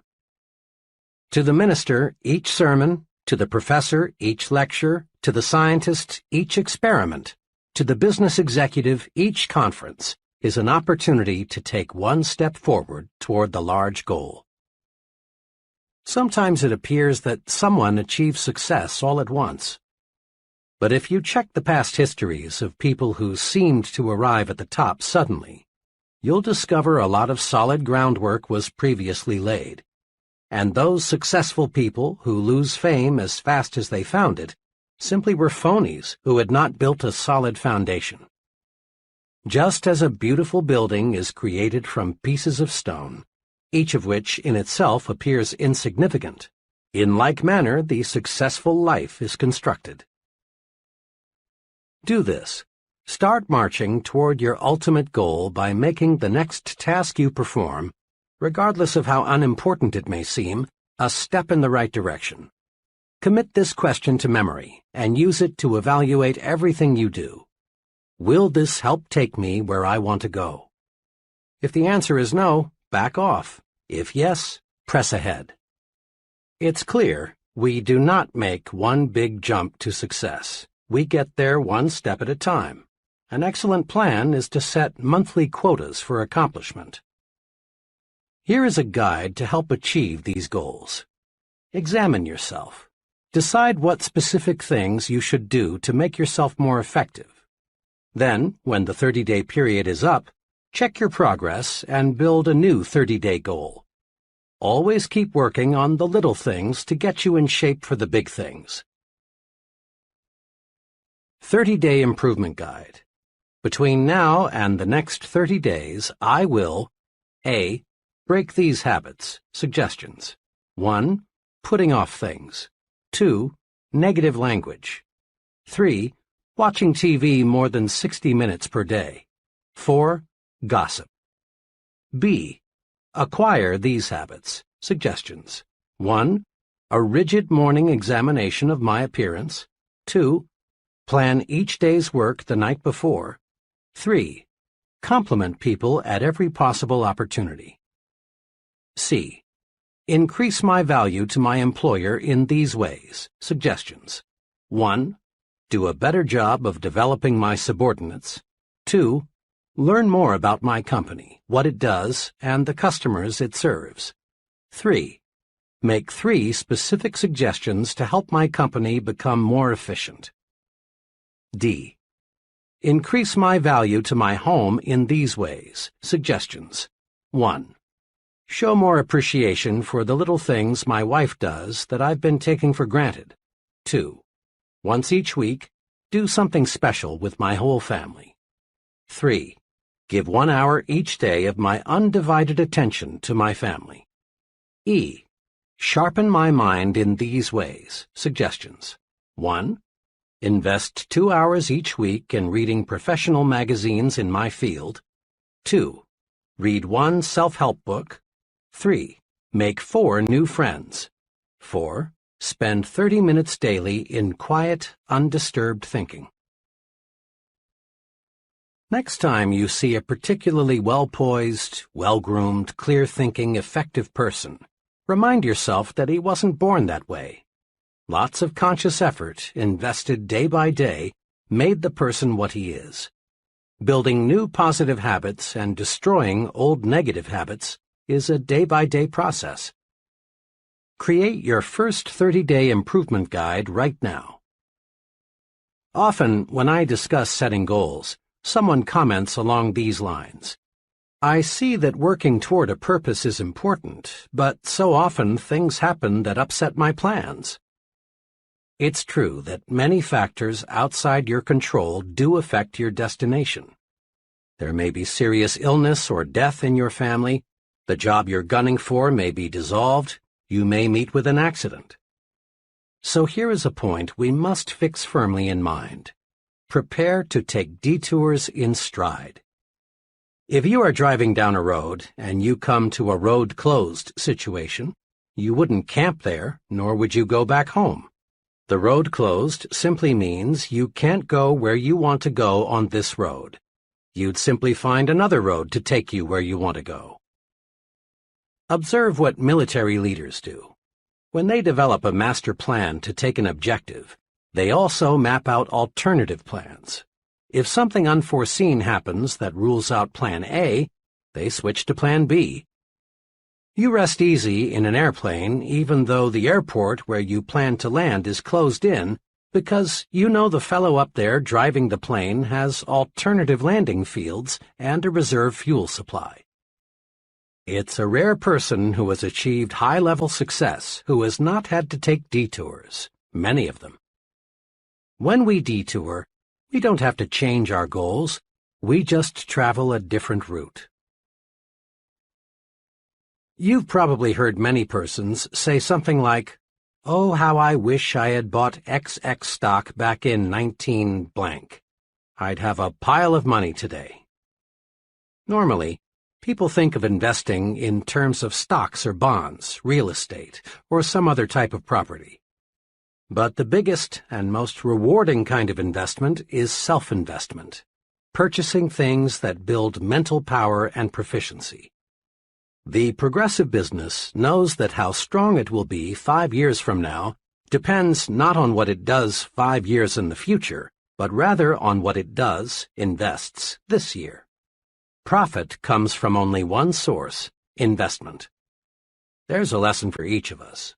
To profit, to get the extra reward above a normal income in the years ahead, we must invest in ourselves.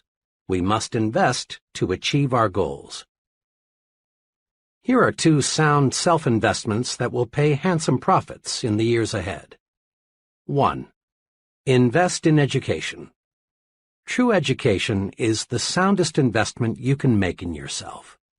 But let's be sure we understand what education really is. Some folks measure education by the number of years spent in school or the number of diplomas, certificates, and degrees earned. But this quantitative approach to education doesn't necessarily produce a successful person. Ralph J. Cordiner, chairman of General Electric, expressed the attitude of top business management toward education this way. 2 of our most outstanding presidents, Mr. Wilson and Mr. Coffin, never had an opportunity to attend college. Although some of our present officers have doctor's degrees, 12 out of 41 have no college degrees. We are interested in competency, not diplomas. A diploma or degree may help you get a job, but it will not guarantee your progress on the job. Business is interested in competency, not diplomas. To others, education means the quantity of information a person has stashed away in his brain. But the soak-up facts method of education won't get you where you want to go. More and more we depend on books, files, and machines to warehouse information. If we can do only what a machine can do, we're in a real fix. Real education, the kind worth investing in, is that which develops and cultivates your mind. How well educated a person is measured by how well his mind is developed, in brief, by how well he thinks. Anything that improves thinking ability is education, and you can obtain education in many ways. But the most efficient sources of education for most people are nearby colleges and universities. Education is their business. If you haven't been to college lately, you're in for some wonderful surprises. You'll be pleased at the wide course offerings available. You'll be even more pleased to discover who goes to school after work. Not the phonies, but rather really promising persons, many of whom already hold very responsible positions. In one evening class of 25 persons I conducted recently, there were an owner of a retail chain of 12 stores, 2 buyers for a national food chain, 4 graduate engineers, an Air Force colonel, and several others of similar status. Many people earn degrees in evening programs these days, but the degree, which in the final analysis is only a piece of paper, is not their primary motivation. They are going to school to build their minds, which is a sure way to invest in a better future. And make no mistake about this, education is a real bargain. A moderate investment will keep you in school one night each week for a full year. Compute the cost as a percentage of your gross income, and then ask yourself, isn't my future worth this small investment? Why not make an investment decision right now? Call it school, one night a week for life. It will keep you progressive, young, alert. It will keep you abreast of your areas of interest, and it will surround you with other people who also are going places. 2. Invest in idea starters. Education helps you mold your mind, stretch it, train it to meet new situations and solve problems. Idea starters serve a related purpose. They feed your mind, give you constructive material to think about. Where are the best sources of idea starters? There are many, but to get a steady supply of high-quality idea material, why not do this? Resolve to purchase at least one stimulating book each month and subscribe to 2 magazines or journals that stress ideas. For only a minor sum and a minimum of time, you can be tuned in to some of the best thinkers available anywhere. At a luncheon one day, I overheard one fellow say, "But it costs too much. I can't afford to take the Wall Street Journal." His companion, obviously a much more success-minded person, replied, "Well, I've found that I can't afford not to take it." Again, take your cue from the successful people. Invest in yourself. Let's take action. Now, in a quick recap, put these success-building principles to work. 1. Get a clear fix on where you want to go. Create an image of yourself 10 years from now. 2. Write out your 10-year plan.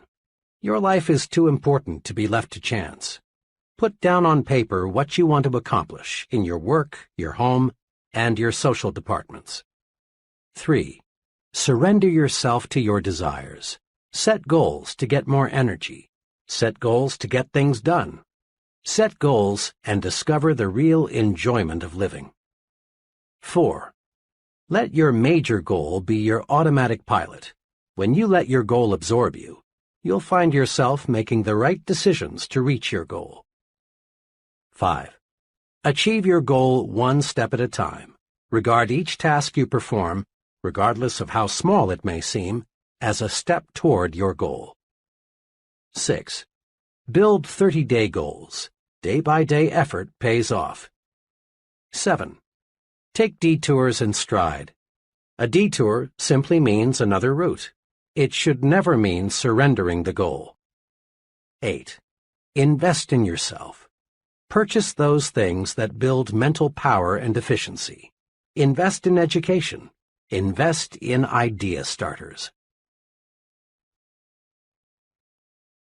Chapter 13. How to Think Like a Leader.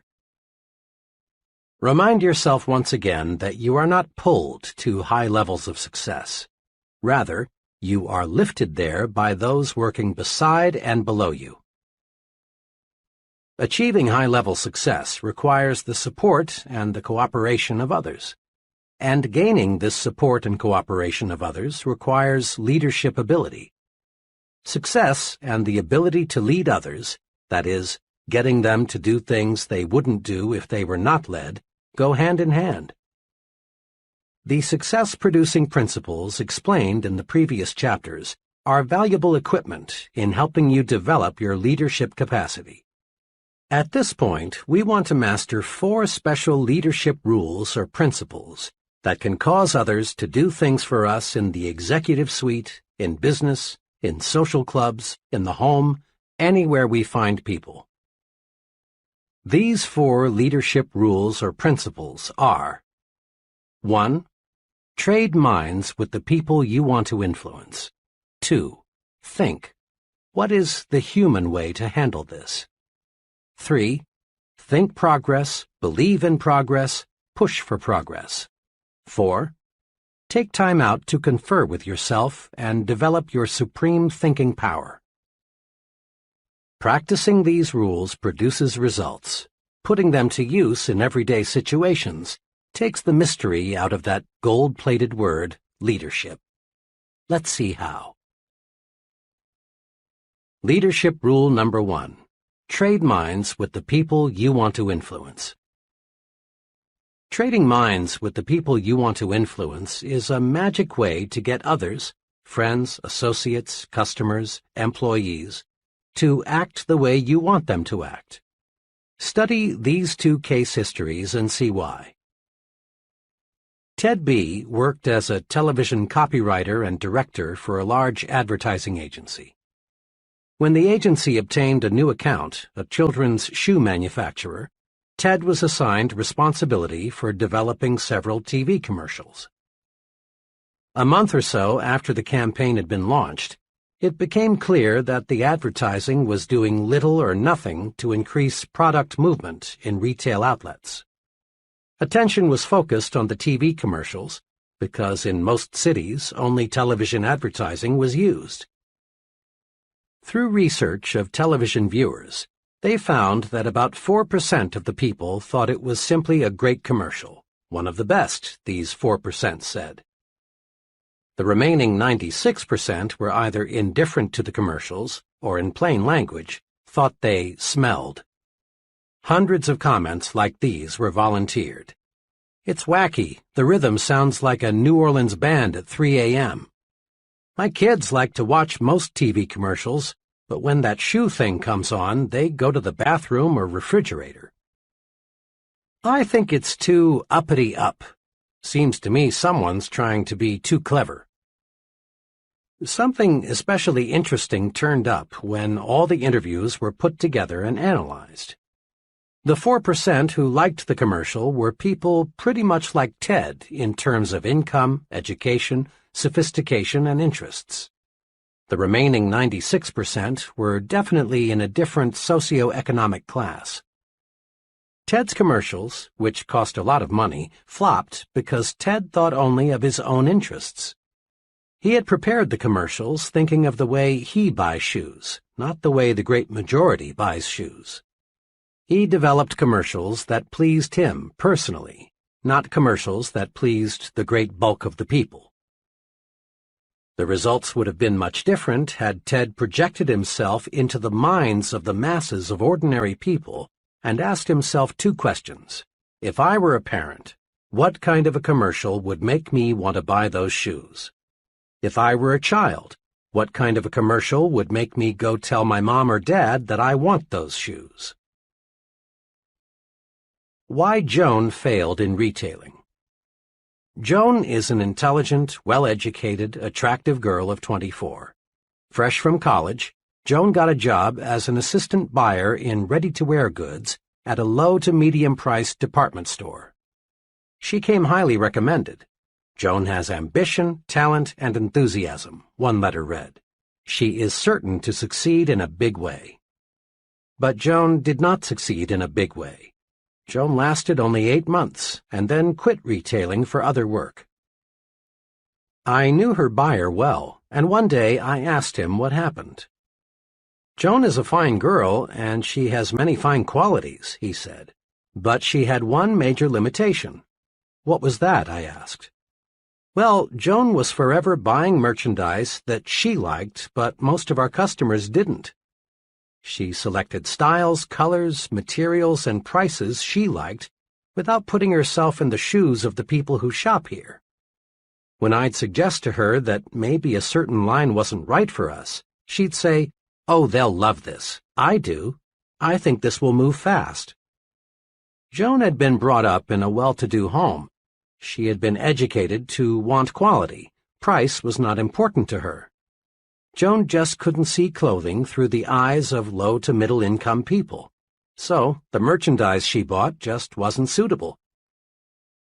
The point is this: to get others to do what you want them to do, you must see things through their eyes. When you trade minds, the secret of how to influence other people effectively shows up. A very successful salesman friend told me he spends a lot of time anticipating how prospects will react to his presentation before he gives it. Trading minds with the audience helps the speaker design a more interesting, harder-hitting talk. Trading minds with employees helps the supervisor provide more effective, better-received instructions. A young credit executive explained to me how this technique worked for him. "When I was brought into this store, a medium-sized clothing store, as assistant credit manager, I was assigned the job of handling all collection correspondence. The collection letters the store had been using greatly disappointed me. They were strong, insulting, and threatening. I read them and thought, 'Brother, I'd be mad as hell if somebody sent me letters like these. I never would pay.' So I just got to work and started writing the kind of letter that would move me to pay an overdue bill if I received it. It worked. By putting myself in the shoes of the overdue customer, so to speak, collections climbed to a record high." Numerous political candidates lose elections because they fail to look at themselves through the minds of the typical voters. One political candidate for a national office, apparently fully as qualified as his opponent, lost by a tremendous margin for one single reason. He used a vocabulary that only a small percentage of the voters could understand. His opponent, on the other hand, thought in terms of the voters' interests. When he talked to farmers, he used their language. When he spoke to factory workers, he used words they were easily familiar with. When he spoke on TV, he addressed himself to Mr. Typical Voter, not to Dr. College Professor. Keep this question in mind. What would I think of this if I exchanged places with the other person? It paves the way to more successful action. Thinking of the interests of the people we want to influence is an excellent thought rule in every situation. A few years ago, a small electronics manufacturer developed a fuse that would never blow out. The manufacturer priced the product to sell for $1.25 and then retained an advertising agency to promote it. The account executive placed in charge of the advertising immediately became intensely enthusiastic. His plan was to blanket the country with mass advertising on TV, radio, and newspapers. "This is it," he said. "We'll sell 10 million the first year."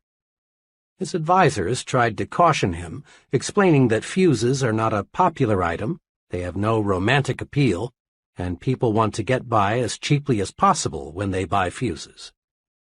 Why not, the advisors said, use selected magazines and sell it to the high income levels? They were overruled, and the mass campaign was underway, only to be called off in 6 weeks because of disappointing results. The trouble was this: the advertising executive looked at the high-priced fuses with his eyes, the eyes of a high-income person. He failed to see the product through the eyes of the mass market income levels. Had he put himself in their position, he would have seen the wisdom of directing the promotion toward the upper income groups, and the account would have been saved. Develop your power to trade minds with the people you want to influence. The following exercises will help. Practice trading minds exercises. Situation: giving someone work instructions. For best results, ask yourself, looking at this from the viewpoint of someone who is new to this, have I made myself clear? Situation: writing an advertisement. For best results, ask yourself, if I were a typical prospective buyer, how would I react to this ad? Situation: telephone manners. For best results, ask yourself, if I were the other person, what would I think of my telephone voice and manners? Situation: gift. For best results, ask yourself, is this gift something I would like, or is it something he will like? Often there is an enormous difference. Situation: the way I give orders. For best results, ask yourself, would I like to carry out orders if they were given to me the way I give them to others? Situation: child discipline. For best results, ask yourself, if I were the child, considering his age, experience, and emotions, how would I react to this discipline? Situation: my appearance. For best results, ask yourself, what would I think of my superior if he were dressed like me? Situation: preparing a speech. For best results, ask yourself, considering the background and interests of the audience, what would I think of this remark? Situation: entertainment. For best results, ask yourself, if I were my guests, what kinds of food, music, and entertainment would I like best? Put the trading minds principle to work for you. 1. Consider the other person's situation. Put yourself in his shoes, so to speak. Remember, his interests, income, intelligence, and background may differ considerably from yours. 2. Now ask yourself, if I were in his situation, how would I react to this? Whatever it is you want him to do.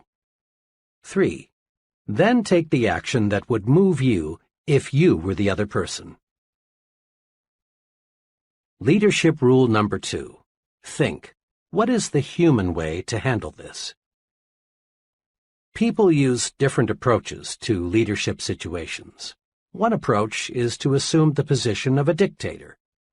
The dictator makes all decisions without consulting those affected. He refuses to hear his subordinate's side of a question because, deep down perhaps, he's afraid the subordinate might be right, and this would cause him to lose face. Dictators don't last long. Employees may fake loyalty for a while, but unrest soon develops. Some of the best employees leave, and those remaining get together and plot against the tyrant. The result is that the organization ceases to function smoothly. This puts the dictator in a bad light with his superior. A second leadership technique is the cold, mechanical, I'm a rule-book operator approach. The fellow using this approach handles everything exactly according to the book. He doesn't recognize that every rule or policy or plan is only a guide for the usual cases. This would-be leader treats human beings as machines, and of all things people don't like, perhaps the most disliked is being treated like a machine. The cold, impersonal efficiency expert is not an ideal. The machines that work for him develop only part of their energy. Persons who rise to tremendous leadership heights use a third approach that we call being human. Several years ago, I worked closely with John S., who is an executive in the engineering development section of a large aluminum manufacturer. John had mastered the Be Human approach and was enjoying its rewards.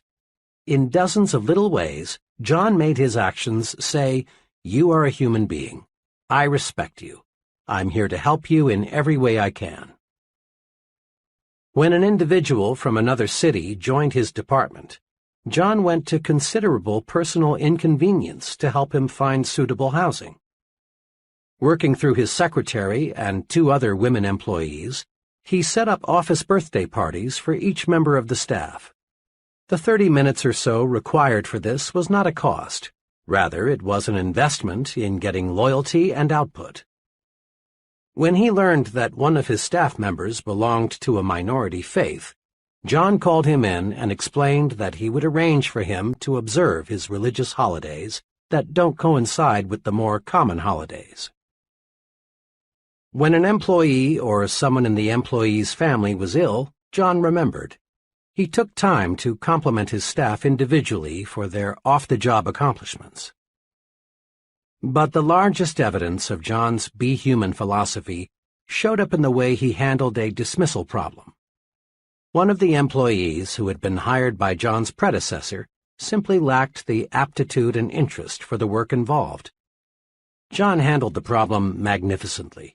He did not use the conventional procedure of calling the employee into his office and giving him first the bad news and then second 15 or 30 days to move out.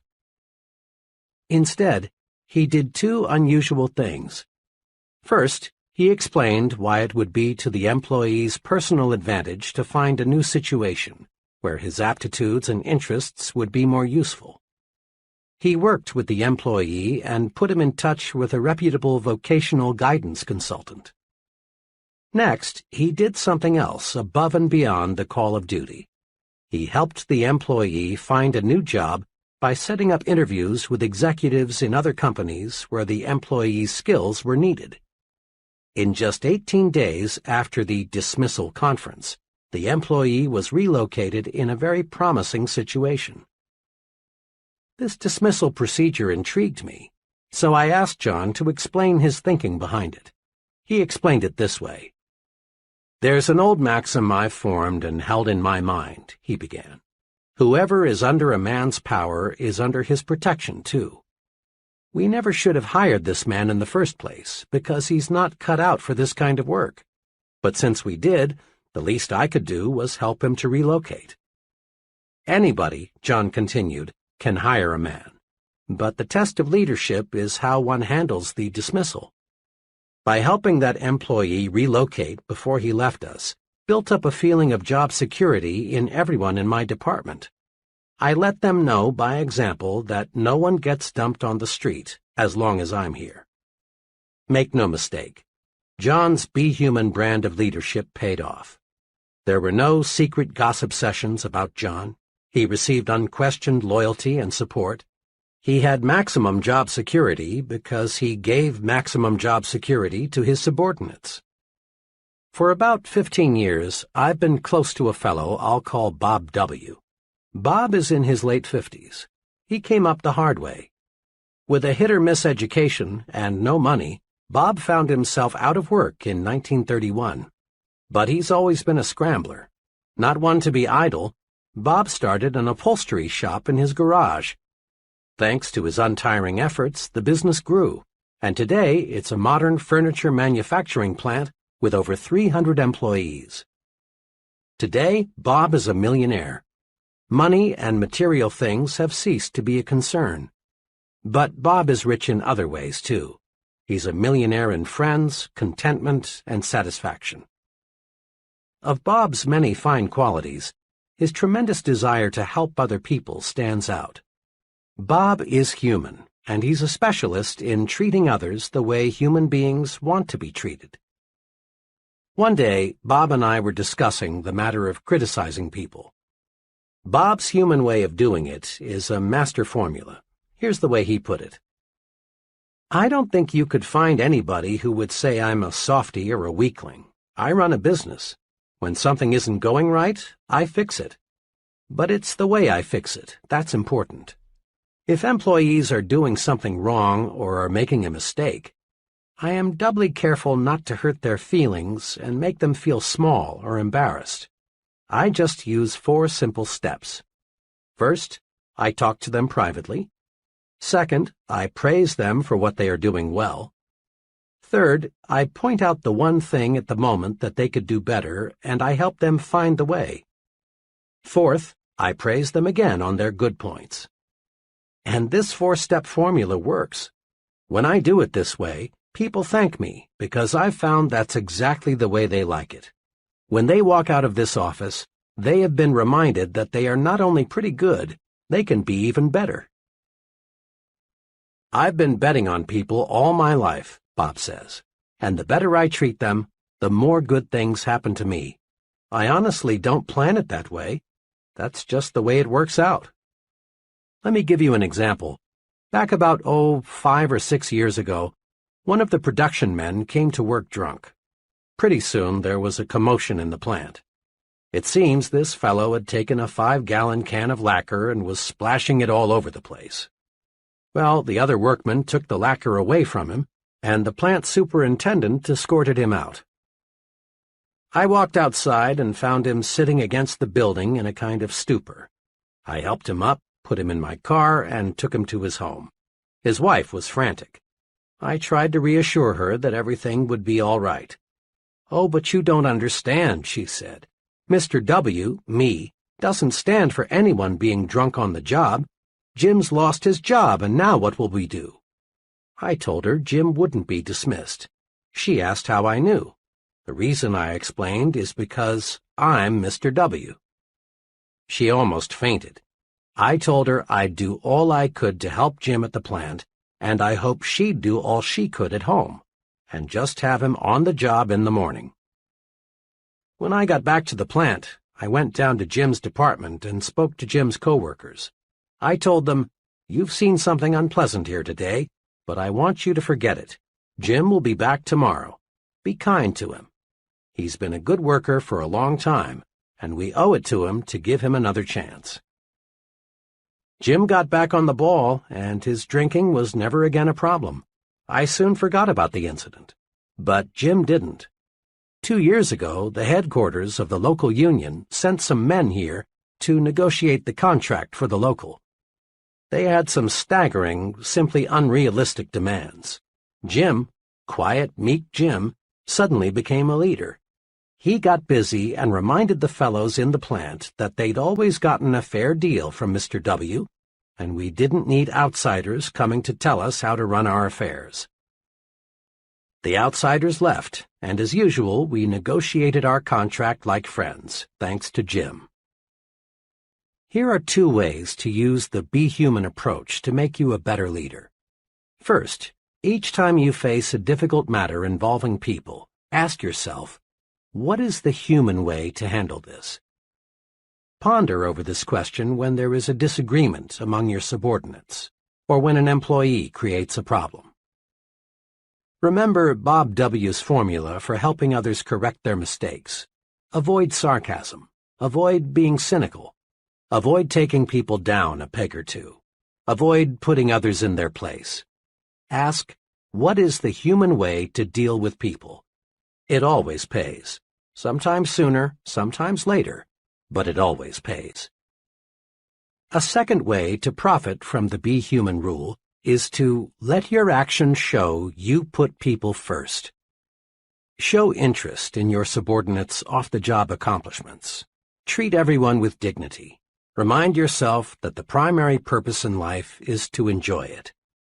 As a general rule, the more interest you show in a person, the more he will produce for you. And his production is what carries you forward to greater and greater success. Praise your subordinates to your supervisor by putting in plugs for them at every opportunity. It's an old American custom to admire the fellow who's on the side of the little man. Your subordinates will appreciate your plugs, and their loyalty to you will grow. And do not fear that this will lower your own importance in the eyes of your supervisor. Rather, a man big enough to be humble appears more confident than the insecure man who feels compelled to call attention to his accomplishments. A little modesty goes a long way. Praise your subordinates personally at every opportunity. Praise them for their cooperation. Praise them for every extra effort they put forth. Praise is the greatest single incentive you can give people, and it costs you nothing. Besides, a write-in vote has often overthrown a powerful known candidate. You never know when your subordinates can do you a turn by coming to your defense. Practice praising people. Rub people the right way. Be human. Leadership rule number 3. Think progress, believe in progress, push for progress.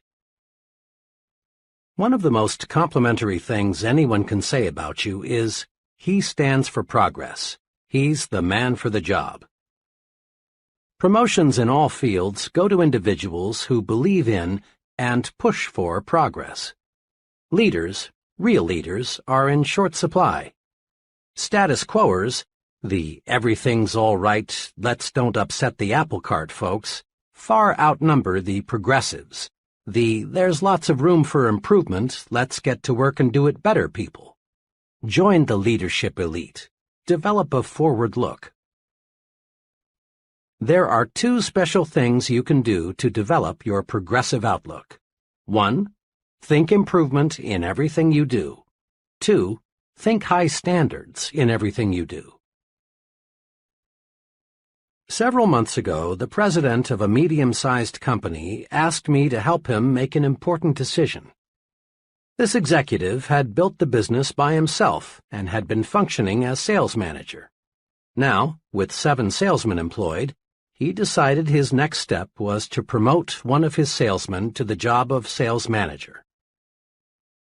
He narrowed the choice down to 3, all of whom were about equal in experience and sales performance.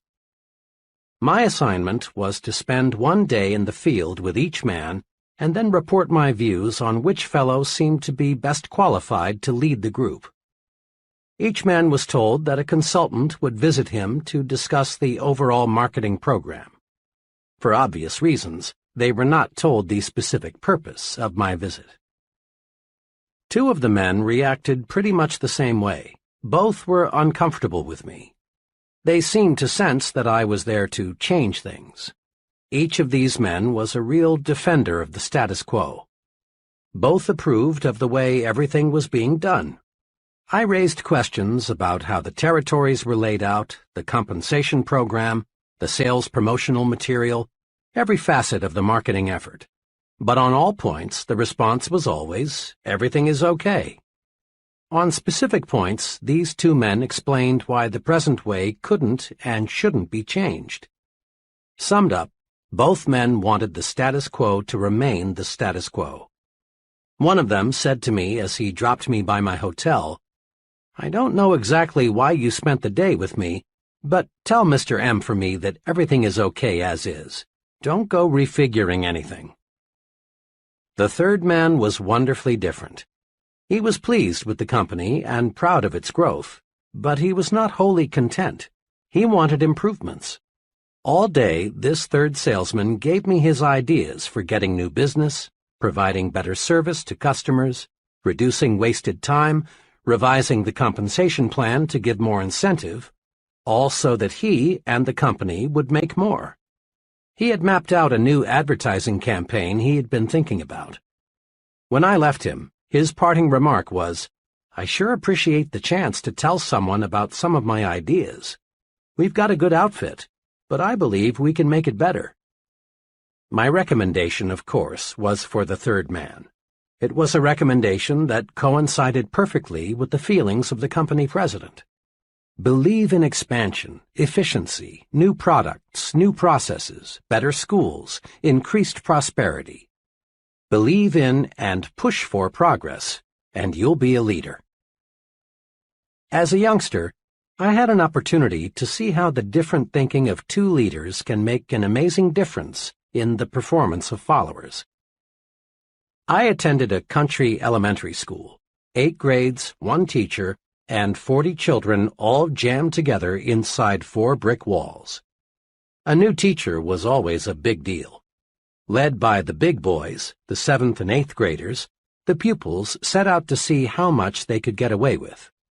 One year there was little more than chaos. Every day there were dozens of the usual school pranks, wars of spitballs and paper airplanes. Then there were the major incidents, such as locking the teacher outside the school for half a day at a time, or on another occasion, the opposite, barricading her within the building for hours. Another day, each boy in the upper grades brought his dog into the schoolroom. Let me add that these children were not delinquents. Stealing, physical violence, and deliberate harm were not their objectives. They were healthy kids conditioned by vigorous rural living and needing an outlet for their tremendous pent-up energies and ingenuities. Well, the teacher somehow managed to stay with the school until the end of that year. To no one's surprise, there was a new teacher the following September.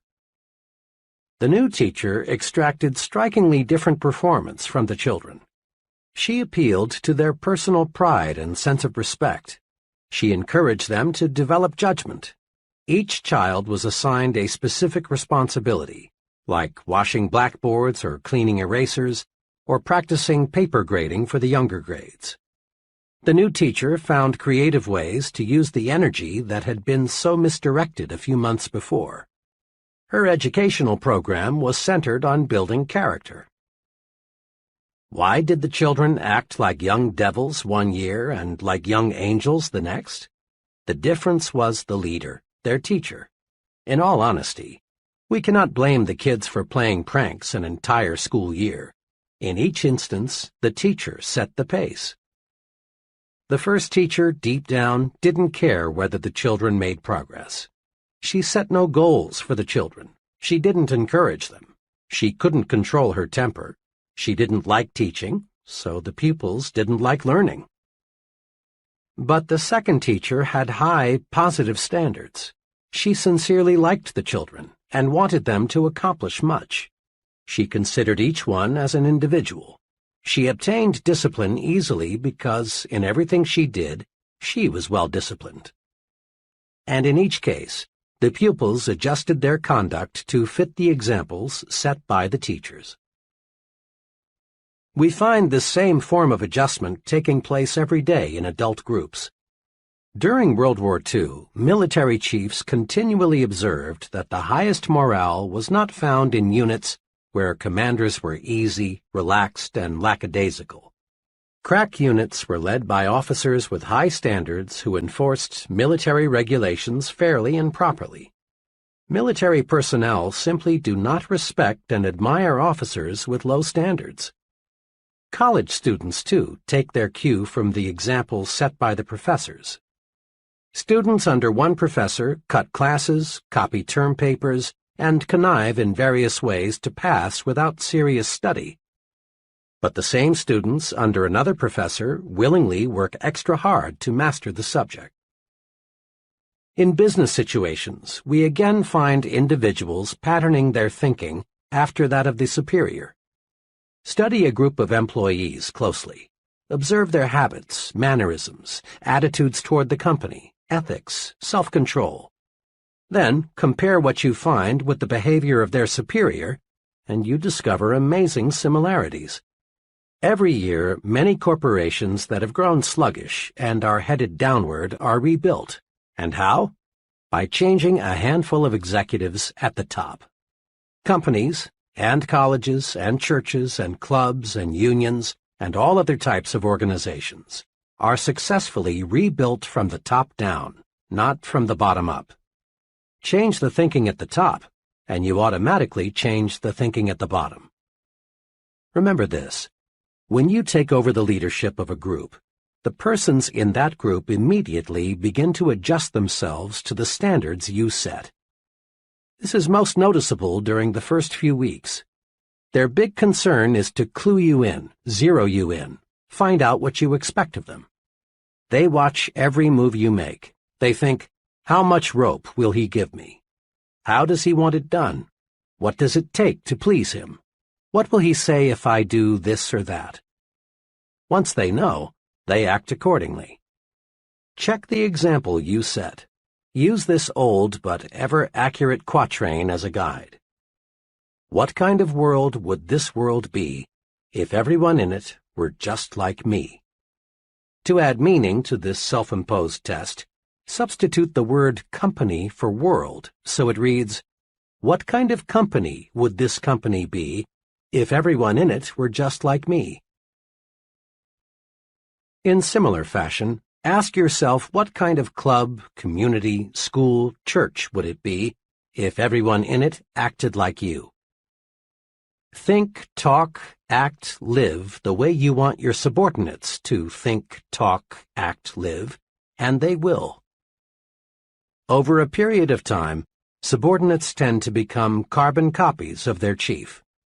The simplest way to get high-level performance is to be sure the master copy is worth duplicating. Am I a progressive thinker checklist? A. Do I think progressively toward my work? 1. Do I appraise my work with the how can we do it better attitude? 2. Do I praise my company, the people in it, and the products it sells at every possible opportunity? 3. Are my personal standards with reference to the quantity and quality of my output higher now than 3 or 6 months ago? 4. Am I setting an excellent example for my subordinates, associates, and others I work with? B. Do I think progressively toward my family? 1. Is my family happier today than it was 3 or 6 months ago? 2. Am I following a plan to improve my family's standard of living? 3. Does my family have an ample variety of stimulating activities outside the home? 4. Do I set an example of a progressive, a supporter of progress for my children? C. Do I think progressively toward myself? 1. Can I honestly say I am a more valuable person today than 3 or 6 months ago? 2. Am I following an organized self-improvement program to increase my value to others? 3. Do I have forward-looking goals for at least 5 years in the future? 4. Am I a booster in every organization or group to which I belong? D. Do I think progressively toward my community? 1. Have I done anything in the past 6 months that I honestly feel has improved my community, neighborhood, churches, schools, etc.? 2. Do I boost worthwhile community projects rather than object, criticize, or complain? 3. Have I ever taken the lead in bringing about some worthwhile improvement in my community? 4. Do I speak well of my neighbors and fellow citizens? Leadership Rule Number 4. Take time out to confer with yourself and tap your supreme thinking power. We usually picture leaders as exceptionally busy people, and they are. Leadership requires being in the thick of things, but while it's usually overlooked, it is noteworthy that leaders spend considerable time alone with nothing but their own thinking apparatus. Check the lives of the great religious leaders, and you'll find each of them spent considerable time alone. Moses frequently was alone, often for long periods of time. So were Jesus, Buddha, Confucius, Mohammed, Gandhi. Every outstanding religious leader in history spent much time in solitude, away from the distractions of life. Political leaders, too, those who made lasting names in history for good or bad, gained insight through solitude. It is an interesting question whether Franklin D. Roosevelt could have developed his unusual leadership capacities had he not spent much time alone while recovering from his polio attack. Harry Truman spent much time as a boy and as an adult alone on a Missouri farm. Quite possibly, Hitler would never have achieved power had he not spent months in jail alone, where he had time to construct Mein Kampf, that brilliantly wicked plan for world conquest that sold the Germans in a blind moment.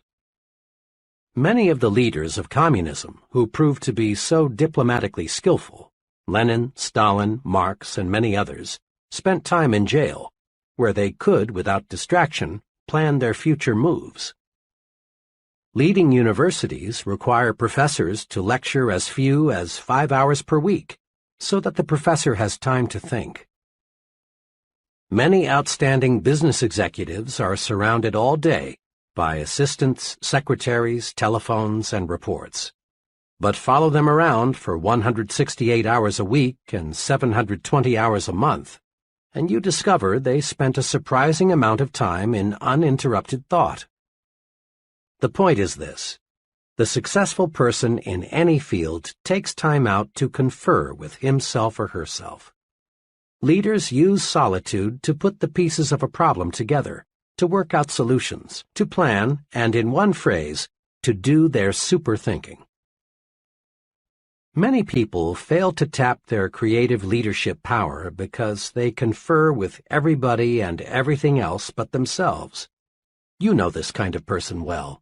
He's the fellow who goes to great lengths not to be alone. He goes to extremes to surround himself with people. He can't stand being alone in his office, so he goes prowling to see other people. Seldom does he spend evenings alone.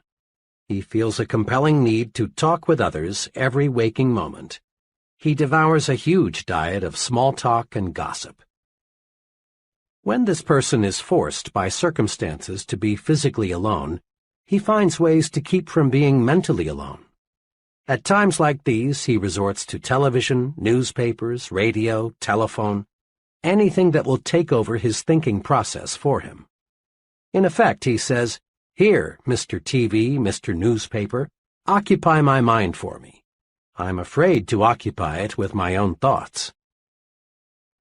Mr. I Can't Stand to Be Alone shuns independent thought. He keeps his own mind blacked out. He is psychologically scared of his own thoughts. As time goes by, Mr. I Can't Stand to Be Alone grows increasingly shallow. He makes many ill-considered moves. He fails to develop firmness of purpose, personal stability. He is unfortunately ignorant of the superpower lying unused just behind his forehead. Don't be a Mr. I Can't Stand to Be Alone. Successful leaders tap their superpower through being alone. You can too. Let's see how. As part of a professional development program, I asked 13 trainees to closet themselves for 1 hour each day for 2 weeks. The trainees were asked to shut themselves off from all distractions and think constructively about anything that came to mind. At the end of 2 weeks, each trainee, without exception, reported the experience proved amazingly practical and worthwhile. One fellow stated that before the managed solitude experiment, he was on the verge of a sharp break with another company executive. But through clear thinking, he found the source of the problem and the way to correct it. Others reported that they solved problems relating to such varied things as changing jobs, marriage difficulties, buying a home, and selecting a college for a teenage child. Each trainee enthusiastically reported that he had gained a much better understanding of himself, his strengths and weaknesses, than he had ever had before. The trainees also discovered something else that is tremendously significant. They discovered that decisions and observations made alone in managed solitude have an uncanny way of being 100% right. The trainees discovered that when the fog is lifted, the right choice becomes crystal clear. Managed solitude pays off. One day recently, an associate of mine reversed her stand completely on a troublesome issue. I was curious to know why she had switched her thinking, since the problem was very basic. Her answer went like this: "Well, I haven't been at all clear in my mind as to what we should do. So I got up at 3:30 this morning, fixed a cup of coffee, and just sat on the sofa and thought until 7 a.m. I see the whole matter a lot clearer now, so the only thing for me to do is reverse my stand." And her new stand proved completely correct. Resolve now to set aside some time each day, at least 30 minutes, to be completely by yourself. Perhaps early in the morning, before anyone else is stirring about, would be best for you. Or perhaps late in the evening would be a better time. The important thing is to select a time when your mind is fresh and when you can be free from distractions. You can use this time to do 2 types of thinking, directed and undirected. To do directed thinking, Review the major problem facing you. In solitude, your mind will study the problem objectively and lead you to the right answer. To do undirected thinking, just let your mind select what it wishes to think about. In moments like these, your subconscious mind taps your memory bank, which in turn feeds your conscious mind. Undirected thinking is very helpful in doing self-evaluation. It helps you get down to the very basic matters, like, how can I do better? What should be my next move? Remember, the main job of the leader is thinking, and the best preparation for leadership is thinking.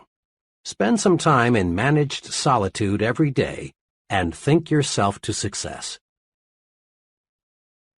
Summary. To be a more effective leader, put these 4 leadership principles to work.